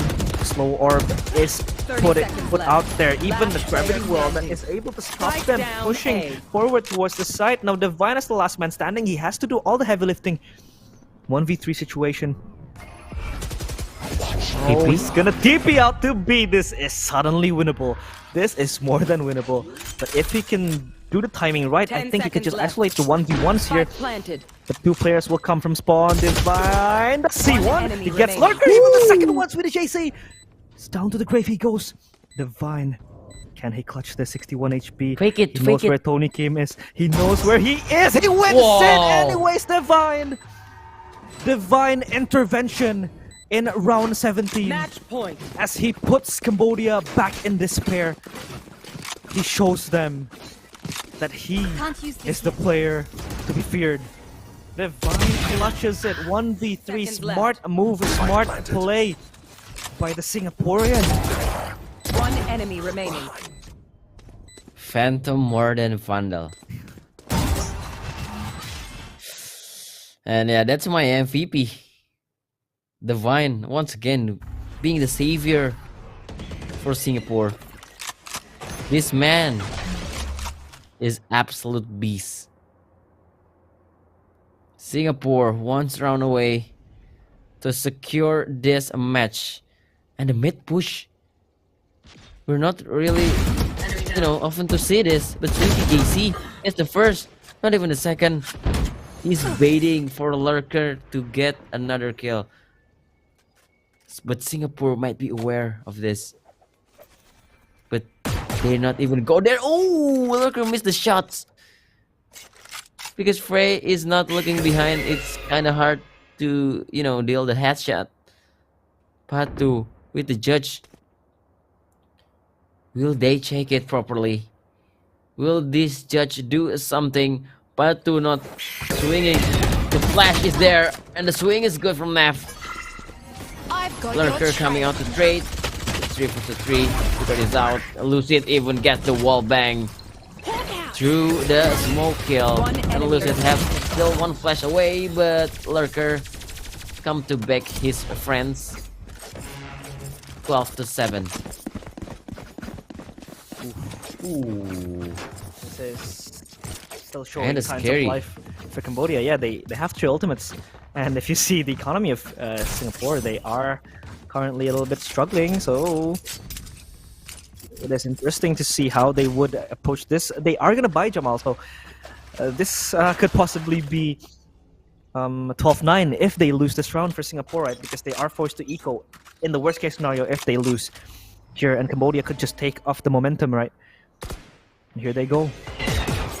Flash towards mid. Sweetie JC fully blinded with the Guardian tapping away. Ooh, he gets dinked.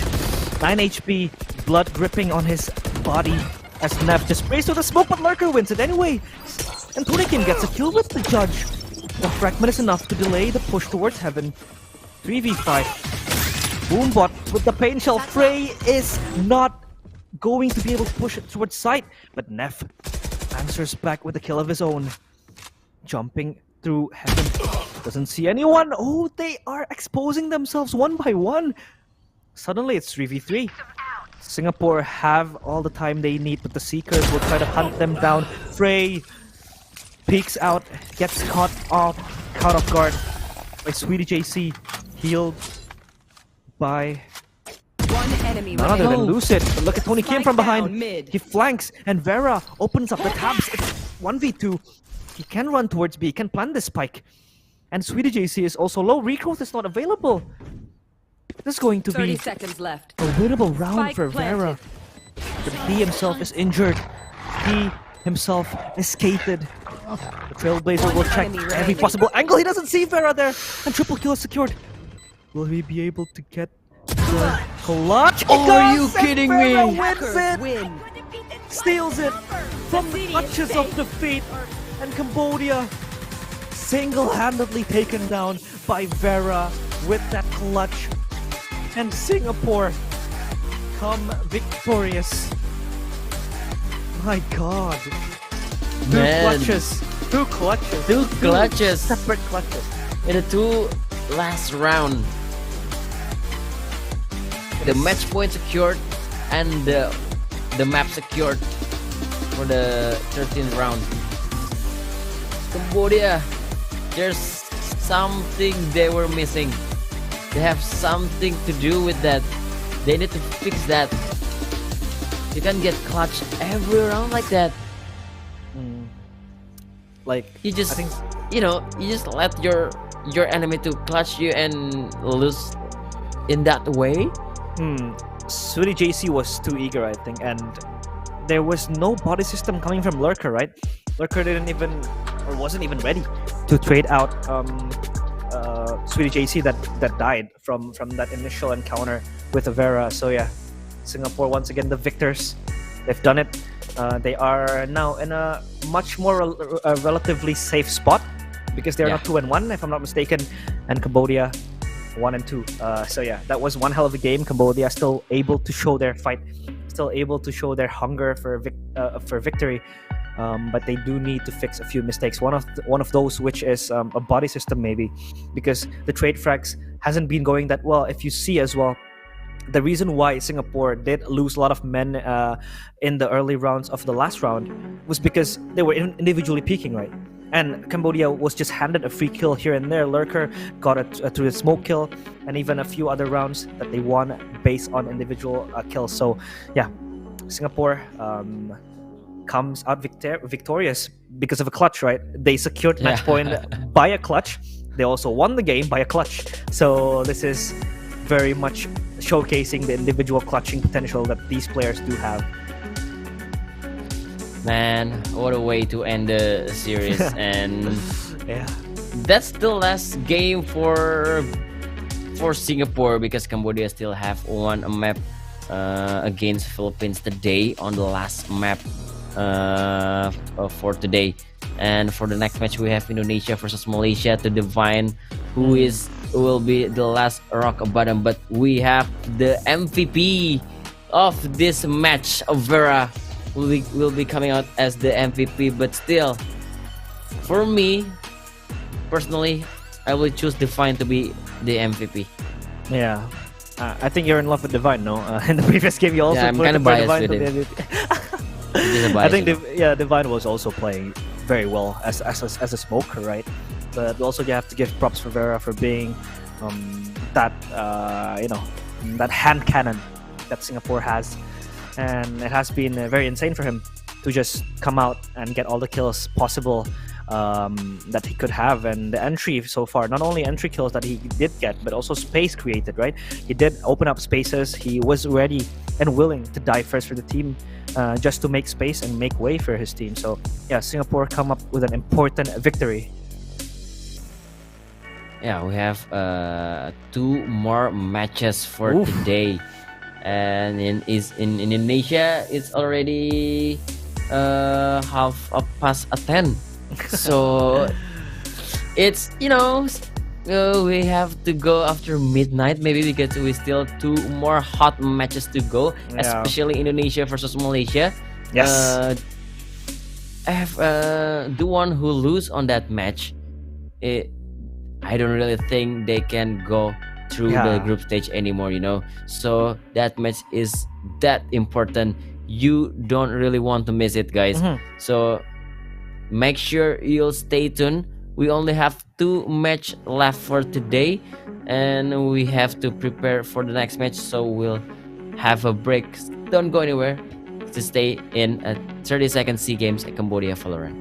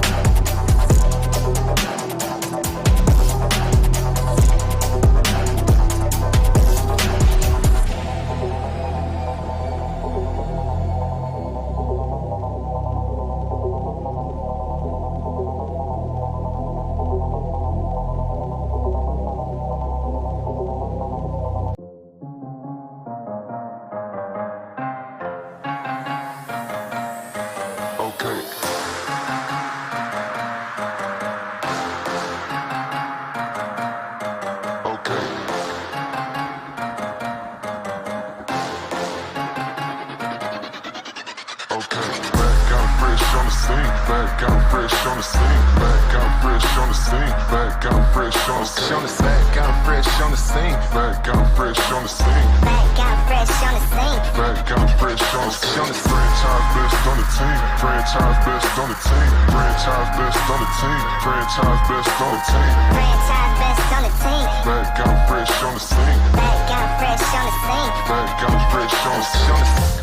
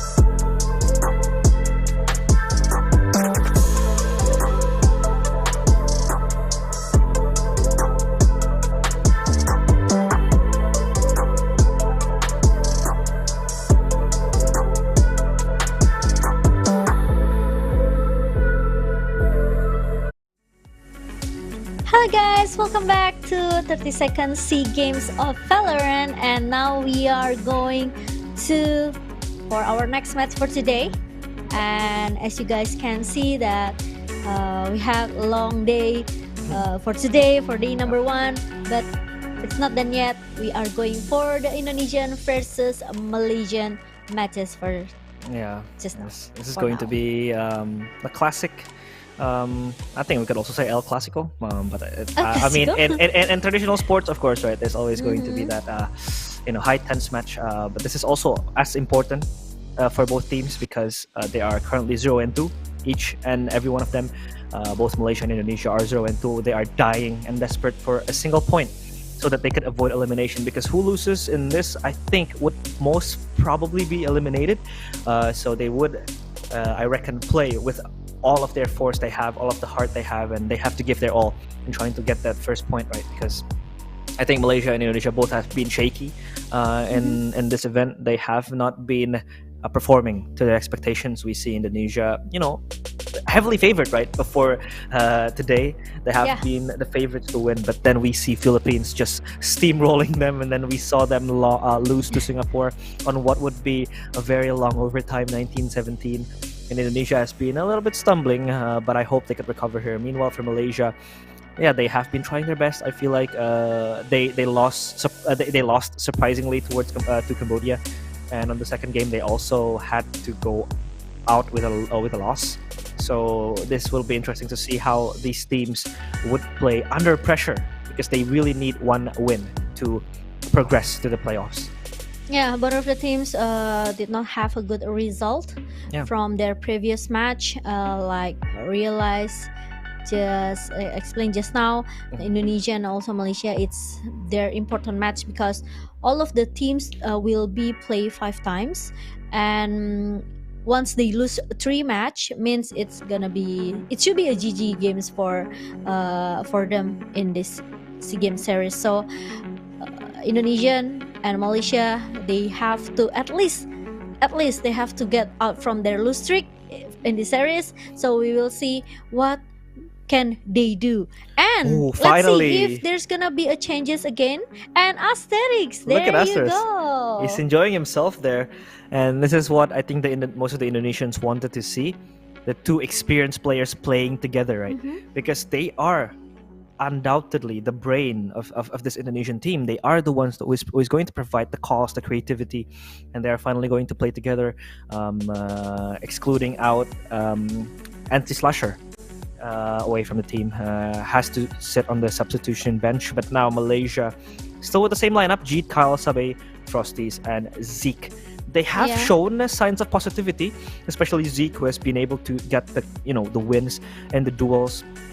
So I feel like at this point of the day and at this point of the stage, it is a battle of mental fortitude, a battle of fatigue, stamina, and how they really want to approach today's match. Especially this is going to be our 9th match, and we are also closing to our 10th match.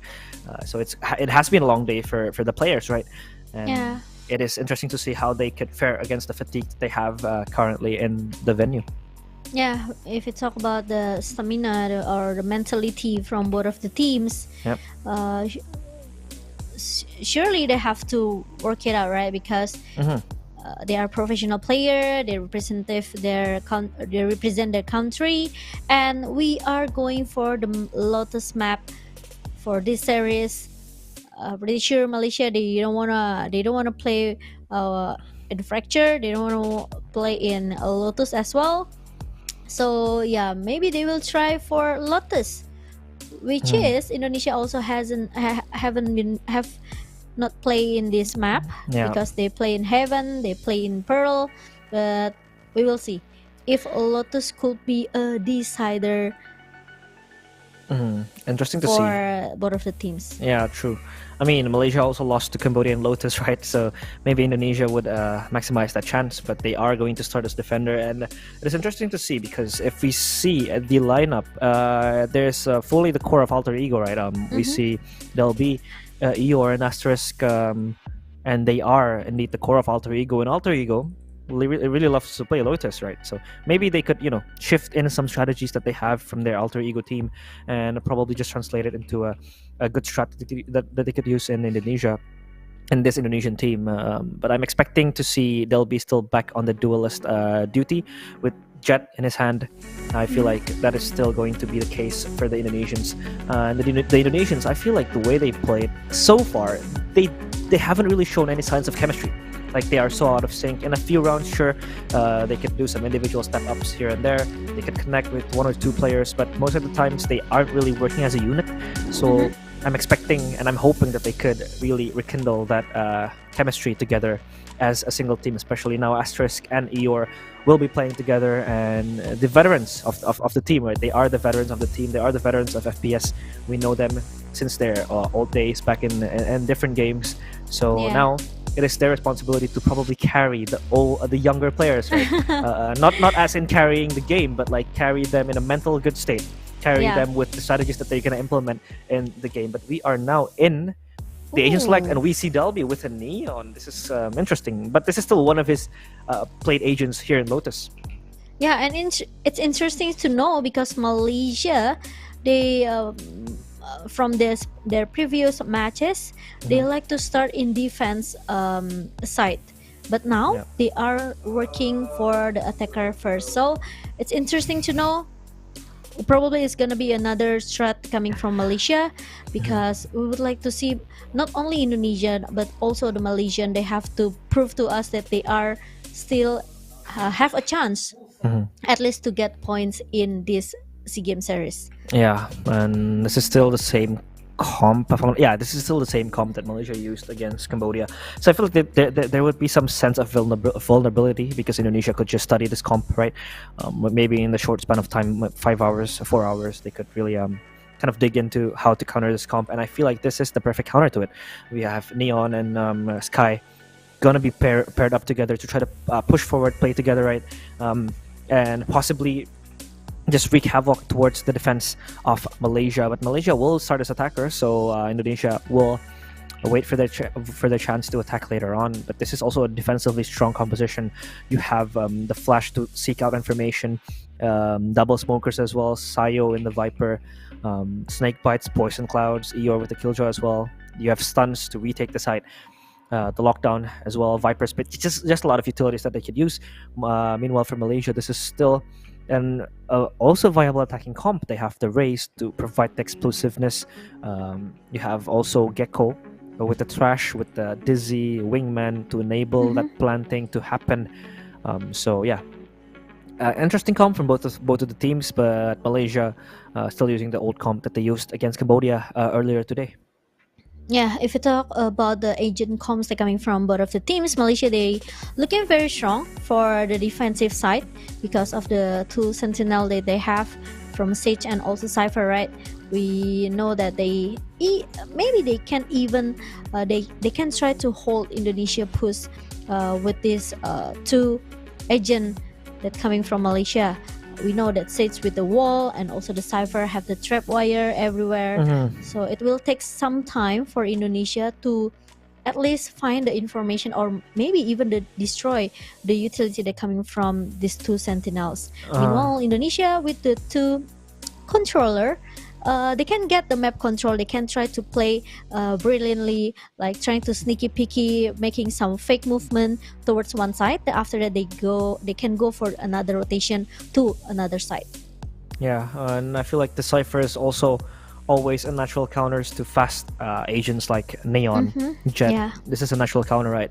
Especially, I don't really think Indonesia has the utility to break the Cypher trap aside from maybe a Trailblazer, or just they'll be crashing into the site and getting caught into a trap wire. I mean, compared to like maybe if you have a Raze, you have a Pain Shell to destroy it, or maybe like a KO, but they don't really have that. So this is interesting to see how they will counter Zeke, because Zeke has been the vocal point as well of this team, right? He has been the focal point of Malaysia, providing them with the rounds that they need to have each round. But we are presented with a technical pause again. Do wait and be patient, guys, because we are also as excited as you are to see the game. But if you see the purchases, I think they'll be with a frenzy. We know mostly they'll be in his VCT days. He would usually just push out as Neon, playing Yeah. together with Gemma. These two are the core players of Alter Ego as well. They would always go hand in hand. Gemma would be the initiator in Lotus, like flash him out. They'll be just dash in, run away, slide in, get the kill. So I feel like an early aggression is something that will not be put out of the cards here from Indonesia. Yeah, and I'm agree with you. Like the utility from Cypher actually can be destroyed only by the Trailblazer from Gamma, right? Mhm. So it makes Indonesia, like I said earlier, like I mentioned it earlier, they have to at least try to guess where's the Cypher, where's the position of the Cypher, and use the Trailblazer. If he can try to use it to just destroy the utility from Cyber, it will be a great guess coming from Indonesia. But if not, maybe just some information that Gema can get for his teammate. But yeah, we will be waiting for the technical pause, guys. So please be patient. Don't be mad.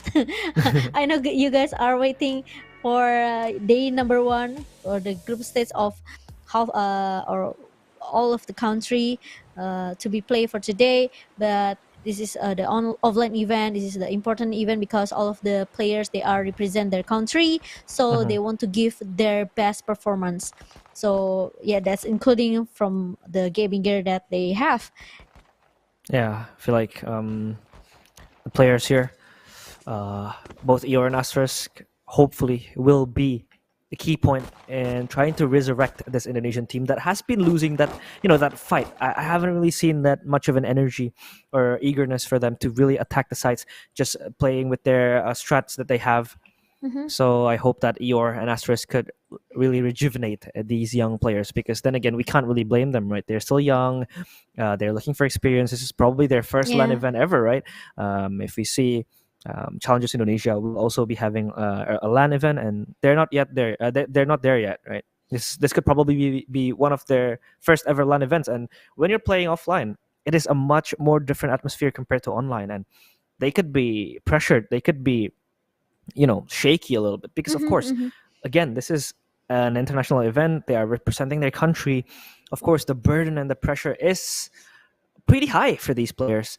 Yeah. So yeah, we can't really blame them. So I hope that Eor and Asterisk, the appearance and the presence of these two seniors could just calm down the atmosphere a bit, just make it more less tense, more loose, more just more free flowing for them to approach the game. Meanwhile, for the Malaysians, these are all young bloods that are hungry to get their first win. Same for Indonesia, right? These two teams need their first win. If they don't get the first win, their chances of going to playoffs is just it's slim. It's near impossible, I think. But yeah, we're still waiting for technical pause. Please do prepare some snacks and probably a sip of a coffee, Yeah. because it's getting a little bit late. It's getting late. Yeah, we apologize for the inconvenience. But yeah, again, Yeah. an offline event, of course, will be a lot of technical issues here and there. Yeah, but I'm agree with you. I realized just now when you said now your is not alone, right? When we talk about Indonesia lineup or roster, they have a lot of like a substitution here can be played. Either it's gonna be Adrian King, or either it's gonna be Asterix, or either it's gonna be even Morea, right? Yeah. But yeah, even though Indonesia they lose to Singapore just now with like 6 overtime, 19 to 17, but at least the impact from Eor that comes into the lineup for Indonesia is quite huge. Now they have another veteran player, like you mentioned it earlier, which is Asterix. So like you said, this young blood such as Dalby, Gema, and also Sayo, they need someone to so they can be controlled. So it probably gonna be a job for Asterix and also Eor as a veteran player, as a senior, to teach them how to play disciplinedly. discipline after maybe they plan the spike or maybe for the retake situation. Yeah. To see how they play without Maria. Maria is undoubtedly one of the best smokers that Indonesia currently have. Asterisk is the veteran, so of course we will be curious to see as the technical pause is done doing the first game resumes. And here we go. First round, the ninth match of today: Indonesia versus Malaysia. Important match for these teams. Who will win and who will maximize their chances to go to the playoffs? And Kyle will be able to secure that orb as they march their way in towards Mound, only leaving Eeyore alone with his alarm bot. But look at Zeke, still trying to find any avenue that he can maximize.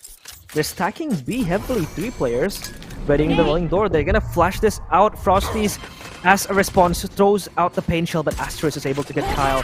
Frosties is down to half HP, but Subway is of course there to heal him, and he does go back to full health. Now they're gonna re-hit or change their route towards A side. It's only Sayo alone. What is he gonna do? Snakebite to the rolling door as well as A main. They're gonna wall that off. And now Satchel into the side. They're still not yet to spot Sayo. Look at Delby flying in. Gemma as well. The backup is perfect. And Indonesia secure their first pistol round in today's match. Yeah, a good crossfire coming from Indonesia here. They got the entry, they got the opening frag as well from Asterix, but unfortunately, even though Gema didn't have that heal in the first pistol round, but at least they still get their first point for Indonesia and now Malaysia. If you talk about the Malaysia attacking side, actually it's not really a good record for Malaysia, so maybe Indonesia can get more points in the defender side, trying to maximize their potential here as a defender. Meanwhile, going for the round number 2, Zeke is one of the players that sometimes become a clutcher, but no need Zeke because Sabi got the first kill here by taking down Gema. Meanwhile, Sayo is still looking for information, and Sabi trying to open the door, trying to make some rotation going into the seaside, and Sayo trying so hard to defend this side before waiting for his teammate to make a rotation. But I think Malaysia, they are still waiting for might be another flash that coming from Kyle. But that's really a good cyber catch. But what Jit? He's taking a risk by tipping up there, and meanwhile Sayo is still able to survive, and the right click from Sayo Spike down, C. makes Sabi left by himself, and Delby will be able to get the next round for Indonesia. Yeah, 2-0, good start as well because they know they have the arsenal advantage, they have the weapons that they need to win back the site. Now Malaysia do have the guns that they need even out the gun round, but this is just pure bloodbath. And enemy remaining. all they did was just, mow down these players coming into the site. Thankfully, Indonesia is able to get another win. They are up in flames now. Look at Indonesia. The teleport by Jeed now towards Rubble. They have won the control of this. Indonesia isn't as contesting as much, right? They haven't really contested Rubble that much, so they're just playing back, just playing safe. This is pretty interesting because the guns that they have is going to force them to fight close range. So I think pushing would have been a good option, but now they opt for playing rather safer inside, and a Dizzy with a mosh pit towards the middle side of A. As Malaysia is able to come in, but look at Emma gets a kill. How did he get that? What? But 2 for 1. Malaysia still wins it. Sayo when his Sheriff connects Frosty's triple kill. Spike planted. He has something to say, and he shuts down 2 Indonesians. Dolby to his right is Frosty's. Does he see this? Doesn't, and Frosty's get the 4K. Malaysia back on the board. 1 round secured. 2-1 Indonesia. At least now they can buy their weapons, the weapons that they need to get to the next round. Okay, looking good for Malaysia. At least they can keep up on their own, actually on their round, the round number 3. And now Indonesia, they're still able to buy with their good economy. In Malaysia, they are looking for the control in the air rubble, like Fai said earlier. Like Realize said it earlier. Indonesia, they want to play it, they're just playing it safely. They don't want to take a contest. They don't want to take any aggression. But on the other side, Zeke is looking for the double point kill, but unfortunately he didn't get it. Meanwhile, Sayo is trying to stop Sabi. Attacker spawn. And another threat comes in again from Kyle. Now 3-for-3 situation. And Kyle still half dizzy, trying to checking if there's someone. The trash going to the seaside and being destroyed by Delby. Meanwhile, there's a charge in coming from Frosty. And it's gonna be hard for Delby because Jit and also Frosty. Showstopper. Kendall, 2 members, and Showstopper trying to delay Eeyore, who became the last man standing. And that's a what? That's a really unfortunate Showstopper, I could say, because once Jit know the information, Jit got the information that Eeyore was in the city. Swarm grenade out. Unfortunately, Frosties cannot do the 360. You know. Yeah, it's very hard to readjust his crosshair. Of course, this is a very important clutch by Eeyore. The Showstopper goes wide, and Eeyore, of course. There's a timing, right, for the Showstopper. Yeah, there is a timing, and like I said before with Jama as well, I've discussed this with him. I feel like now it is very hard to hit the Showstopper. I don't know why it just goes wide, right? And Frosties, I think, with the initial prediction that Eeyore would be there or someone would be in the waterfall, he missed with a chance.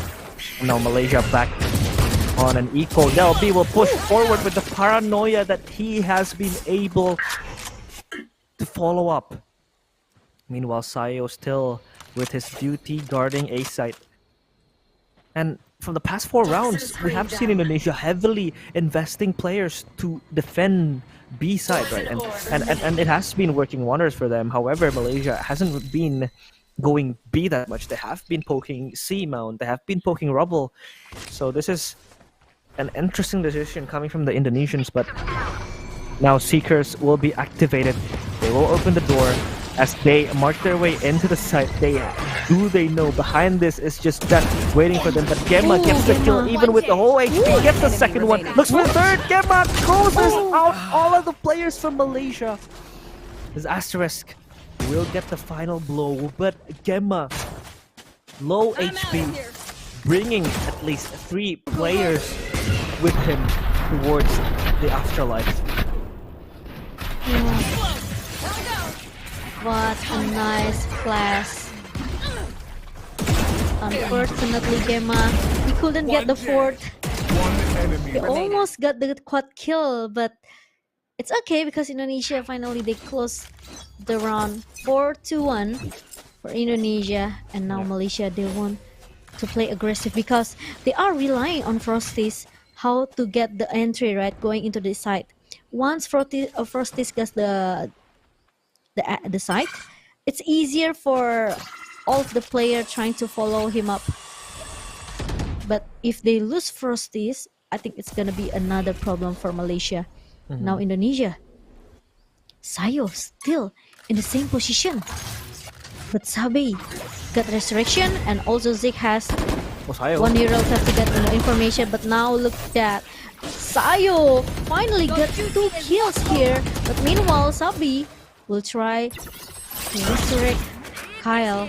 Meanwhile, Zeke's position is already being spotted by Delby. And just open the door very fast, and Malaysia, they are taking the spike to the same side. They are trying to play a bit sneaky peeky here, trying to cut some noise. 30 seconds left. Just make sure that Indonesia will take the bite. Yeah. And they take the bait here. 2 players in the B side, but after the flash pops up One enemy from Gema, remaining. Eeyore and also Gema You fought secure 2 players, but 10 Sabi seconds left. with another threat. But unfortunately, Gema is still there to get the threat for Indonesia. 5-1. Looking solid for Indonesia. In the defensive side, at least Sayo can get 2 kills before he gets shut down. Yeah, like this is just pure heavy delay, right? Or at least coming from Indonesia. Simply just the nano swarm and the snake bite, which made 10 the seconds Malaysian left. players vulnerable. So the damage was just in time to get choked down by the Malaysians. And now timeout. Oof. I got scared there. It happens so many times. The Killjoy face just suddenly popping into my Yeah. screen. But yeah, Malaysia do need the timeout. They need to call it now because 5-1. It's pretty far for them to chase down, right? 4-round deficit with Indonesia possibly taking charge of the game because now they have been building their economy strongly.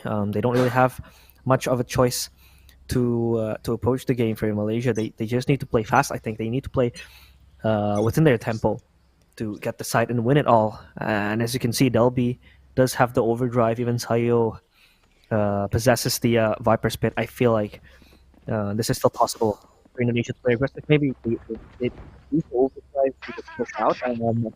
But I don't think that will be. Oh, that will be. So it's readying them to bottom A. And look at how Indonesia will push. They will push A main, and they have control of Rubble with Asterisk already TPing up towards on top of Rubble. Meanwhile, Malaysia will just tiptoe their way with minimal noise.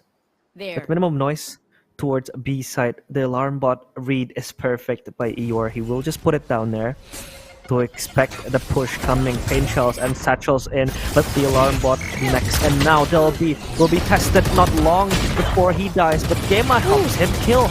Meanwhile, the Bucky by Jin is connecting 2 kills with the Bucky. 2 against 3. Ooh, timing. Almost gets in the hand of Sayo. He does die with Jade. Bucky supremacy leaves Asterisk alone. And is he gonna spot out Kyle? He does. He gets the head of Kyle. And he Spike runs planted. for the hills. Shadows Towards travel. Mount he goes with the rolling door as his safest option to go. Not the safest, but the fastest.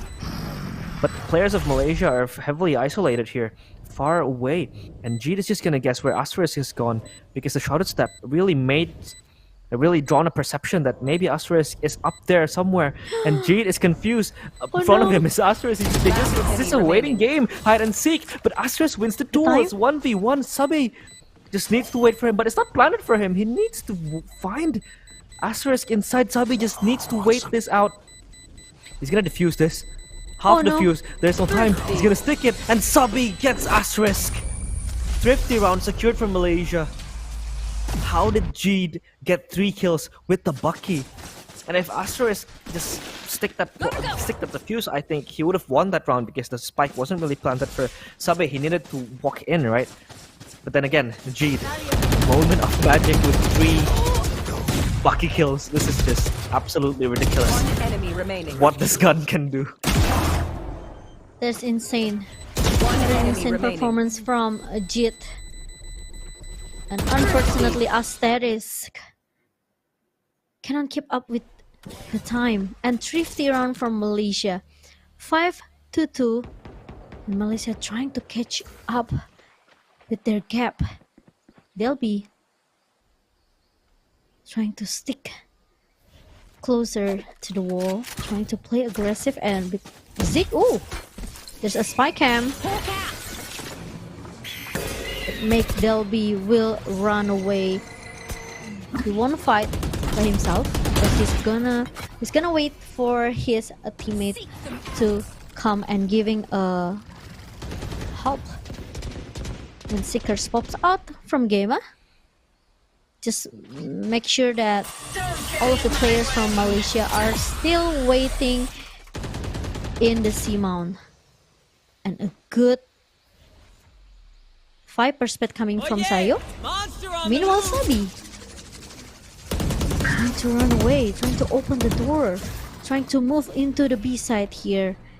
Meanwhile, we know how strong Gema trying to 30 hold him. seconds left. The B side by himself, the spy cam being destroyed, and there's a satchel coming from Frosty. But unfortunately, Gema cannot take him down, and Asterix and also Eeyore, at least they shut down 2 members from Malaysia. Tres comes out from Kyle, but unfortunately Jitney 2 stepping down a little bit here. Meanwhile, Delby got sick, but the threat comes from Kyle. Meanwhile, it's gonna be 2 for 1 situation. Kyle so looking for Asterix, but Sayo is there to cover him up. And 6-2, Malaysia still hang on their 2 points. Yep. Hanging on for dear life. But Indonesia is able to run away with 6. And that has been a very good round for them. Malaysia just down in the dumps now. They need something to work out because Indonesia is just running away with the lead that they have.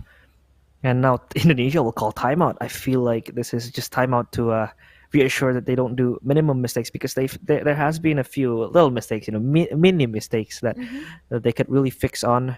Like as simple as not checking a corner, just re-aggression.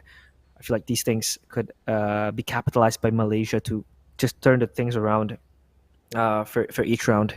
So Indonesia does call this timeout to maybe also stop the momentum of Malaysia. Maybe they could think of what they would do coming for the next match, coming for the next round. But I feel like this tactical timeout would be to discuss a certain strategy that Indonesia wants to use. Maybe they would maximize the overdrive to get an early push, because again, this is Malaysia on an eco round, right? Maybe they could possibly just group up and push B main or push A main with the help of Gema's flash, and they'll be with the overdrive.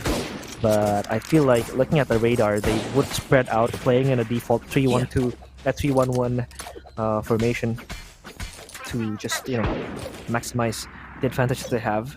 But Delby now will be the one playing in C side. I feel like this is going to be an adjustment that they will make coming to the 9th round of today. Yeah. And now Gema with the flash is going to ready himself with Asterix as well. So Malaysia will just go towards A side, Timo. Yeah. And Frosties. I think there's someone inside the A-link, and Asterix is able to punish Frosties. That play a little bit naughty there. But unfortunately, Malaysia now they are in the bye eco round,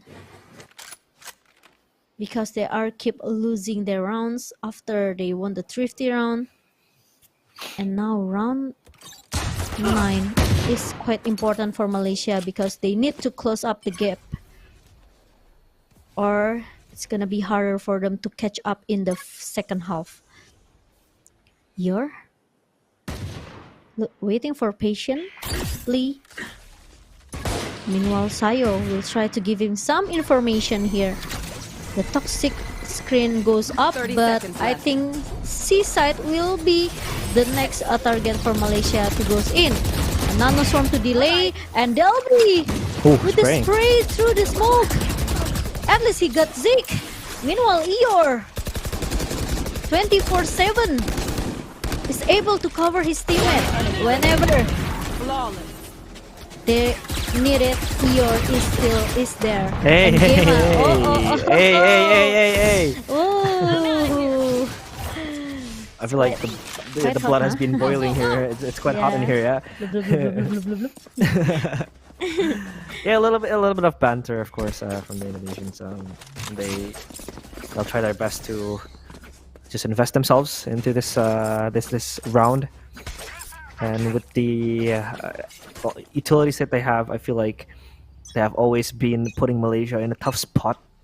Yeah. Trying to push out certain forcing themselves to make errors, and now slow orb by Sabe And while Sayo is spotted out, he's gonna get tagged into 80 HP.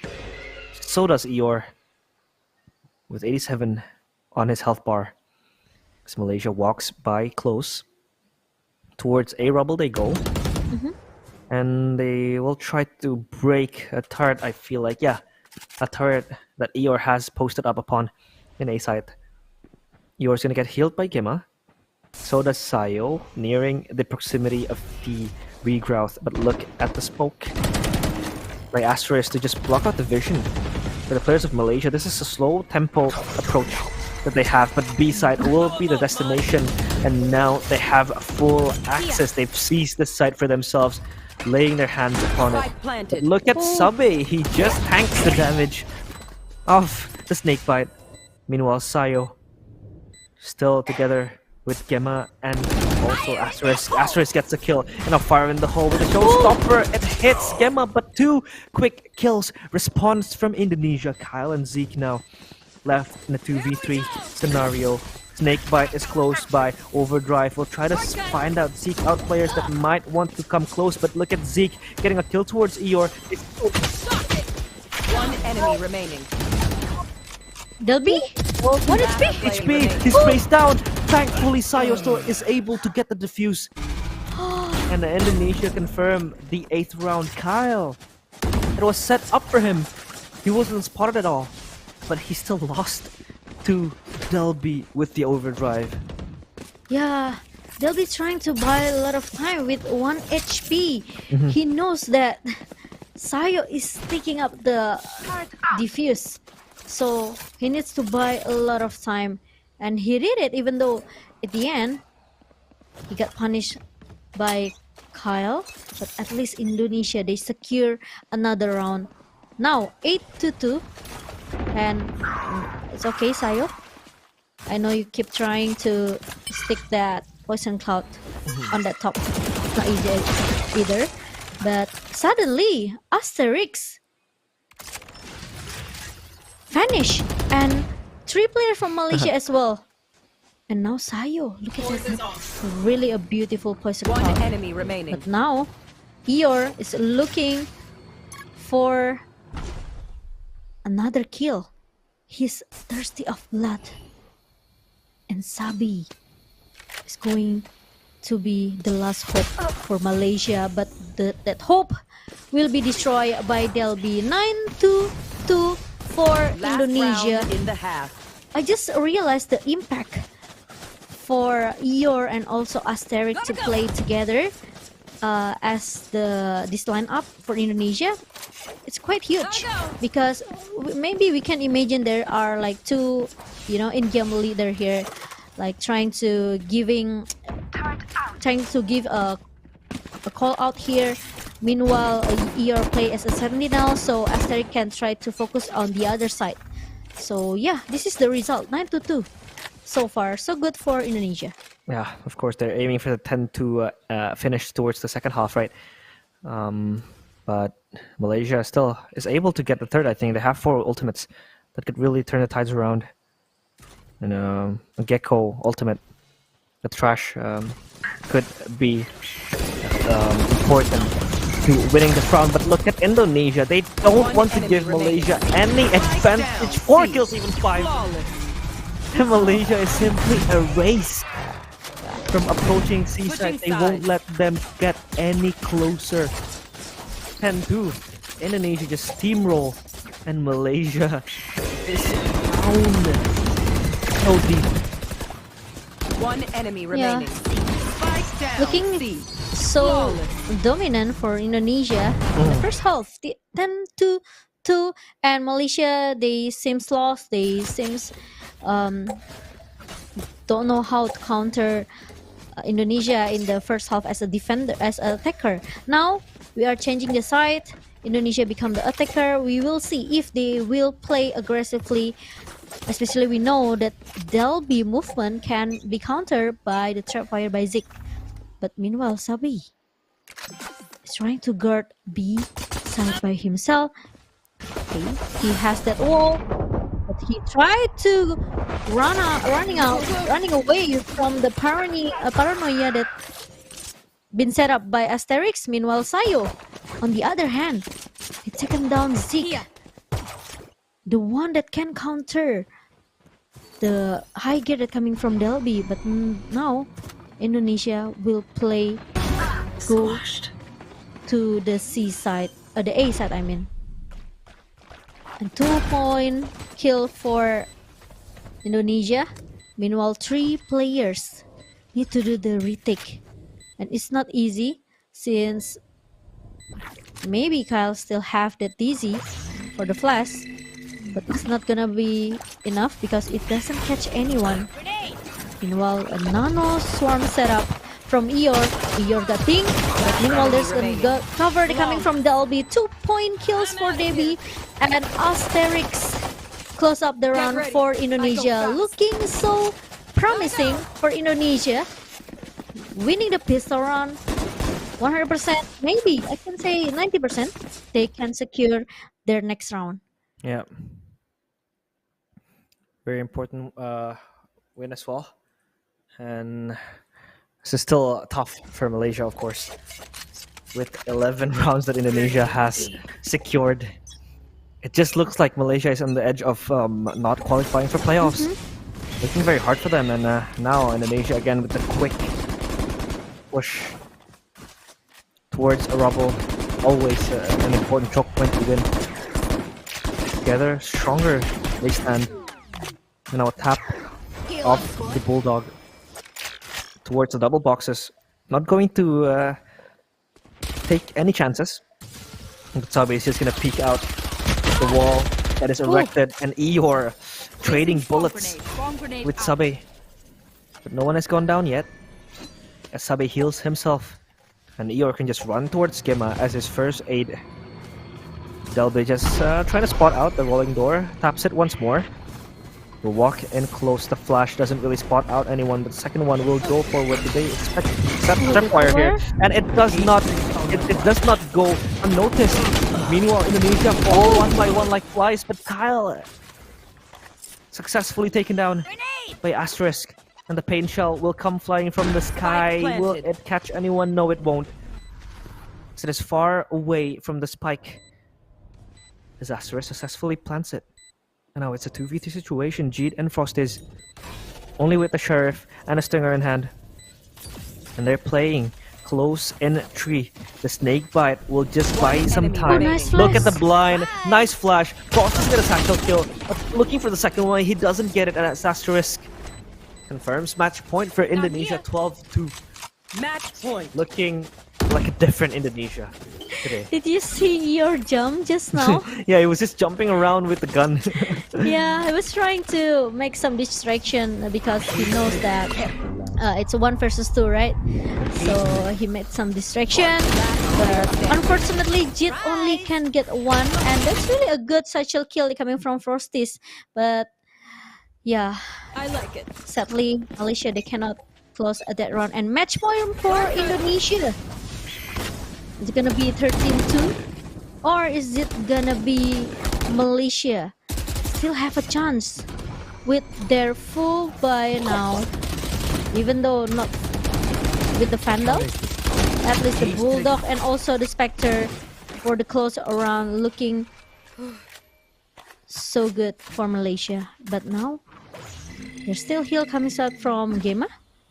Meanwhile, look at that, Indonesia, they're trapped inside the door, inside the tree. Sayo trying to sneaky peeky, getting some information that Kyle is here, but the trap wire trying to hold them down. But oh, that was really a nice. It's really a nice opening frag coming from Indonesia. Meanwhile, it's gonna be Frosties by himself. What are you gonna do, Frosties? 1 versus 4 situation. And look at that, all of the supporters, they already win. giving a standing applause for Indonesia because 13-2 is gonna be our final score for this match. Yeah, I feel like they're already, collecting the pieces of the puzzle that they need. With Eeyore and Asterisk together, they look like a much different team. But I feel like this is also on Malaysia, that has been underperforming. I feel like in this group stage, they haven't really shown their best. But yeah, Indonesia finally a little bit away from danger.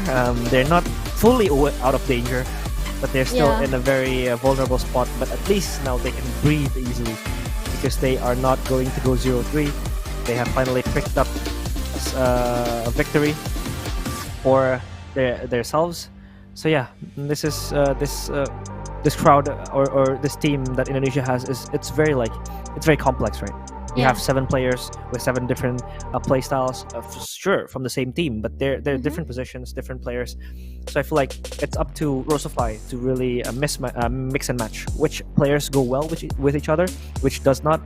So I feel like in this case, he has done the right job trying to mix Eeyore and Asterisk together, because these 2 players are indeed the 2 strongest players that not the strongest, but like the most experienced, right? And the young players do need that lead coming from both the veterans.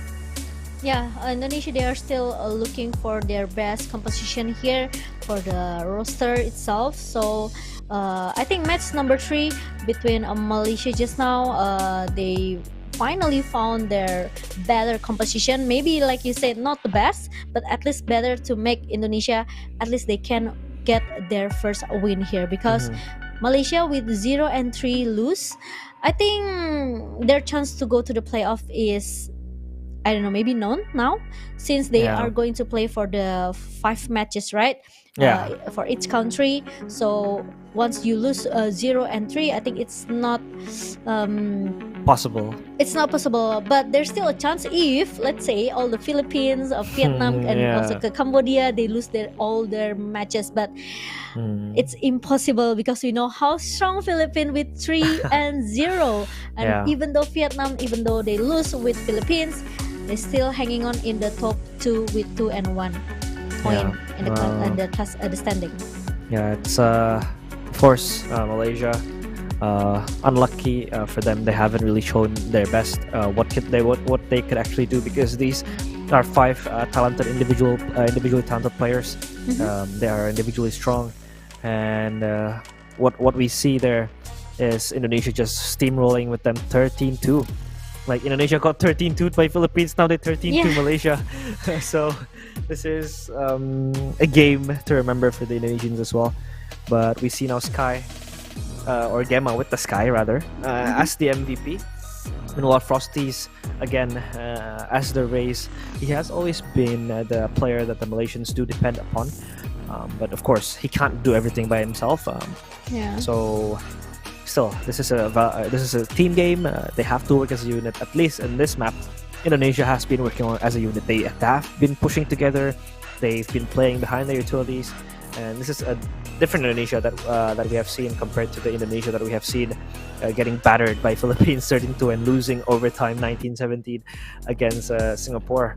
So yeah, of course, this is good news for the Indonesian fans. They could still rejoice. They could still, take a breather, take it slow, and maybe see Indonesia come back stronger tomorrow, because today Indonesia has done playing, right? The final match would be Philippines against Cambodia. Yeah, we are still having our last match for today, and it's going to be interesting because Philippines, the strongest team in the group stage, I could say, will against a Cambodia that who actually needs more point as well, right? So we will see what will Cambodia will do for our last match for today. So we will take a short break. Please don't go anywhere, because the last match will come up shortly. Don't get away from here, because me, Momo-chan, and also Realize will be back soon.